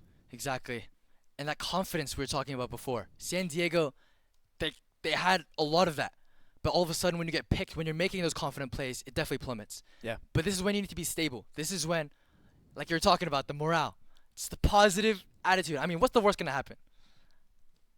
Let's just go and try to win this confidently. Just got to maintain that. Absolutely. Worst thing that can happen, as you said, both these teams should be proud. They fought hard to be here, UCSD and UC Berkeley, both climbing up, not through the losers brackets, excuse me, but both fighting regardless. Incredible games today from both these teams. They should be proud of where they are. Yes. But listen, in life is such, you got one winner and you got one loser, and that's determined here and now in a couple rounds, give or take. In a couple rounds. This war, all it takes is a few minutes for it to be over. Yeah. Things can make the difference.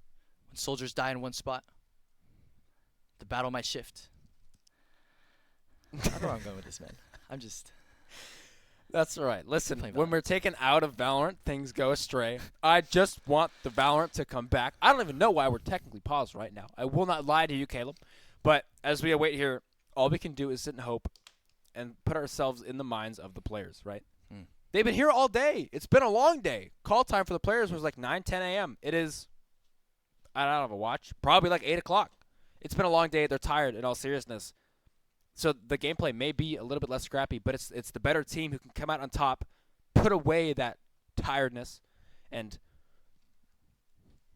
just push on through. Tiredness and push on through. Just Thank keep you. going. Yes. This is, at this point, it's like a war of attrition. I mean, who's going to be more drained? Yeah. Who's going to have more energy? Who wants it more? These teams down to the wire. I mean, I'm sure both of them are having those thoughts right now. Absolutely. It's not easy. Absolutely. Heart rates through the roof, as I said earlier, probably due to some Red Bull a little bit. Again, delicious stuff. I wouldn't be here screaming for 10 hours straight if it wasn't for Red Bull, so I do. Big shout out to Red Bull for both the drinks and the venue. Absolutely.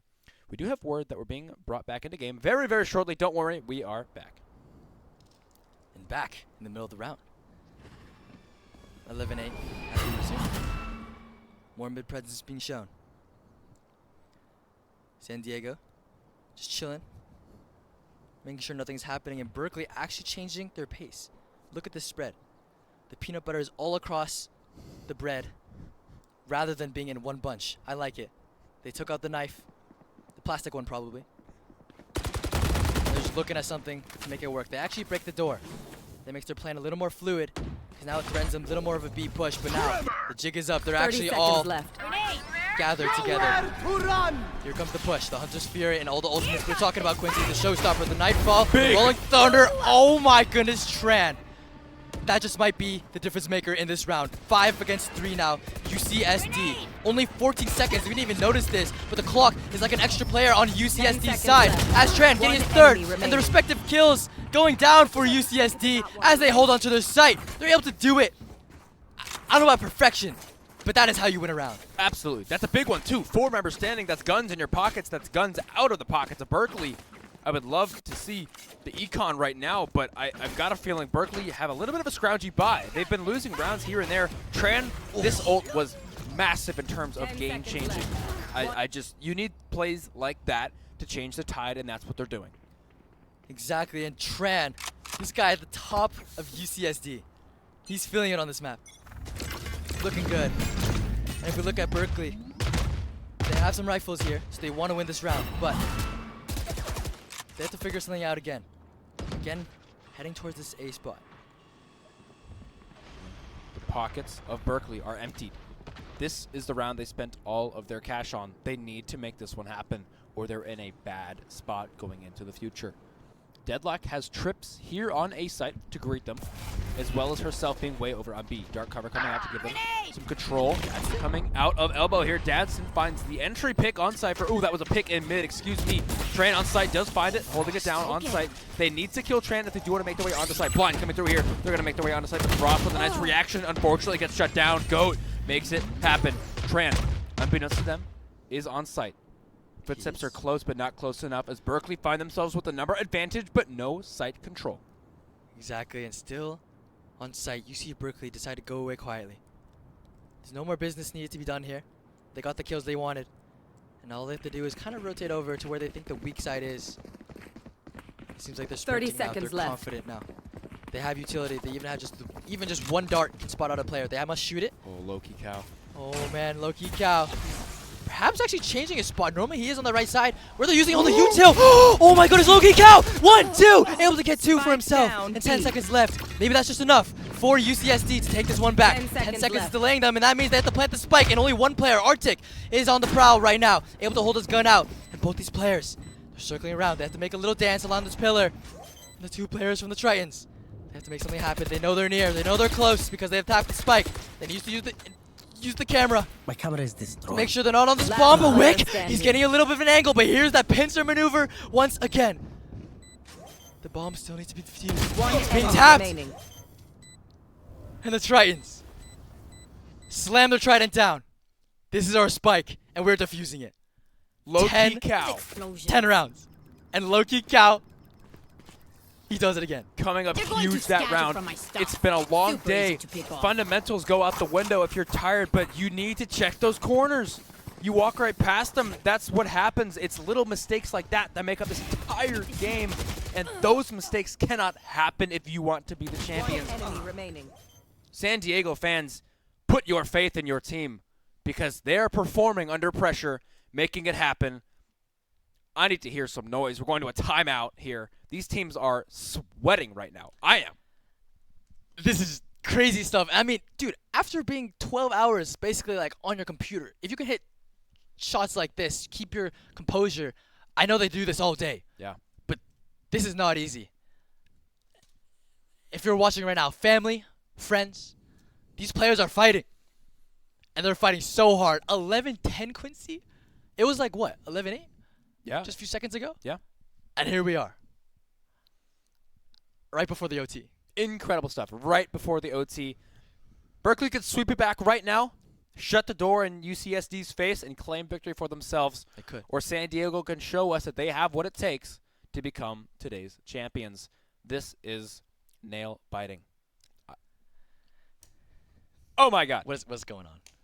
I don't know what's going on. Maybe I the game can speak for us. Yeah, all I know is we're going back into Let's the game, watch. and I cannot wait to see any more. Bye phase ending, and we're back. Berkeley have a really bad bye phase. This round, I don't want to say is a given that SD is going to win it, but do not be surprised if the score is 11-11 after this one. Okay. A bit of a mix-up. I guess the timeout was used. Go get him. Trying to create something tricky. They're actually using mid a lot more than they were in the other rounds. They're trying to mine it down, and Satchel is being expended, and the deadlock is being caught. But hold on, who's the one being caught? In the net, as the Satchel goes in, Oni's falling, the entry slows down, and they must deal with this wall, but all of a sudden, Goat actually able to pick up a pick into Boba, so it's a 3 versus 4. Locating target. San Diego, they only have 3 players. Planted. The stealth drone will be going out. The post plant again, the name of the game. Bring them Only ultimate down. on the table from the shadows. Perhaps to check if the spike is off, perhaps to get a flank. Things can get creative here. There's a bit of a lurk from Dadston. He is in the mid spot. Oh my goodness, this could be crucial. Tran, he's trying to clear it out. Just a bit of a mistiming. He missed the frag, but Dadston able to pick him up with the stinger into the head. Oh no, and such Bubby able to get the headshot through the smoke, and Frost. These are just too much to do, man. There's just so much to look at, and Dadston on that lurk, on that flank, able to get the job done. And all of a sudden, Quincy, just like you were saying, Match point. it's 12-10 with a snap of the fingers. And we're just 1 away from the series being over. Berkeley begin to shut the door. It is barely open. You have to look through the keyhole. Your chances are slim here for San Diego. I would love to see their economy right now. That was Berkeley's save, but they switched it up, kept the tempo hot, found an entry through market, and found the round. But now looking, SD has a little bit of a broken bye. 2 stingers in the pockets of the Tritons. Oh man, that cannot feel good. If you have the guns and the enemy team doesn't. But now San Diego. This could be it. These could be the moments that finish off the series. And Tran, he was going again for that confident swing, but to no avail. Goat found a pick. That's crucial. These members, Omen being low, are 5 strong. Berkeley has the time right now. We've seen this a couple times. Low-key Cow holding it down on the side of B. But now Berkeley have a decision to make. But hang on. This timing. Oh my goodness, this Dadston? timing is crazy. Oh, the smoking almost had Dadston a window to get through mid, but it's not going to be like that as UCSD, they're fighting back. Wow. Frost, Attack he's standing up, he's getting 2 for himself, and all of a sudden they're chasing the Tejo back. He's getting paranoid. They're trying to get the space, and A-side seems not too bad right now, but the one way, the stealth drone, will put up some resistance, and all of a sudden Berkeley again. As it calms down, they have to decide, and all of a sudden, again, from the shadows, a bit of a mix-up. Goes onto the corner of the site. He has a spike in 4 HP. This guy's doing all the dirty work. He's like the bus boy. 30 seconds left. Annihilation! Oh my gosh! He's the bomb! The spike gets pulled down. You do not like this if you're on the side of Berkeley. Oh my you wanted to win gosh. this round, but Cow hits Spike the snipe. down, Look B. where the spike The is. spike is all the way in Boba, and it's in the shop. You can never even get there if you dreamed of it. And all UCSD 10 can seconds do. left. Oh, excuse me. I thought. Oh my goodness, my mind is going crazy. That was the deadlock ult that saved the game. UCSD, if they come back in this game, That is the reason why. Low-key Cow just did something spectacular. Oh my goodness. Oh my gracious, Quincy. What is going on? This is Grand Finals, and this is what we're looking at. Let's go, baby. 11-12, one away from the OT. Can UCSD put it on the board? Still on the defense. And remember, the fundamentals, they still have these compositions, by the way. This Raze and Fate are hoping to go together. And confidence is still high. Nightfall for UCSD, a Rolling Thunder for the Bears. Deadlock wall comes out. Tensions are high. Energy is high. The crowd is lively. Ladies and gentlemen, this round decides it all. Are we going to OT, or will Berkeley shut the door?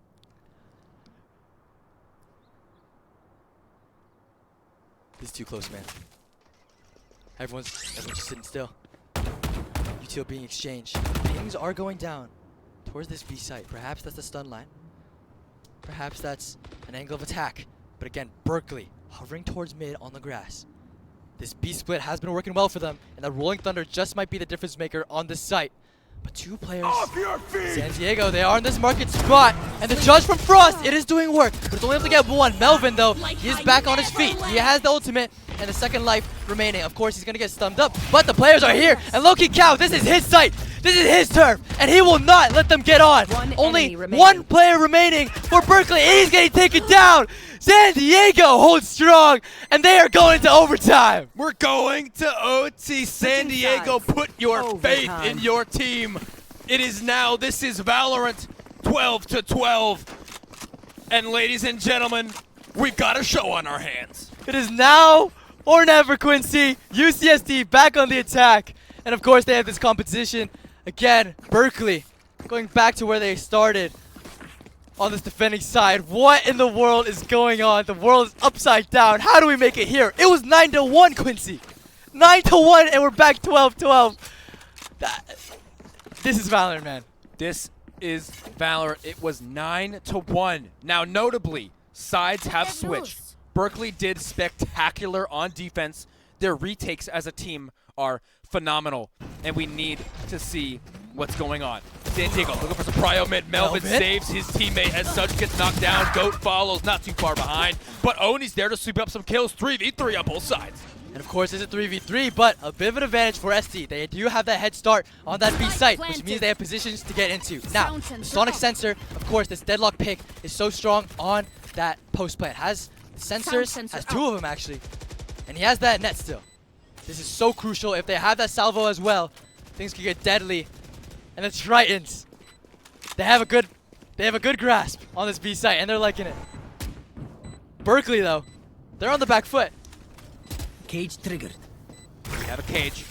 Deadlock trap triggers. Working cuss. Taps the bomb to fake it out. Gets crouched. Loki Cow sitting in the corner. 3 members strong of BCS. Salvo. But then Lumbers fall 1v1. Arctic is dropped, and Wick, he gets the kill. 13-12 for the first time in this map. The Tritons are up by 1. And not only that, they're away. 1 point away from winning this tournament. UC San Diego. Emotional is an understatement, Quincy. This is a roller coaster. This is the Mount Everest we're talking about. Everyone's up. Everyone's going crazy. I cannot believe what I'm seeing.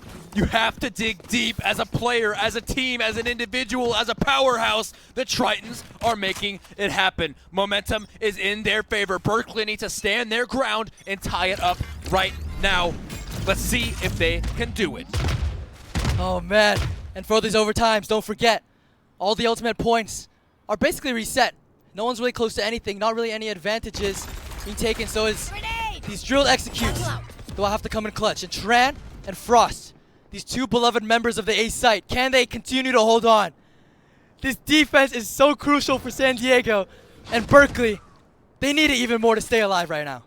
All 5 members are here on Berkeley. They have Deadlock pushing out of B side, so they know, they have an inkling that there is a strong A side presence. They've noticed a tripwire on Deadlock's position as well. Literally 5 members stacked on top of each other on the side of Berkeley. Ladies and gentlemen, we're playing retake on this site. A reminder, Berkeley has to win this round or they lose. They do. The tensions are so high. Berkeley, like sharks. They're just smelling out this A site. They have elbow. They have A main. They smoke it off. Are they going to enter? The drone is already in, clearing that site for them. They know it's completely empty, but Tran! Like a bird's eye view with an eagle sharp eye, shooting down the breach. And now it's a 4 versus 5. Berkeley have to get the bomb down, but it's just so difficult. The Haunt is coming down. Wick gets another for himself. 5 against 3. Berkeley. The chances are slimmer now. Oni's feeling himself though. He's walking up. He's making an effort. Dastin able to get the kill. 10 seconds only though. And Melvin, he's doing it. Is this it, Quincy? It is it. 14 to 12. San Diego take it. And that is the UCEI Invitational Grand Finals. UC San Diego take it. San Diego from the pits, 9-1, took that game by the horns and brought it back. Words cannot describe how this team is feeling right now. The difference in emotion to how they were 20 minutes ago compared to right now, this is why we love the game. This is why we play Valorant.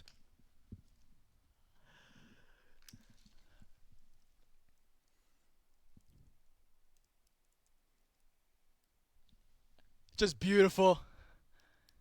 This scene. Just reconciliation, able to tie up the score and go above and beyond. Tritons.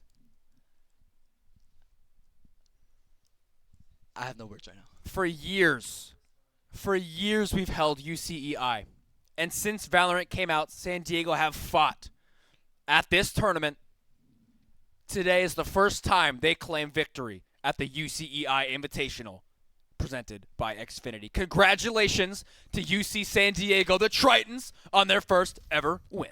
And what a way to do it, Quincy. From the depths of defeat. They're in the abyss. They're deep in the hole as they can get. The morale needs to stay strong. The confidence.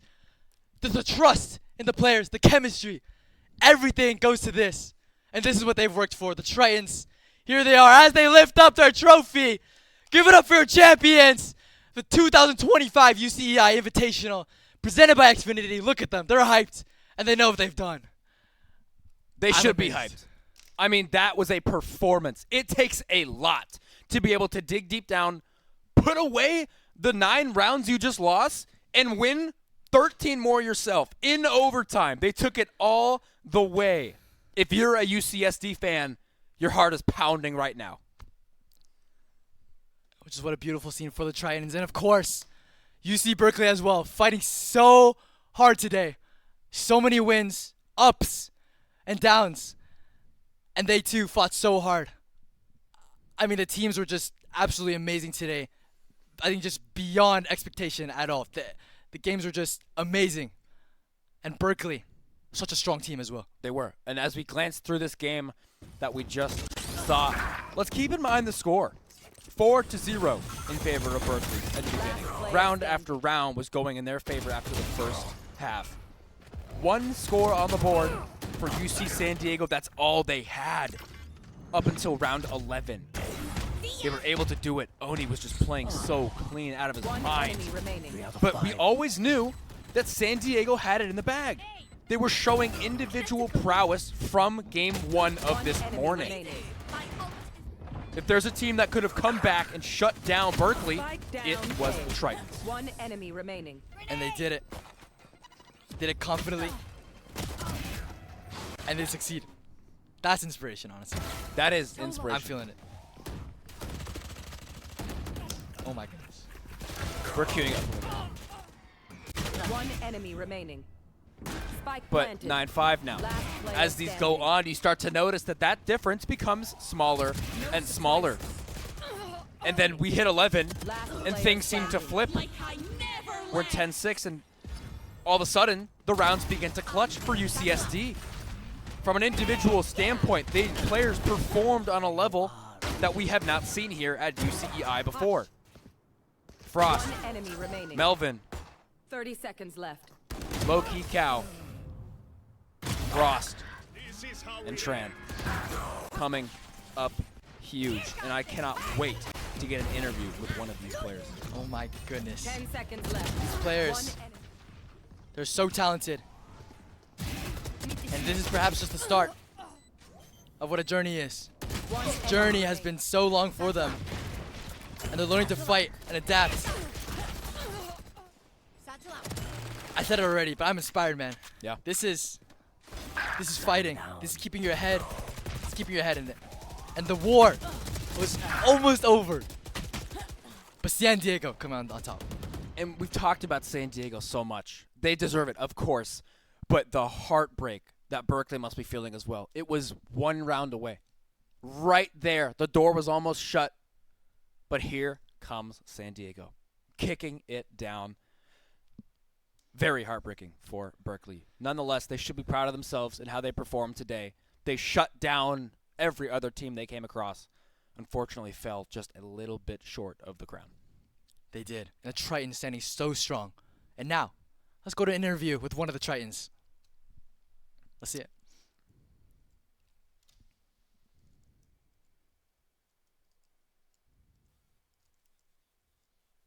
Spectacular game. It was really close. We went into OT a couple of times, but I'm here with the absolutely insane UCSD Melvin. So first of all, Melvin, I just want to ask, that was an absolutely intense game. You were going OT back and forth. You were hitting absolutely insane op shots. How does it feel to win? It definitely feels like a lot of our work paid off. You know, we were scrimming almost every single day, like 3 scrims a day, preparing for this. We came in knowing what we wanted to do, knowing what we wanted to accomplish, which is this thing right here. Yeah. So I feel like it feels so good, man. Because this is probably one of the first trophies we've actually won. You know, we've accomplished things in CVAL and everything, but we've never actually won, you know, an official tournament, so it feels good. That's absolutely spectacular. I'm so glad. You know, the crowd was absolutely going wild, absolutely every single play that you guys were doing. I want to ask you, though, you talked about your prep work, right? Can you run me through just like a little bit of what it takes to, you know, be this type of champion? Like what type of prep work, how many hours, and do you think it was successful? I definitely think it was successful, man. Like, we were scrimming 3 days a week. We were figuring out everything. We came in to the week absolutely blasted from winter break and everything. So we really came in putting all our effort into it, especially, you know, we have a couple seniors on our team, and we really wanted to win for them to send them off. That's great. And then I just want to ask you one last question. So do you have anyone to shout out? Yeah, I would love to shout out all my teammates, man. Especially, you know, Tony, he's really popped off on the last map, and Wick is our senior that's graduating next year, or this year, and I'm really proud that we were able to give him, you know, a trophy before we left, because we should have won a lot. We should be winning everything, bro. I don't know how, like, it's just unlucky after unluckiness, like, but it is what it is, you know. But finally, it's here.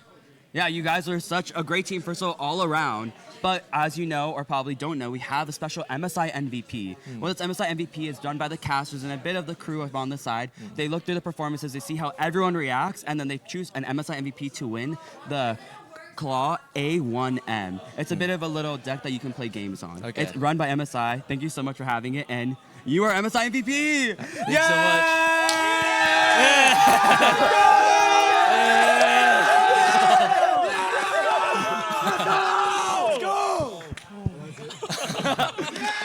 Yay! Did I trade the mic?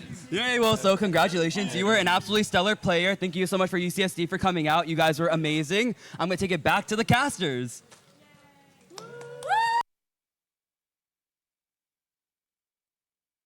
For the UCEI Invitational 2025 presented by Xfinity VALORANT Championships, a huge congrats to Melvin and the rest of your team. You guys earned it, coming back from being down 9-1. An exceptional performance coming out of you guys today. And us here on the desk, we're a little bit touched by the words Melvin said. Getting a little bit emotional there, but it's just so fantastic beautiful. all around. It's just amazing. Thank you so much, everyone, for coming, joining us on this journey. We're your casters. I'm Caleb Jayo Sang. This is Quincy, PhD Stokes. Quincy, what else do we got? We don't have a whole lot for them. Tomorrow we have Overwatch for you guys. So if you're any Overwatch fans out there in the field, coming at you tomorrow, the same time frame, about 11 a.m. all the way to 8 p.m. at night. We've got content for you, so don't go anywhere. Don't forget to follow the Twitch channel, and we will see you guys tomorrow.